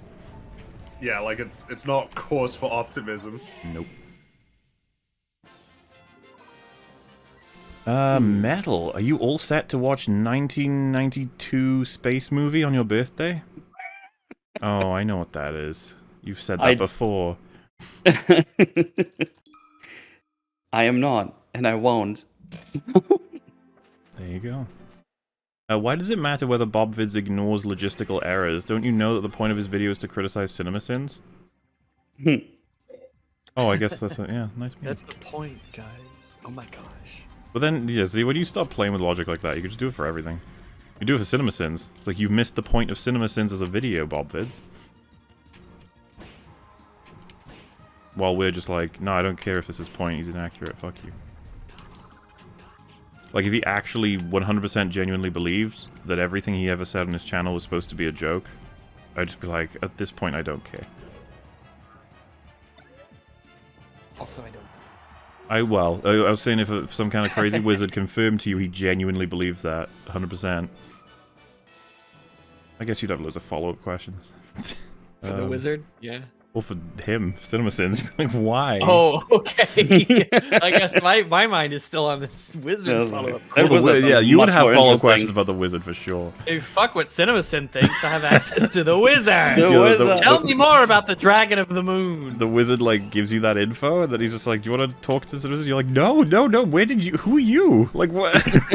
And he's like, oh, right, ooh, I'm a wizard. Oh, I'm the wizard of infinite knowledge. Ooh, it is such a curse. You don't want to ask me questions, because I'm just gonna go. He gets in his car. Don't go to work on January 2nd, 2036. Ooh. It's like, will there ever be flying cars? And he's like, no. It's destroyed well before that. Oh, man. So you're okay as long as you devote your life to make sure that no one ever invents flying cars. Imagine he said something like that. He was like, look, you just stop the invention of the flying car. That's all you have to do, okay? You're just like, what? Why? And then you go home to... How? And then you... But you're an idiot, right? So you go home and you Google who will invent the flying car, and then right as you're about to hit enter, you're like, oh yeah, that's right. No. You're just so used to Googling things. Google gives you the answer. It's like Miles Bennett Dyson.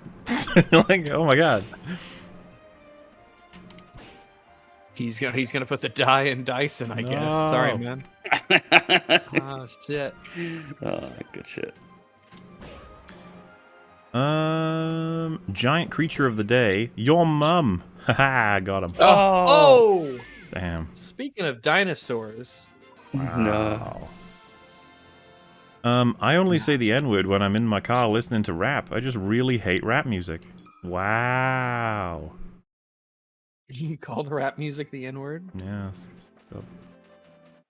EFAP on my birthday? Thanks for making it a bit better. Also, hello, Rangsy. Hello to you, and happy birthday. I hope you had a good time wasting it listening to us for a third of it. That's the best way to spend a birthday, I'm pretty sure. Of course it is. Happy birthday, by the way. Yes, actually, happy birthday. Yeah, I hope you got many presents. I hope you got all of the things on your list of birthday stuff, gifts, and you had a delicious cake or pie. Mm-hmm. Or pie cake. They haven't, or one of those cakes that has the ice cream in it. Yeah. Those are yummy. And I hope that you have that icing on the cake, but it's not the sugary icing. It's more like the whipped cream icing. That's the kind I really like. Like, it doesn't harden so much, like the frosty stuff that you get on cupcakes, but it's more of a a very loose, airy whipped cream kind of icing. You mean the stuff you Good put stuff. on cinnamon rolls, for example? CinemaSins. CinemaSins. I don't know. Generally, cinnamon rolls over here are,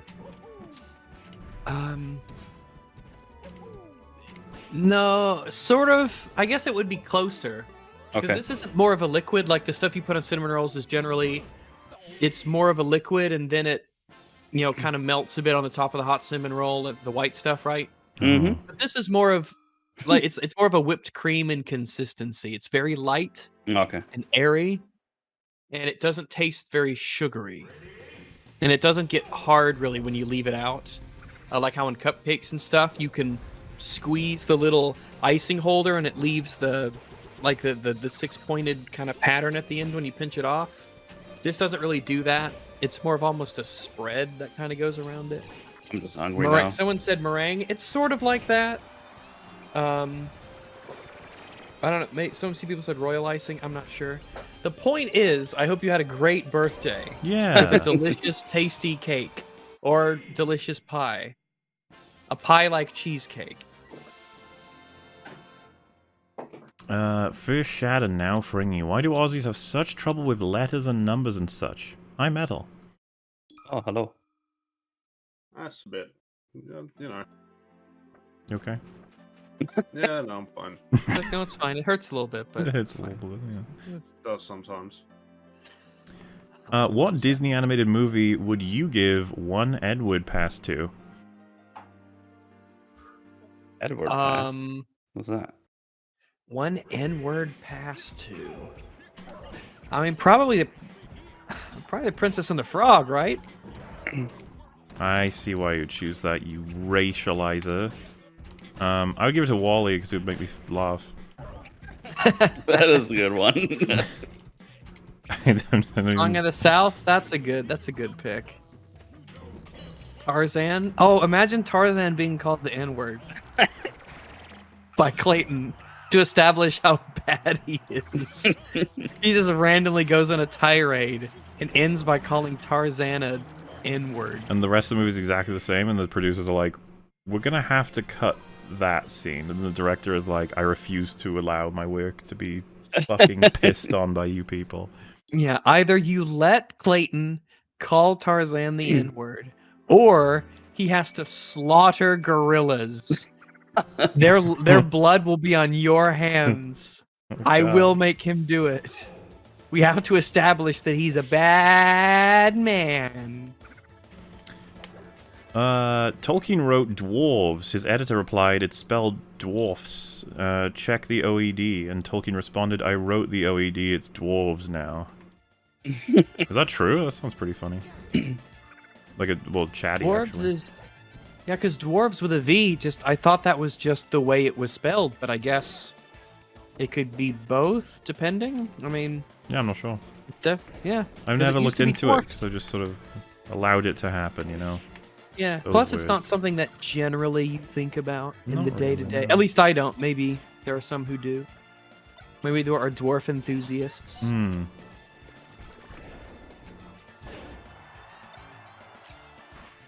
Wow, that hit him nice.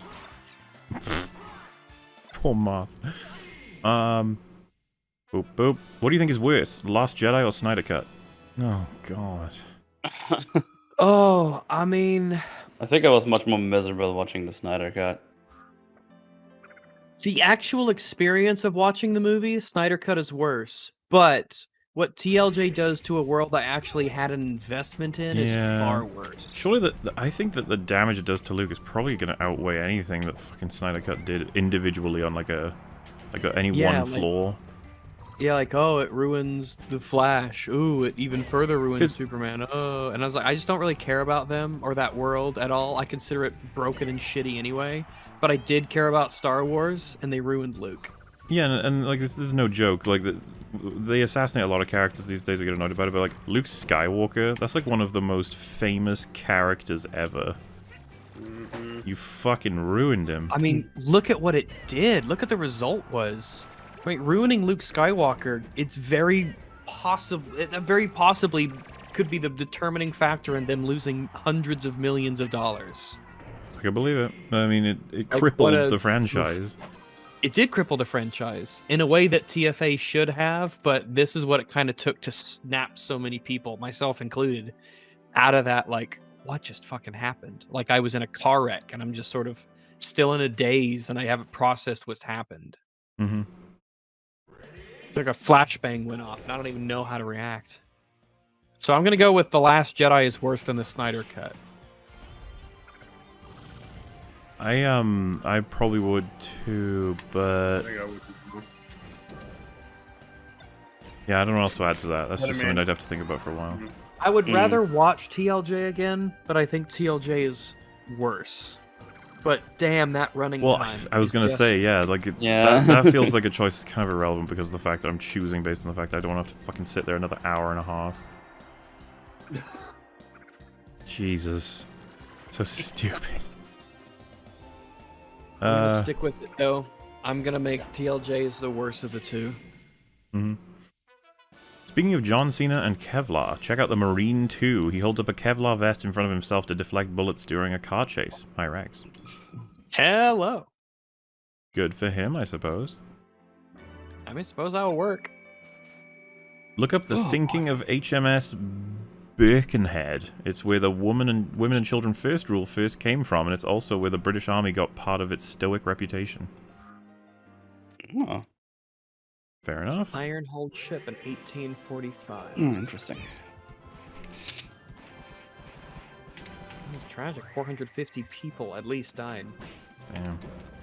The Birkenhead drill was born, which is essentially the principle of women and children first. Which these days will probably be updated to... I'd wonder with the whole equality stuff. It's like children, fair enough, but... Yeah. Sorry, ladies. You wanted equality, so get your fucking line. Well, I mean, it would... Lifeboats are coming when they're coming. I'm assuming it comes from, like, a chivalrous assessment that, like... Yeah, absolutely. And so, yeah, if that's antiquated, then yeah, I guess it is just children first. And to be fair, there's some merit to it in the idea that, like, if there were a fucking female who's really, really proficient, or at least familiar with, like, emergency procedures and everything that needs to happen, like, them leaving wouldn't be good. The first, you know?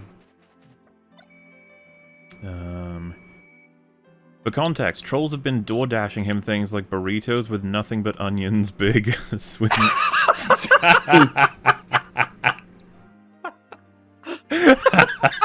Imagine making that call. I like a burrito. Custom burrito, please. Large. Exclusively onions. Just You just be like, are you sure? And it's like, yes, I am very sure. I wonder if they ask, like, do you even want us to chop it up? Or just put an onion in it? You want us to just wrap an onion in a tortilla? It's a new kind of food. Stupid, but hilarious. There are two ingredients to an onion burrito. Two ingredients. And you know what? The prep is simple. That's not even all of them. That's the first one. No, wait. The second one is burgers. Wait. Burgers with no meat. It's fucking... It's gonna be so disappointing. It's just a cheese sandwich.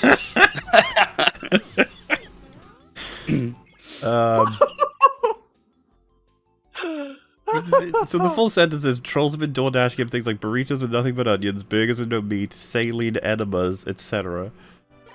Saline enemas. You can door dash them now. I really need. Ow, my. Oh, it hurts. It is amusing though. There's nothing but onions. Oh. How disappointing that would be. Like.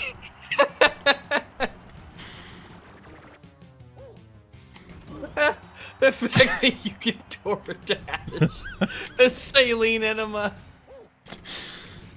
Oh my gosh. I gotta calm down. Also, big ups, Liquid Richard. My mouth hurts. Oh. How about an EFAP OnlyFans to critique adult films? I hear the NC-17 version of Captain Marvel is superior. And I believe that that's probably the case. The plot will be more coherent. Their goal is to get everyone naked, so they probably got very simple, stakes. The stakes are whether or not she's able to come. Mm-hmm. Which is very important. For that genre, yeah. Just in general. I mean, I say so, yeah, I guess. Give $10 dues for Fringy for the Futurama reference. Oh, boy. Oh, there you go, alright. Wow. Would the Fortress of the Moles have underground wizards? Maybe. If there are moles who are wizards, I assume they would spend a lot of time underground, yeah. Alright. I feel like that perfectly answers the question, really. I think it's legitimately intuitive. If you had a race of mole people, they had a fortress underground, and some of them were inclined to magic. I assume they'd spend most of their time underground with the rest of their people. Yeah. Also, that way I just finished that. Come on, chat. That was pretty cool. Come on. Come on now. Come on. Oh, Jesus. In a zombie apocalypse, slow zombies, would you hunker down in a safe house or be constantly on the move type of survivor? It's going to depend on my resources and the people I'm with, because I would probably want to start like a settlement of some kind, but I'm not doing that on my own, or with even 2 or 3, you're going to want a few. I think the first thing is like finding some kind of good source of water, right? That's what you got to do first. Yeah, that's a big one. So yeah, it would just depend on what resources we have. But I would like to settle down at some point.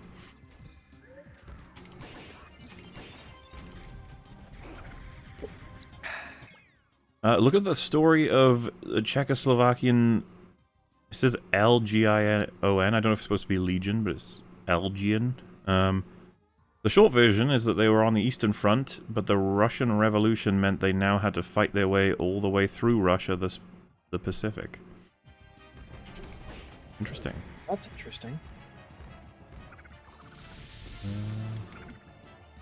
The word German comes from the German word for German.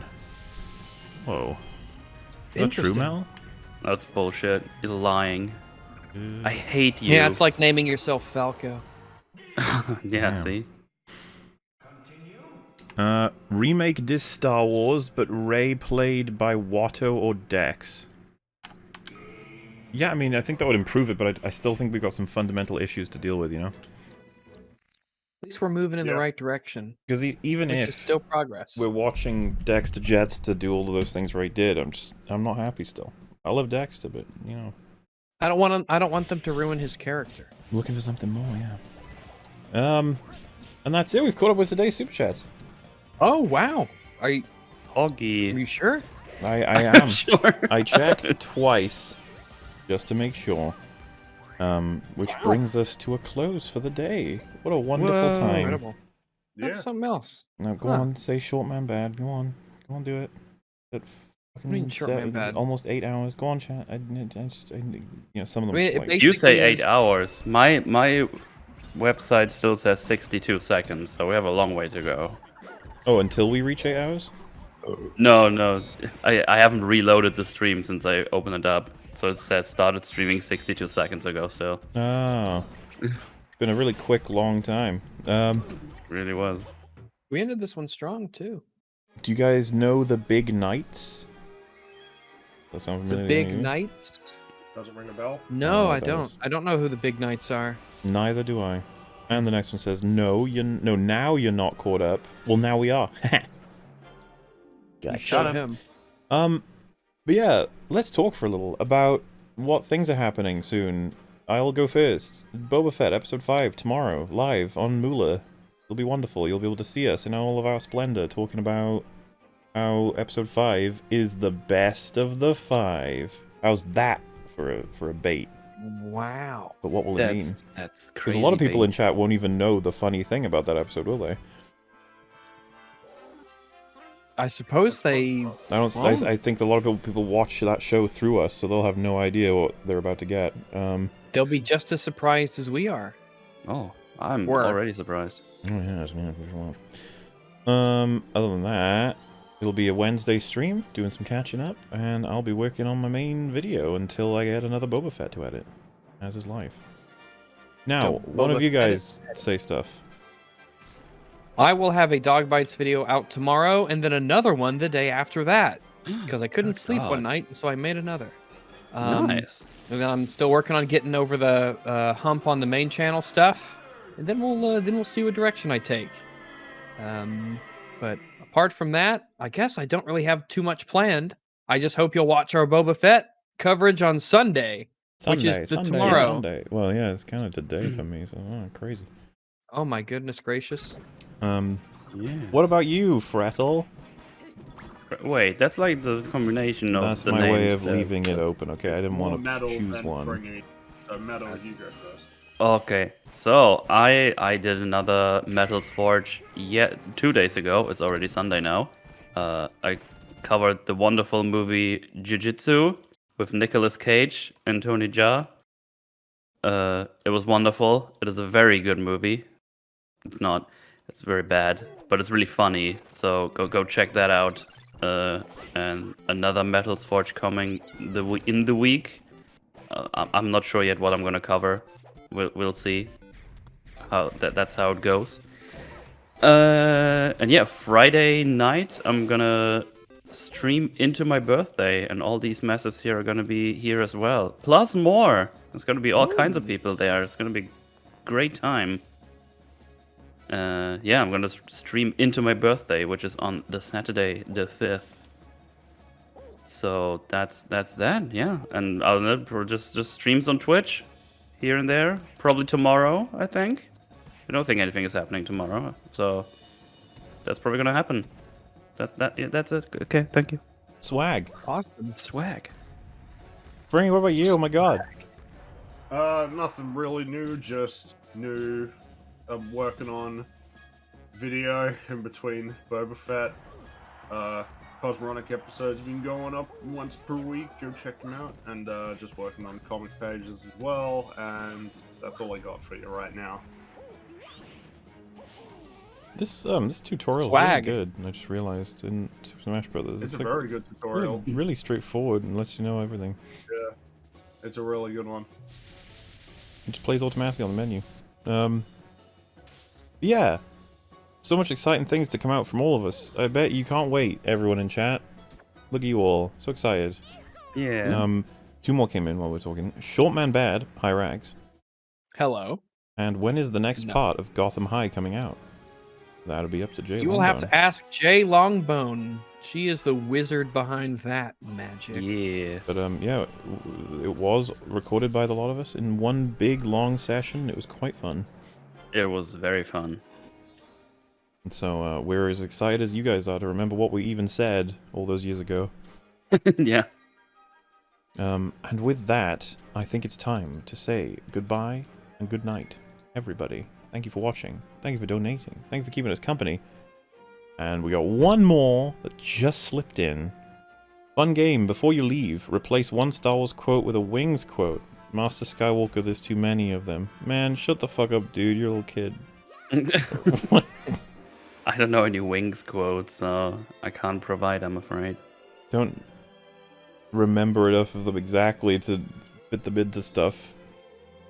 Also, it's drunk stream when Well, Friday, duh. Yeah, that guy. What he said. Word. Yeah. On Twitch. On the twits. Yeah. Okay. Goodbye, everybody. Yeah, goodbye. Goodbye, everyone. Florms. Belch. Nice.